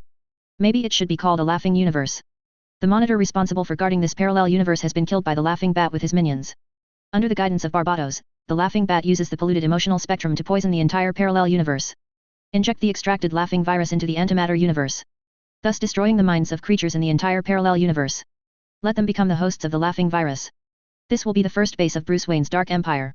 With the help of this base, the forces under his command will continue to grow, and eventually grow into an existence capable of confronting the evil empire. Solving the monitor of parallel universe 165210 does not mean that there is no resistance in this parallel universe. Those blue-skinned, white-eyed guardians of the universe are also a bit of a stumbling block. The Laughing Bat decisively sent the Supreme Superboy, the Cruel Bat and other members of the Dark Knights to the base camp of the Guardian of the Universe to carry out a massacre. The Guardians of the Universe try to recall the Green Lantern Corps to fight these evil invaders. It turned out that all members of the Green Lantern Corps were infected with the laughter virus without exception. Became the opponent's minions. When the Laughing Bat encountered the human empire for the first time, when he escaped from the parallel universe to which he belonged. Together with Superboy Supreme, he took away the emotional spectrum of the universe. Under the guidance of Barbatos, he understood the operating mechanism of the emotional spectrum and corrupted it, becoming an evil emotional spectrum that collects negative emotions. The Green Lantern Corps of this parallel universe is not much different from the Green Lantern Corps of other parallel universes. They also rely on rings and lanterns. It only takes a small trick to poison the entire Green Lantern Corps with the help of a polluted emotional spectrum, turning them into puppets of the laughing virus. Lost the greatest reliance, and the Guardian of the Universe retreated steadily. Either be corrupted by the laughing virus and become a slave of the Dark Knights, or be killed by those crazy guys. In the temple where the first lamp is held, the last Guardian of the Universe relies on the special power here to make the final resistance. But the strength of the Dark Knights far exceeds them. Superboy Prime alone is a huge threat. The Guardians of the Universe fell one by one. Pressed the surviving Guardians of the Universe to a desperate situation. Looking at the tyrannical face, the cruel Superboy Supreme twisted the head of his companion alive. The leader of the Guardians of the Universe, Rig, showed a look of despair. Is chaos coming back again? A dark age is coming. Superboy Prime kills the other before he can say any more nonsense. Beat the opponent's head into a lump of mud. After they were done, they took away the emotional spectrum of this parallel universe. Every time they go to a parallel universe, as long as they have the conditions, they will take away those crucial things that can affect the fate of the parallel universe, darken them, and use them to strengthen themselves. Even the fragments of the Wall of Origin, they also collected a lot. The sword that the Laughing Bat slew the high-ranking overseers was forged from those fragments. After so many experiments, they have already determined that the fragments of the Wall of Origin possess the mysterious power that can kill gods. While Superboy Prime and the rest of the Dark Batmen slaughtered the Guardians of the Universe. The Laughing Bat is on its way to several important planets. Apocalypse, Genesis, Earth, etc. As long as these planets are conquered, they can quickly rule the entire parallel universe. Other planets are irrelevant. Can't turn up any storms. The Laughing Bat came into contact with Barbatos and was ordered to travel through multiple parallel universes, and has already learned many secrets about this universe. The fate of the parallel universe is controlled by the minions of the Supreme God. All living things are domestic animals. After death, they will become the nourishment of the Supreme God. The so-called pain and tempering are just to make these livestock taste better. The Laughing Bat also knows the existence of the subspace. The antimatter universe is only a part of the warp, not the whole. Barbatos also recommended for him some ancient wills that existed at the same level as the Supreme God. Those ancient wills are all competitors participating in the Great Game, trying to eliminate each other, gaining the true supreme authority, and thus ruling the entire universe of the heavens. The wars and sufferings of mortals are but the nutrients and chips of this great game. The Laughing Bat knew very well that he had become in the game of those guys. But he doesn't consider himself a slave to those guys, but an ally. Equal allies. No one can fool Bruce Wayne, not even God. This is beyond doubt. One day, Bruce Wayne will be one of the contenders for the Great Game, maybe even the winner. The fragments of Barbatos have assembled the most core part. The remaining part will break free from the seal automatically, and fly over from all over the universe to merge with him. Barbatos already has a preliminary form and has recovered a lot of strength. He is parasitic in the shadow of the Laughing Bat, leading this lunatic to create a more crazy and lustful universe. Destroyed the monitors and universe guardians of Parallel Universe 165,210. It means that the entire parallel universe has become a plaything in the hands of the Laughing Bat. The source of power of the emotional spectrum comes from the creature itself. It draws power from the dreams and emotions of all living beings, and has an invisible, mysterious connection. Using this connection, you can pollute those creatures. When the Laughing Bat arrived on the Earth in the parallel universe of 165,210, the laughing virus had already been infected. Patients seem to be insane, chasing those who are not infected. Howling, crazy like a zombie. The whole world is in chaos. The Justice League is gone. Superman was impaled by a kryptonite spear and hung from the torch of the Statue of Liberty. He tried to stop the infected Batman, but was plotted to death by Batman and hung directly on the Statue of Liberty. Laughter virus is very powerful, it can stimulate the greatest desire and evil of the creature itself. Is a virus that works on the soul. As long as there is desire, there is a dark side, and there is a projection in the subspace, it will fall and become an infected person. The stronger it is, the faster it will be infected. Of course, there are beings whose light side is stronger than the dark side that can fight this virus.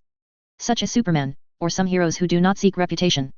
These guys don't end up hanging from the Statue of Liberty like being ripped to shreds by the infected. The superheroes living in the parallel universe number 165,210, the Lantern Corps, the Endless Family, and even the Pantheon have become the possessions of the Laughing Bat. For the former Bruce Wayne, this force was unimaginably powerful. But if you want to fight against the Empire and the Supreme God, such a force is still too weak. The Empire only needs a regular army, and it can easily crush everything in this parallel universe. The Laughing Bat needs more soldiers and more minions to win this victory. Bringing the infected superhero of the earth, the Laughing Bat embarked on a journey again. Take away the infected Duckmond, Steppenwolf, and other creatures. Going straight to the Genesis Star. At this time, the Genesis Star was also in chaos. The once glorious palace is so shrouded in black air. The new Protoss are killing each other. Heavenly Father and several powerful Protoss are trying to suppress those infected Protoss. The battle between the two sides will destroy the palace in pieces. Powerful fluctuations of divine power rippled from the Genesis Star, and could be felt even at a very long distance. The Laughing Bat who rushed to the Genesis Star shot together with many infected superheroes. The Heavenly Father and the few remaining Protoss were defeated and were soon imprisoned. Under the suggestion of Barbatos, the Laughing Bat sacrificed the Heavenly Father and discussed with his allies how to obtain more powerful power. Wherever the Laughing Bat goes today, shadows and whispers follow him. After this parallel universe fell into his hands, corruption and various disgusting mutations appeared. The planet grew a sarcoma, and the void was shrouded in a strange light. Everything changed with the arrival of the Laughing Bat. Barbatos hid in his shadow, and occasionally let out some grinning laughter. The Laughing Bat looks even more terrifying now. The sharp teeth and long tongue make it difficult to connect him with humans again. The Laughing Bat didn't care about this transformation. With the help of some dark mages, an altar was quickly built. Green flames burn in the altar, and the faint green light makes the whole scene look very evil. The dancing flames reflected everyone's face. Several sacrificial offerings were crucified on the reverse cross. They groaned in pain. The dark red blood dripped down the body to the ground. "We are ready." Dr. Fate, who was infected with the laughter virus, said, "My lord." "Very good." The corner of the Laughing Bat's mouth rose, revealing a cruel arc. "We paid a huge price to get this far, Barbatos. I hope it's worth it." "Don't worry, Bruce Wayne, everything is worth it." A hoarse, ethereal voice came from his shadow. Heavenly Father was brought up by his brother Darkmond. Both of them are descendants of Gia-Khan's blood, but they chose different paths. One became the most evil tyrant, always trying to rule the entire universe. One has become the most benevolent new god, and the Genesis Star has become the most beautiful and ideal world in the universe. This is the most perfect sacrifice. Barbatos' voice came from the shadow, revealing his hunger for soul and flesh. "I think so too." The Laughing Bat said. Father was frightened by the evil aura of the Laughing Bat. He had never seen such a terrifying creature. Like a living being made of pure malice. His heart sees no kindness, no gleam of brilliance. There is only infinite evil and darkness, as if the whole is condensed. Every cell is roaring silently, declaring his identity as an evil person. He walked up to the father, eyes looking at him through goggles covered in spikes. "Give up your life." Saying this, he reached out and pierced the opponent's chest. The strong, armored arm pierced out from the back of the Heavenly Father with a splash of crystal blood. The corpse was picked up by the Laughing Bat and thrown into the fire on the altar. Sacrifice is the most primitive method, but also the most effective method. Father's blood hissed in the flames. His dying despair and agony were so hot and alive they were like a delicious meal. A strange wind blew up, and it didn't know where it came from, as if it had existed forever. Carries endless destruction. Whispers of lost ages and ruined civilizations can be heard on the wind. It seems to come from the distant past. Stirring the green flame. The temperature in the air drops. A terrible will came. The shadow that blocks the light diffuses in the air, like a drop of ink falling into the water, causing ripples and spreading rapidly. "It's really interesting. Are you the sacrificer? Are you the traitor of this universe?" There was a strange tone in the shadows, the source of which could not be found. Laughing Bat scanned the surroundings and said in a deep voice, "Yes, I am the one who summoned you. But I want to know who I am talking to. I am Creeping Chaos, the messenger and representative of the great being that cannot be seen directly, aren't, the faceless god." The voice said in an unpredictable voice, "It is said that you are the one who can make us the one who got this universe. Is that really the case?" "Yes, I can let you get what you want, on the premise that you can let me get what?" The Laughing Bat whispered, "Cooperation is what everyone needs, and you have to come up with enough price. The road to eternity, we will let you walk on the road to eternity, get rid of all the shackles of the universe, and have absolute free will. Arndt hissed, "If you want, you can even get the qualification to be an Azathoth dance around forever, till the end of time. No power nor will can fool you again. I still need a promise." The Laughing Bat said, "After the matter here is resolved, you have to help me defeat the Empire with the double-headed eagle as its emblem. I want the life and head of their emperor." Undisguised grinning laughter echoed in the air. This made the Laughing Bat a little annoyed. He felt that the other party was laughing at him. "Can't you do it?" "No. Nothing is impossible, this matter is very simple. The three pillar gods are the controllers of the original power, omniscient and omnipotent. They understand and know everything in the real universe. They can create and destroy. That empires are tough, they're on the rise. That emperor will be another all-seeing, all-powerful man who lets his minions ravage and try to break the rules of the great game. He is too stupid to think that he can fight against many ancient beings on his own. You will get our assistance, and you will trample on the homeland of those ignorant people with a powerful army, and cut down the emperor's head. Just wait for a while, those ancient existences hope that the emperor can repair the roads through the universes, so that the great game can go on more smoothly." Arndt said with a smile on his face, "Let's settle the matter of this universe first. The supreme god has shown a weak side, surrounded by wolves, all eager to tear off his own piece of meat. More and more existences have set their sights on this universe, and they can't wait to have a gluttonous feast. We have to be fast to get enough benefits. Then let us establish a cooperative relationship. The laughing bat whispered, don't try to deceive me, otherwise, no matter how heavy the price is, I will let you know the consequences of provoking Bruce Wayne.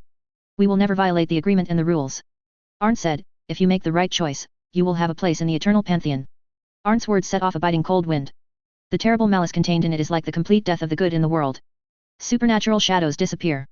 Laughing Bat looked at the fire that burned the father to ashes, and then looked at his wriggling shadow. Is the so-called three-pillar god worth believing? It's not worth it. Barbados said very simply. Then why do you still recommend them? The Laughing Bat asked puzzled. Because they are the best choice.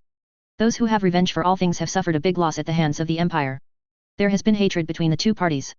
The three-pillar gods will definitely not cooperate with the Empire. If they cooperate with the Empire, if we cooperate, the contradictions between them will intensify, and even kill each other. In this way, we can safely borrow their power without worrying about their backstabbing, or even the United Empire dealing with us. The three-pillar gods are very arrogant, but they are powerful. Use their power to survive first, stir up the waves of this universe, attract more ancient existences, and turn this universe into a more cruel battlefield. At that time, the chips in your hand will be able to sell for a better price. To be a player in the great game, you have to be shameless and cunning enough. Cooperation and betrayal will be your first lessons, Bruce Wayne. It's really interesting. The Laughing Bat grinned, revealing its fangs covered with blood and shredded meat. Just thinking about this game is enough to make people excited and looking forward to it. The Emperor Supreme. Guilliman stood on a vast platform with the Nether Dragon crouching on his shoulders. The silent, inactive Primarch of the Space Wolves, Russ, was standing behind him at this moment. Wearing a piece of power armor specially made for the Primarch class body. It looks very huge, like a moving titan. The giant wolf of Fenris means God's lair in mythology. You grew up in Fenris for a reason, Russ. You symbolize the God's lair nature of our brothers. Guilliman said in a calm tone, I have always believed that you will be a sharp sword for mankind to break through the age of the gods. I think so too. Ruth played with his fingers and smiled, I'm ready, brother. Now you have to tell me who to kill. Chapter 486 Coryx's New Use. Russ, like the other Primarches, was given body and soul by the Emperor. However, it was Fenris of the Cold who made his wolf soul. In that icy land, the giant Wolf King rose up. His physique is unusually strong, with a burly figure, and a large number of runes are engraved on the heavy power armor. Solid gold and steel carved into the pattern of a double-headed eagle and various Fenrisian decorations. Pure gold whips were braided and draped messily over his shoulders. The rough face was glowing with ruddy color, as if there were never-ending experiences pouring out of his body continuously. Provides inexhaustible fuel for his every move. He is a heavy engine built for war, the of invincibility. Is a star that was forcibly dug out of the void and trapped in the human body. Every enemy of man fears his presence. Russ' record is not unremarkable. During the Horus Rebellion, he held the spear of Dionysus in his hand, and almost killed the plan of the four gods. At that time, Horus had already been to Modo, where he obtained the power of the gods and had the power to rival the Emperor. Russ still relied on his blood bravery and the spear of Dionysus to severely injure the opponent. If the harmless Horus attacked Terra, the situation of the Empire would be even more precarious. If the four gods show their blood bars, Guilliman doubts that Russ will go directly to them with an axe. Guilliman sees Ruth as a trump card. Let him build a sufficiently strong and cold-blooded Punisher Legion. This legion is dedicated to executing those humans who dare to defy the Empire or those powerful individuals. God is one of them. Go to Universe No. 03. Guilliman said word by word, get rid of those gods and those players, and completely destroy them. The places with the most gods at present are undoubtedly those gods nourished by reincarnation games. The main messengers behind the reincarnation game and those human players who are lured astray are obstacles to the advancement of the Empire. The living Saint Celestine is already sitting there. The problem is that Celestine's positioning tends to inspire the army and give people hope. To be honest, this living saint's strategy and combat ability are not outstanding. Before Guilliman returned, Celestine was already familiar with running corpses.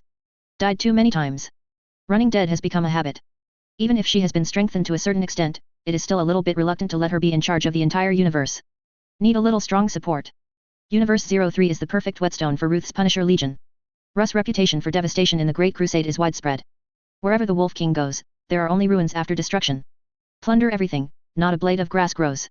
This is not a big deal. For most of the area in Universe 03, the Empire's assessment is to directly destroy it and convert it into energy. Sounds like a good job. Russ flexed his muscles, and he couldn't wait to find some fights. Then I'll leave it to you, Russ. Guilliman looked at him with trust in his eyes. You are the most outstanding general under my command. Let those gods cry like farts, and cut off their heads, come down, pile it up into a jingguan, and then plant the flag of the Empire. Let them know what it is like to be against human beings. I doubt it, you say that to every brother. Russ looked at Guilliman and said. Guilliman smiled, and did not answer the question directly, but asked rhetorically. So you don't think you're the best? Go ahead, Russ, there's no point in dwelling on it. When we finish our mission and retire, only our merits will live on. Russ laughed too. I will follow your instructions to conquer that universe, Your Majesty the Emperor. I'm waiting for your good news, Ruth. The Lord of the Wild Wolf turned and left. A celestial-class battleship dedicated to him has been waiting in the solar system for a long time. Guilliman watched the Primarch brother leave. With the assistance of Ruth, the conquest of Universe 03 will be greatly accelerated. Now we are waiting for good news from Calgar. He sent back a lot of news. The last civilization has already begun. In time, you will be able to gain control of the entire universe. Ryan has almost solved the Eye of Fear. Fulgrim's clones are also strangling the last of the traitors. In time, Guilliman will let them transfer the battlefield to other universes. The army of the Empire is marching to all parts of the universe, plundering nutrients and nourishing the industrial system of the Empire. Some troops are fighting the marauders, trying to drive back those who have no fear. The entire universe is a weapon left by ancient civilizations. Tyranids aren't even the most dangerous. This universe is said to be in ruins. Pure hell. If you want to rule the universe, you must clean up the biological weapons left by civilization. Several sages have conducted research on Tyran to see if they can control the Zerg. If the Tyranids can be controlled, the strength of the Empire will skyrocket again. Kaur, who is currently in charge of Mars, put forward a very good suggestion called the Reincarnation Grinding Project. A plan promoted with reference to the reincarnation game of Universe 03. It can greatly improve the efficiency of the Empire's selection of elites. Set up copies one by one, let the people of the Empire go through the customs and check their talents. Those who are good at strategy and deduction will be selected as staff officers. Those who are good at doing business and use money to solve problems are classified as businessmen. You will get points for every customs clearance. Points and assessment criteria will determine their careers and achievements. This mechanism does not change the fact that only the most cutting-edge people can succeed. It just leveled the playing field. This is an extremely good screening mechanism. If it can be promoted, it can greatly reduce the governance cost of the Empire. Human nature is always selfish.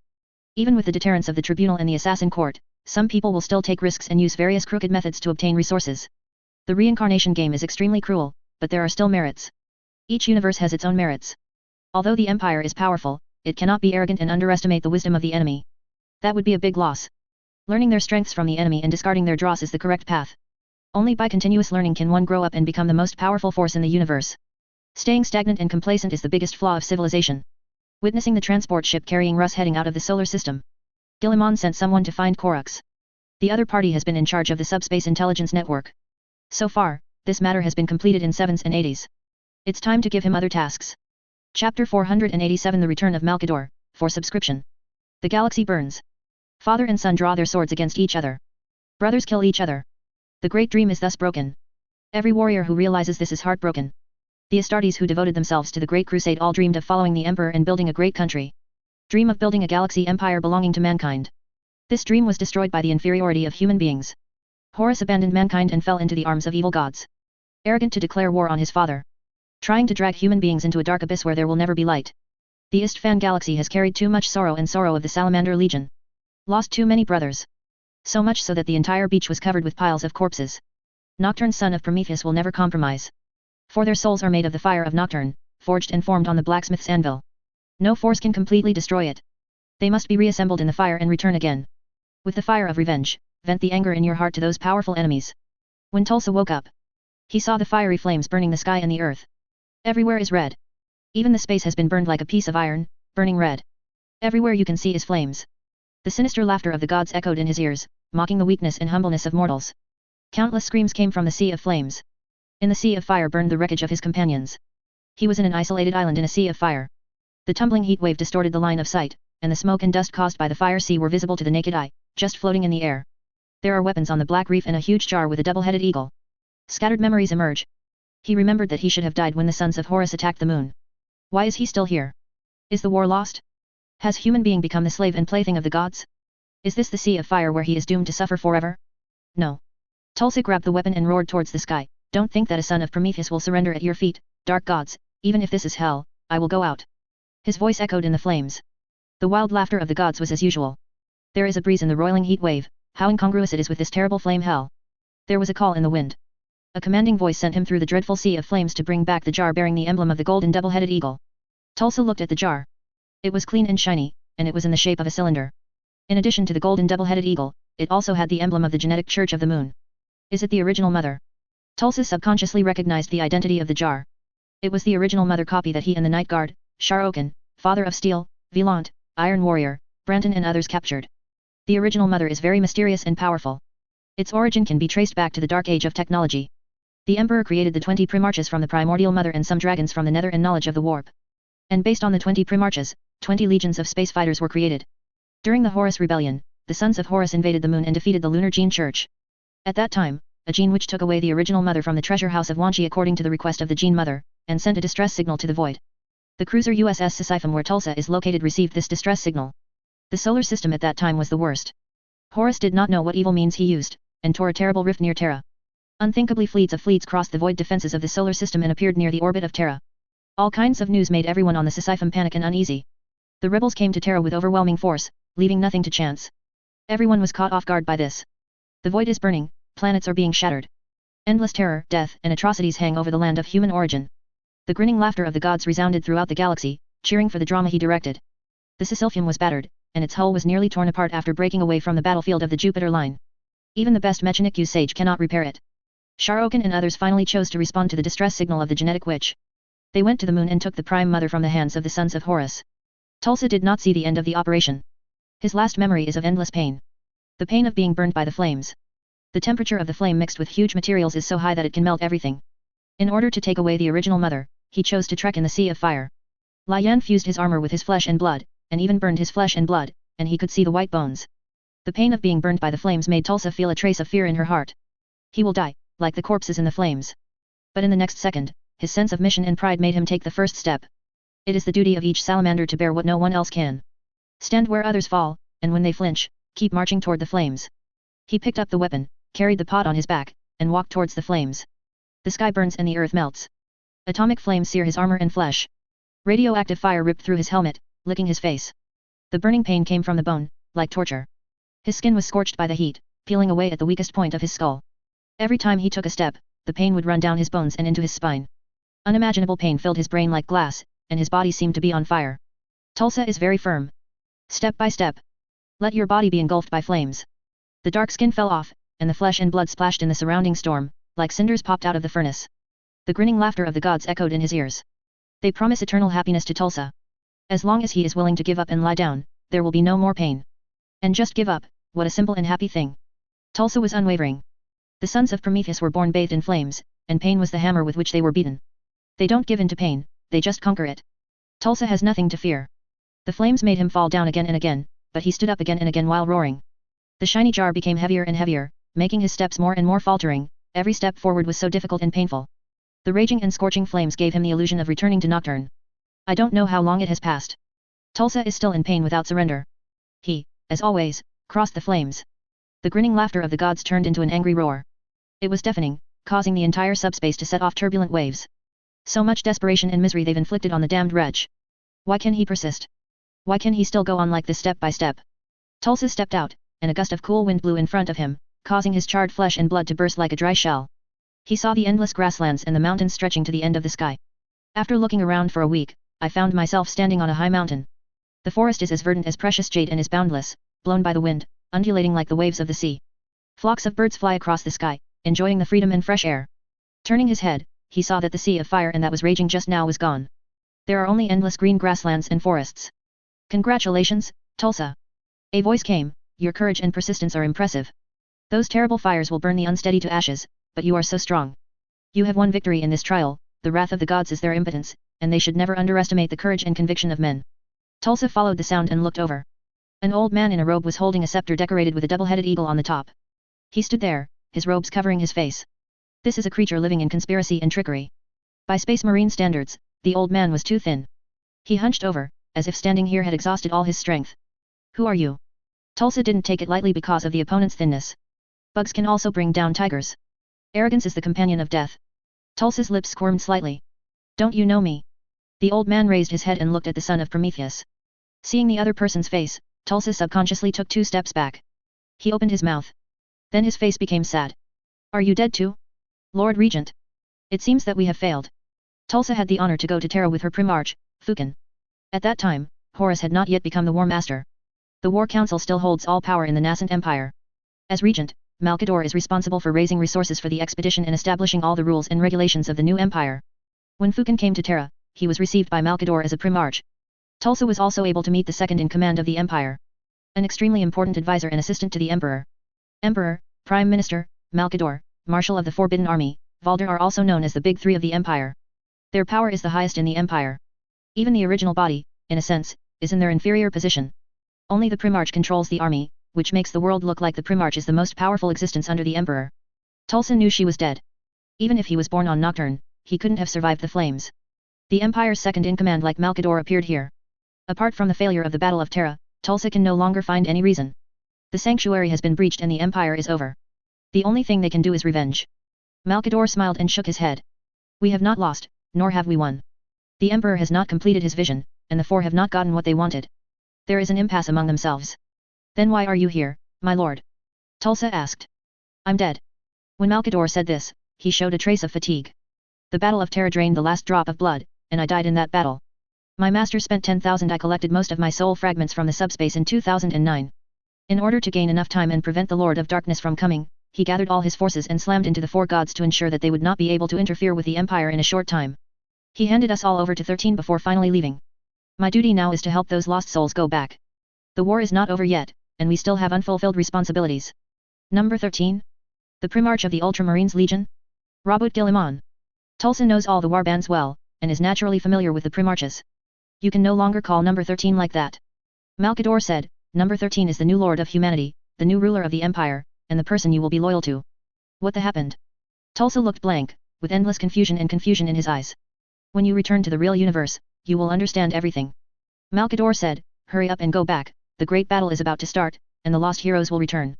The embers will fly upward and blaze again. The earth is burning. Horus Rebellion is but a blip compared to the conflict to come. How do I get back to the real universe? Tulsa asked. Why don't you take a look at what you vowed to bring out from the Sea of Fire? Malkador smiled. That's just the primordial mother, yes. Tulsa's words were not finished. He was surprised to find that what he had memorized just now was not the original mother copy, but a huge key with a double-headed eagle emblem. The key turned into a point of light, floating in the air. He looked along the light spot, and found that the beautiful scenery behind him just now had turned into a vast biological laboratory. The walls of the laboratory are riveted with silver-white metal. The technology is very superb, and there is no trace of welding, as if it is a natural piece. Bright lights shine from the ceiling. A huge training cabin appeared in front of him. It is the naked self soaked in the nutrient solution. A perfect body, just waiting for the soul to enter it, can be awakened. Malkador said, go and complete your unfinished mission, son of Prometheus. What about you, my lord? Tulsa asked. The time has not come yet. Malkador disappeared after saying this. Tulsa blinked her eyes, only to find that she was soaked in the nutrient solution. What we are not in is a paradise with a beautiful environment, but in a biological laboratory. In the biological laboratory, there are a large number of biological cabins, and naked fighters float in them, with their eyes closed, waiting for their souls. The target has awakened, and the ecological characteristics are stable. The nutrient solution was slowly pumped out, and with the humming sound of the machine, the nutrient bulkhead slowly retracted underground. Tulsa, whose body was limp, was stabilized by several industrial machine slaves, cleaned and placed on a soft, white mobile bed. A priest in a red robe walked up to Tulsa. 4 or 5 servo skulls linked to the spine are floating in the air. Do you know what your name is? Came a mechanical, emotionless voice from a servo skull. Tulsa, 24th Company of the Salamanders, apothecary. Very well, take him to the recovery room. The priest said, praise the Holy Emperor, and let a lost soul return. The Emperor's sovereign is a marvel of human science. All kinds of incredible technologies can be found here. Fukin, who has been forging weapons, used the convenience of the webway to rush from his forge world to the solar system. Guilliman asked the messenger to pass the password to him. From the mouth of the messenger, Fukin knew that Guilliman also summoned Russ and Korux. Russ has gone to Universe 03 to perform the task of killing gods. Korux was still with Guilliman, seemingly planning something. It involves him, or needs his help. Come out of the webway port located inside the Emperor Supreme. When Guilliman came to the throne, he came to the Royal Supreme, when the Empire was just recovering. The Emperor Supreme is not as exaggerated as it is today, with all kinds of incredible and miraculous technologies. Space folds, dimension pockets and more. The Emperor Supreme is said to be a celestial class warship, but the actual space is definitely more than the volume of a planet. Many buildings and facilities only retain one entrance on the Emperor Supreme. The door looks small, but when you walk in, it is a whole city. The Empire's application of space dimension technology has been popularized to the civilian stage. Fukin has been busy forging weapons, combining the technology of the Empire and the knowledge of the warp to forge one artifact after another. He has recently focused on a nice neutron star, and is trying to find a way to see if he can compress it and make it into a weapon. Then it is really a magical soldier who will die if you hit it, and get hurt if you rub it. He didn't pay attention to how prosperous the Empire is today. Millions of wide corridors, capable of passing huge trains and various vehicles. They are like veins, connecting the entire Emperor Supreme. The two sides of the corridor are connected with different pocket dimension spaces or folding spaces. In those folding spaces, there are commercial trade, special food, and various factories and so on. In some pocket dimensional spaces specially used for trading, there are a wide variety of goods. Goods from all over the universe, and even other universes, can be found in the dimensional space of those commercial transactions. In some places, other universes are even being bought and sold, creatures that can be kept in captivity and used as pets. A group of merchants who followed the expeditionary force of the number 0 universe got a batch of exotic dragons, phoenixes, and other strange species. After bringing it back, it made a lot of money, and even set off a wave of alien craze.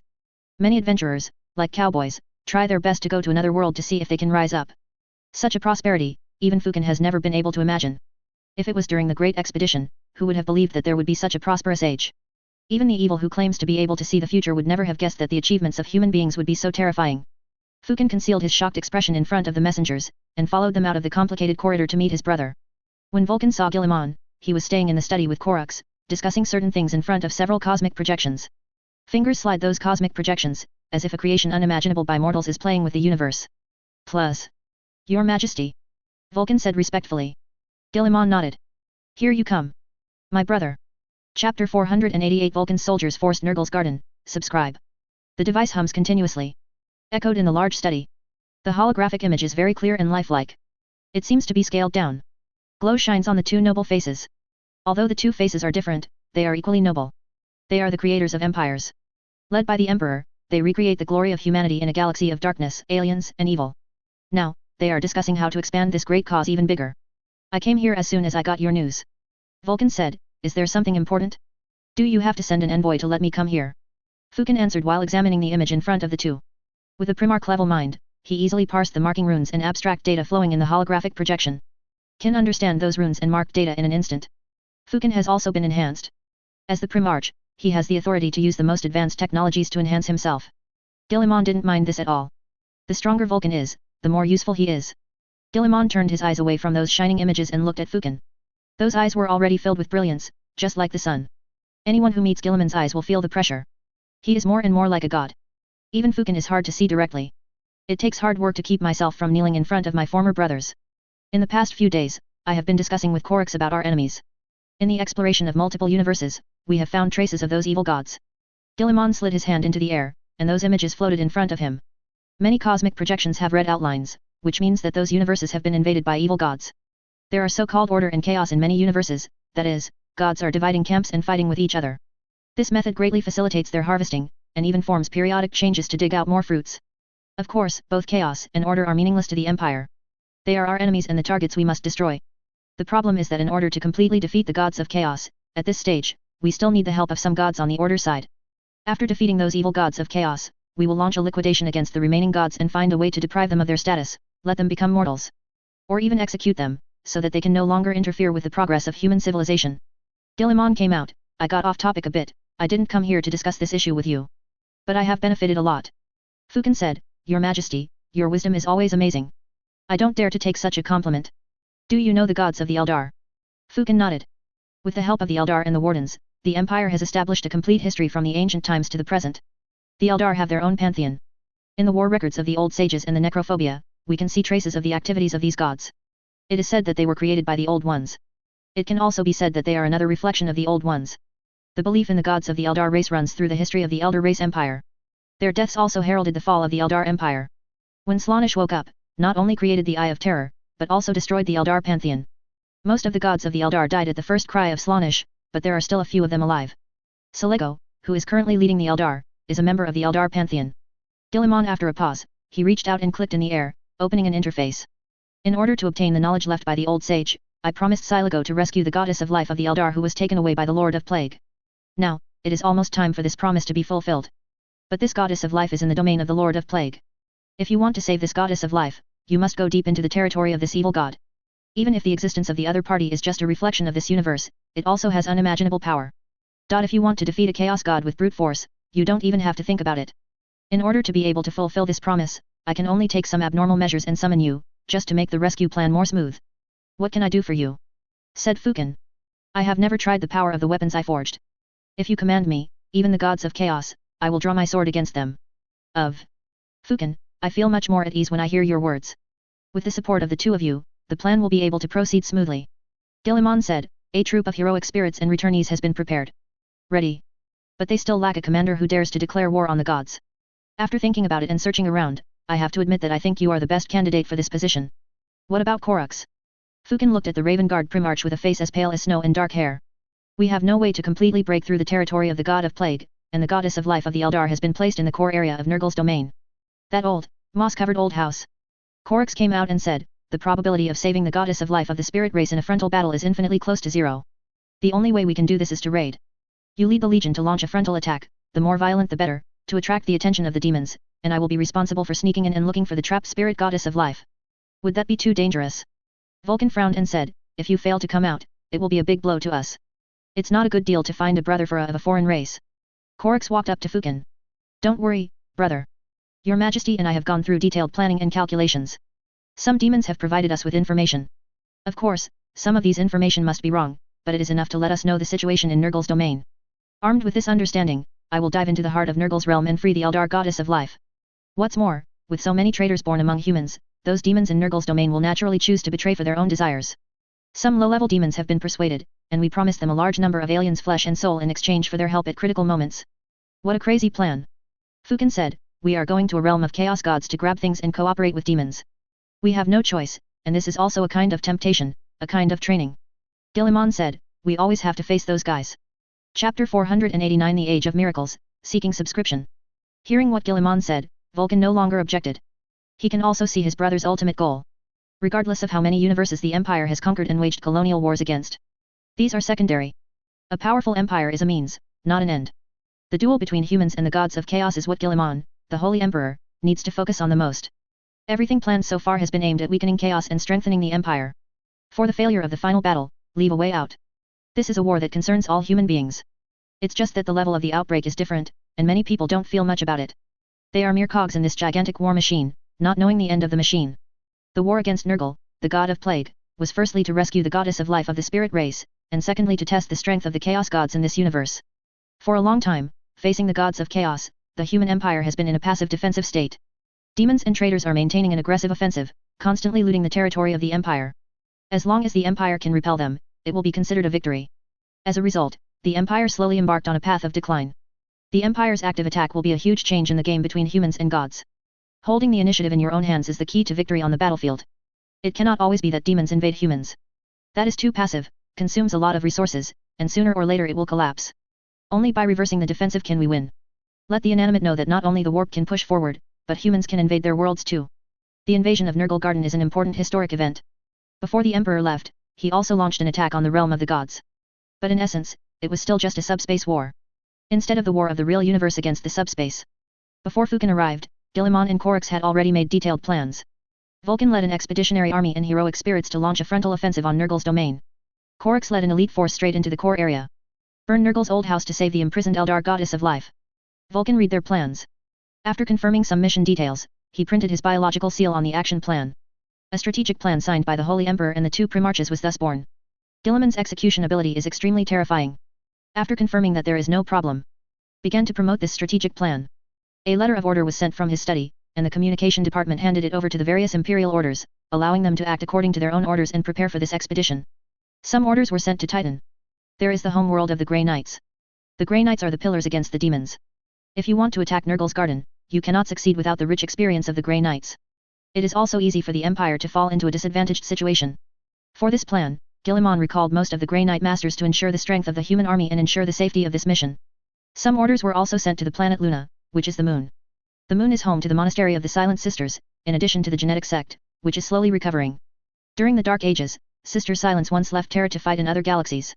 It wasn't until Guilliman woke up that they began to return to Terra, and joined hands with their former combat companions the Custodian forces again. At the peak moment, the identity of the Silent Sister is equivalent to that of the Imperial Army. Is the Emperor's right-hand man, the most trusted army. The elders of the Senate did not understand this. The characteristics of the soulless make them disgusted and fear involuntarily. To get rid of this fear, they sent the nuns elsewhere and forgotten them, leaving them to be consumed slowly in the dark corners of the galaxy. After Guilliman returned, these Sisters of Silence were employed again. They were once again active on the stage of the Empire, and gained the power to participate in the affairs of the Empire. The Sister of Silence is the bane of demons. Even though weapons with soulless characteristics have become popular nowadays, the Sisters of Silence are still the most valuable force in the Empire, used to fight against subspace. Invasion of Nurgle Garden, their existence will bring fear to many demons. Messages were also sent to Terra and Mars urging the Council and Mechanicum to coordinate and schedule this expedition. Many troops gathered from all directions. They don't know the content of the combat mission, just out of obedience. Guillemot did not intend to tell them in advance. Any unnecessary talk will cause the news to leak out and put the enemy on their guard. Expedition fleet assembles in outer orbit of Pluto. Several celestial-class battleships shining like stars are suspended in the void. A large number of small repair ships are swimming around, using mechanical tentacles to conduct final inspections on the hulls of these warships, repairing those damaged places, and ensuring that they can complete their combat missions. Some mechanical priests checked various systems inside the ship. Even the plasma engine has been turned off, allowing the technicians to go deep into the plasma conversion channel to inspect the relevant components. At the same time, a large number of transport and supply ships jumped out of the void. Unload resources from all over the galaxy and send them to these warships. Providing supplies for these ships is a very complicated and difficult matter. The imperial officials arranged it in an orderly manner. There is no comparison between the past and the present. The solar system is the origin of mankind, and the center of power and scientific research is here. Gathered the elites of the entire human race. Those who can enter the solar system are all elites screened from various galaxies. Just pick one out, and its title can be read all day long. There is basically no such thing as indigenous people in the current solar system. Even if they were born in China, as long as they are not capable enough, they will be dispatched to other places. This kind of thing is a little cruel. Send a native-born person directly to an unfamiliar place, and let him live there for the rest of his life. However, this is a helpless move. For the Empire to remain efficient, it must have enough talent. Those who were born in the solar system and have insufficient abilities are of little use. On the contrary, they cause more waste of resources because they enjoy the welfare treatment of the Empire. Transporting the rations of a useless person from other galaxies is also a loss. Is a waste of resource efficiency. There is a cost to transport food to the solar system. It is a very bad thing for a person who has no output, but the Empire wants to maintain his welfare. Eating fish in a seaside city and eating fish in a desert city will definitely not be the same price. Most of the materials in the solar system are shipped from outside. Even with the current advanced technology, there is still a high cost. Sending it to other galaxies can reduce the cost of the same welfare treatment. Everything must be compromised for the benefit of the Empire. Fairness and inequality coexist in the Empire, which is a kind of unspoken rule. The more intelligent, the greater the contribution to humanity, and the more privileged the person who bears more responsibility. Don't think that a high-ranking general is equal to a civilian who enjoys the welfare of the Empire. The Empire's promotion system requires absolute openness and transparency. Any region, any citizen without a bad record can join the bureaucracy and military system of the Empire. The only thing that limits them is their ability. Any attempt to promote by means other than ability will be regarded as a crime of betrayal of humanity, which belongs to the highest level of punishment. Is handled by the Imperial Inquisitor.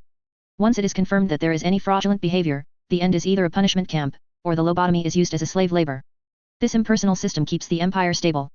If you have enough ability, then you will be successful. Insufficient ability, no one can blame. Under such a system, those who can come to Terra and participate in the work are basically the real elites, not just the second generation. The efficiency of action is naturally far from being comparable to those departments composed of incompetent officials. Even if they organize a massive expedition, these officials can handle it with ease. Most of the members of the Exorcist chapter assembled on their celestial-class battleship the Eternal Contempt. Chapter Master Enoch returned to the solar system from the edge of the galaxy after receiving orders from Terra. Besides these, other chapters have also returned to join the expedition. Another expedition. Pluto, the think tank of the battle group, stood beside Enoch, looking at the vast sea of stars. Countless warships are mooring at the void port without maneuvering. Their power stacks are kept to a minimum.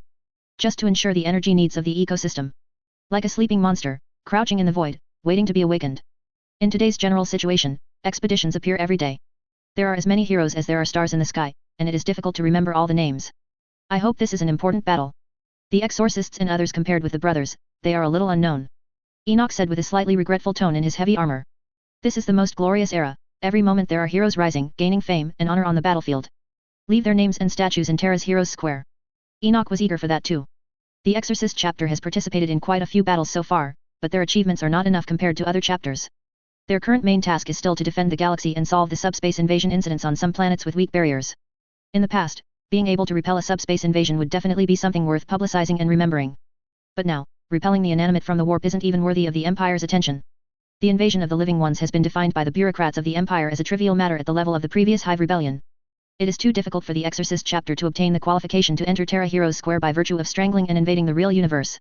At the military meeting a few days ago, didn't they reveal our mission this time? Pluto asked. Enoch shook his head. They also expressed that they were not clear about this. They just asked the soldiers to train according to the order of the Holy Emperor. The Holy Emperor did not intend to reveal the destination of this trip. I just hope that this is a great battle. Having said that, Enoch clenched his fists. If there is a big war, the Exorcist chapter will definitely seize any opportunity to gain merit, so that there will be a statue of ourselves on Terra's Hero Square. Even if it costs my life, I will not hesitate. Is that really good? Sacrifice yourself for a reputation. Pluto was somewhat incomprehensible to the fanaticism of the chapter leader. If there is nothing and you are so unknown, then what is the meaning of living? Many war groups are fighting hard, can the Exorcist war group be worse than them? Enoch whispered, more what's more, it is our duty to sacrifice for the Holy Emperor and mankind. Death will eventually come to everyone. It is nothing more than the difference between earlier and later. Why don't you let your life burn as much as you want? Pluto shook his head. Let's not talk about the building of sculptures in Terra. Judging from the scale of this gathering, it must be a big battle. The Holy Emperor recalled many soldiers who had sacrificed. According to some rumors, they are likely to participate in this meeting. If it's really a big battle, it's the best. The Exorcist chapter is no worse than those heroes who have passed away and returned. Enoch looked at the bright star sea and the countless imperial warships, his eyes showed firmness. The Exorcist chapter will surely leave a statue in Terra's Heroes Square. Not just the exorcists. This idea is on the minds of many warbands. The Empire is getting bigger and bigger. The fruits of victory are getting bigger and bigger. If they don't work hard, they will really be forgotten. Tulsa was transported from the biological laboratory and sent to the recovery hospital. What he saw made him dumbfounded. Those who had been clearly sacrificed before him were alive again before him. Some of the companions who stayed on the battleship Sisyphum at the beginning have all recovered. The tests they endured were different, but in the end they all got flesh and returned to the real universe. Never thought that we would meet again. Branton, the former captain of the Sisyphium, stood beside the bed in Tulsa and whispered. Saracen, Vielant, Newman, and others also stood beside them. They returned a little earlier than Talanza, and now they have passed the most difficult recovery period, and they can leave the recovery hospital with only a final evaluation. The Sisyphium is an attack cruiser belonging to the Iron Hands Legion, highly refitted with a black stealth hull that does not reflect any radiation. Played a vital role in the outbreak of the Horus Heresy. Many loyalist soldiers were evacuated from the landmark of Istvan V. The survivors also used this cruiser fleet to conduct guerrilla warfare against the rebels, destroying the enemy's logistical routes, and looting naval ships that betrayed the Empire. They even plotted to assassinate the Primarch. Unfortunately, it failed. This ship also participated in the Solar War until it was scarred and was finally thrown above the solar system's astrolabe by the warp turbulence.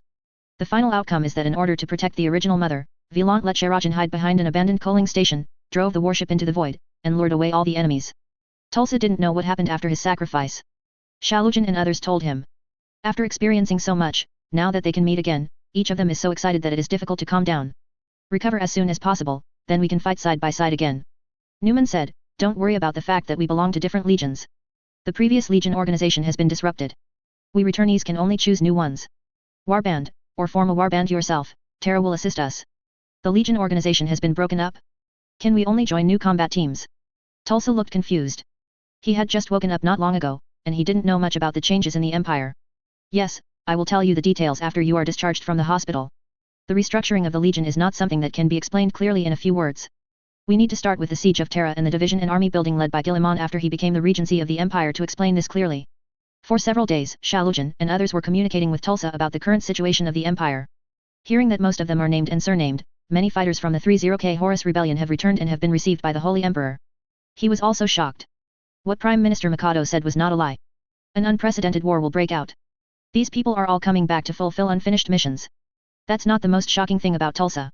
His eyes widened when he heard that most of the traitors had been captured and sent to Terra's astronomical atonement. Angren, Fulgrim, and Lorgar have all been captured. They thought they could rest easy by taking refuge in the gods, but they underestimated the power and determination of the Holy Emperor. Those guys are now in various souls, tortured to pay for their past sins. I heard that Lorgar, who lured the other Primarchs to fall, has been tortured to the point of insanity.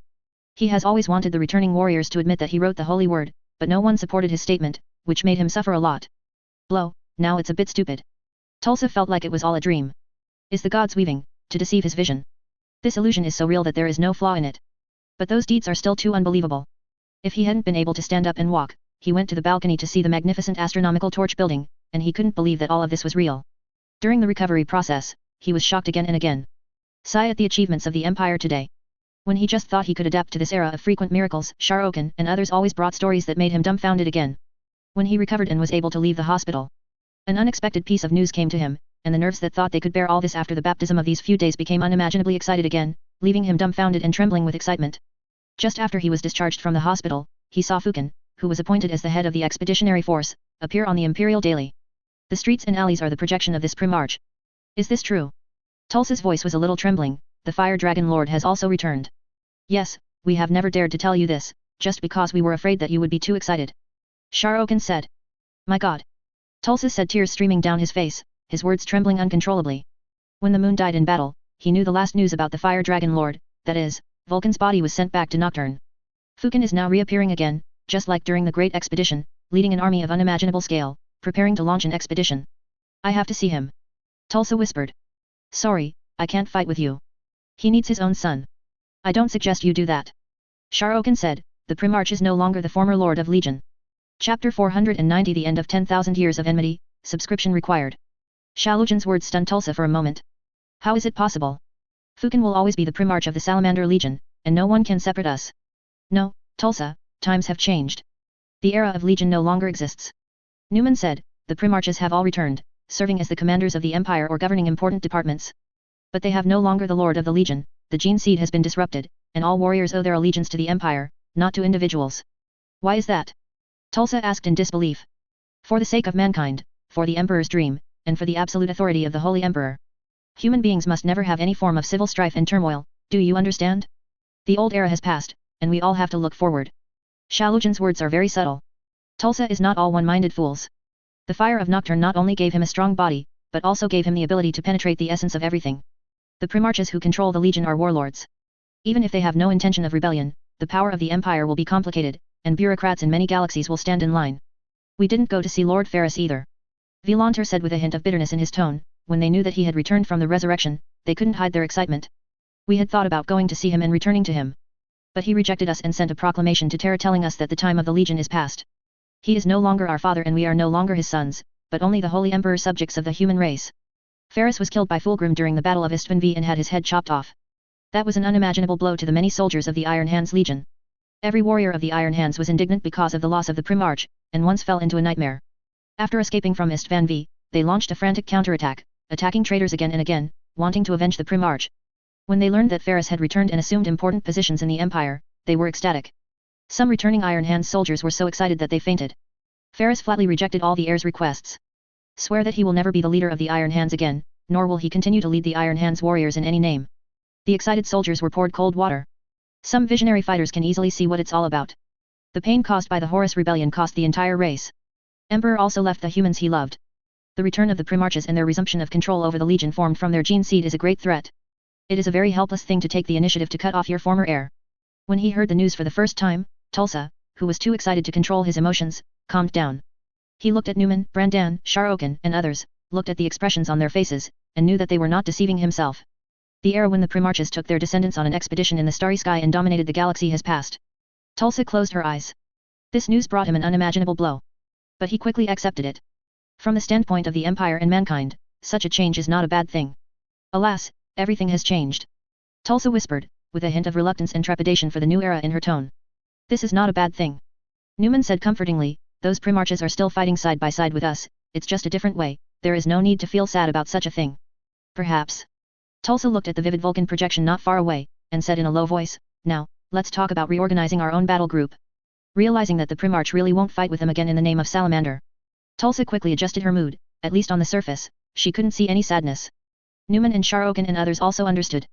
When they just woke up, there were a lot of troubles in order to meet their genetic father. In comparison, Tulsa is very calm. I'm going to name the new chapter the Punisher chapter, which is the symbolic meaning of the Sisypheum. Branton whispered. The name of the Sisyphum is taken from the myths of ancient Terra. In the legend of Homer's epic, in the ancient Mediterranean, there was such a city-state named Corinth. There is a king named Sisyphum in it, and he is very clever. Love leisure and hate work, the lustful Zeus kidnapped the daughter of the river god Aesopus. In order to rescue his daughter, the river reached an agreement with Sisyphum. At the price of a river that flows all seasons, he learned the whereabouts of his beloved daughter from Sisyphum. Zeus, who wanted to do something wrong, saw that the duck in his hand flew away like this, and became furious, so he sent the of death to press Sisyphum into hell. Sisyphum used tricks to kidnap the of death, so that there would be no more death in this world. Sisyphum was not sent to until the imprisoned of death was rescued by the gods of perception. This behavior offended the authority of the gods. They thought Sisyphum had offended their supreme authority. So he was punished by pushing the stone up a steep hill. The boulder was too heavy, and every time it reached the top of the mountain, it rolled down again, and all previous efforts were wasted. Sisyphum could only repeat it again and again, pushing the boulder endlessly. The goal of the Punisher chapter is also to seek self-meaning in suffering again and again. Even if you are in hell, you will resolutely resist the gods who impose unfair fate on human beings. It's a good name, Tulsa said. Of course it's a good name. The only downside is that it's not loud enough. Newman said, even the soldiers are only a few of us. The only good thing is that there are pharmacists and pharmacists in our small team. Chaplain, commando captain, and company commander. Take your time, we will grow this group. Many of our acquaintances have returned, and they may want a place to go. Velant said, the Punisher group will welcome these returning companions, we will fight together again. This expedition commanded by Lord Fukin is also our part. Even if you can no longer accompany him, it is a very lucky thing to be active on the same battlefield again. Sharokin he patted Tulsa on the shoulder, when Horus made trouble, we couldn't even imagine today. Tulsa nodded and moved her strong body. Find me a training ground, I want to complete the adaptive training as soon as possible. Make sure I don't fall down again. Don't worry, everything is ready. Sharokin said. The roar sounded in the dual cage with stellar gravity applied. With such heavy gravity, ordinary people can't even walk. The two dueling fighters walked like flying, as if the heavy gravity did not exist. The moving figure was so fast that it appeared as an illusion. Sword, light and sword shadow got excited very quickly. The sound of sword collision reverberated, deafening. The servants who served the Primaris warriors watched this thrilling fight with their mouths gaping. Two warriors who have acquired the Empire's latest creation of fighting bodies are at war. Torgadon holds a long-handled battle axe, and every blow is powerful. There was a sonic boom in the air. Loken held a two-handed sword, resisting Torgadon's crazy offensive. Every time they collide, the swords of both sides shoot out endless sparks. This is a life and death fight in the true sense. Absolutely no falsification. The weapons of the two are attacking the weakest point of the other side. Once it misses, it will definitely be penetrated directly. Loken ducked to avoid Torgadon's axe. After the long sword in his hand fought back, he slammed on the unabated tomahawk, and the superimposed force made Togeton's feet mess up. With one free hand, he punched Torgadon on the chin. The force was so great that Torgadon's jaw cracked. The whole person also soared into the air, flew out, and fell to the side of the dueling cage. Loken, it seems that after I died, you learned a lot of new things. I have never seen you use this trick. Torgadon spat blood mixed with his teeth, and got up from the ground. This is a trick I thought of when I hunted down those 8 world eaters in the siege of Terra. It kept me alive. It cut the throats of those 8 bastards. Loken moved his steps, his eyes fixed on Torgadon who got up. Hunted muscles tense. Infinite power surged within his body. This body is stronger and faster than the one Loken used before. It seems that I missed a lot. Torgadon said, but don't think that you have won, I have to let you see my strength. Use all your moves, I know you should still remember those things that traitor taught you. Loken said, let you see how I broke them with one move. Then you just watch it. Togeton jumped up, and slashed down with the long-handled battle axe in his hand, like a mountain on the top. When Loken swung his sword to block, the heavy force made him have to bend one leg to remove the terrifying force. The heavy force was transmitted to the ground through Loken's body. The floor made of high-density materials shattered directly under this brutal impact. Torgadon was another attack. If it was hit hard, Loken would definitely have to go into the medical room to treat his jaw. Loken hit the side of the opponent's knee with his elbow, causing Torgadon to lose his balance. Then he stood up suddenly and knocked the opponent into the air. Torgadon hit the iron pillar of the dueling cage again, making a dull sound. I didn't expect that you really came up with all kinds of solutions. When I used this trick, even that idiot Abaddon couldn't avoid it. I didn't expect that you found a weakness. Torgadon stood. He got up, looked at the battle axe in his hand, and threw it aside casually. You have specially studied various fighting methods to crack the fighting skills of the son of Horus. If you continue to fight, I will also lose. Forget it. Far beyond the gravity of an ordinary human body, it makes the landing weapon clang. Loken shook his head, and put the weapon back on the weapon rack. What do you think of my last proposal? Torgadon walked out of the dueling cage and wiped his body with a towel. Rebuild Shadow Moon Wolf. Loken said, I've thought about it for a long time, maybe this name shouldn't be repeated. It is the son of Horus who betrayed the Emperor and mankind, not the Shadow Moon Wolf. Torgadon said, there is no objection from Terra, and they quite support this attempt to restore tradition. I am a little hesitant. Loken said, I have done many things, and I was also a member of the Four Kings Council of the Son of Horus, and the company commander of the 10th Company, but I have never been a chapter leader. If at that time, there is no way to promote the reputation of the Shadow Moon Wolf, and I am afraid that many people will be disappointed. There are more and more returnees, and we have to unite them again. Torgadon said, at the beginning, the Emperor formed the Shadow Moon Wolf in Terra, and hoped that this legion could bring the dawn of salvation to mankind. Horus' betrayal has changed a lot, but it can't change the vow we once made. We have the responsibility to rebuild the Luna Wolf, because it not only represents us, but also represents something special. Loken fell silent. Torgadon always hoped that he could gather those returning loyalists and reform the Luna Wolves. Rectified the name of the former Shadow Moon Wolf. Even when Horus rebelled, many warriors chose to fight for the Emperor to the death. The problem is that Horus is the leader of the traitors. Even if Loken and the others choose to be loyal, many of their deeds and achievements will not be recognized. Torgadon saw this and urged Loken to rebuild the Luna Wolf. That way, those stains can be washed away, and the Shadow Moon Wolf and Horus can be completely separated. Do you really want me to be the chapter master? Loken asked. Nonsense, I can't beat you. Torgadon said, only the strongest among fighters can get the laurels. This is a customary rule, Loken. You have experienced the battle of Terra, and the battle with demons. You have witnessed many battles, and you have witnessed many things. Only you can reclaim the reputation of the Luna Wolf and let the world know that the Luna Wolf is the Luna Wolf, and the son of Horus is the son of Horus. Refuse? Loken. I should listen to you. Loken said, it's just that you have to do some trivial tasks. The order to let us go out has been issued, and I have to fulfill my oath. What oath? Torgadden asked puzzled. Go and break the spines of those two idiots, Abaddon and Erebus, and step on their faces to announce that I'm back. Will those Imperial guards let you bring up those prisoners to fight you at will? Torgadden asked curiously, if they won't let you, what will you do? It has been approved.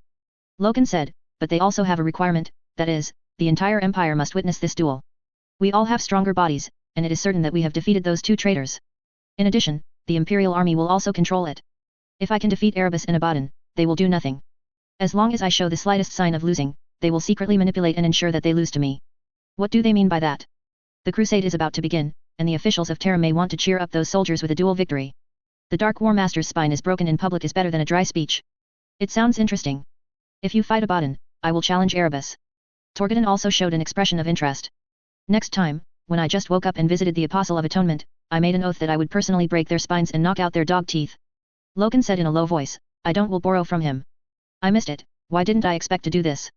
Torgadden showed a heartbroken expression, this is an opportunity that will be famous throughout the Empire. I have to work hard. When the time comes, I will directly challenge a Primarch. Then you want to show how to be beaten by a Primarch in front of the entire Empire. Loken said with a smile, even if we have been enhanced, the Primarch that can ascend the demon is by no means as simple as we imagined. Do you know, in the siege of Terra back then, the existence of those demonic Primarches was almost hopeless, they were too strong, even if they faced the Titans directly, they could easily destroy them. Torgadden clenched his fists tightly, showing a joking expression. I will work hard. I learned a sentence from some impression materials sent back from different universes. 3 years from Hedong and 3 years from Hexi, I will definitely defeat the Primarch. I also know this sentence. Loken laughed, the problem is that those who said this sentence were all killed by the Empire. They are all losers. But this is very touching, isn't it? Togeton said, why don't the battle cry of the Shadow Moon Wolf be 3 years east and 3 years Hexi? Are you going to laugh our enemies to death? This joke is too cold, it is more speechless than that bear. Speaking of the bear, maybe I should tell you the story again. There once was a bear whose size was beyond imagination, and there was a hunter. He went up to the mountain to fight the big bear, but he couldn't beat it, so he was killed by the bear.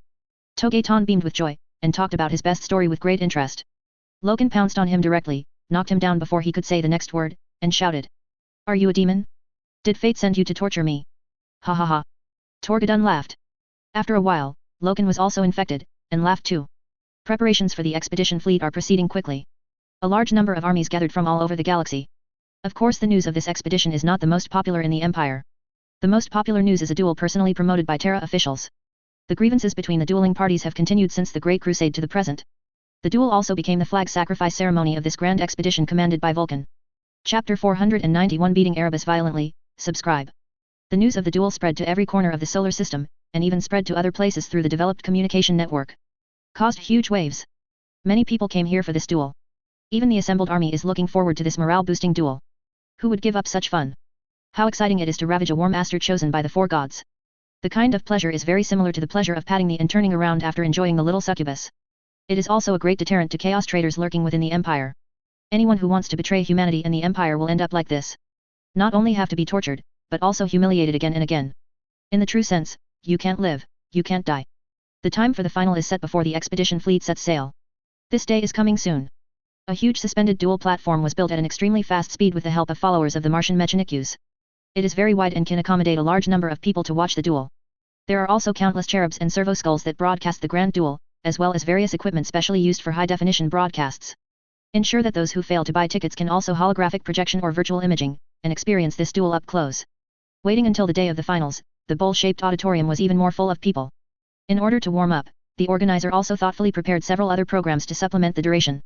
Otherwise, if you enter the arena and play for 10 minutes, it would be bad if the audience scolds you for a refund. The first show was a soldier from Catachan, relying on his knotted muscles, directly tore a Tyran tyrant who was 6 meters tall and nearly 2 stories tall. When the Tyranian tyrant fell, the Catachan soldier received countless cheers, and it aroused countless people's desire to join the army. Slaughtering these monsters with the power of mortals is undoubtedly the most resonant thing for them. Astera can't do it, but joining the army and becoming the Star Guard can still be done. Became the Star Army, tearing up Tyrone with his hands, kicking creatures from different universes with his feet, and embarked on the road of being a strong man. The next thing is a Mech Knight fighting 10 Tyranids. This is a dual item that the Martian Mechanikus will add to show the Empire the power of the Mechanikus.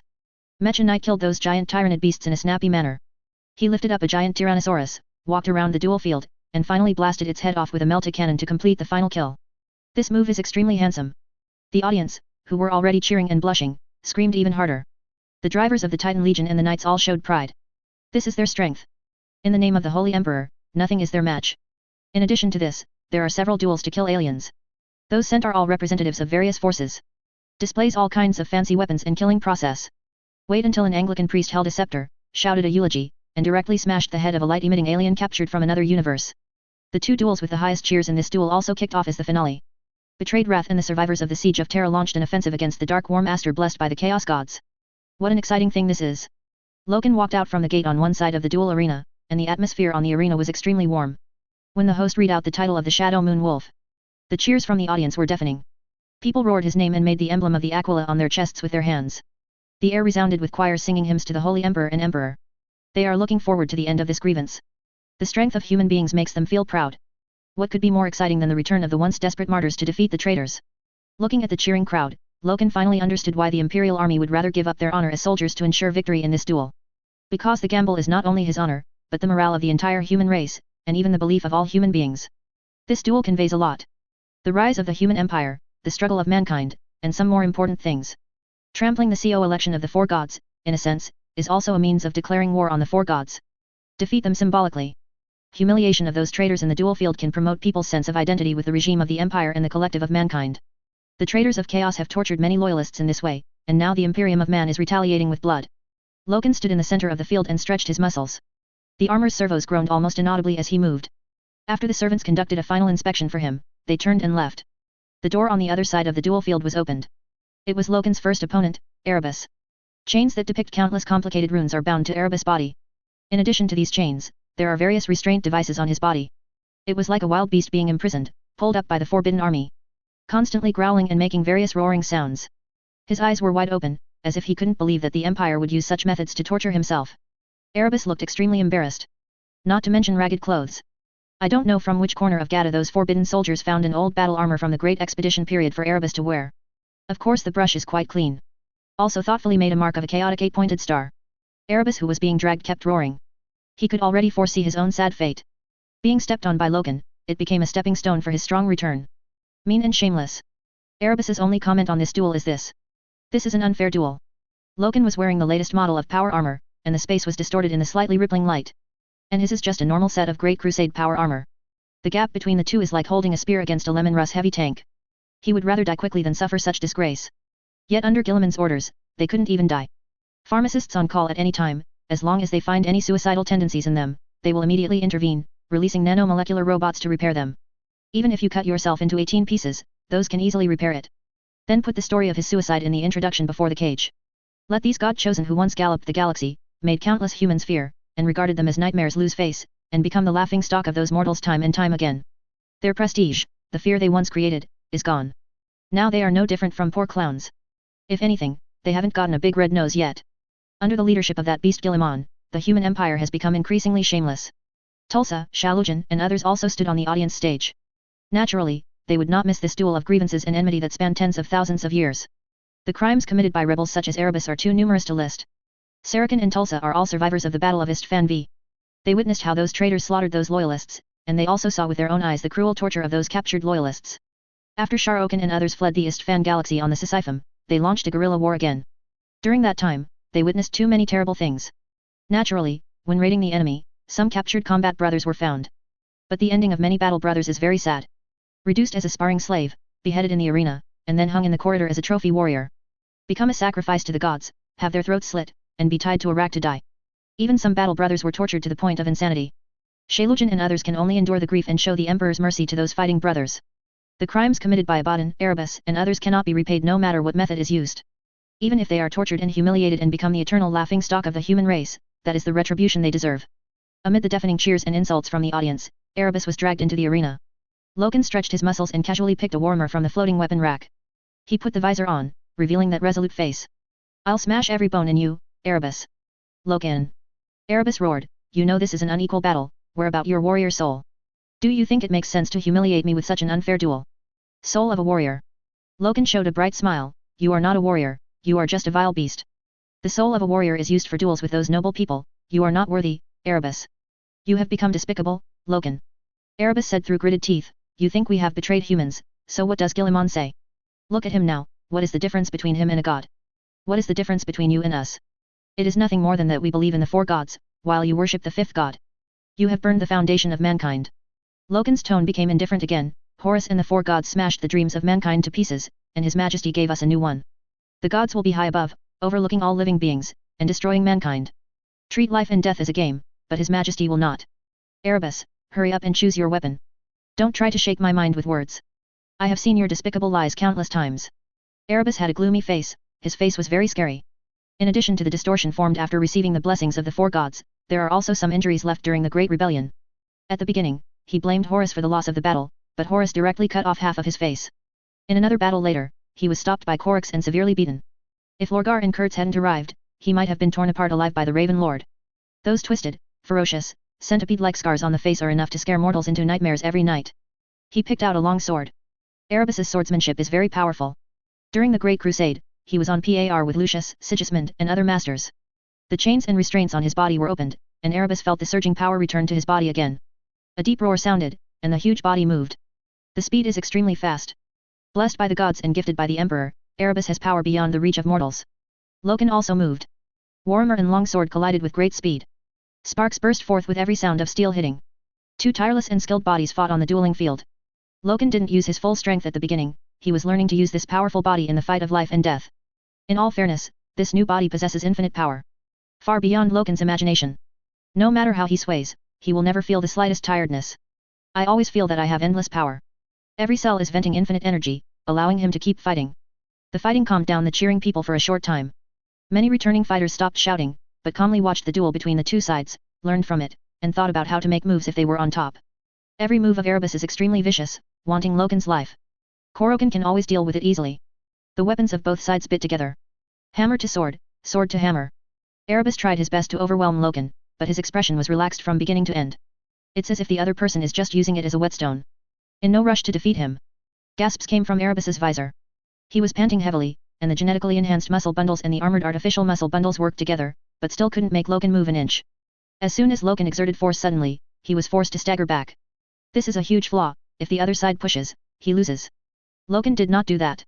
Instead, he took 2 steps back and was not in a hurry to win. The humiliation of being teased made Erebus even more angry, and he rushed forward again. The blade was blocked by the opponent. Sparks fly from the collision. He slashed again, but was easily blocked by Loken. Erebus let out an angry roar due to force, he stepped back, and then used the gap to send out a more ferocious slash. Loken just dodged to the side, and his attack fell through. Erebus was filled with endless anger. Loken is playing himself. He can easily win this victory. But he didn't do that, but regarded himself as a whetstone, and played with himself again and again. Go to hell. Erebus yelled, who do you think you are? Garviel Loken, I am the messenger of the gods. Do you really think you are powerful? Can you really play tricks on me? Erebus broke out completely. Blessed power, reshaped genetic power, and extreme speed endowed by power armor technology. He roared, and the long sword in his hand slashed at Loken with unprecedented strength and speed. Loken was faster than him. Even moved close to him, leaving no chance for him to fight back. The fist that was swung hit Erebus on the face. The sound of bones cracking and the sound of the helmet shattering sounded at the same time. Erebus not only missed the shot, but also suffered heavy injuries. He staggered back a few steps to the left. The Warhammer in Loken's hand slammed into his chest. Erebus felt like a battleship crashing into his chest at the speed of light. The entire huge body flew up and crashed directly into the distance. When it landed, it was like plowing the ground, plowing hundreds of meters on a solid stone slab. Loken walked over with his Warhammer in hand. So what if I'm just playing tricks on you? Let your punish me. Erebus, who fell to the ground, kept spitting blood. He felt like all his bones were broken. Can't even move a finger. At this moment, he suddenly hated the gods. They are so strong, why don't they lower their punishment? Why didn't you kill that Gilliman? Why not kill these guys who dare to disobey them? Why? Aren't they gods? Erebus roared in his heart. The originally shaky faith completely collapsed after Loken swept his dignity to the ground. Those who stick to the truth of the Empire are now coming back one by one. With honor, be admired and adored by the world. And those believers who claim to have seen through the truth of the universe at the beginning have become a laughing stock. Loken walked up to him, put a foot on his head, and spat on his broken face. Erebus, you are a waste. Erebus wanted to say something. But his throat was crushed by Loken stepping ahead of time. I know you want to put some harsh words to provoke me to kill you, don't dream, I won't kill you. Erebus, you have many enemies, and they are all back. Istvan Galaxy and Kau the star system, and even the Battle of Terra, and many of those battles, don't you forget them all, Erebus. It doesn't matter if you forget, they'll help you remember. Hearing these words, Erebus showed a frightened expression. Loken bent down and set his warhammer, then grabbed Erebus with both hands and raised it above his head. I said it would break your spine and make you look like a dead dog. No. Erebus cried, don't do that. Shadow Moon Wolf. Loken roared angrily, words must be followed. Erebus was slammed down, and his back just landed on the set-up warhammer. The clear sound of bone cracking resounded throughout the audience. People were silent for a short moment, and then there were overwhelming cheers. Shalujan and others howled with excitement. Togedan jumped up from the ground excitedly, waving his fist. Hearing Erebus' screams gave him a sense of comfort from the top of his head to the soles of his feet. Erebus fell to the ground, motionless like a dead dog.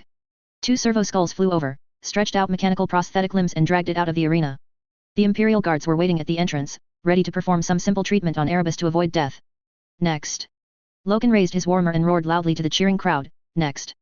Chapter 492 God-Killing Expedition, for subscription. Next. Next. Next. The crowd in the audience cheered. They roared hoarsely, shouting the same sentence with Loken. If there is no firewall, I am afraid that such strong emotions will stir up a terrifying storm in the subspace. Duel is a very primitive and backward entertainment. In this case, it can unite human beings like never before. Through a simple and rude way, it satisfies people's pride in this race and lets them know that human beings are not weak. Being human is the greatest gift of an invisible destiny to them. Abaddon bound by chains appeared in a highly anticipated situation.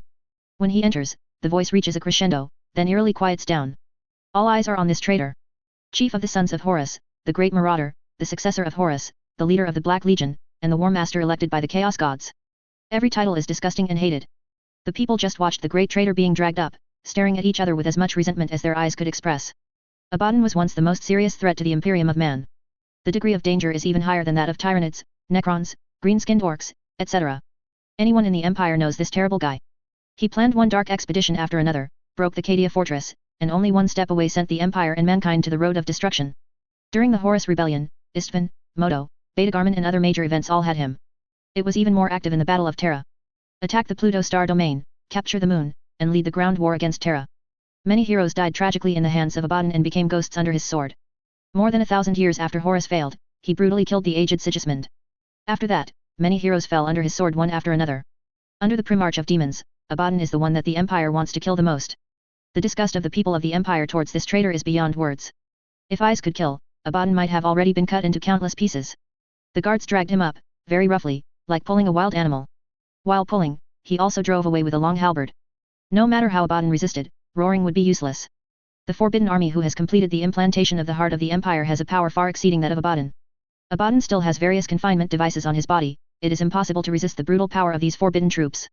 After being dragged to the field, the flying servo skull slowly untied the restraint device on Abaddon's body, and injected a recovery potion into him, allowing the opponent to enter the peak state. This is Loken's request. To humiliate Abaddon to the maximum extent, in his prime, break his limbs and spine, leaving him slumped on the ground like a lump of mud. Loken turned around and looked at Abaddon who was untied and flexing his muscles. The former First Company commander is still tall and majestic. Subspace gave this traitor a lot of blessings, even after more than 12,000 years, it still allowed him to maintain peak physical strength. The Terminator armor that had been with him for a long time was repaired and put on him. The ultimate armor is extremely large and can turn a person into a walking tank. However, this extra protection is at the cost of speed. During the period of the Great Crusade, space fighters wearing Terminator armor generally looked cumbersome and could only be used as assault units. Only Abaddon can rely on his great strength to wear Terminator power armor and be as agile as wearing standard power armor. Abaddon glared at Loken. The eyes did not hide their hatred and the desire to bite the opponent's throat. He knew what Loken wanted to do. This bastard, who should have died long ago, returned to the real universe with the help of that Guilliman. Use his despicable means to make himself kneel in front of him and become a stepping stone for him to gain honor and applause. Abaddon watched with his own eyes that Erebus, whose spine was broken, was sent down by those Imperial troops. Also heard those deafening cheers with my own ears. What a terrible humiliation for a warrior. Be defeated in public, and become the laughing stock of those mortals. Abaddon could hardly accept such a fate. He picked a long sword from the floating weapon rack. After waving it a few times, it feels about the same weight as the magic sword Drachanian. After being captured by Calgar, the magic sword was also taken by the Empire. The only fortunate thing is that the claw of Horus is still in his hand. Those in the Empire did not dismantle this weapon that had drunk the blood of many heroes and emperors, but handed it over to Abaddon. Don't even think about humiliating me. Abaddon, who was freed from the restraints, roared, and he ran forward like a savage terrifying monster, making a deafening roar. The claw of Horus in the hand is covered with deadly electric current. What you say doesn't count, Ezekiel. Loken also rushed forward, his eyes showing hatred and fighting intent no less than Abaddon's. Thousands of years of grievances. He made a reckoning, took revenge for those who failed to return. The two began to fight with the bang of armor colliding. The fight between the two parties is like an old enemy with a sworn hatred. The charged claw swung towards Loken's head, but he bent down to dodge it. Abaddon showed a cruel smile. This trick has always been tried and tested, Loken. The blow just now was just a feint, and Abaddon wanted to grab the edge of Loken's shoulder armor with his hand. As long as he catches it, he will knee up on it and teach thee a lesson. Loken pushed forward with one elbow, pushed Horus' claw away, swung the hammer with one hand, and smashed it at Abaddon's waist. A set of movements is as smooth as running water. Abaddon took a few steps back with an ugly face. You think everyone is as brainless as you? Won't you learn your lesson? Loken said in a deep voice, after the battle in Istvan, I have imagined countless times how to break your trick. I have seen through you, Abaddon. Even without the infinite power hidden in this body, I can defeat you. That's just a dream, you will never be able to defeat me. Abaddon took thunderous heavy steps and rushed up again. The heavy body clad in heavy armor easily crushed everything. The great marauder is rampaging, and the battlefield is full of rumbles. Loken stared at the death charge launched by his former brother against him. His gaze slowly became cold and indifferent, and entered a wonderfully calm state. All the muscles of this extraordinary body tensed under his will. It's time for reckoning. Welcome to become a member of the Shadow Moon Wolf. On the conscription field, Abaddon, who had just been promoted to 1st Company Commander, said to the recruits. Your performance is outstanding, Garviel Loken, the 10th Company will be handed over to you. On the battlefield of Olano, Abaddon patted Loken on the shoulder, and together with Cyanus, handed the appointment document signed by Horus to the joyful Loken. Olano is victorious, our genetic father has become the War Master, let us cheer for it. At the banquet, Abaddon raised his strong arms and cheered to all the Shadow Moon Wolves. All the Shadow Moon Wolves knocked on the table, shouting the name of the Wolf God. What a blissful moment it was. For the honor of the Legion, Loken must not be cowardly. If you are really afraid, I will give you a bolter, so you can kill that idiot Lucius. Ha ha ha. When many legions gather, they will compete in the arena with the skills they have learned during this time. Abaddon will go with the Council of 4 Kings and many fighting masters, striving to win honor for Horus. You have become a member of the Council of 4 Kings. As long as we work together, we can win more honor for the son of Horus. Memories flashed in Loken's mind, making his hand holding the sword more firm. I once regarded you as a brother. Loken moved his steps slightly, and assumed a fighting posture. He looked at the roaring, frantic Abaddon and whispered in Corsonia, the secret language of their homeland, the same blood once flowed in you and me, but you have turned your back on the fighting spirit of Corsonia. The sons of Corsonia were born in the wild, but never succumbed to the horrors of nature. How strong is the friendship of comrades in arms in the past, and the fruit of the tree of betrayal is as bitter as it is. He will never forget the oath he made on planet Istvan III, and he will never abandon the oath he swore to strangle all traitors, and he will never betray the oath he once witnessed with Malkador the Magic Weave and the Emperor. What has been said? I will defend the Empire and dedicate my life for the future of mankind. I will resolutely fight against my former comrades in arms, and make a complete break with them. I will draw my sword and fight against the gods, even if I sink forever, there will be no relief. You don't seek honor, you don't need rewards and punishments, you have made an oath, and you will stick to it. Loken. Abaddon roared through gritted teeth. Loken went up to meet him, and raised his warmer amidst the roar. The dancing electric arc lit up his face. Abaddon swung his sword and tried to block. The brutal force of the warmer caused his long sword to come out of his hand when it hit, and even his hands were numb from the shock. The armor of the palm was shattered directly, and the flesh and blood were torn apart under the impact of huge force. Blood dripping. Loken seized the opportunity, jumped up, and with the help of the weight of the fall, the strength of his muscles and the blessing of the armor, his other hand slammed into Abaddon's face. This punch is revenge for your betrayal. Abaddon tilted his head directly, and fragments of his skull flew out mixed with flesh and blood. This punch is a mockery of your stupidity. Loken squatted down, and suddenly threw an uppercut. Abaddon's whole body flew up, and fell heavily to the ground again, his jaw was completely shattered. If it wasn't for the blessings of the 4 gods and the buffer of the Terminator's power armor, I'm afraid that Loken's entire head would have been smashed to pieces by this punch. Abaddon tried to get up. But Loken kicked him in the abdomen, and immediately rolled over. Didn't you say that you chose the right path before? Ezekiel. Loken walked over, and when Abaddon wanted to support his broken body to stand up, he stepped on the opponent's head with one foot, exerting force suddenly, making it stick to the broken floor again. Let your save you, Ezekiel, show off the arrogance you once had on planet Istvan III. Loken. Abaddon was roaring. He tried his best to raise his head, but was repeatedly stepped on by Loken. If the opponent didn't control the strength, I'm afraid his head would be crushed alive. It's falling apart like a watermelon. Think about your arrogance when you committed evil deeds in the solar system, and the rampant appearance when you attacked the palace. Look at you now, a piece of trash that anyone can step on. Loken's words seemed to be stinging, making Abaddon's eyes tear open, and he continued to let out low-pitched growls. He used every inch of his muscles to lift up Loken's steel boots with his face little by little. Every cell is screaming, operating with a force beyond their limit. No matter how hard you try, you can't change the fact that you are an ant. Loken exerted all his strength, and Abaddon was pushed down again. There was even a crackling sound, directly crashing into the floor, splashing countless fragments. The helmet is deformed, and the face is stained with blood. Kill me. Abaddon, who was trampled by Loken, whispered, he was sobbing, Gabriel, look at the brotherhood of the past, kill me. Such humiliation made Abaddon collapse. Loken showed an extremely cruel smile. I begged you to stop doing those things. Do you remember? Your answer is my answer now, Ezekiel. You will only suffer forever, and your humiliation will continue to a future where time ceases to exist. This is the price of betrayal. Loken stepped on Abaddon's head, raised his weapon towards the audience, and let out a deafening roar. Victory. This sound is like turning on a certain switch. Everyone cheered. Victory. Victory. They were all screaming. Abaddon sobbed under the deafening cheers. If there is no betrayal, he will also enjoy such an honor. Worshipped by countless people, his statue will stand on Terra, and the history books of mankind will record how proud Abaddon from Corsonia achieved in the Great Crusade. Now, he is a pathetic, trampled traitor. People can only give him spit and abuse. The name of Abaddon symbolizes eternal shame. A teleport beam of light pierced through the sky and landed on the open space of the duel arena. Neatly, the imperial guards in golden armor came out from inside, and then the honor guard headed by Sicarius. Followed by two primarchs with noble faces. One is the primarch of the Raven Guard Korux. The other is Vulcan, the primarch of the Salamanders. Saracen and many Raven Guards who had recovered and returned had excited faces. After so many years, they finally saw their genetic father again, even if the other party no longer led them. But the reverence in their hearts will not disappear. Tulsa was already crying when Vulcan came out. When he heard the news of Fukin's death, he fainted for a while. The same goes for the other Salamanders. If it weren't for the fact that Fukin already knew that for the sake of the stability of the Empire and the future of mankind, he had publicly announced that he would no longer lead the Salamander Legion, nor would he accept the allegiance of any heirs. I'm afraid they would have rushed forward and offered their loyalty. People also stared dumbfounded at the two primarchs coming out of the transmission beam. Tall, majestic, and charismatic, they look like true gods. Loken also opened his mouth wide. Compared to the time of the Great Crusade, the two primarchs had better auras, making people feel a sense of fear that they dare not look directly at it.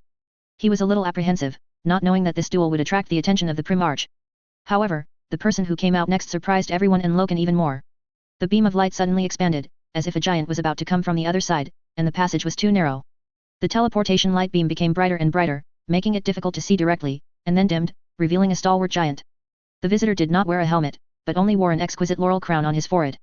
The noble face can be seen at a glance, and everyone who sees it feels that they have seen all the light and miracles in this world. Enough to make anyone pledge eternal loyalty at the first sight. People in the auditorium stood up one after another. They burst into tears and made the emblem of the eagle ceremony on their chests to express their respect to the person who came. Even people who saw it through the broadcast facilities did the same thing one after another. No one ordered them to do this. You don't need any commands to do this. The one who came was the Holy Emperor of the Empire, the new Lord of mankind, the Supreme King who made the heavens and the universe submit to the rule of mankind. Horus shattered the Emperor's dream, but the Holy Emperor reshaped a new dream for mankind, leading the confused people to firmly move towards that great ideal. Everyone will give their lives for the dream of the Holy Emperor, there is no doubt about it. Guilliman walked towards Loken under the gaze of hundreds of millions of people. Long time no see, Loken. Loken was stunned, his shocked heart was like an ion storm in Corsonia, and it was difficult to calm down. He knew that the former number 13 had taken over the duties of the Emperor and became the Lord of mankind. He had received more reverence and love than his own father. It was on the 13th that the Empire was able to come back from a desperate situation, and even recall their long-lost creatures. I know, but it's the first time to meet so close. Loken suppressed the turbulent emotions in his heart with great difficulty. Clumsily said, Your Majesty, Your Majesty. There is no need to be restrained. Guilliman smiled, You were not like this before. You weren't a holy emperor before. You didn't have the power and majesty you have now. Many complicated thoughts floated in Loken's mind. After deliberating for a moment, he couldn't think of anything to answer, so he could only say respectfully again, Your Majesty. Okay, I won't tease you. Guilliman patted Loken on the shoulder, Well done, but you have to let go of Abaddon, trample him to death, but you won't find another one. Yes. I also hope to serve as a negative teaching material for those who want to take refuge in chaos. Loken nodded and retracted his feet. A half-dead Abaddon is dragged away by the servo skull. Abaddon saw that Guilliman wanted to say some hard words, but considering Guilliman's prestige, once he said hard words, he was afraid that countless fighters would demand a duel with him. When the time comes, it will inevitably be another humiliation. Thinking of this, Abaddon could only stare at Loken fiercely with hatred. You won the victory, Loken. But now is not the time to award you the Medal of Honor, because your duel is just the prelude to another war. You can only get your own Medal of Honor after you win the war. I don't seek honor. Loken said, It is already an extremely lucky thing to be able to return to the battlefield. You don't have to, but the Empire can't deny it. Guilliman said with a smile, Come into the ranks of my guard first. Loken nodded, and stood side by side with Sicarius. Sicarius tilted his head slightly, glanced at Loken, and then straightened his body even more. I speak to you, my people. Guilliman turned to the auditorium, showing a friendly smile. His voice was transmitted to all parts of the Empire through the servo skull and relay equipment. I don't have much to say, because you no longer need speeches to boost your morale. I am here to tell you that the time of reckoning has arrived. The gods thought they could play and play with humans forever, and those shameful demons also thought that all the crimes they committed against humans would not be judged. But they were wrong, and all blood feuds will be paid. Guilliman's voice is not loud, but it has the power to penetrate the soul. Everyone listened to him. The rule of the gods will come to an end just like a dynasty, and everything that was once will be liquidated. Those troops in the solar system are assembled for this. Our swords will be aimed at the throats of the gods and demons. Go down and make them regret what they have done. The assembled fleet will be led by Fukin to launch a god-killing expedition for liquidation and revenge. The demons of the subspace will know what an eye for an eye, blood for blood, all the crimes they committed against mankind, all will be paid for with eternal death. I know there may be many sacrifices this time, but these sacrifices are precious and worthwhile. Every drop of blood shed by a hero will be the cornerstone of a great cause. In the distant future, some people may insult me as stupid and arrogant, or they may praise my greatness and prophetic vision. Guilliman raised one of his hands, like a person taking an oath. All eyes are on their king. They are not afraid of sacrifice. As long as the Holy Emperor orders, they can give everything. Even if it is burned like firewood, there will be no complaints or regrets.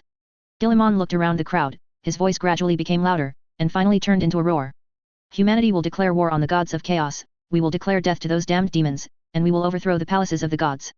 The returnees such as Saracen, Tulsa, Newman, and Torgadon stared at Guilliman dumbfounded. What the other party shouted shocked them so much that their brains stopped.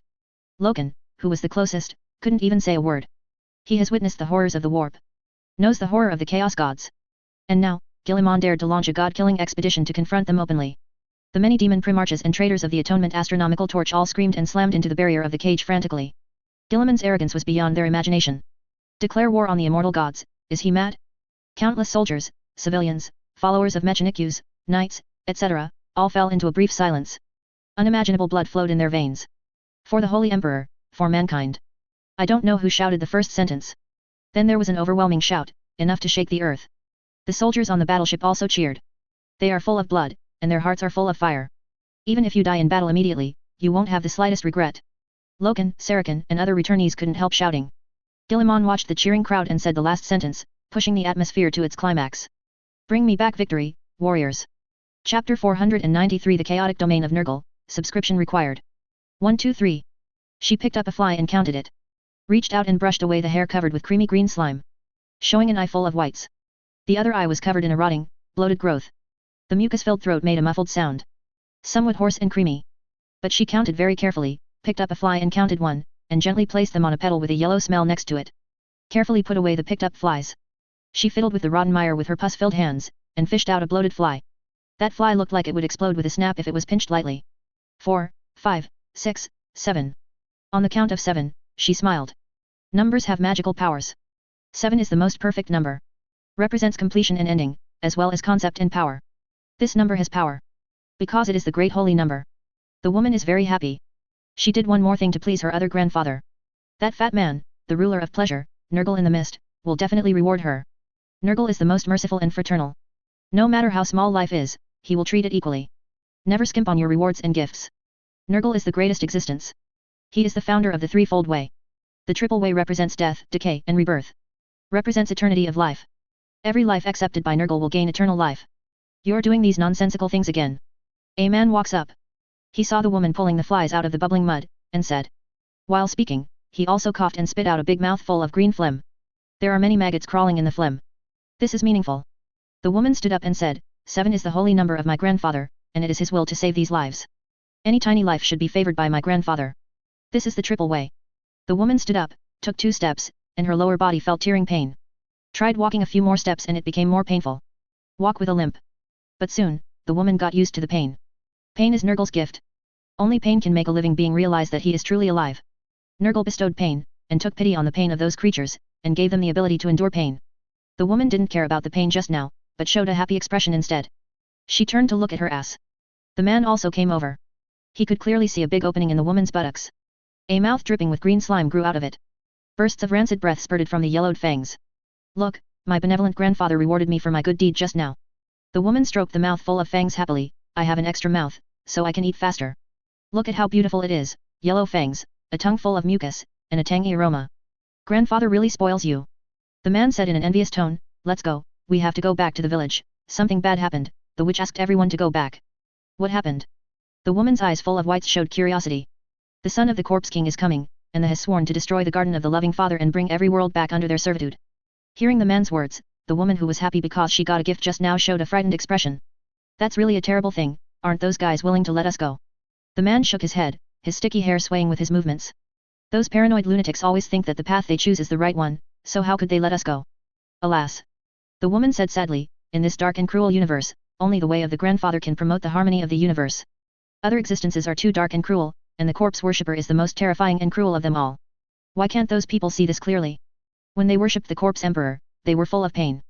Until I met my happy grandfather, I learned how to draw happiness from the triple way. What a wonderful world this is. Why do those corpse worshippers come to destroy it? Is it because of the corpse emperor's son? Why is that guy so cruel? How wonderful it would be if there were no wars, and all living beings believed in the threefold way of grandfather. In this way, everyone will not die, and they will be able to live happily in the universe forever. Men and women follow muddy, slippery roads towards the village, through forests full of slime and flies. The crown and trunk are full of sore spots like toads, and they are also slimy and slimy. It looks like a snot forest.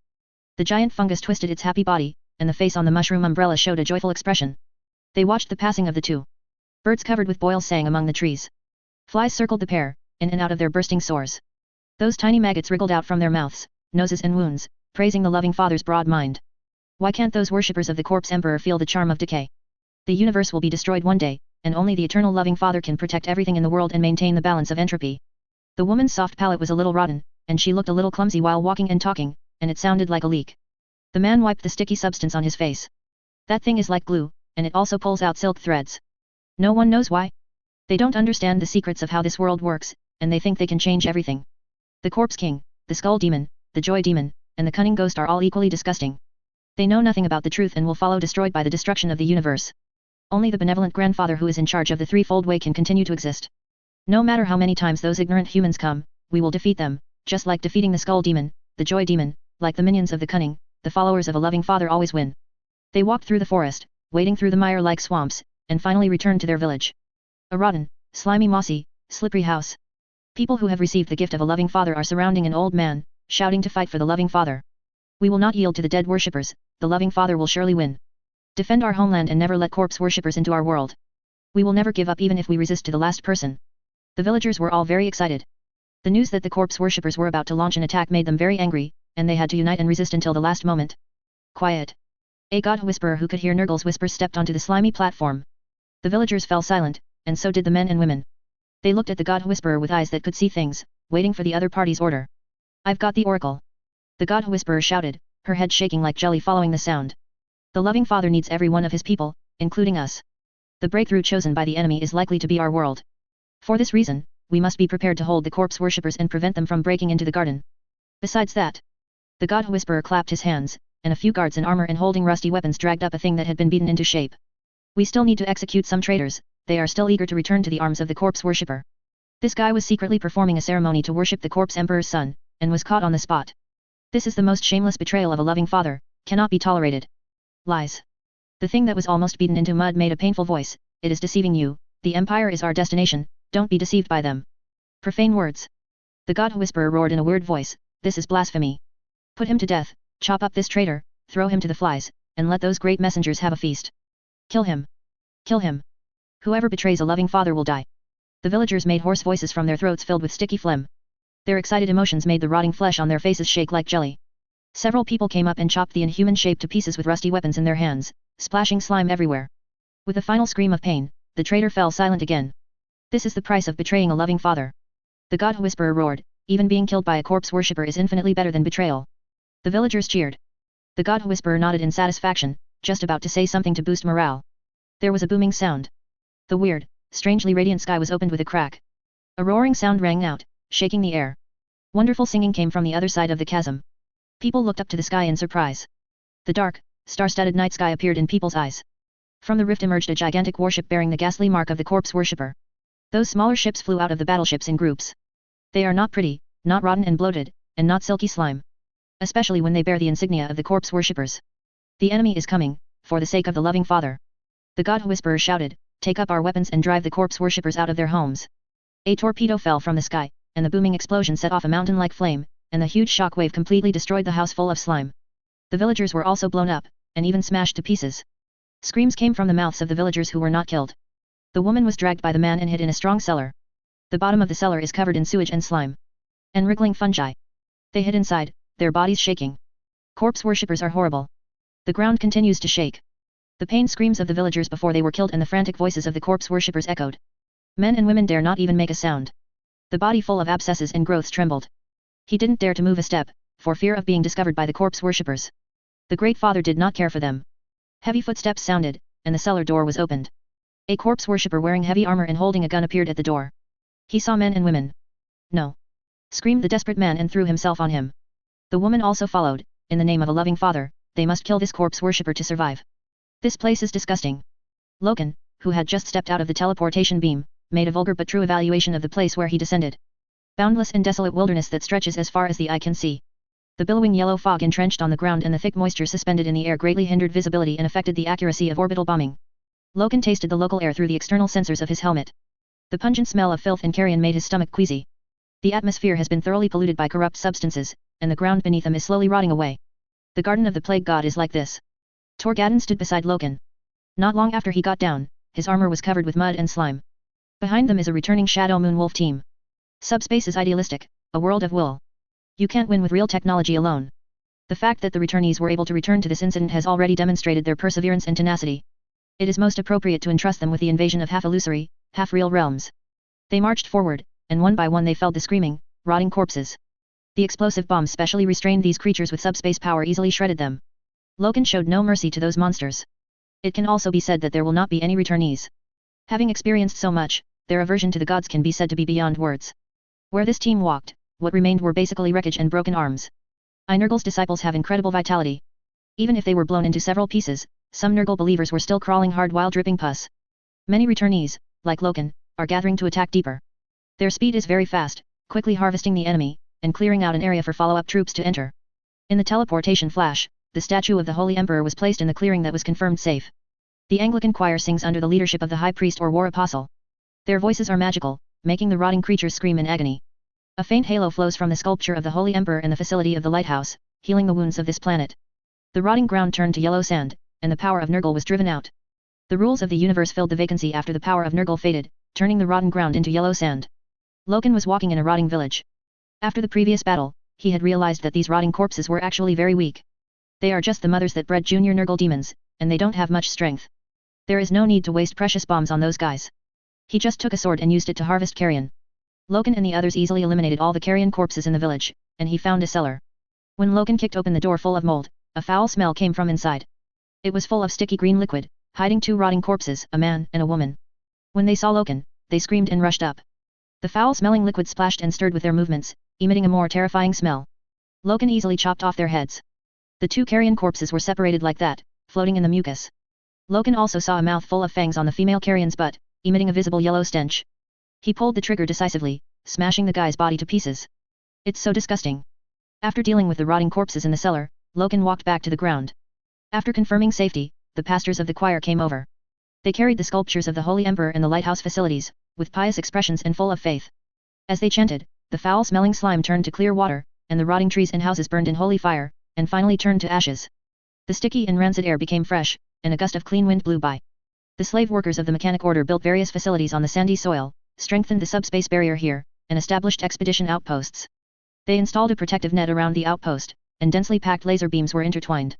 The dense swarms of flies fell with a crackling sound, and in just a few minutes they would pile up, requiring a flamethrower to burn them directly to ashes.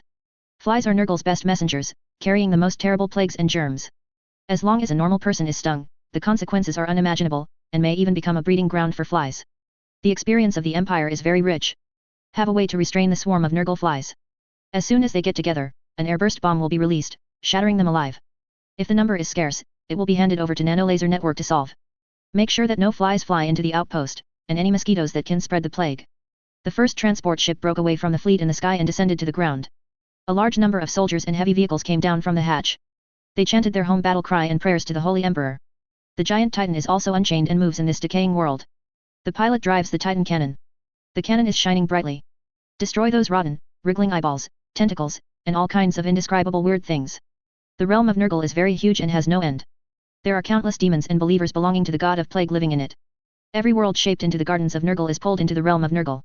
As long as you follow this world all the way, you can see the garden of the plague god. More and more corpse worshippers poured into Nurgle's outer world. The flames of war are ignited among the believers of the plague god. Carnage erupted on every corner. Their arrival quickly attracted those powerful demons. In the subspace, the power of demons far exceeds the limit they can exert in the real universe, and the speed of resurrection is amazingly fast.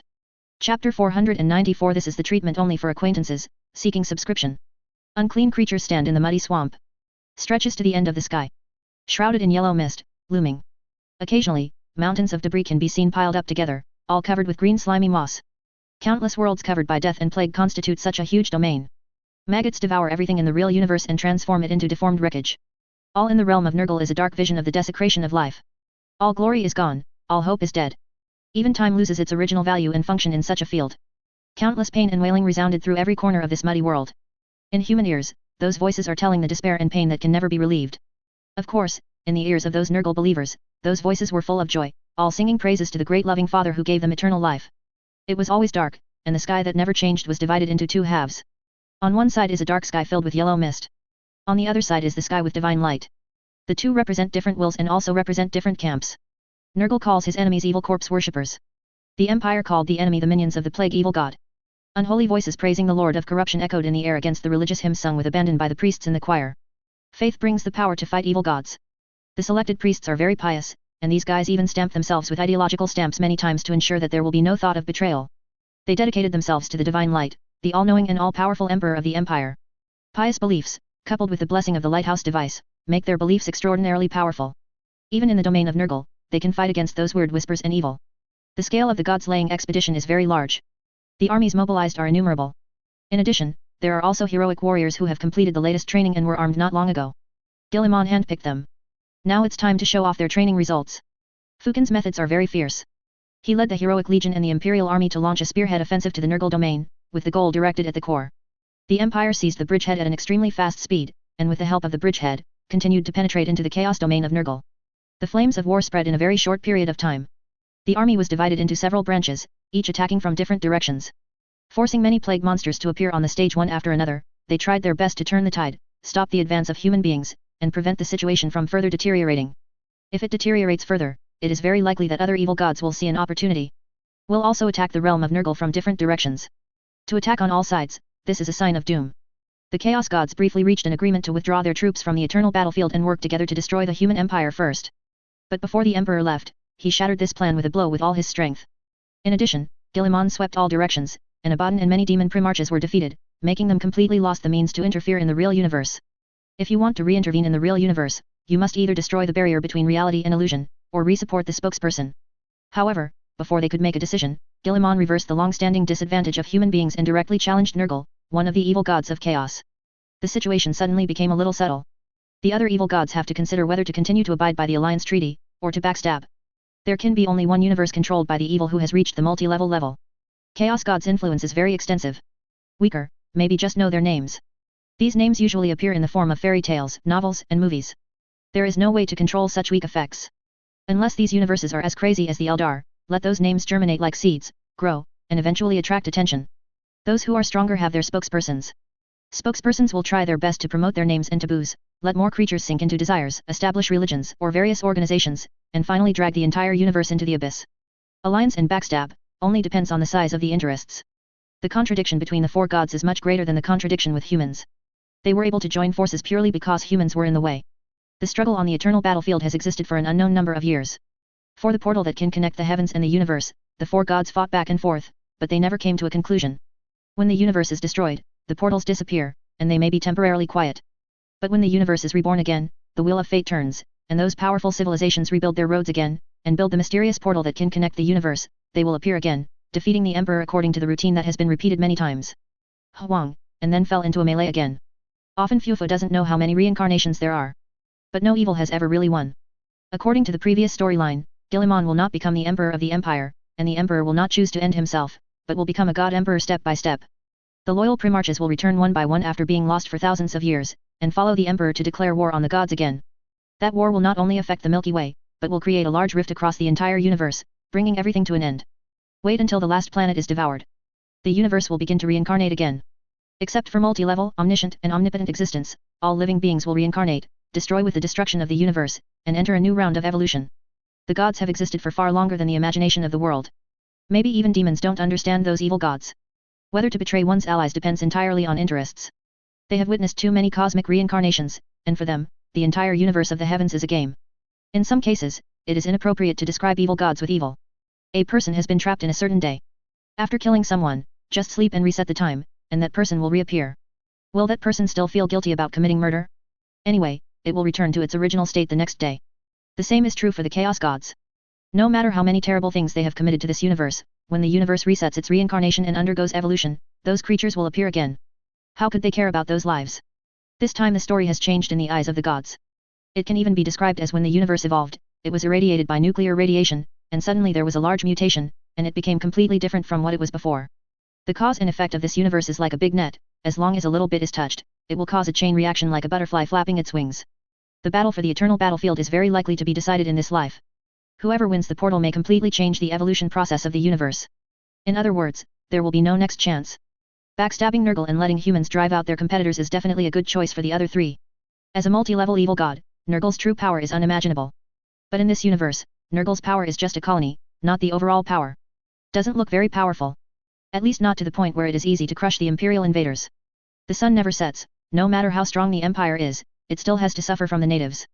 The empire and Nurgle's plague legion fought fiercely. Many battlefields can even be said to be piled up with corpses. After completing the landing campaign, Loken received a new order to cooperate with the Grey Knights and heroic spirits to seize a giant foundry blocking the way of the empire's advance. The foundry is a base point, which creates an unimaginable city wall. Can't see the end of the city wall. The city walls are covered with rusty spikes and towers of rotting flesh. Strange lights shone through the holes in the city wall, like cannons. Human warships are wiped out. Even if there is a time retrospective device, it will not help. Time in the warp is chaotic. It's meaningless. When a battleship is destroyed, it is destroyed regardless of the technology loaded on it. Erasing it from the image is destruction in the true sense. Don't use any rational and dialectical thinking to think about things and weird phenomena in the realm of evil gods. The subspace is idealistic. It follows a different set of laws. No need to follow the rules of the real universe. Those horrible rotting creatures have stellar bodies. They are entrenched on the city walls, using their terrible power to block the advancement of corpse worshippers. For the Imperium of Man to move forward, its walls must be destroyed. Forcibly attacking such a city wall will definitely cause heavy casualties to this fleet. The best way is to act according to the rules of the warp and destroy the image of things. In the universe, reality and fantasy coexist, just like the ancient Oriental yin-yang Pisces diagram. Reality and illusion are equal, and there will be no situation where one side is stronger than the other. Symbols that symbolize power in the warp. It follows an abstract order. Thinking affects reality, symbolized as a fortress. Fight symbols with symbols, destroy their foundations, and the walls will destroy themselves. The Shadow Moon Wolves approached 10 kilometers away from the foundry with the help of teleportation. This is the limit that teleportation priests can do. The teleporter is disturbed by the warp energy emanating from the city walls. Being able to narrow it down to less than 10 kilometers is already considered a performance of superb skills. Waiting for them are countless demons. They roared and rushed over, trying to crush the humans. Go forward and kill those monsters. Loken roared loudly. The combat armor transmitted his voice through the communication module, echoing in the ears of every Shadow Moon Wolf. The earth is boiling, and the sky is screaming. The battlefield is full of angry roars. The warriors of the Shadow Moon Wolf roared angrily. Pierces the enemy's heart like a spear. The mortals opened fire on the artillery positions several kilometers away, precisely bombarding the demons in front of Loken and the others, weakening the enemy's strength and allowing them to dig out the enemy's heart more quickly. The speedboat flew at high speed, and the bang-thud cannons shot at the plague drones covered in flesh and blood, emitting bursts of stench. The cooperation between the various units is perfect. This has to praise the fanatics of mechanicism. It is their efforts that allow the communication channel to remain stable. Efficient communication and complete information allow the commander to knead all the troops into a whole, such as arm drive. If the Battle of Terra had such a communication capability, I am afraid that Horus would have to show despair to the defenders of the palace. Torgadon was not far to his left, leading his battle group to slash the demons. Their speed was very fast, leaving corpses all over the place in the crazy wave of demons. Of course, some battle brothers were engulfed by the wave of demons, ushering in their own destruction again amidst a sound of grief and indignation. Loken was not sad, but continued to charge with high fighting spirit. He knew that the Holy Emperor would definitely bring those brave warriors back again. Soon, they blazed a trail. The scale of that foundry is beyond imagination. The huge chimney towers into the sky, like a mountain peak. The continuous factory buildings are like a mountain range with broad shoulders. Loken slashed and killed the demon blocking the way, and walked towards the arched gate made of steel, rotting flesh, and calculus like rock. The gate is more than 20 kilometers wide and high. Even a warrior who has been upgraded by the original casting, in the face of such a behemoth, he still looks very small. The door was wide open, covered in flesh and rusted steel. Endless demons of Nurgle ran from within, brandishing rusty weapons and bone spurs. Make those guys pay. Torgadon's voice echoed over the comm. The other warriors responded with the same roar. A beam of light lit up around them. The ship locked their coordinates and began to provide reinforcements to ensure that Loken and others could break into the interior of the foundry. The legendary mentor of the Grey Knight, Caldor Diego, came out of the teleportation beam. Along with him was the Grey Knight with a halberd and grey power armor. They are good fighters against demons. The addition of the Grey Knights greatly relieved the pressure on the Luna Wolves, and they began to advance into the foundry. Loken glanced at Caldor Diego. If the guess is correct, the Grey Knights should be formed by those 8 Ranger Knights. Is the so-called Project Titan? Horus rebelled, the Webway project went bankrupt, and the Emperor and Malkador had to use an alternative plan. Project Titan is just one part of the alternative plan. Humans must have an army capable of fighting against demons. Otherwise the galaxy will fall, a seething sea of tortured souls. The hellish scene created by the non-physical realm will play out in every human world. Every planet will be shrouded in horror, and human beings will be enslaved. All achievements of civilization will be soaked in blood or plague. The double-headed eagle banner of the Empire will also be replaced by tattered banners made of human skin. The only reason the surviving humans can live is to provide raw materials and food for those immortal devils. This universe will be reduced to a complete wasteland. In order to prevent that apocalypse, the Emperor and Malkador promoted the Titan project. The 9 knight-errants selected became the 8 mentors of the Order of the Grey Knights. Loken was also selected, and he withdrew. So there are only 8 mentors among the 9 Ranger Knights of the Titan project. Looking at the Grey Knights slaughtering demons like chickens, Loken nodded. They became the sharp swords of mankind against demons as planned. For our lost dreams in the past. Loken shouted a brand new battle cry, go forward, go to the inside of the factory. Loken fired while swinging his sword. Each bomb locked on the target will hit the enemy accurately. Using time and fate to achieve a hit rate of 108%, even demons cannot escape. The demons waved their limbs and claws, driven by endless hunger and thirst, and launched attacks one after another. Loken exhausted all his skills to chop all the enemies blocking the way into pieces. They went deep into the foundry, and those things that looked like steel were wriggling like rotting organs. Green poisonous gas spewed out from the pipe, sometimes with some disgusting pus. The foundry was given another form of life. It was forged of rotting flesh and rusted steel. The filth of the warp permeates every corner. The entrance to the tunnel reveals teeth encased in yellow rock, and a tongue full of sores. A sick voice came from the depths of the pipe, like a distorted, weird music, and it seemed that someone was whispering, trying to tell something. I always feel like someone is talking in my ear. Torgadon said. Turn on your filtering device, don't listen to these voices. Caldor Diego opened the communication with the Shadow Moon Wolves, their words are blasphemy, filthy poison. Loken felt the floor stepped on by the steel boots breathing like a lung. When I lifted my feet, the slimy liquid stretched into silk. Every time he advances a certain distance, Loken will let his men install an annihilation bomb that can erase everything. This bomb is very dangerous. Once affected by the explosive power, even the soul will be erased, losing the chance to return. Every time you install it, you need to be very careful, and it will detonate only after you are far away from it. Every explosion of the annihilation bomb makes the foundry tremble. The sound of howling came out along the huge pipe, as if it had suffered some unimaginable damage. Loken and the others just killed demons all the way, blasting all parts of the foundry, and erasing all those disgusting things. If you look at it from the outside, it is easy to find that the foundry has become riddled with holes under the offensive of the Empire. There are gaps in some places, not only the entity disappears, but also the existence of its subspace. It seems to have been erased with an eraser. Annihilation bombs completely destroy everything. Leaves a void in both reality and the subspace. There is no chaos, and no entity, just void. The wailing of the foundry became more and more horrific, and the fighting spirit of Loken and others became more and more high. Their attack was effective.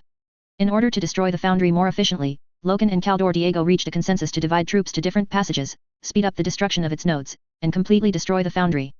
Loken led an elite team all the way deep, and finally entered a dark room with a strong stench. He had a rare encounter with a Death Guard squad. Lion's encirclement and suppression of the Eye of Terror left those traitors with nowhere to escape, and many warbands perished. Loken also thought that the Death Guard was gone.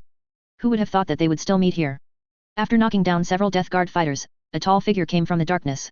The emblem of the Luna Wolf? You should all be dead. It seems that Guilliman has done something again? Bring you guys back. Loken frowned slightly, and he stared at the figure in the mist.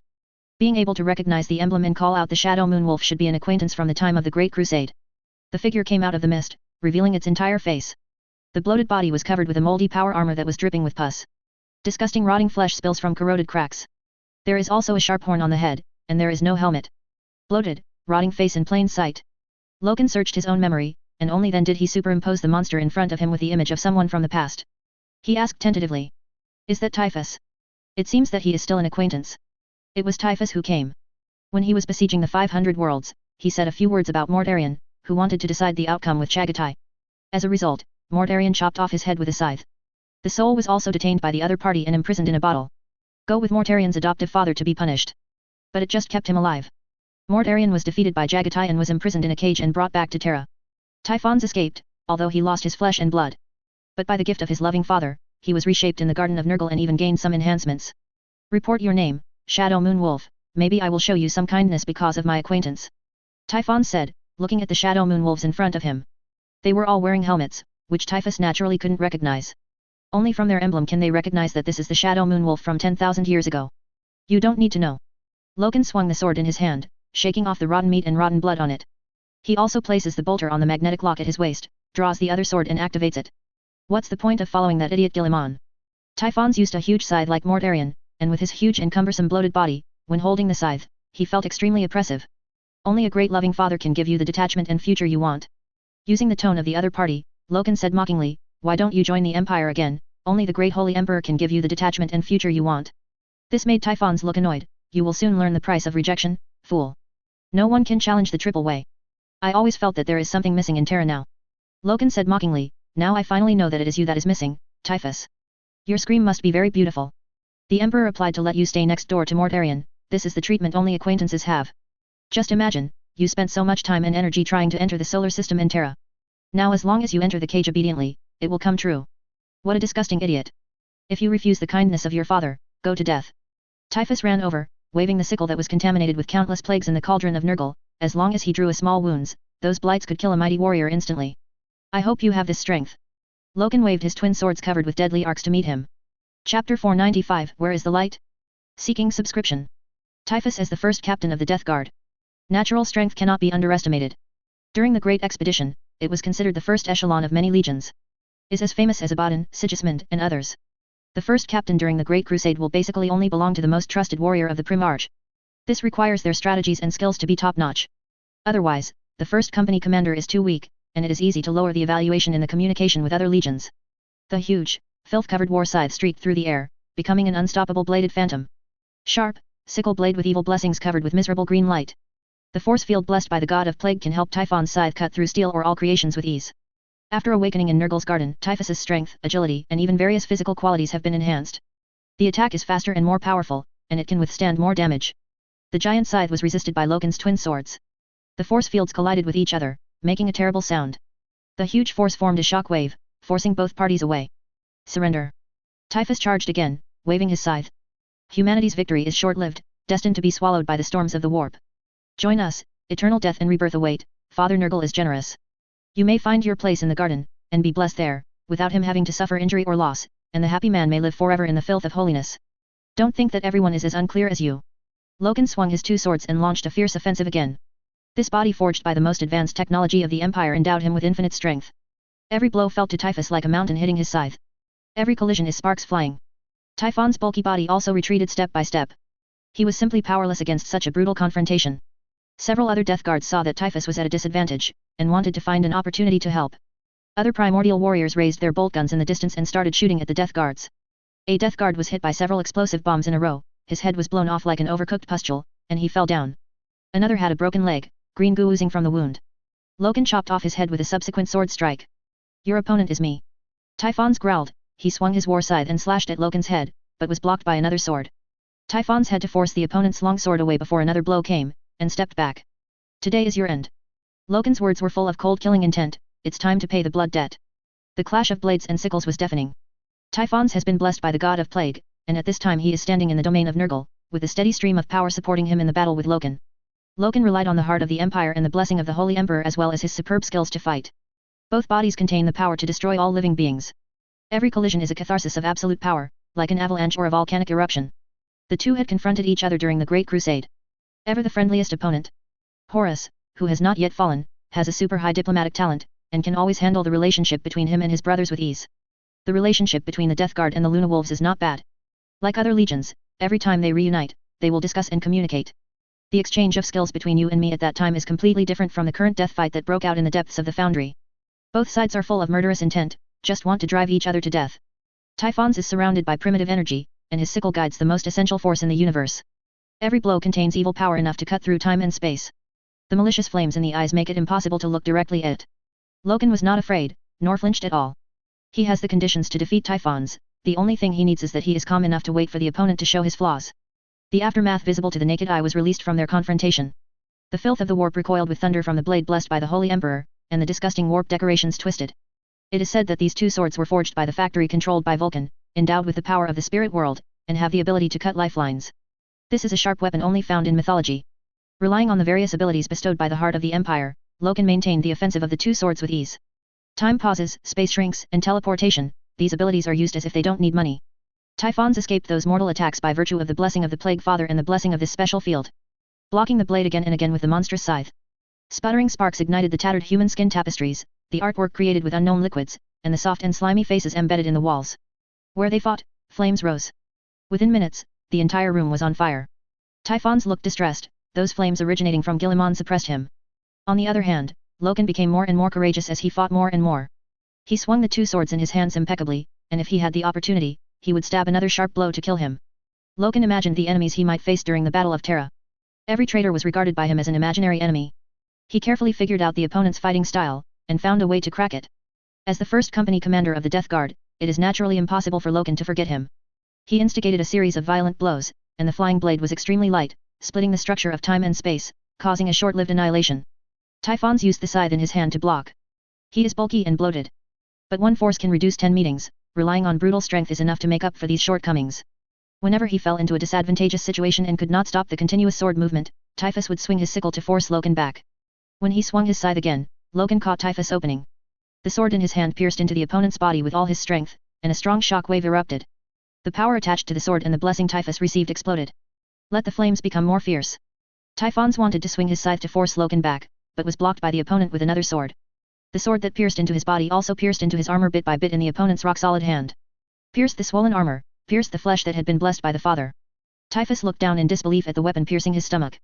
Foul-smelling pus gushed out from the wound, staining the already filthy power armor. It seems that I have won. Loken said in a deep voice. He forcefully forced Typhus' sickle away, and pierced another sword into the opponent's body. Typhons let out a scream of pain, and stepped back. Loken pressed forward step by step, stabbing the sword in his hand deeper. Typhons burst out in pain, and punched Loken's head, and the sickle on the other side also moved, trying to chop Loken alive. In order to avoid being hurt, Loken had to give up the double swords piercing into the opponent's body first, and retreated abruptly, dodging the opponent's attack, and at the same time took out the bolter hung on his waist with a magnetic lock. No pain is unbearable to the Death Guard. We are more tenacious than other legions, Typhus said. The two swords pierced into his body just like that, bringing him endless pain, but making him even stronger. Enduring pain is part of the blessing of the God of Plague. The blessed Death Guard can withstand several times the damage of other legionnaires. Fatally wounded to other traitors, Typhons was still able to persevere, one can imagine his tenacity. I originally wanted to send you back to Terra alive, but now it seems that it is impossible. Loken raised the bolt gun in his hand, aiming the black muzzle at Typhus' head. Typhons tightly held the sickle in his hand. At such a close distance, do you think the explosive bomb is faster than the sickle in my hand? You can try it. Loken said. Typhus moved, the halo of the plague god's blessing unable to keep up with him. The sickle in his hand has an afterimage, and the speed is extremely fast. With a bang, his head exploded like a watermelon. The huge body fell to the ground, like a corpse that had been rotting for many years, meeting the air and vaporizing amidst the hissing sound. Wisps of white steam escaped from the skeleton. In the end, even the skeleton turned into fly ash, floating in the air. The kill is complete. Loken looked at Typhons, who had turned into ashes, and said in a low voice. He walked over and bent down to pick up the two swords. However, the next second, a warning sounded in his heart. He didn't realize something yet. I saw a giant scythe swung out from behind, directly piercing through his body. Typhus, who should have died just now, was standing behind him intact. A strange green glow wrapped around his body. This is the domain of the loving Father. Typhons whispered, do you think you can kill me in this domain? I only need a few breaths to be reborn. Loken looked at the wound that ran through his chest, and blood spurted from the grill of the visor. He underestimated these traitors. This is the realm of Nurgle. How could he be so confident that he killed Typhus? Typhon directly used force, and the sharp sickle cut Loken's body in half. Crimson blood spurted out, staining the floor red. I am the winner. Typhus roared loudly, and the terrible sound echoed in the room, shaking the ears of the warriors. Seeing Loken's defeat, those Primaris warriors tried to get rid of their opponents and save their new chapter master. The Shadow Moonwolf has just resumed its organizational system. Is it about to usher in the second chapter leader? Those Death Guards were desperately trying to stop them. Make those Shadow Moonwolves unable to rescue Loken. Let me see who you are. Typhons leaned over and took off the helmet of Loken, who was lying on the ground, and saw his face. It turned out to be Garviel Loken. During the siege of Terra, you isn't the lesson learned enough? What do you think you can change? Loken spat on him a mouthful of blood. The plague god's failure is doomed, Typhus, you can't change anything. Ha ha ha, you're so wrong. Do you think Guilliman can win? Then you underestimate a chaos god. Typhons raised his foot and showed a cruel smile. Remember the one who killed you, Loken. If you can still be resurrected, run away if you see me. After the words fell, the swollen steel boots slammed down. stomped Loken's head to pieces. This is what happens when you fight against the plague god. Typhus whispered. Loken's broken body turned into bits of brilliance, drifted into the air, and disappeared. A few seconds later, a ball of light appeared in the turbid air, and then exploded violently. The strong radiance made Typhons blink subconsciously. Already trampled to death, the dismembered Loken rushed out amidst the brilliance. The two swords danced with deadly electric arcs, and one sword slashed down, directly chopping off the hand of Typhons who subconsciously raised the sickle. The swollen arm fell to the ground together with the sickle covered in filth, and green pus gushed out. How could it be? Typhus couldn't hide his astonishment, but Loken didn't talk nonsense to him again. The sword in his hand slashed out again, cutting off his other hand, and then bent his leg and cut his hand. The legs were also cut off. Typhus fell with a howl. In a few seconds, Loken chopped off his limbs and fell to the ground. The situation turned around and changed so quickly that the astonishment on Typhon's face did not fade for a long time. Don't think that only the Chaos Gods can regenerate life. Loken walked in front of Typhus with sarcasm and mockery in his eyes. Typhons. Since you will be resurrected, I will not kill you, but bring you back to Terra as originally planned. Mortarion is waiting for you there, Typhus. Other primordial warriors also came over at this time. The legendary mentor Caldor Diego who walked the other way also came out from another corridor. Typhons, who fell to the ground, lost all resistance, and was thrown into the demon cage dedicated to the Grey Knight like a dead dog. This kind of cage can even hold a Primarch. Typhons is naturally no problem. Realizing what was going to happen, Typhons roared impotently in the cage. No. Loken, you can't do that. His fury made the Shadow Moonwolf and the Grey Knights laugh out loud, and they moved on to the next destination. The troops of the Empire have taken control of the situation in the Foundry. The resistance of demons and traitors is weakening. The firepower of the Empire wiped out the plague cannons and plague machine bees one by one, dismantling the virus machine cannons bit by bit. The screams of demons and traitors are everywhere. At the deepest point, a great unclean one is leading the last demonic army to resist. Typhons watched how the great unclean man fell into a tight siege and became the object of those damned corpse worshippers. They seized the opportunity to slash at the bloated body of the great unclean one. When the great unclean man wanted to attack, they all ran away again. Wait until the big unclean man turned his attention away, they all rushed over again and continued to chop. Extremely shameless. Look at how tenacious it is, fighting to the death for its own god. Loken stood beside Typhon's prison, and said in a sarcastic tone, I can't help crying for it, how noble it is. Warrior, it just looks a little disgusting. The other Shadow Moonwolves all giggled. They don't like to bully their captives, but traitors and demons say otherwise. Typhon's eyes were about to burst, and he was about to go mad. The besieged great unclean one let out a painful sound. Under the siege of the Empire, it was scarred, and finally couldn't hold on, and fell down. Caldo Diego walked to his side, looking down at the huge demon. His sword was ablaze with divine fire. One strike with a sword can completely end the opponent. The head of a great demon will be the best gift to my emperor. You are allowed to leave your last words, demon. You can destroy my army and take everything from me, but human beings will never be able to overcome the loving Father. The great unclean one said, you will eventually fail, and you will end up suffering in the garden of the loving Father. Are all the demons so pitiful now? I wonder if you have listened too much to those dying mortals, and subconsciously said these words when it came to you. Cardo Diego said, you its master is doomed to be wiped out, and the other chaos gods have already smelled its weakness, and soon, you will face the enemy. You will never succeed, the great unclean one shouted through his rotting throat. Caldo Diego recited the incantation, and then pierced the opponent's body with a sword. The sacred flame emerged from the opponent's body, making it burn blazingly. The demonic soul essence screams in flames. But it was quickly burned to ashes in the flames. The huge body was burned to ashes in the raging flames like the fuel of a torch. Typhus watched these damned humans murder a kinsman of a loving father. Even the soul was burned to ashes. If you want to be resurrected, you have to pay more price and time. You will always be retaliated. Typhus said, don't think that the Lord of Plague is easy to mess with. Then let it come, Typhus. When yours is down, your face must be wonderful. Loken said in a mocking tone. Delusion, you can't do it at all, God is immortal. Then let us wait and see. Loken said with a smile, you will see. The light has faded. Zero and many Ultramen fled to the depths of the universe with their scarred bodies. Along with them are a group of survivors who are unwilling to succumb to the darkness. Failed again and again. Companions also fell one by one. What hope is there for such a struggle? Ultra stars in the universe were captured by Beria's powerful army one by one. An unprecedented wave of darkness sweeps everything. Otto's father died in battle, and the previous space garrison also suffered heavy casualties. Many garrison branches are now struggling to support, and it is only a matter of time before they are completely destroyed. This universe is hopeless. Siluo looked at the shrunken plasma spark tower in his hand. This ultra artifact that can leverage the power of light is still shining brightly today, transmitting infinite power to him. But this kind of power still looks very weak in the face of the vast and infinite army of darkness. Where is the way forward? Siluo recalled the entrustment of his father and several senior members of the Space Guard, and his heart, which had never been shaken, also became confused. The Kingdom of Light has failed, and the other Ultra Stars who want to resist Beria, the Emperor of the Universe, and the dark army headed by the chaos demon god are nothing more than mantises in carts.